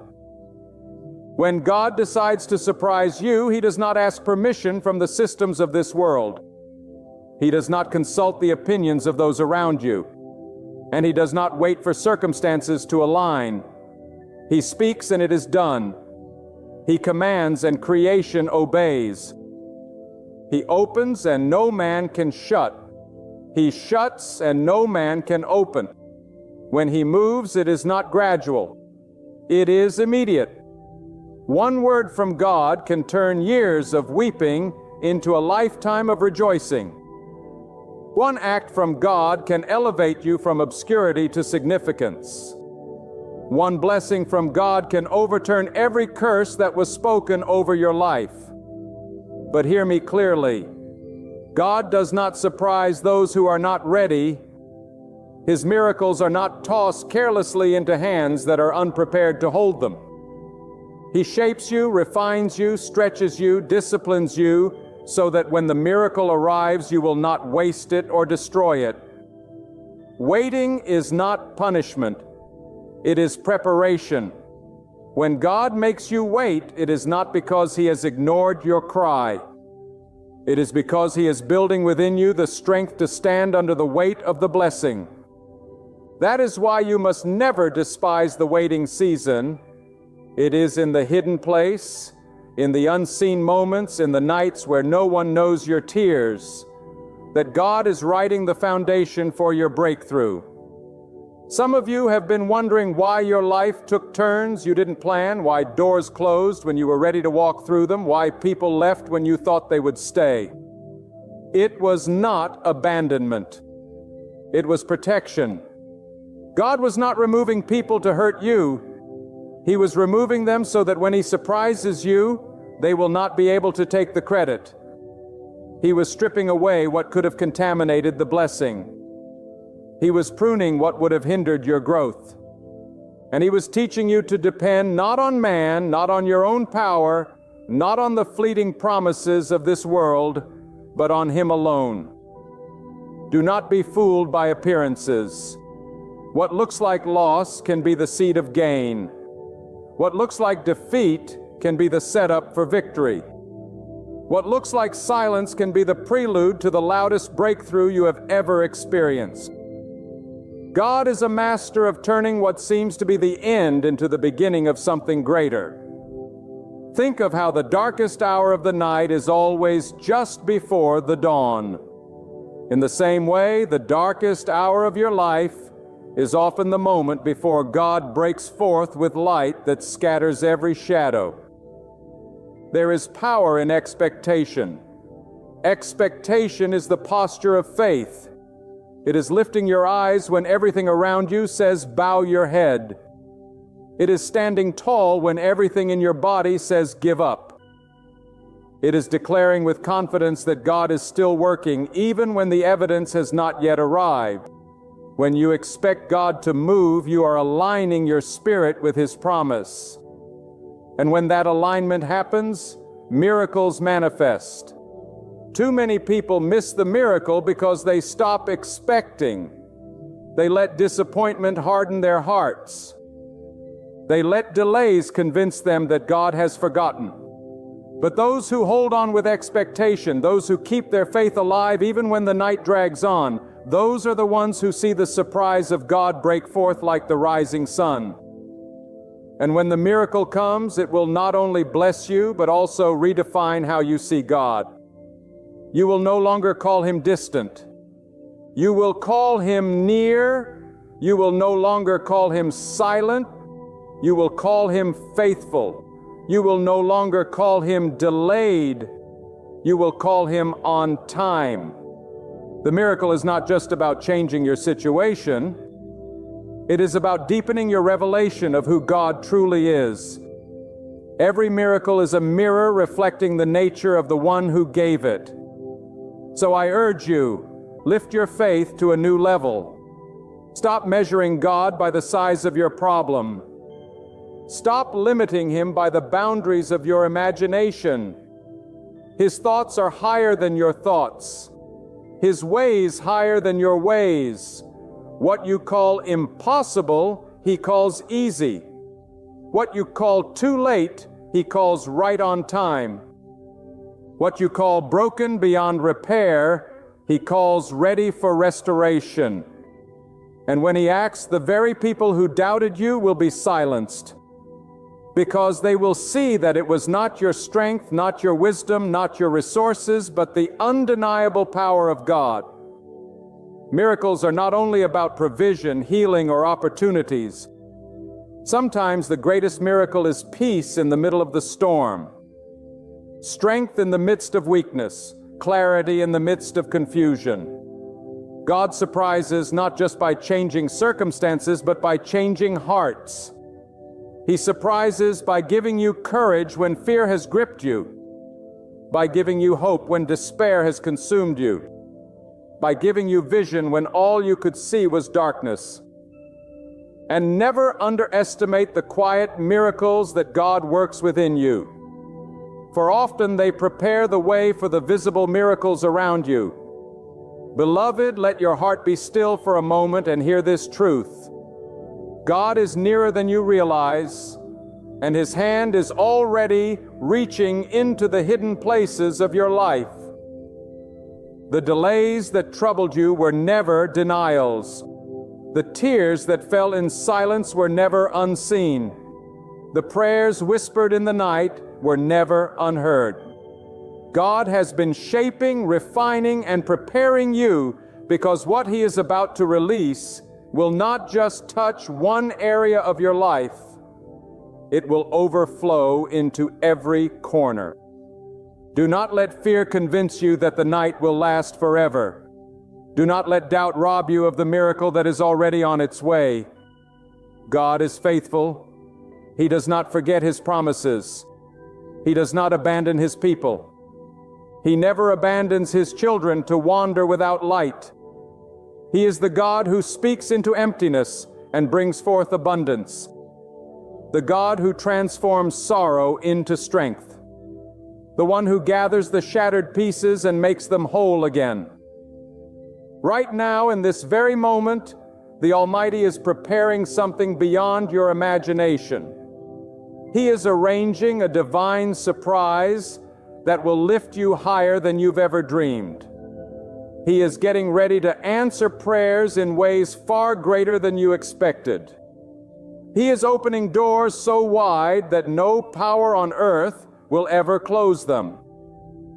The same God who raises nations, calms raging storms, and writes the story of time with His own hands is writing yours today. And the chapter he is about to reveal will leave you in awe. So step forward with confidence. Stand tall, let your faith be unshaken, and keep the flame of expectation alive in your heart. Because soon you'll look back at this waiting season and realize that every step, every tear, every hardship was guiding you here to the miracle only God could create. To the moment when His glory bursts through your life like sunlight after the darkest night. Hold on tight, because God is about to astonish you. And when He does, your life will never be the same again. My friend, I want you to take this in with every part of your being, because it is no accident that you are hearing these words right now. There are seasons in life when it feels as though the very walls are pressing in on you. When the weight of your burden sits so heavy on your chest that drawing a breath feels impossible. When every door slams shut and every road ends in a wall, you look around and see nothing but impossibility. Yet in that very place of stillness, when your strength is gone and your hope feels like it is slipping away, that is exactly when God begins to act. God is about to turn things in your favor. And all He asks of you is this: be still. We live in a world that shouts at us to hurry, to force our own way, to push until we make something happen. But God does not move according to the noise of men. He moves in silence and stillness, working in ways you cannot see. And when He decides to move, no power on earth and no plan of hell can withstand Him. That is why, no matter how chaotic your life may seem, and no matter how loud the storms roar, you must hold to this truth: God is about to turn it all around. Do you not know that the darkest hour is always just before dawn? Have you not seen how the night reaches its deepest blackness only moments before the first light pierces the horizon? Your life may feel surrounded by midnight right now, but God has already written your sunrise. He has already declared that what was meant for harm shall be used for good, that what was designed to break you will be the very thing that lifts you higher. And so I tell you again with all the urgency of my soul, be still. Do not fight with your own might. Do not struggle with your own strength. Simply stand in faith, for God is about to turn things in your favor. There comes a time when every human being faces the silence of God, when prayers seem unanswered, when the heavens feel closed, when you wonder if God has forgotten you, but He has not. His silence does not mean His absence. His stillness does not mean His weakness. His delay does not mean His denial. It means He is working in ways that you cannot yet see. And if you could pull back the veil for just one moment, you would be astonished at how God has been aligning every detail, every step, every person, every circumstance to bring you to the place He has prepared for you. You must understand that when God moves, He does not do it halfway. He does not do it partially. He does not leave the job unfinished. When He turns things in your favor, He does it with completeness, with power, with authority. He does not ask permission from your enemies. He does not wait for the approval of men. He speaks, and it is done. He commands, and it stands fast. His word never returns void. That is why you can trust Him even in the silence. That is why you can rest even in the waiting. Because when God acts, your whole life will shift in a single moment. Think about the river that flows quietly for miles, hidden under the cover of trees, barely noticed by anyone. But eventually it reaches the cliff, and there in one thunderous crash, it becomes a mighty waterfall. Your life may feel like that quiet, unnoticed stream right now, but God has already determined the moment when the breakthrough will come, when the quiet flow will become a rushing surge of His blessing, His provision, His favor. You will not see it coming, but when it happens, nothing will be able to stop it. Be still and do not let fear rule you. Fear will always whisper that nothing is changing, that the silence means defeat, that the waiting means abandonment. But fear is a liar, and God is faithful. God never abandons the soul that trusts in Him. God never forgets the one who calls upon Him. God never turns His face from those who wait patiently. And if you can hold steady, if you can resist the urge to panic, if you can quiet your heart in the stillness of faith, you will witness the hand of God do what your own strength could never accomplish. I know there are some of you right now who feel that you have been waiting too long. You have prayed until your words ran dry. You have cried until there were no more tears. You have fought until you had no strength left. And you wonder, how much longer must I wait? My friend, I cannot tell you the number of days, but I can tell you this: your waiting is not wasted. Every moment you have endured has been preparing you. Every tear you have shed has been watering the seed of your future harvest. Every prayer you have prayed has been stored before God, and not a single one has been forgotten. There is coming a moment when God will release it all. And when that moment arrives, you will look back and realize that the waiting was necessary. For the waiting forged your faith. The waiting purified your motives. The waiting stripped away your pride. The waiting taught you to lean on God alone. And when the answer comes, when the breakthrough arrives, you will not boast in yourself. You will know without a shadow of a doubt that it was God and God alone who turned it in your favor. Now, some of you are restless. You want to force the door open. You want to make things happen in your own power. But hear me, what you build with your own strength, you must sustain with your own strength. And sooner or later, your strength will run out. But what God builds, He sustains. What God establishes, no man can overthrow. That is why it is far better to wait on God's timing than to rush with your own. For one moment of His favor is worth more than a lifetime of human effort. Do not despise the stillness. Do not despise the waiting. It is in the stillness that God refines you, strengthens you, and prepares you. The caterpillar must remain hidden in the cocoon until its appointed time. If it breaks free too early, it will never fly. But if it waits, if it endures the darkness, if it remains still, it will emerge transformed, radiant, free. And so it is with you. If you can be still, if you can endure the darkness, if you can hold your peace and trust God, you will emerge into a season where everything is turned in your favor. My friend, do not underestimate the stillness of God, for it is in that stillness that the greatest miracles are being prepared. When you feel surrounded by silence, it is not the silence of abandonment. It is the silence of strategy. God is positioning you, and He is positioning the world around you. What you cannot yet see with your eyes is already set in motion by His hand.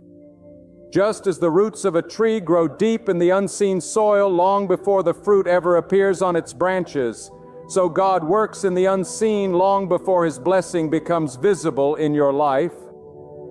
Do you not see that it is often the silence that makes the sound more powerful? When an orchestra pauses before the climax of its music, the silence makes the crescendo all the more magnificent.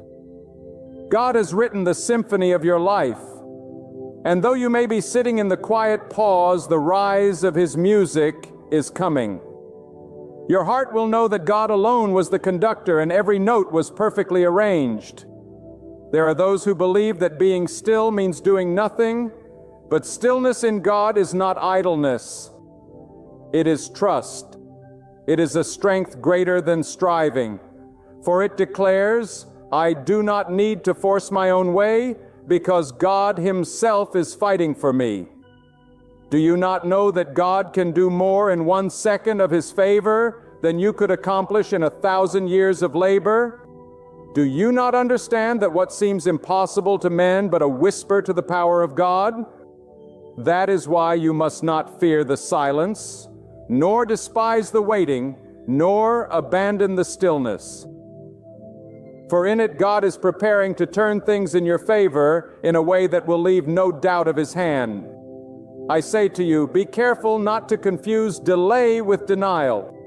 The human heart grows restless when answers do not come quickly, and the world around you may mock your faith, telling you that nothing is changing, but God is not bound by the clock on your wall. His timing is not delayed.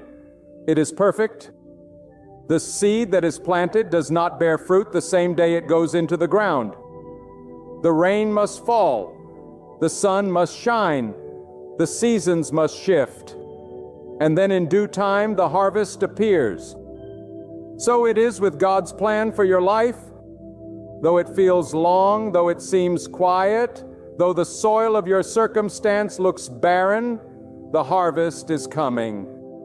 God has already appointed the season when the soil will break open and the fruit will rise. Some of you have been tested almost beyond what you can bear. You have walked through fire that should have consumed you and floods that should have drowned you. Yet here you are still standing. Do you not see that even in the fire God preserved you? Do you not understand that even in the flood God carried you? And if He has kept you this far, why would He abandon you now? God does not bring you to the edge of breakthrough only to push you back into despair. He brings you to the edge to show you the waters parting before your very eyes. And when He turns things in your favor, you will walk on dry ground where once there was nothing but impossibility. There will always be voices that try to distract you from being still. The voices of doubt, the voices of fear, the voices of those who do not understand your faith.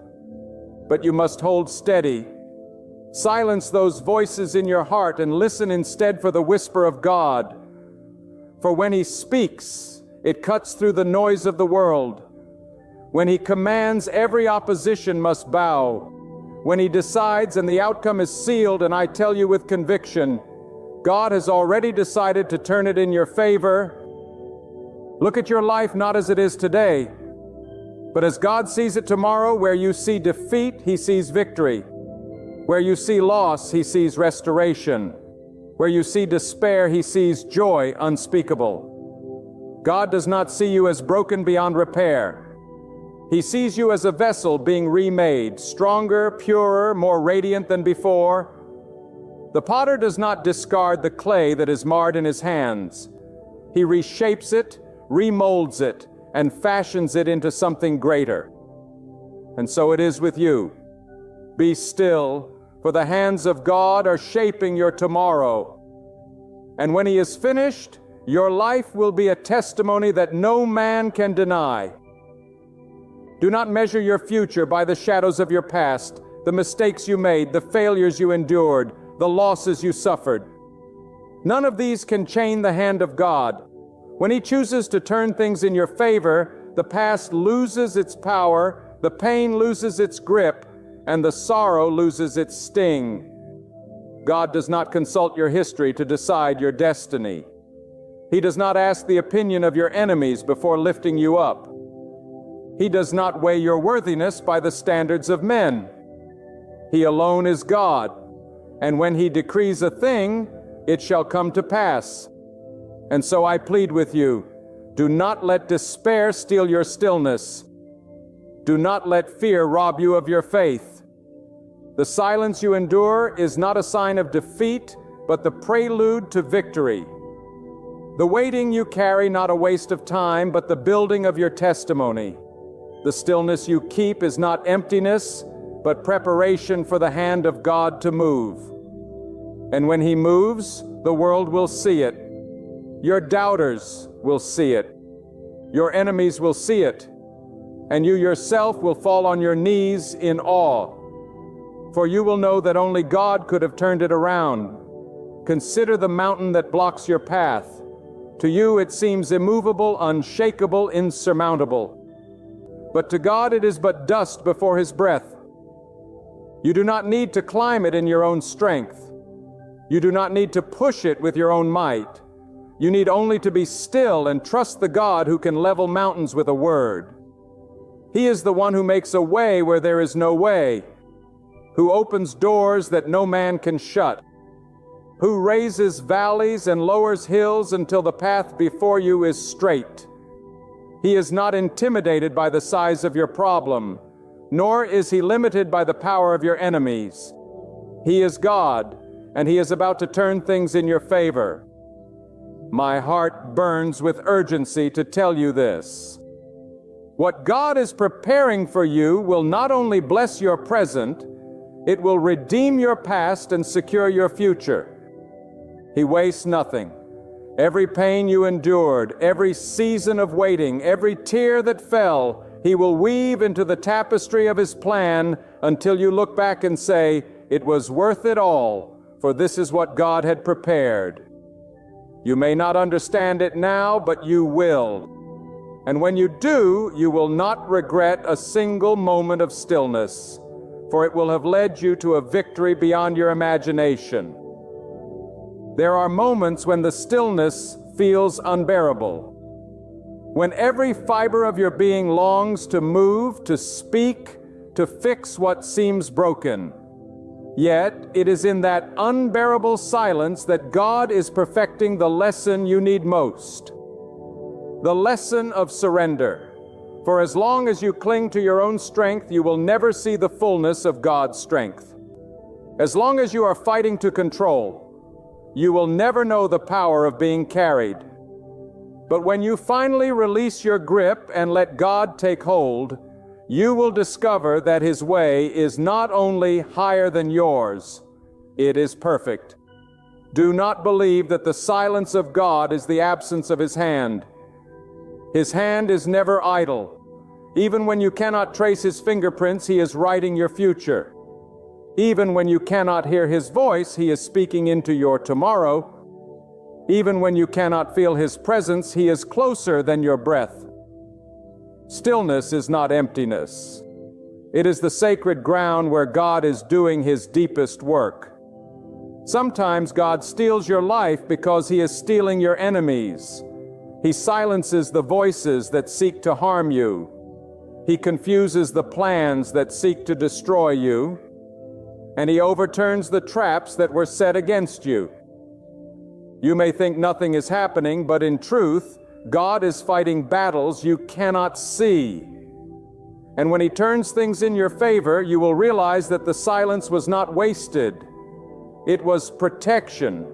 It was God shielding you from harm, blocking arrows you never even saw coming, and clearing the path so that your steps would be steady when it was time to move forward. Other times, God calls you to be still because He is preparing the stage for something greater than you imagine.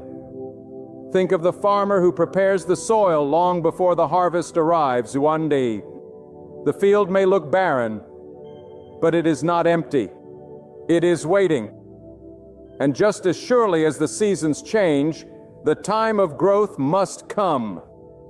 Your stillness may feel barren, but God has already appointed the season of abundance. What looks empty today will soon overflow. And when it does, you will understand why the silence was necessary. Be careful not to despise small beginnings, for what God is about to do often starts quietly. The greatest rivers begin as small trickles hidden in the mountains. The mightiest trees begin as tiny seeds buried in the dark.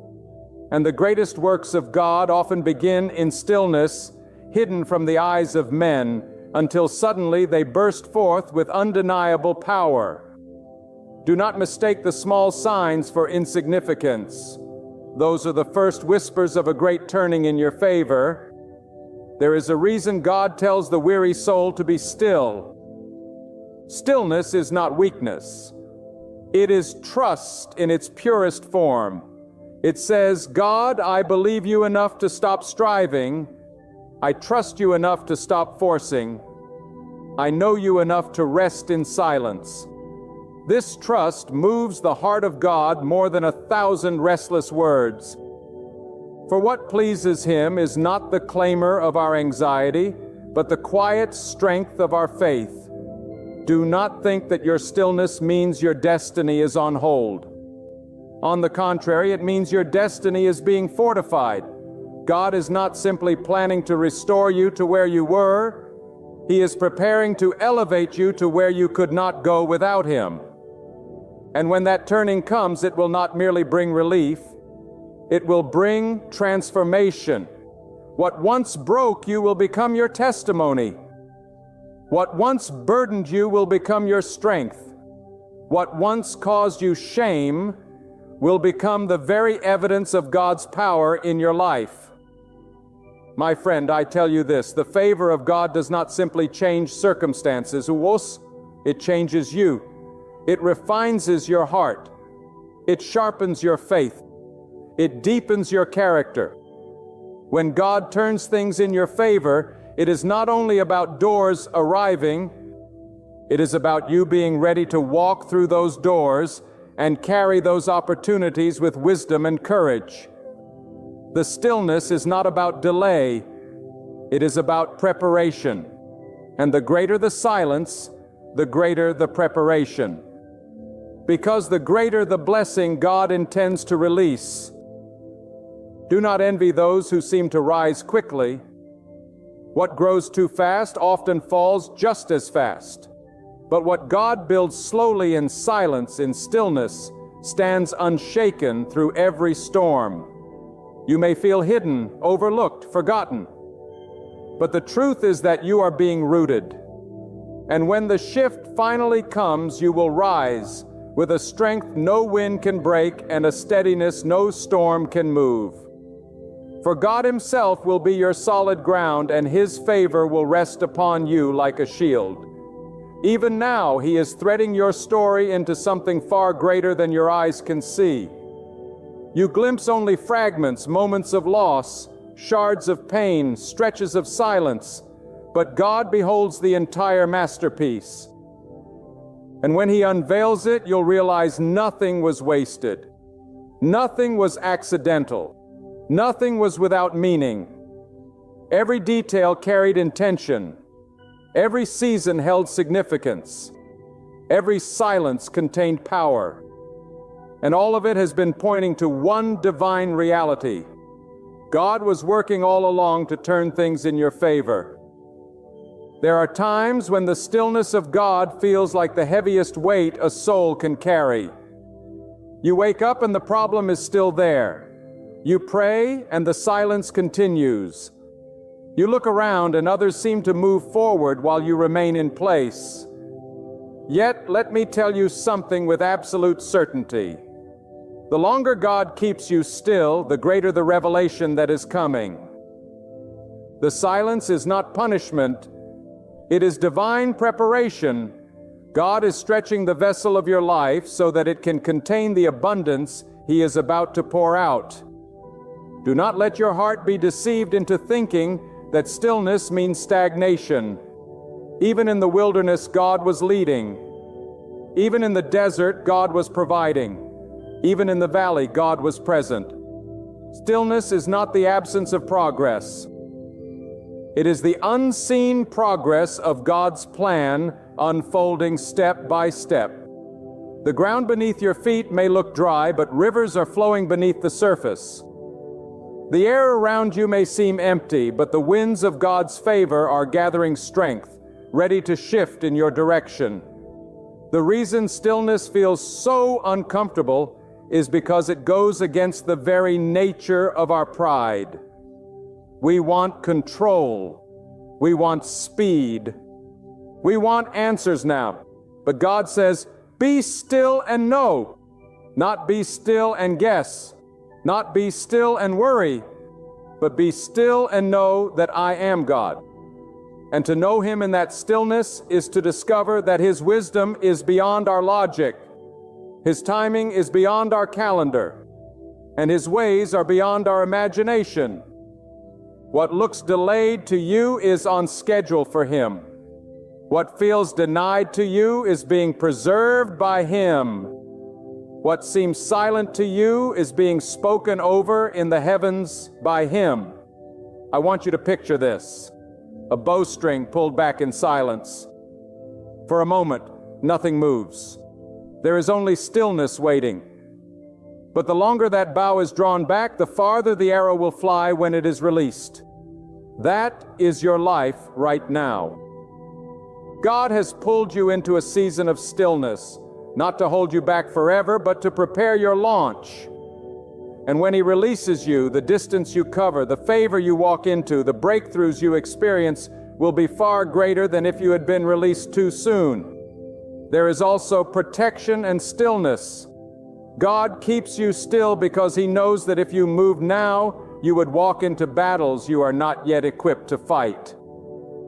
He knows that if you rushed ahead, you would encounter doors that are not meant for you, people who would harm you, or opportunities that would crush you. But in His mercy, He says, "Be still." For in your stillness, He fights battles on your behalf. In your stillness, He clears the path ahead. In your stillness, He lays a foundation solid that when you finally move, nothing will be able to shake you. Do not despise the silence. Instead, learn to hear God in it. For silence does not mean absence. It means intimacy. When the noise of the world fades, you begin to hear the whispers of God more clearly. And it is in those whispers that He strengthens your spirit, refines your faith, and renews your hope. If you can learn to embrace the silence, you will realize it is not a void. It is a sanctuary. It is the place where God teaches you to depend on Him, to trust Him beyond sight, and to love Him beyond circumstance. Hear me when I say this: when God turns things in your favor, it will not come by the hand of man. Men may be used as instruments, but the author will be God alone. And when it happens, there will be no doubt. You will not say this came because of luck or chance or coincidence. You will say this came because of God, and that testimony will be stronger than any victory you could have manufactured by your own effort. The stillness also humbles us. It strips away the illusion that we are in control. It silences the arrogance that says, "I can make it happen on my own." And though that humbling may feel painful, it is a gift. For humility is the gateway to divine favor. When God sees that you no longer rely on your own strength, He releases His strength on your behalf. And His strength will carry you further in one day than your own could have carried you in a lifetime. There are people who will doubt you in your stillness. They will say, "Where is your God now?" They will mock your waiting. They will question your silence. They will judge your faith. But when God turns things in your favor, those same people will have no word. For the evidence of His power will be undeniable, and your life will stand as a living declaration that trusting God is never in vain. My friend, there is a sacred strength that rises in the one who chooses to be still when everything inside them wants to run, fight, or force. The world teaches you to hustle, to push harder, to claw your way through doors that are locked. But God says, "Wait, and I will open the door myself." And when God opens a door, no man can shut it. When God lays a foundation, no storm can tear it down. When God declares favor, no opposition can reverse it. That is why stillness is not weakness. It is the highest form of trust. It is the courage to say, "I will not panic. I will not force. I will not fear. I will wait because I know God is faithful." Understand this truth. The waiting season is not wasted. It is weight training for your spirit. It is teaching you how to carry what God is preparing to place in your hands. If the blessing came too soon, it would crush you. If the favor came too quickly, it would overwhelm you. But in stillness, God builds your strength, enlarges your capacity, and teaches you endurance. And when the time comes, you will not only step into your breakthrough, you will stand strong enough to hold it. Stillness is also the ground where faith becomes unshakable. Anyone can believe when the evidence is visible. Anyone can trust when the answers are immediate. But true faith is forged when there is no evidence, no answer, no sign. And still the heart declares, I will wait on God. That kind of faith is what moves mountains. That kind of faith is what silences fear. That kind of faith is what unlocks the very power of God to turn things in your favor. Do not think that God has forgotten you. The enemy will try to whisper that lie in your stillness. He will point to your unanswered prayers and say, see, nothing is happening.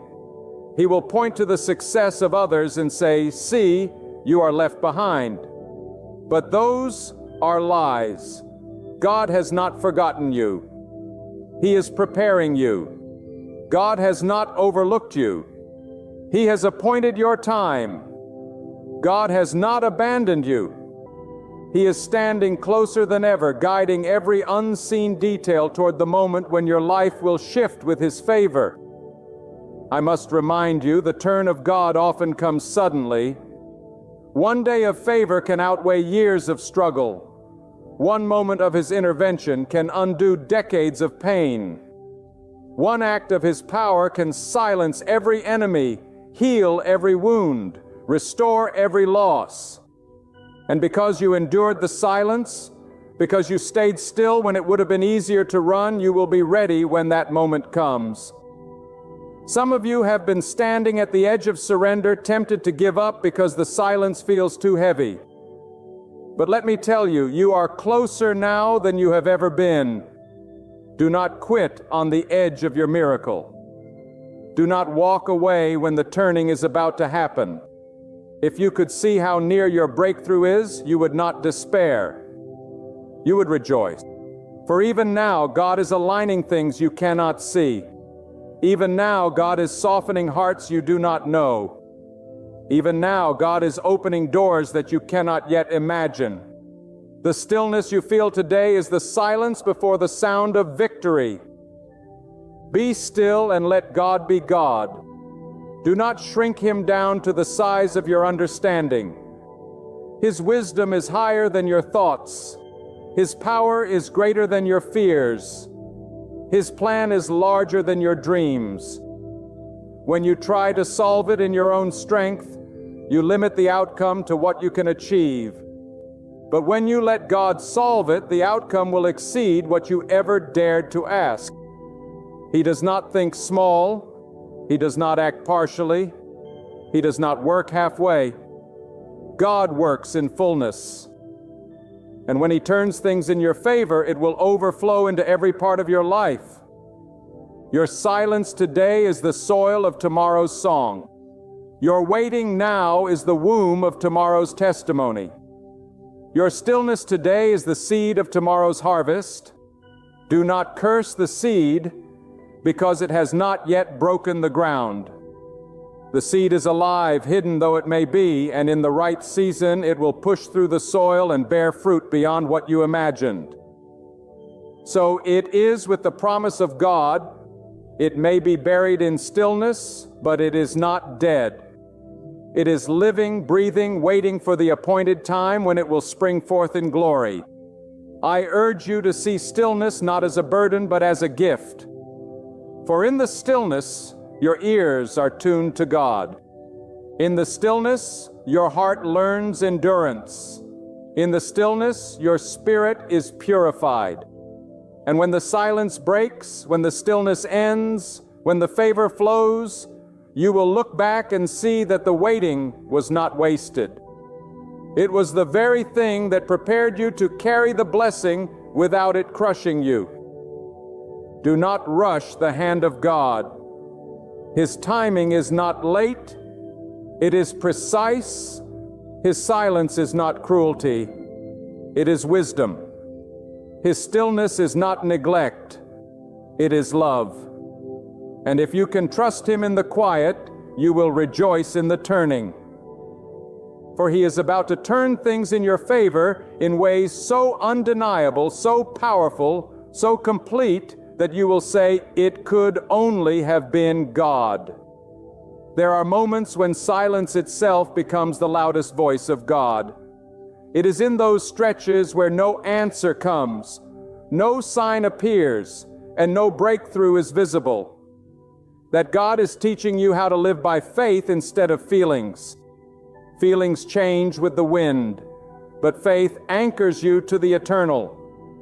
Feelings tremble in the storm, but faith declares, God is still in control. Do not despise the silence, for within it God is shaping a trust that cannot be shaken by circumstances, nor swayed by the whispers of doubt.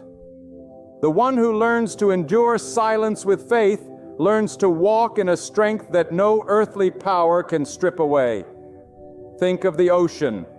On the surface, waves crash, winds roar, and storms rage. But in the depths, the waters are calm, steady, unmoved by the chaos above.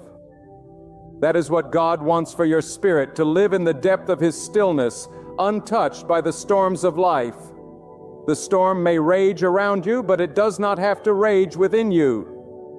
And when you stand in that stillness, you carry a peace that confuses the world, a calm that cannot be explained, a strength that only God can give. Some people misunderstand stillness, thinking it means passivity or resignation. But stillness before God is not giving up. It is giving over. It is placing your battles into His hands, knowing His strength will do what yours never could. It is refusing to be driven by panic or pressure, but instead being anchored in the certainty that God governs time, destiny, and outcome.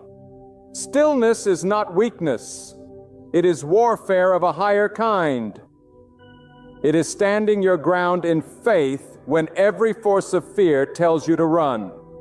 There is a divine mystery in how God works. Often He hides His greatest miracles in the most ordinary days.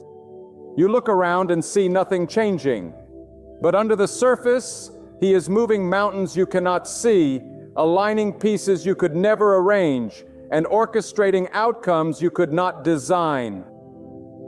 The silence is not proof of His absence. It is proof of His unseen activity. For God often works in the hidden place before He reveals in the open.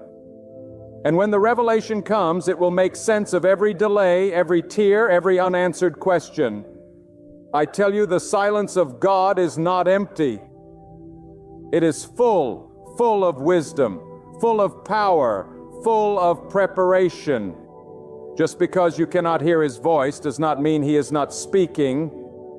He may be speaking in ways beyond your hearing, guiding you with unseen hands, teaching your heart lessons that only silence can teach.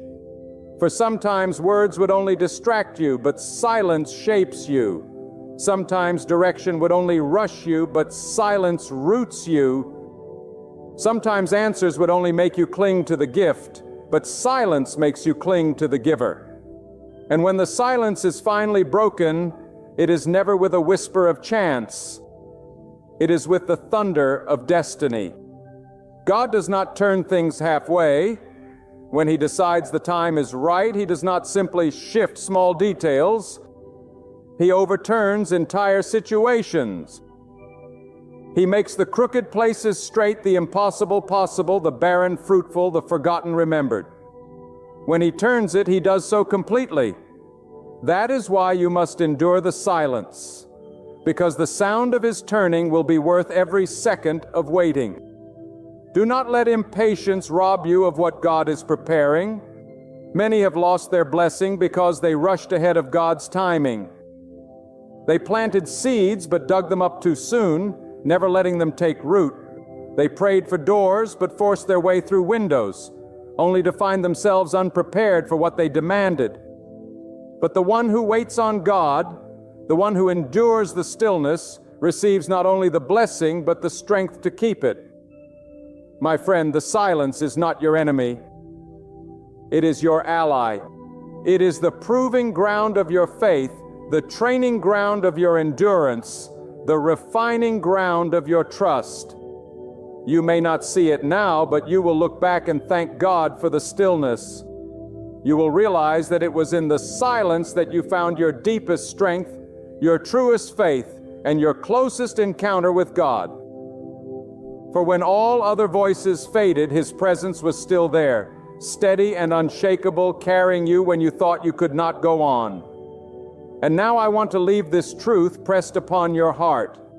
The same God who shaped the mountains, who commands the seas, who sets the stars in their places, is the very God who holds your life in His hands. He has not forgotten you. He has not overlooked you. The delays you face are not denials. They are divine preparations. The silence you endure is not abandonment. It is the stage upon which God will reveal His power.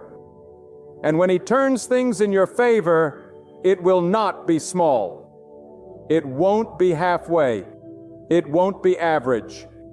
It will be undeniable, unstoppable, and clearly marked by His hand. So stay calm, stay grounded.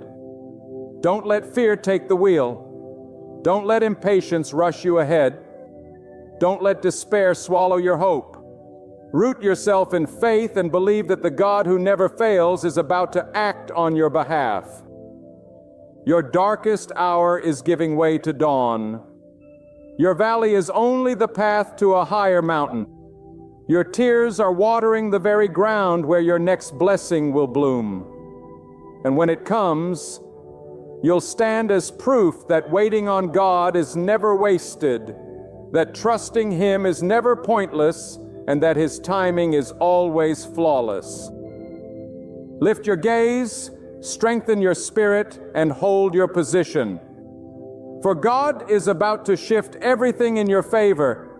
Just stay still. There are seasons in life when the weight of debt feels like a chain locked tight around your soul. It makes no difference whether that debt is financial, emotional, spiritual, or simply the burden of regret. You sense it pressing hard against your shoulders, as though it will never let go. You wake up with it on your mind. You lie down at night hearing it echo in your thoughts. You begin to believe this is the sentence you must endure for years, maybe even for the rest of your life. But I am here to speak with authority, with conviction, and with the assurance of the Almighty Himself. God is about to cancel a debt you thought you would carry forever.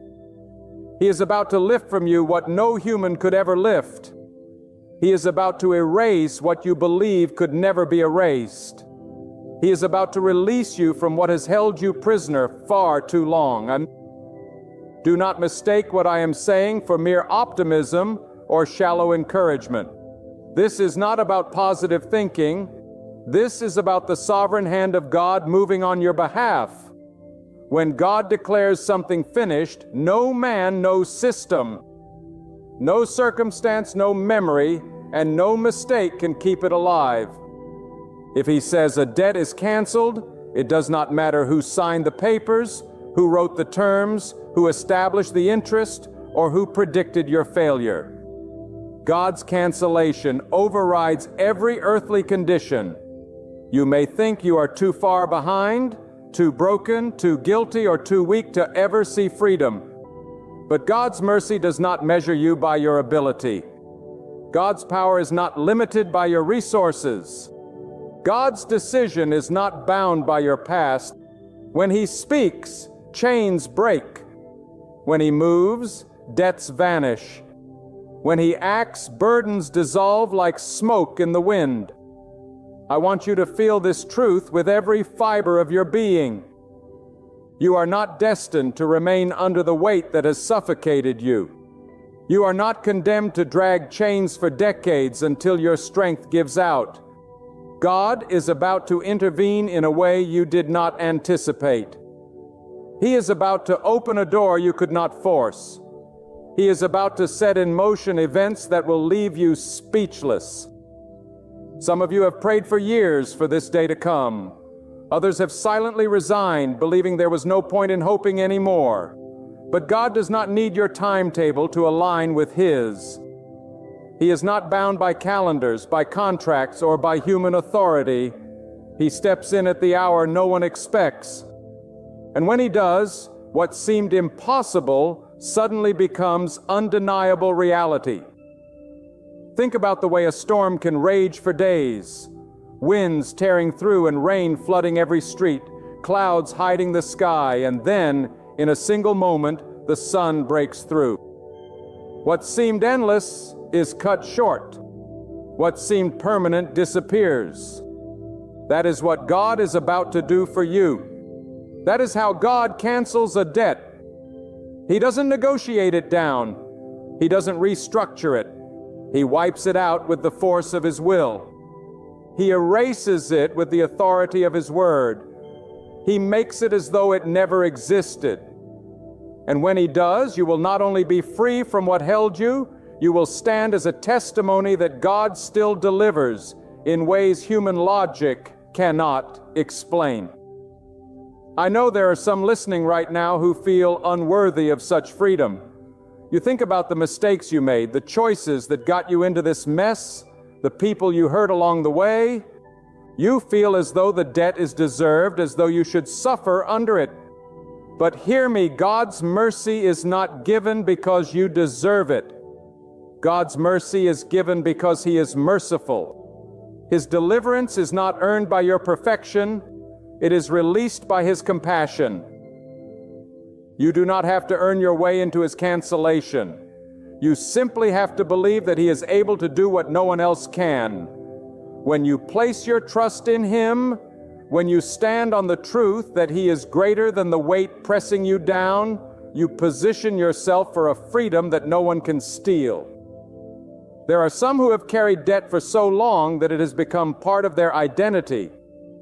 You don't even know who you are without it. You've introduced yourself to life as the one who struggles, the one who fails, the one who never gets ahead, the one who always owes. That lie has wrapped itself around your spirit like a garment you think you cannot remove. But God is about to strip it away. He is about to clothe you in freedom, in dignity, in strength, in abundance. You are not defined by the debt. You are defined by the one who cancels debt. You are not labeled by the chains. You are labeled by the God who shatters chains. The world may call you bound, but God calls you free. Do not underestimate what God is able to do. The same God who lifts oceans and carves valleys, who lights the stars and commands the seasons, is the one who sees you at this very moment. He is not distant from your struggle. He is not deaf to your cry. He is not blind to your pain. He has watched every tear fall. He has measured every sleepless night. He has heard every whispered prayer. And now He is saying enough. Enough of the years wasted in bondage. Enough of the nights consumed by worry. Enough of the days spent wondering if life would ever change. God is about to cancel a debt you thought you'd carry for years. And when He does, it will not be by chance. It will not be by luck. It will be by His deliberate hand. There are people under the sound of my voice who have been living with an invisible debt they dare not mention to anyone. It may not show up on a ledger. It may not be stamped in a bank account, but it is written on the walls of their hearts. It is the debt of shame. It is the debt of words they cannot take back, actions they cannot undo, regrets they cannot erase. They smile in public, but they collapse in private under the weight of it. They live outwardly functioning, but inwardly broken, and they think this debt is their fate. Yet I tell you today, God is not only the canceller of financial debts. He is the deliverer from the debts of shame, guilt, and regret. When He decides that enough is enough, when He says the page is wiped clean, no voice of the accuser can speak against His decree. Do not think that God overlooks your pain. Do not imagine for a second that He has forgotten you. He is the one who knows how many hairs are on your head. He is the one who watches the sparrow fall and notices. Do you not believe He has noticed your struggle, your tears, your weariness? He has recorded every sigh, every whispered prayer that no one else heard. And He is not indifferent. He has not allowed this season of heaviness to define you. It has been permitted only long enough to prepare you for the magnitude of the freedom He is about to bring. The debt is about to be canceled, not because you are strong enough, but because God is faithful enough. The systems of this world are built to keep you enslaved to debt. They are designed to make you believe that you must spend your lifetime paying, struggling, owing, and never arriving. But God is not bound by systems. He is not restrained by institutions. He is not limited by contracts or documents. God is the author of all laws. And when He decides to overrule, every human law bends to His command. That is why some of you are about to walk into a miracle so radical that even those closest to you will not believe it until they see it. You will try to explain it, but you will not find words big enough to capture it. The only thing you will be able to say with certainty is God did it. Some of you have been working so hard to climb out of debt that you are exhausted in every sense of the word. You have fought, sacrificed, and struggled, and yet the mountain seems as tall as ever. You feel like the more you pay, the more it multiplies. The more you give, the more it demands. But hear this truth. God does not require you to climb the mountain in your own strength when He has the power to move the mountain altogether. What would take you 10 years of striving can vanish in one act of God's favor. What you thought would require your lifetime can be overturned in a single moment. God does not need time to accomplish what He has already willed. Time bows to Him. Circumstances submit to Him. Debts dissolve before Him. The debt you thought would be your identity will not survive the presence of God's command.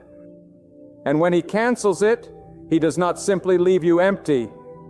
He fills you with abundance. He does not merely take away the burden. He replaces it with blessing.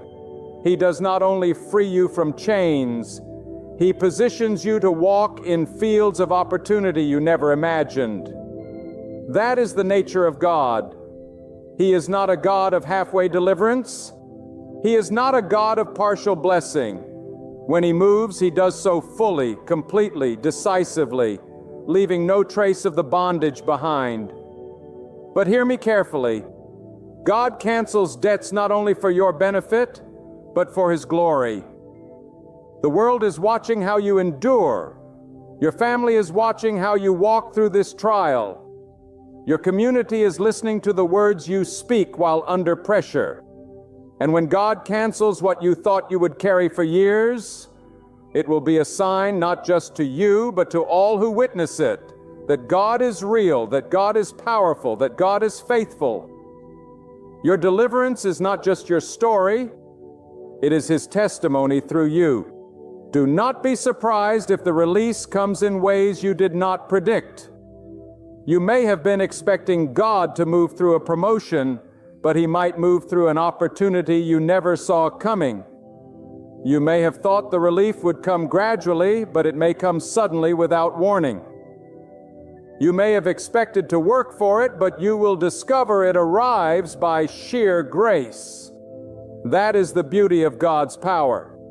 He rarely moves in ways you can anticipate, because if you could predict it, you would give the crap to man. He acts in ways that leave no room for doubt about who made it happen. And when He cancels your debt, remember this: it is not just to remove a burden, but to teach you to trust Him on a deeper level. Many of you have prayed for relief, but God wants to give you more than relief. He wants to give you revelation. He wants you to know that He alone is your source. Not your employer, not your bank, not your abilities, not your network. God alone is the one who provides, sustains, and delivers. Once you see Him cancel what you could not cancel, once you watch Him lift what you could not lift, you will walk differently. You will speak differently. You will believe differently. This is why you must not grow weary and waiting. Sometimes God allows the wait to remain just long enough so that when He cancels it, you know beyond a shadow of doubt that it was Him. He allows the night to stretch on so that when dawn breaks, the light is blinding in its beauty. He permits the storm to rage so that when the calm arrives, it is undeniable that it was not by chance. If you had been delivered earlier, you might have thought it was your doing. But because the timing is so precise, because the breakthrough is so dramatic, you will know with certainty it was God. I tell you with all the fire in my spirit, God is about to cancel a debt you thought you'd carry for years. And when He does, you will not just walk away lighter. You will walk away wiser. You will not just be free from a burden. You will be filled with boldness. You will not just be released from something, you will be launched into something greater. Because when God takes away, He also gives. When He removes, He also replaces. When He cancels, He also creates. He is not just the God of subtraction, He is the God of multiplication. There is a holy urgency in this message, because God is not a God who delays without purpose. When He allows you to carry a weight for a season, it is never because He has forgotten you. It is because He is shaping you, refining you, deepening you, and preparing you for the weight of the blessing that follows. A canceled debt is not merely the removal of something. It is the introduction of something greater. When God cancels a debt, He not only erases what was owed, He opens space for abundance that could never have been received while you were still chained. The very pressure that threatened to break you becomes the stage upon which God reveals His delivering power. The very tears you cried in private become the rain that watered the soil for a harvest you will soon reap in public. I want you to recognize this truth. Debts are not only measured in money or contracts. They are measured in the heavy yokes people carry in silence. There are those who live every day with the crushing debt of fear. They walk into opportunities but sabotage themselves because they owe loyalty to the voice of doubt that whispers in their ear. There are others who live with the debt of bitterness. Someone wronged them, someone betrayed them, someone abandoned them, and they owe every tomorrow to the pain of yesterday. They cannot see forward because they are enslaved to the chains of the past. And then there are those who carry the debt of hopelessness. They live as if they owe the world their surrender. They have resigned to the idea life will always be heavy, always be dark, always be small. But listen to me with all the conviction in my heart. God is about to cancel debts you did not even realize were ruling your life. He is about to silence the debt of fear by filling you with courage you never knew you had. He is about to erase the debt of bitterness by flooding your heart with a peace that no wound can outlast. He is about to destroy the debt of hopelessness by giving you a vision so bright you will wonder how you ever lived without it. Do not think for a moment that God's cancellation is limited to papers signed and numbers tallied. His cancellation reaches the invisible, the internal, the unspoken. He knows the debts that have lived in the secret chambers of your soul, and He is declaring them void. When God moves to cancel, He does not consult your enemy. He does not ask permission from the systems of the world. He does not need to gather votes from men. He speaks and it is done. His word is not a suggestion. His decree is not up for debate. When he says the debt is canceled, it is canceled. The world may argue, people may resist, circumstances may look unchanged at first. But hold your ground, for God's decree cannot be overturned. The same God who spoke the earth into existence, the same God who separated light from darkness, is the same God who will speak cancellation over your life, and His word does not return empty. Some of you are standing on the edge of your breakthrough, but you do not even realize it. You have been carrying the weight so long that you think it is permanent. You have learned to live with it, to normalize it, to expect it.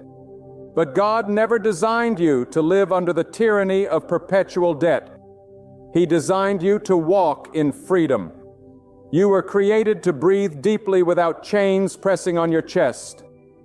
You were created to walk upright, not bowed down by the burdens of yesterday.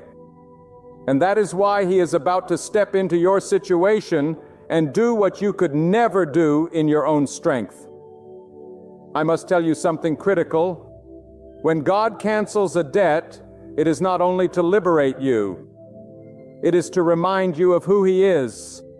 It is so that you will never again doubt His ability to intervene. Too often we limit God by the size of our imagination. We tell ourselves, if only this happened, maybe I could breathe again. If only that person stepped in, maybe I could survive. Yet God's imagination is never limited by ours. He can work in ways you've never imagined, open doors you didn't even know existed, and send help from places you never thought possible. When you think there is no solution, He is already moving behind the scenes. When you believe there is no escape, He has already prepared a way out. And when you expect nothing will ever change, He is already setting up the moment that will transform everything. This is the greatness of God. He cancels debts not only to remove what binds you, but to reveal that He alone is worthy of your trust.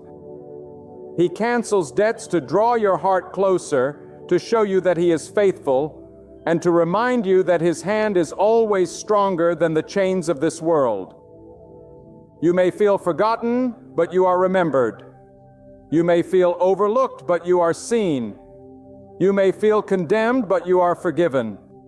You may feel bound, but you are already marked for freedom. And when your freedom comes, and it will not just arrive quietly. It will thunder across your life with a force you cannot mistake. You will look back on the nights of worry and realize they were the prelude to the song of victory. You will look back on the seasons of despair and realize they were the foundation upon which your testimony now stands. You will look back on the years of waiting and realize they were not wasted. For God was preparing you all along. Do not lose heart. Do not give up. Do not silence your faith just because the burden feels heavy. God is nearer than you realize. The release is closer than you think. The cancellation is already written in the heavens. All you must do is keep standing, keep trusting, keep believing that the God who has never failed will not fail you now. For in His timing, in His wisdom, and in His power, He is about to cancel a debt you thought you'd carry for years. And when He does, the world will know that God still moves in glory today. There are seasons when life itself seems to hold its breath, when you feel as though the weight of your burden has silenced even your own prayers. You wonder if God hears, if God sees, if God truly knows the crushing load you have carried for years. And yet it is often in those silent seasons when you feel forgotten that God is preparing the greatest release. He has been working in ways you cannot see, orchestrating events beyond your awareness, aligning people, circumstances, and opportunities so that when the moment of cancellation arrives, it is undeniable that only God could have done it. The debt you thought would shadow your life forever is no match for the authority of God's Word. You may have lived under the sentence of debt for so long that you believe freedom is a dream reserved for others, not for you. But I tell you with every ounce of conviction within me, when God decides to cancel what has bound you, He does not ask your past for permission. He does not consult your failures. He does not review the mistakes you made to determine if you are worthy of release. He cancels because He is God and because His mercy flows from His nature, not from your perfection. Consider how God works in patterns of transformation. He does not simply take away chains. He transforms slaves into free men and women. He does not simply break bonds. He redefines identities. The one who was once labeled as bound becomes the testimony of freedom. The one who was once known as in debt becomes the one who carries abundance. And it is not just about the outward situation. It is about the inward renewal. God cancels the outer debt to reveal that He has also freed you within, so that no shadow of guilt or fear has the right to live in your spirit anymore. Let me speak plainly. Some of you are living as though the dead is greater than God. You believe in His existence. You acknowledge His power. But when it comes to your own life, you live as though your chains are stronger than His hand. That is a lie that must be cast down. God is greater than every creditor. God is greater than every mistake. God is greater than every system that has conspired to keep you locked down. The same God who speaks to the seas and they obey, who commands the heavens and they respond, is the one who is about to declare freedom over your life. Do not shrink Him down to the size of your problem. Elevate your vision until you see your problem shrink beneath the majesty of God. And I must warn you, when God cancels your debt, it is not for you to run back into bondage. Freedom is not given so you can return to slavery. It is given so you can walk into the life He designed for you. Some will be tempted to misuse their freedom, to waste it, squander it, forgetting the weight from which they were delivered. But true gratitude will anchor you when you remember the nights you thought you would break, the mornings you wondered if you could go on, and then you see that lifted by God's hand, you will not dare treat freedom lightly. You will walk with reverence, with responsibility, with thanksgiving. There are debts passed down through families, cycles of struggle repeated across generations. A grandfather bound by poverty, a father bound by failure, and now the children believing they too must carry the same chains. But hear this with authority. God is not only canceling your debt, He is canceling generational debts. He is breaking cycles that you thought would never end. He is declaring that what bound your family will not bind you. The poverty, the addiction, the fear, the shame, it ends when God speaks. You will be the one who carries a new inheritance, not of debt, but of blessing. You will be the one who stands as proof that cycles are broken not by human willpower alone, but by the intervention of Almighty God. And when He delivers you, He will place within you the courage to walk boldly into new territory. Too long you have measured your future by your past, expecting only to repeat what has always been. But when God cancels debt, He is not just setting you free from what was, He is launching you into what can be. He does not simply remove the old, He makes room for the new. He does not just strip away chains, He equips you with wings. This is not only about subtraction, it is about transformation. Do not despise the years you carried the debt, for they have prepared you to carry the blessing. If you had never known the weight of chains, you would not value the gift of freedom. If you had never known the taste of struggle, you would not appreciate the sweetness of abundance. God has allowed you to endure, not to destroy you, but to teach you, to strengthen you, to mature you. And now that the cancellation is near, you will carry it with the depth of someone who truly understands its worth. Lift up your head, for God is not finished with you. The debt is not the end of your story. The burden is not the final chapter. You are on the brink of a divine reversal. And when it comes, it will not come quietly. It will come like a flood breaking through a dam, like light piercing the darkest night, like a trumpet sounding across the silence. Everyone who thought you would live bound will see you stand free. Everyone who assumed the debt would crush you will witness the power of God to lift you. Everyone who doubted your story would change will hear you testify that it was God and God alone who canceled what you could never cancel. There are times when the very weight you thought would bury you becomes the very proof that God is alive and active in your story. The human heart is fragile when it carries burdens too long, but the spirit ignited by God becomes unbreakable. And some of you are about to discover that the years of heaviness were only the backdrop for a testimony so powerful it will shake others awake. God is about to cancel a debt so deeply rooted in your life that you had almost made peace with it. You thought you would carry it to your grave. You thought it would define your destiny. But God is saying, today I have measured your tears. I have counted your nights. I have heard your groaning. And now the season of carrying is over. The season of cancellation has come. What does it mean when God cancels? It means He removes every legal right the enemy had to hold you bound.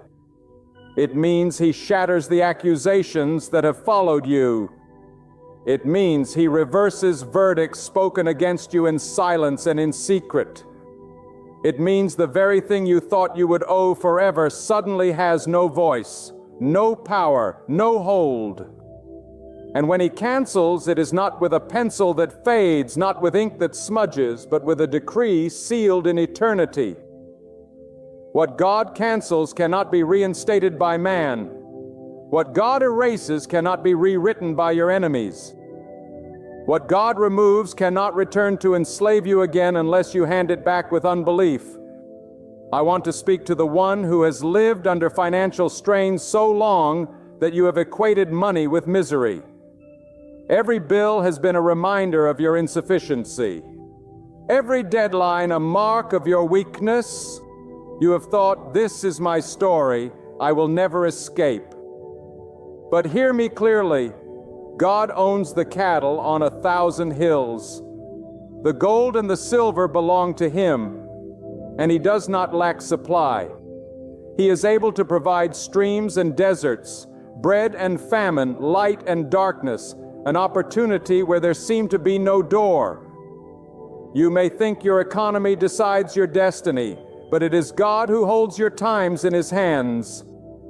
When He cancels, He will not only relieve the weight of debt, but will open your eyes to resources you never saw before, to paths you never considered, to provision that flows directly from His hand. I also want to speak to the one whose debt is hidden in the soul, the debt of guilt and self-condemnation. You have lived replaying mistakes, convincing yourself that you deserve to remain under this sentence. Every success feels counterfeit because the voice in your head reminds you of what you did, what you failed to do, where you fell short. You live as though you owe the world an apology. You can never finish giving. But let me tell you something powerful. When God cancels, He cancels even the voice of shame. He silences the accuser. He removes the stain that you thought was permanent. And when He says you are free, no inner critic, no memory, no haunting thought has the authority to chain you again. There are also those carrying the debt of delay. You expected life to be further along by now. You thought by this age you would be in another place, but everything feels late, postponed, behind schedule. You feel as though time itself is against you, and you live every day with the debt of lost years. But God is not only the one who cancels, He is the Redeemer of time. What you thought was wasted, He can multiply. What you thought was lost, He can restore. One moment of God's favor can accomplish more than decades of striving. One act of His hand can accelerate you beyond every delay. And when He does it, you will not walk in bitterness over what was lost, but in joy over what was gained. Let me take you deeper. When God cancels a debt, He also cancels the power of those who profited from your bondage. There are people, systems, and even thoughts that have benefited from keeping you low, from keeping you dependent, from keeping you afraid. But when God steps in, He not only breaks your chains, He dismantles the power structures that thrived on your captivity. The same God who breaks the snare also ensures that the snare cannot be rebuilt. The same God who silences the oppressor ensures that their words carry no weight over you again. Your freedom will not only be personal, it will shift the very environment around you. And when you walk free, you will not walk empty-handed. God never calls someone out of bondage without giving them the resources to build a new life. The freedom you are about to experience will not only remove the weight, it will equip you to stand, to flourish, to help others. Your testimony will not only be survival, it will be transformation. You will speak with an authority you never had before because you will know by experience that God cancels debts no one else could touch. And those who hear you will find hope in your story, courage in your freedom, and faith in your declaration.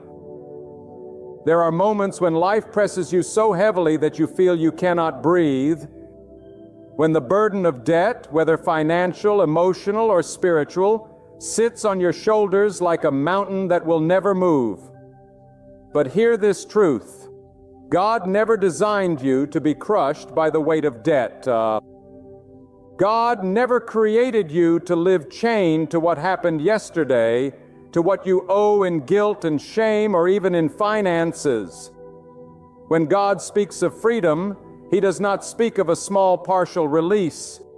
He speaks of chains being shattered, doors swinging wide open, and burdens being lifted so completely that you walk out lighter than you ever believed possible.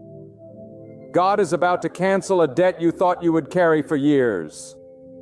And when He does, you will look back and wonder why you ever doubted His power in the first place.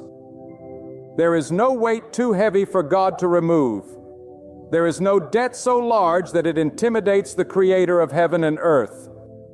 People may tell you it will take years to rebuild, years to repay, years to restore. But God is not bound by human timelines. God does not need to consult the calendar or the economy before He moves on your behalf. When He chooses to cancel what has been holding you, it happens suddenly, decisively, and without explanation.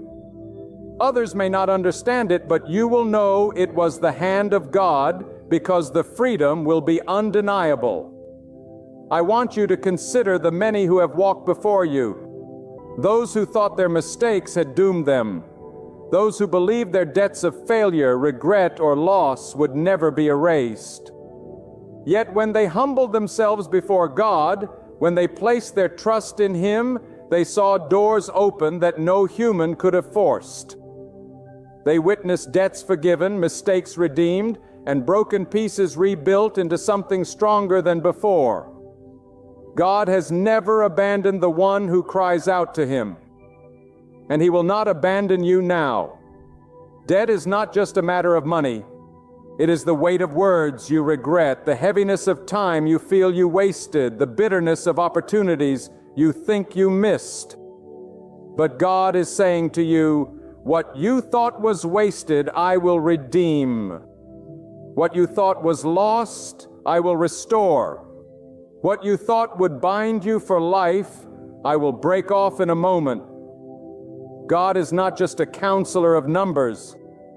He is the canceller of shame, of guilt, of bondage, of cycles that repeat in your family line.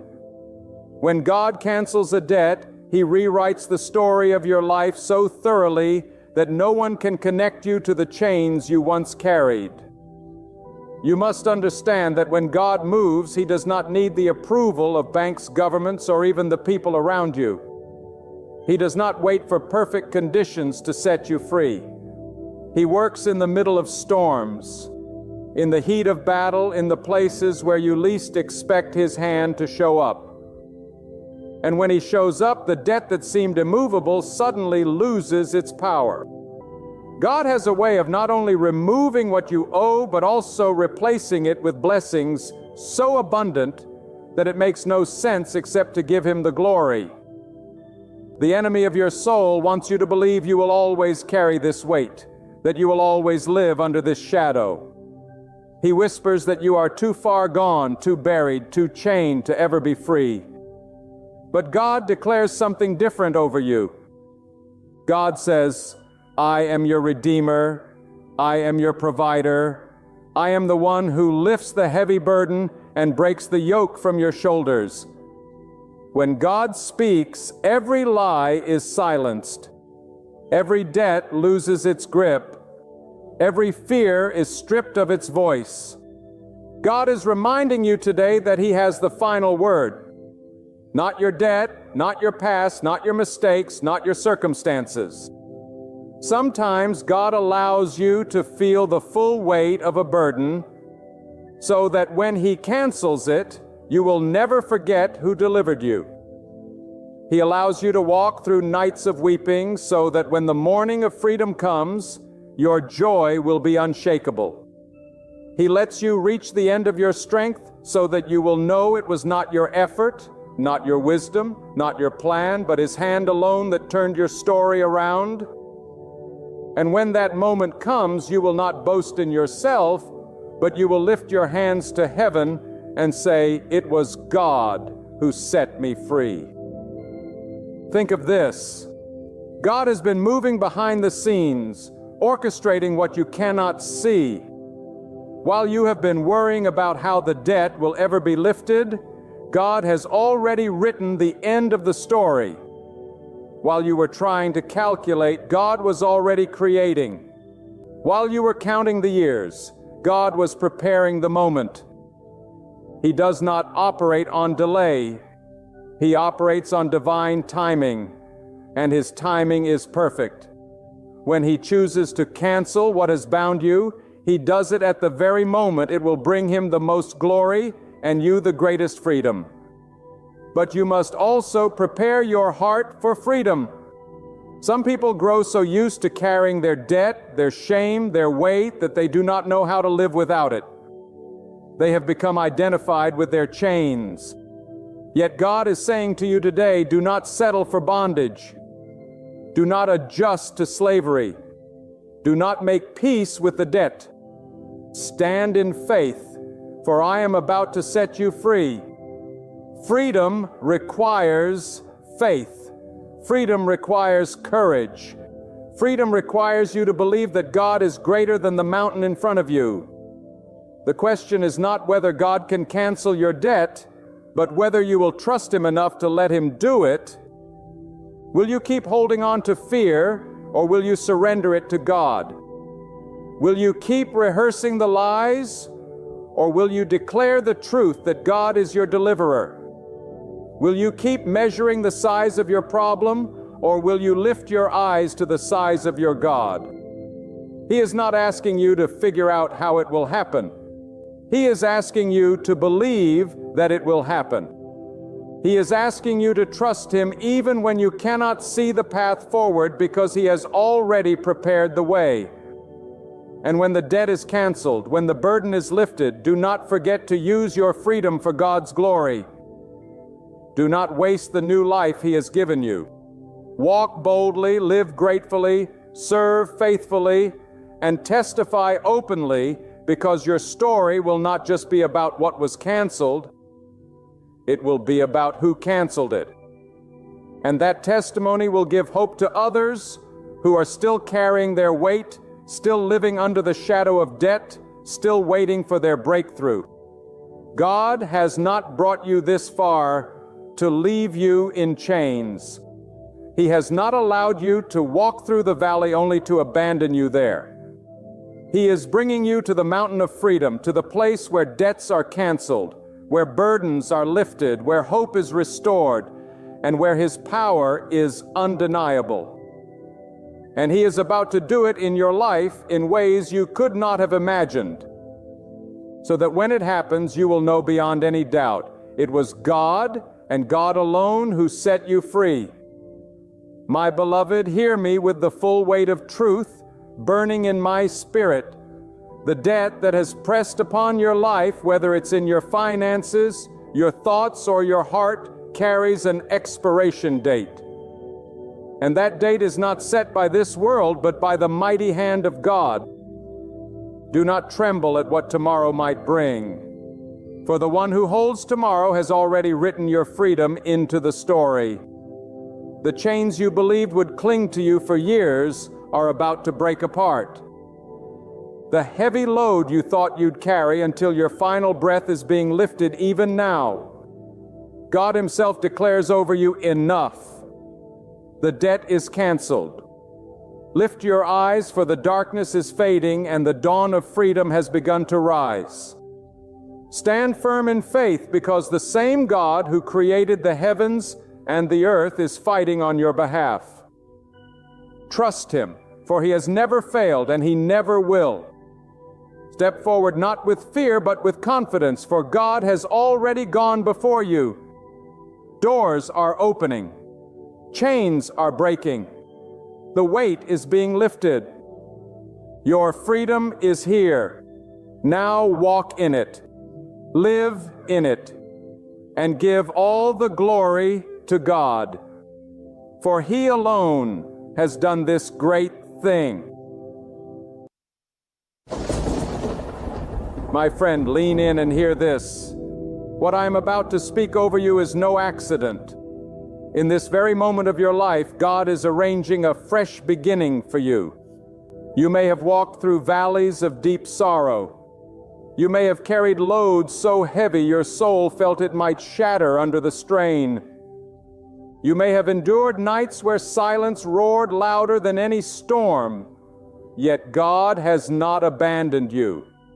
The very God who placed the stars across the heavens, the same God who split seas and leveled mountains, is about to act in your story.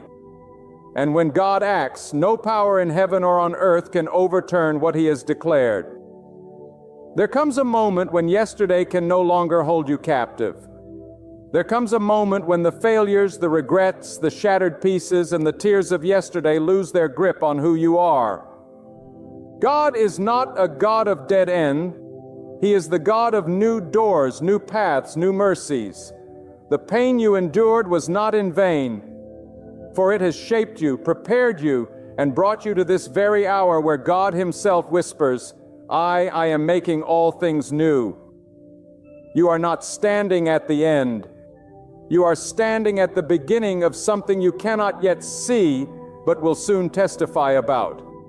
Do not let despair fool you into believing that God has abandoned you. Sometimes the silence of God is not rejection, it is preparation. Sometimes when He closes a door, it is because He is building a gate you never imagined could be open. And while you think you are waiting on God, the truth is God is waiting on you. He is waiting for you to lift your eyes from the ashes of the past and fix them on the horizon of His promise. He is waiting for you to stop rehearsing your pain and start declaring His power. For God's promise is not tied to your past mistakes. It is anchored in His eternal will. How many times have you thought it was over? How many times did you tell yourself that this was the end of the road? Yet here you are, still breathing, still standing, still fighting. And that is not chance. That is God. Every breath in your lungs is evidence that He is not finished with you yet. If He was done with you, you wouldn't be alive. But because you are alive, it means your story has not reached its conclusion.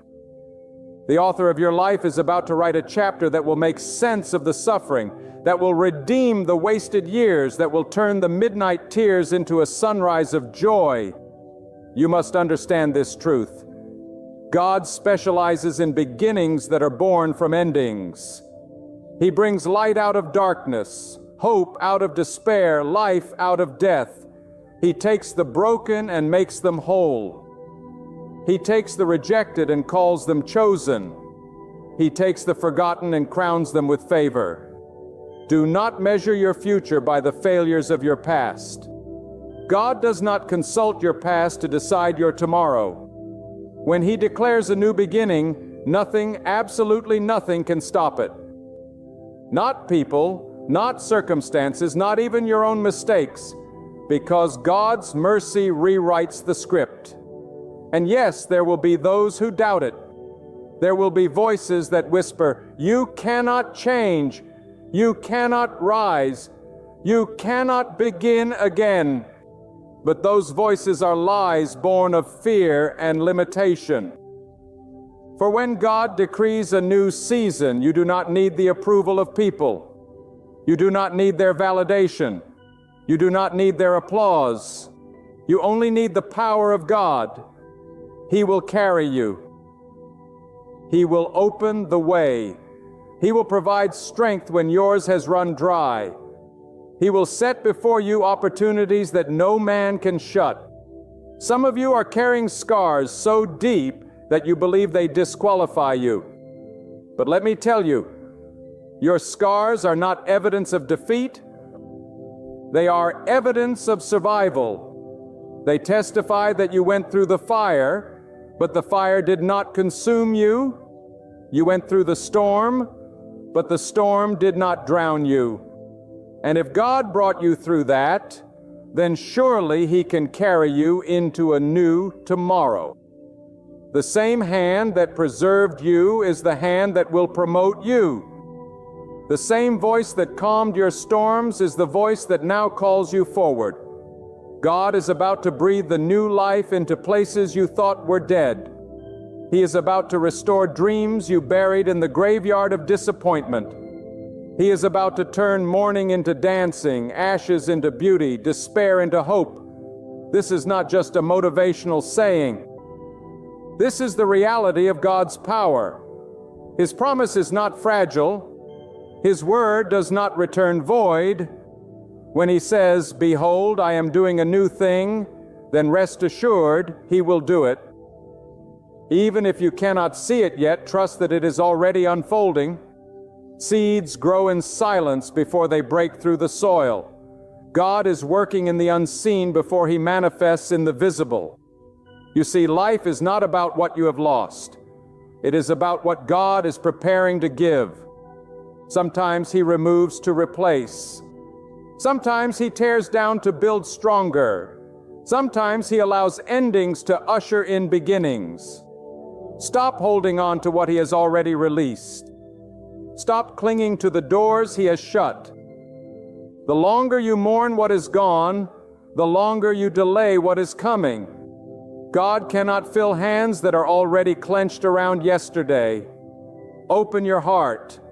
Open your spirit and let God place in you the new beginning He has prepared. And yes, new beginnings require courage. You cannot step into tomorrow while your feet are still chained to yesterday. You must be willing to walk by faith, to take steps when you do not see the full staircase, to trust that if God said go, He has already gone before you to prepare the way. Faith is not waiting until everything makes. It is trusting God when nothing makes sense. And I tell you, there is no safer place to be than in the will of God. Even when it leads you into uncharted waters, this new beginning, it's not just about changing your circumstances. It is about transforming your heart. God does not simply want to adjust your surroundings. He wants to renew your mind, strengthen your spirit, ignite your faith. For what good is a new opportunity if your heart is still chained to fear? What good is a new season if your spirit is still haunted by doubt? God's new beginning starts on the inside. It begins when you dare to believe that He is greater than your struggle, stronger than your enemy, higher than your mountain. When you believe this, you are unstoppable because you are no longer walking in your own strength. You are walking in His. My friend, when God prepares a new beginning, it is not something small, ordinary, or shallow. It is not a minor adjustment to your circumstances. It is a divine reset of your destiny. God does not patch up broken pieces with weak glue. He makes all things new. He does not simply cover your past with a thin veil. He transforms your future with His mighty hand. That is why you cannot measure what God is about to do by what you see around you right now. You cannot define tomorrow by today's pain. God is greater than your present struggles, and His new beginning for you carries weight, authority, and eternal purpose. So many people miss the beauty of God's new beginning because they keep their eyes fixed on what they have lost instead of what God is preparing to give. But hear me clearly, your loss is not the end. Your loss may have been painful. It may have shaken you. It may have left scars. But your loss is also the soil from which God will grow something more glorious than you can imagine. God does not waste pain. He does not overlook tears.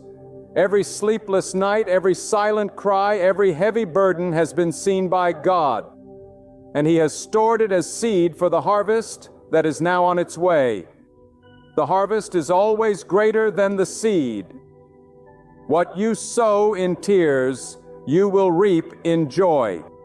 God is about to bring you into a season where the weight of the past will no longer hold power over you. The guilt that tried to define you will lose its voice. The shame that changed your spirit will fall powerless at your feet. The fear that whispered lies into your mind will be silenced by the truth of God's Word. For when God declares a new beginning, He also declares a new identity. You are not who you were yesterday. You are not what they said about you. You are not the mistakes you made. You are who God says you are. And His declaration outweighs every other opinion, every other judgment, every other label. But let me remind you, God's new beginning will demand your trust. It will not always look like what you expected. Sometimes the new beginning feels like an ending because it requires leaving behind comfort zones and familiar places. Think of it. God cannot take you into the land of promise if you insist on clinging to Egypt. He cannot show you the horizon of tomorrow if you keep staring at the ruins of yesterday. Trust is the bridge between where you are and where God is leading you. You must be willing to step into the unknown with faith, knowing that even if you cannot see the path, God is the one guiding your steps. When God says, "Behold, I am doing a new thing," it means He is preparing to surprise you. It means He is about to overturn the assumptions of people who thought they knew your story. It means He is about to set you apart in such a way that even your enemies will be forced to acknowledge the hand of God on your life. Do not limit God by your imagination. Do not reduce His promise to the size of your comfort. He is not a God of small measures. He is a God of abundance, a God of overflow, a God of greatness. When He opens the heavens, He pours out blessings that there is not even room enough to contain. You must also understand that God's new beginning is not always immediate in appearance. Sometimes it begins in silence. Sometimes it begins with small steps. Sometimes it begins beneath the surface where no one can see. But just because you cannot see it does not mean it is not happening. A seed buried in the soil is hidden, unseen and silent, but it is alive. Growth is taking place in the unseen. Roots are forming. Strength is being built. Life is stirring. Then suddenly, when the appointed time arrives, the seed breaks forth through the ground for all to see. That is what God is doing in your life. Do not despise the hidden season. Do not despise the waiting season. For the longer the roots grow, the stronger the tree will stand. There is another truth. When God gives you a new beginning, it is not only for your sake, it is for His glory. Your testimony is not just a story about survival, it is a declaration of God's power. When He lifts you, it will not be so people can applaud you, but so they can see His greatness reflected in your life. That is why your new beginning will be undeniable. It will not be something that you can attribute to chance or luck or human effort. No, it will be so magnificent, so breathtaking, so miraculous that you will be able to say with conviction, this was God's doing. And let me tell you, when God begins to move, there is no force strong enough to stop Him. No power in the heavens, no scheme on earth, no opposition from people can hinder what He has decreed. The only thing that can dead's work in your life is your unwillingness to believe. Doubt is the enemy of destiny. Fear is the thief of future. But faith unlocks the gates of God's promise. Even the smallest faith, if anchored in God, can shift mountains out of your path. You do not need to know how it will happen. You only need to know who is making it happen. Your future is not in the hands of your enemies. Your destiny is not determined by those who rejected you. Your new beginning is not dependent on the people who left you, the job you lost, or the opportunity that slipped away. Your future rests solely in the hands of God, and those hands are mighty, faithful, and unshakable. If He could bring light out of darkness, if He could bring order out of chaos, if He could bring life out of nothing, then surely He can bring a new beginning out of your situation. When God marks the beginning of a new season in your life, it is not to return you to where you once were. It is to elevate you beyond what you could have achieved by your own strength. A true new beginning from God does not simply restore what was lost. It multiplies, it magnifies, it enlarges. God never takes you backward. He always moves you forward. Even when it seems like you've been stripped of everything, even when you feel empty and broken, and know that the emptiness is only making room for the abundance He is preparing to pour into your life. When your hands are empty, they are finally free to receive. This is why you cannot fear endings. Endings are painful, yes, but they are also necessary. A seed must first die in the ground before it can spring forth into new life. So too, some chapters of your life must close before the next can be opened. And although endings bring sorrow, they are also God's way of clearing space for the new. The door that shut was not rejection, it was protection. The path that was blocked was not punishment, it was redirection. What you call loss, God calls preparation.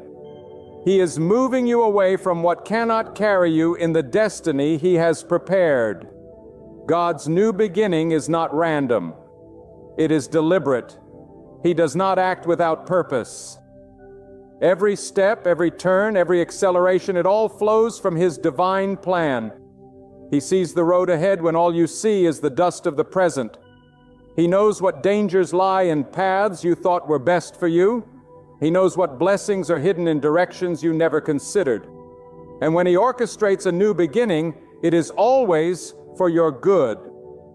Even if it looks uncertain, even if it feels uncomfortable, even if it challenges you to let go of everything you know, trust that God is weaving together a story greater than you could ever write for yourself.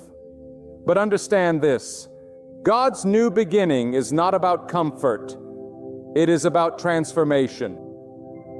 He does not lead you into a new season so you can stay the same.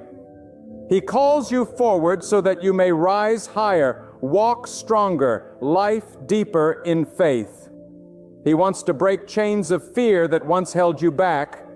He wants to strip away the doubts that clouded your vision.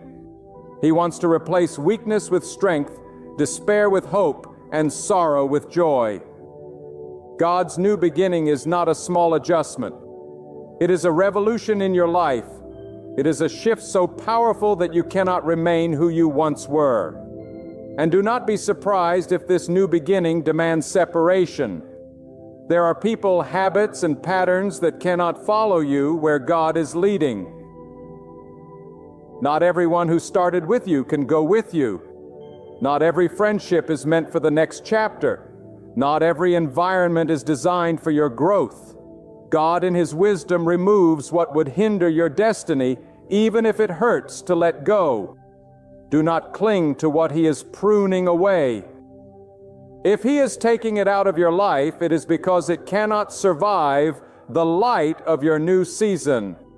Trust Him even in the losses, because they are not losses. They are divine exchanges. When God opens a new door, you will know it is Him, because it will bear the mark of peace. Not the absence of trials, not the absence of challenges, but the presence of His undeniable hand upon it. You will feel His strength lifting you, His wisdom guiding you, His favor surrounding you. What seemed impossible will become attainable. Seemed distant will come within reach. What was once locked will open with ease. Not because of your effort, but because of His authority. Remember, God says, "Yeah." No force can say no. Let me speak directly to your heart. Some of you have been walking in circles, stuck in cycles of disappointment, chained to the memories of past failures. You have been asking, when will it change? When will it be different? Hear me now. The cycle ends when you surrender fully to God's will. Your new beginning is not unlocked by striving, it is unlocked by trusting. It is not about forcing doors open, it is about allowing God to lead you to the door. He is already prepared. Stop exhausting yourself trying to fix what only God can restore. Stop carrying burdens that were never meant for your shoulders. Lay it all down and let God lift you into the season He has appointed for you. And when He does, your life will not only change, it will shine. God does not give you a new beginning for you to hide it. He gives it so your life becomes a testimony, a living example of His goodness, His mercy, His power. People who once doubted you will see what God has done.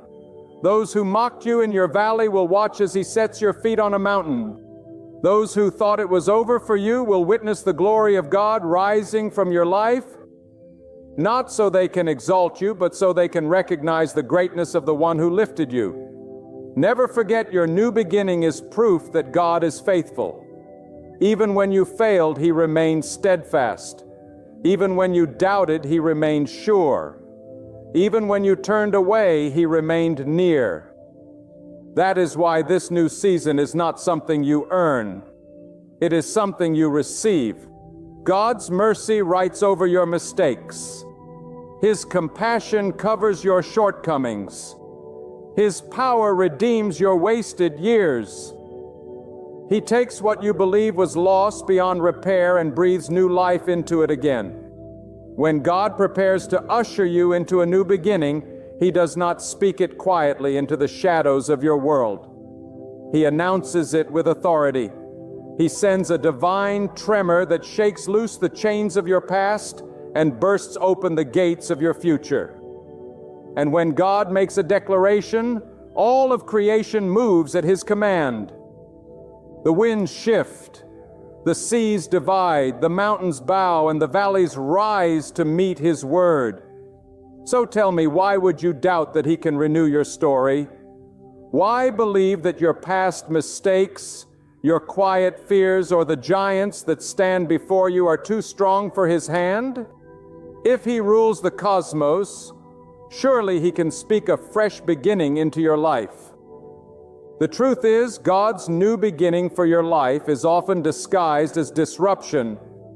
It doesn't always appear gentle or calm at first. It shakes what must be shaken. It uproots what cannot remain. It unsettles what has grown stagnant.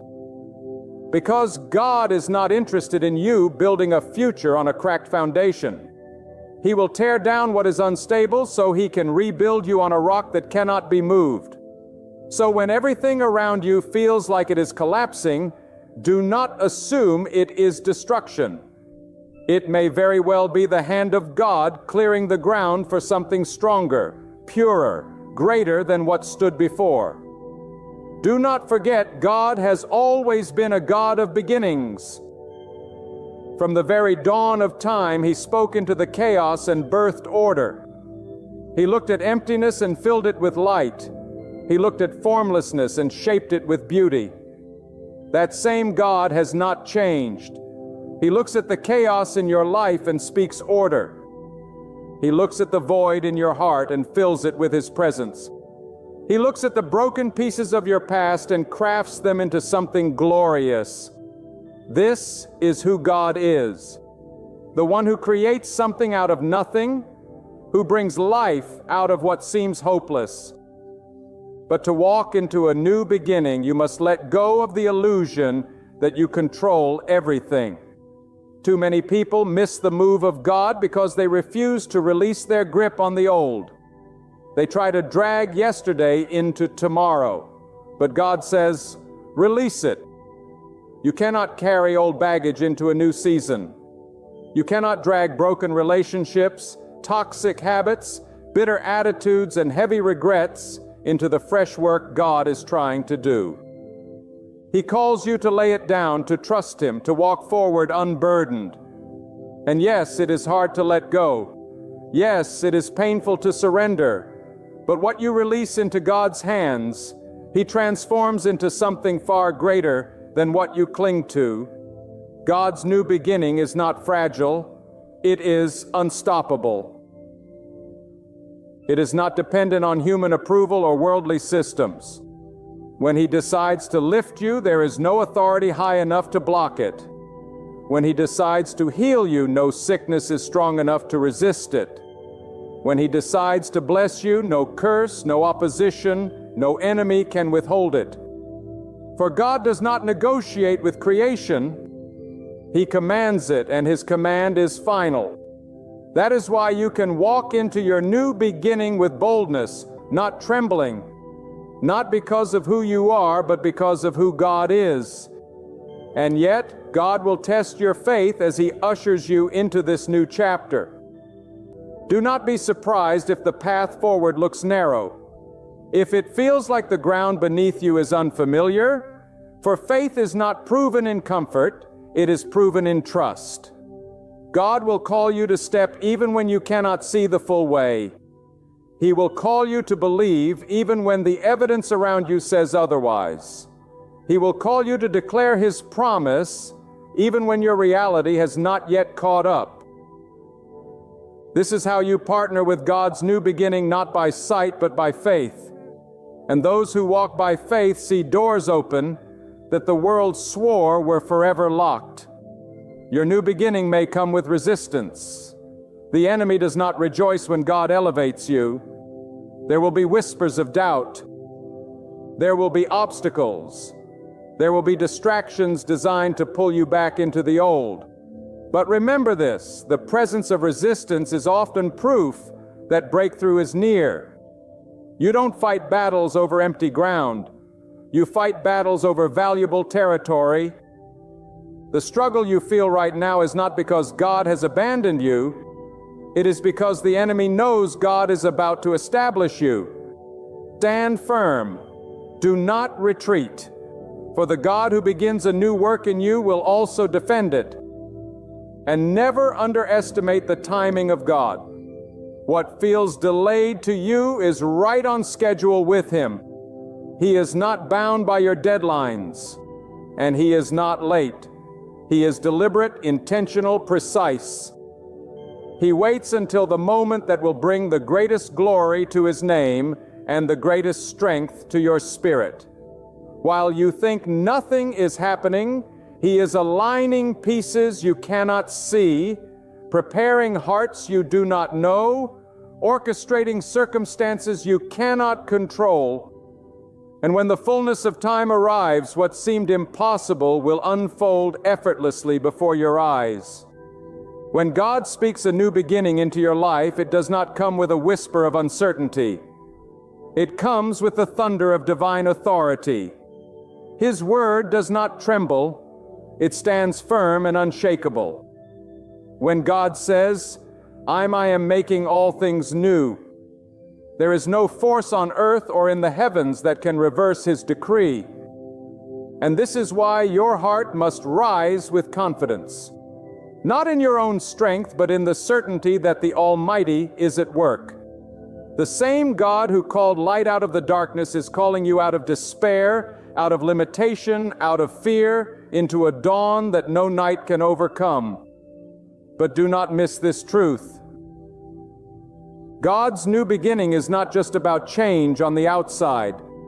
It is about transformation on the inside. Many people want God to change their circumstances while they remain unchanged within. Yet the true new beginning starts in the heart. God is not merely rearranging the furniture of your life. He is building a brand new foundation. He is reshaping your character, refining your faith, deepening your trust. Because unless the heart is renewed, any new season will eventually collapse under the weight of old patterns. So allow Him not only to open new doors, but also to renew your spirit, so that you may walk through them with wisdom. There are moments when God's new beginning feels like wilderness. You may not see the full picture. You may only see a step ahead. But remember, God is not calling you to see everything. He is calling you to trust Him in everything. The wilderness is not abandonment. It is preparation. In the wilderness, you learn to depend not on your own strength, but on His provision. In the wilderness, you discover that when all else is stripped away, God is enough.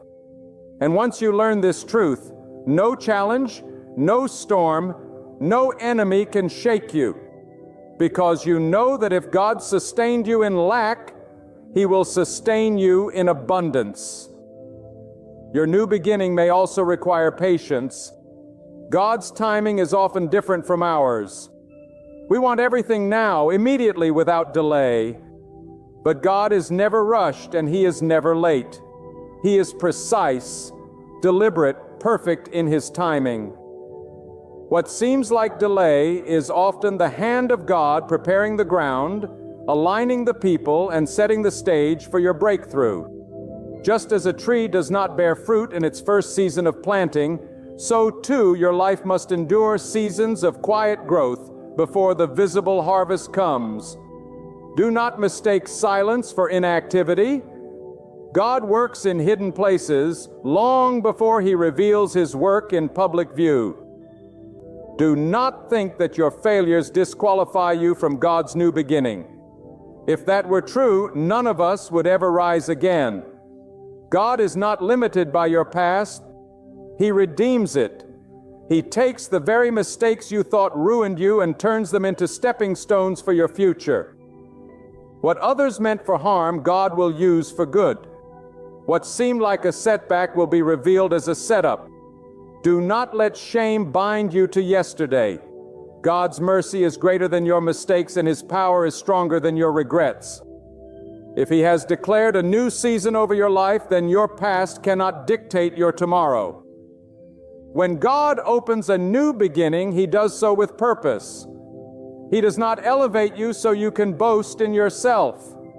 He lifts you so you can reflect His glory. Your new season is meant to be a testimony to others that if God could do it for you, He can do it for them. Do not hide what He has done. Declare it boldly. Let your life be a living sermon, a beacon of hope for those still trapped in their own midnight hour. For when God blesses you, it is never just about you. It is about the countless lives your story will inspire. But here is what you must understand. New beginnings demand new faith. You cannot enter tomorrow with yesterday's level of trust. You must grow. You must stretch. You must dare to believe God for more than you have ever asked before. Faith, if not active, it is active. It is unrelenting. It refuses to let fear dictate the narrative. It stands firm even when the ground shakes. It proclaims God's promise even before the evidence arrives. And when you walk with such faith, you align yourself with the very power that spoke the universe into being. There will be opposition. There will be voices that mock your hope, that tell you nothing can change, that remind you of all the times you failed. But let those voices be silenced by the truth of God's Word. For if God has spoken, that is all that matters. People may doubt, enemies may resist, even your own heart may waver. But God remains faithful. He has never broken His word, and He never will. Hold on to His promise as tightly as you hold on to your breath. For His word is life itself. And when the new beginning comes, and it will come, you will look back and understand why the delays were necessary, why the struggles were permitted, why the losses had to happen. You will see that every tear watered the soil of your testimony. You will see that every disappointment shaped your endurance. You will see that every detour was actually a straight line in God's greater plan. And you will lift your hands not in pride, but in knowing that only God could have written such a story. When God sets His hand upon your life for a new beginning, it is never a half measure. It is not a temporary patch or a fleeting glimpse of hope. It is a complete shift, a transformation that alters the very trajectory of your existence. God does not bring you out just to leave you wandering. He brings you out to establish you, to plant you, to crown you with a future that reflects His greatness. What God begins, He sustains. What He opens, He protects. What He promises, He fulfills. And when He calls you into a new season, it is not to tease your heart, but to fulfill His word.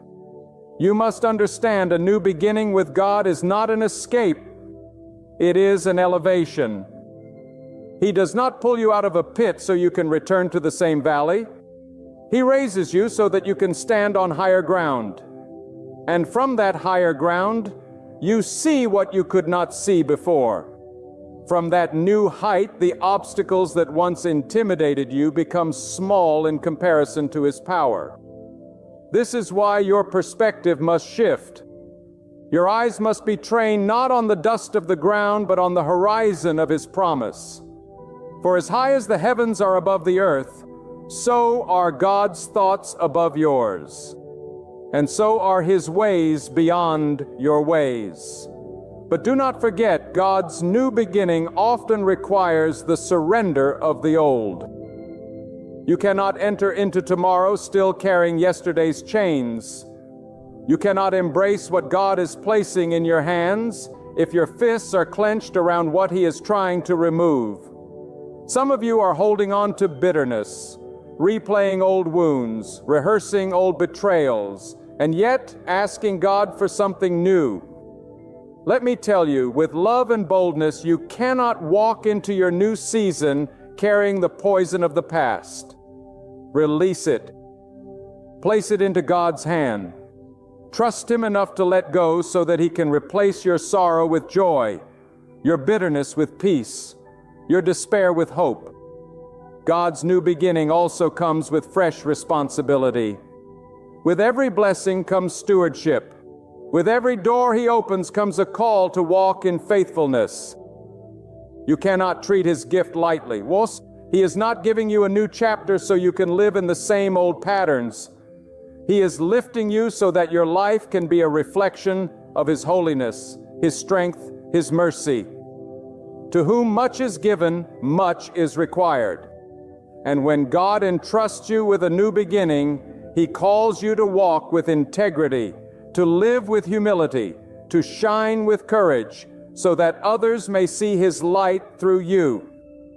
And let me assure you, God's new beginning is not fragile. It cannot be stolen by envy. It cannot be destroyed by opposition. It cannot be dismantled by the schemes of men. What God has ordained cannot be overturned. His decree is final. His word unshakable. His promise unbreakable. The world may rise against you. Voices may shout in resistance. Enemies may plot in the shadows. But all their efforts will collapse before the authority of God's command. If He has said you will rise, then rise you shall. If He has said you will be free, then freedom is already breaking forth. If He has said you will begin anew, then your tomorrow is already written in His book. This is why you cannot afford to doubt. Doubt is a thief. It robs you of courage. It blinds your vision. It weakens your resolve. But faith is the key that unlocks the gates of your new beginning. Faith is the bridge between the promise and the fulfillment. Faith is what takes God at His word, even when your eyes see no evidence. And I tell you this, even a flicker of faith, when anchored in the greatness of God, is more powerful than the loudest roar of fear. Do not despise your small faith. Offer it to God and watch Him multiply it into strength you did not know you possessed. Your journey into a new beginning may be marked by tests. Do not be alarmed by them. Tests are not meant to destroy you. They are meant to reveal the strength God has placed within you. Just as fire refines gold, trials refine your faith. Just as storms reveal the strength of a tree's roots, challenges reveal the depth of your trust in God. Every test is evidence that God is preparing you for more. Every obstacle is an opportunity for your faith to grow. Every resistance is a signal that your destiny is worth fighting for. Do not shrink back in the face of trials. Stand firm, for the one who called you is faithful. And never forget, God's new beginning is not about erasing your story. It is about redeeming it. He will take the very chapters you wish you could tear out and use them as testimony. He will turn your pain into purpose, your scars into symbols of survival, your weakness into platforms of His strength. Nothing is wasted in the hands of God. Every tear, every struggle, every detour, it all becomes part of a greater narrative, one that points not to your greatness, but to His. My friend, hear this with every fiber of your being. Your story is not ending in defeat. It is beginning in victory. God is not finished with you. He is the author of your life, and He never leaves a page incomplete. What He has started, He will bring to completion. What He has promised, He will fulfill. What He has spoken, He will bring to pass. Do not let the darkness of yesterday blind you to the sunrise of tomorrow, for God is already at work in your life. This is not the time to shrink back. This is not the time to surrender to fear. This is the time to rise, to trust, to believe with unshakable confidence that the Almighty is guiding your steps. God is your shield, your strength, your deliverer, and your guide. If He says a new beginning is coming, then you can stand firm, knowing it is already written in His plan. The doors that were shut will open. The chains that bound you will fall. The weight that crushed you will lift.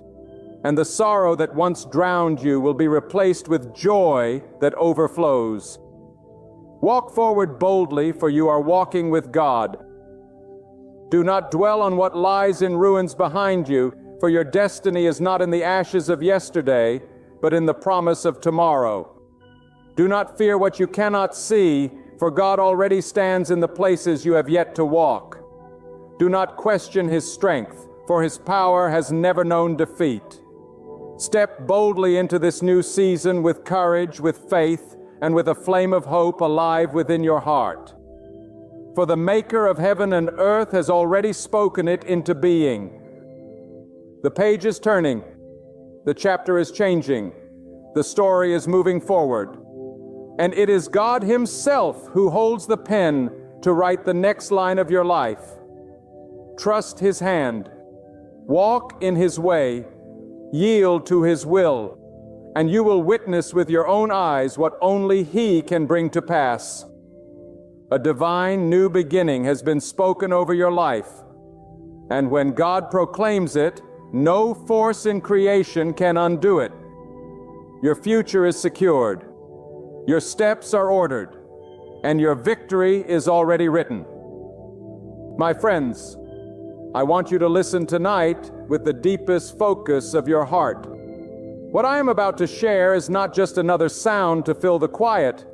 It is a living truth designed to cut through the weight of your sorrow and spark a flame of hope within you. Right now, in the silence of your struggle, in the unseen corners of your pain, in the long nights when tears soak your pillow and no one knows the battles you are fighting, grasp this with unshakable conviction. God is closing your chapter of pain and your victory is near. This is not wishful thinking. This is not hollow encouragement.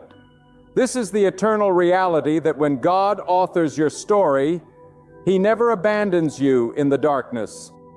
The pain you've carried, the valleys you've crossed, the betrayals you've endured, the loneliness that has pierced your heart, all of it has an expiration date under God's hand.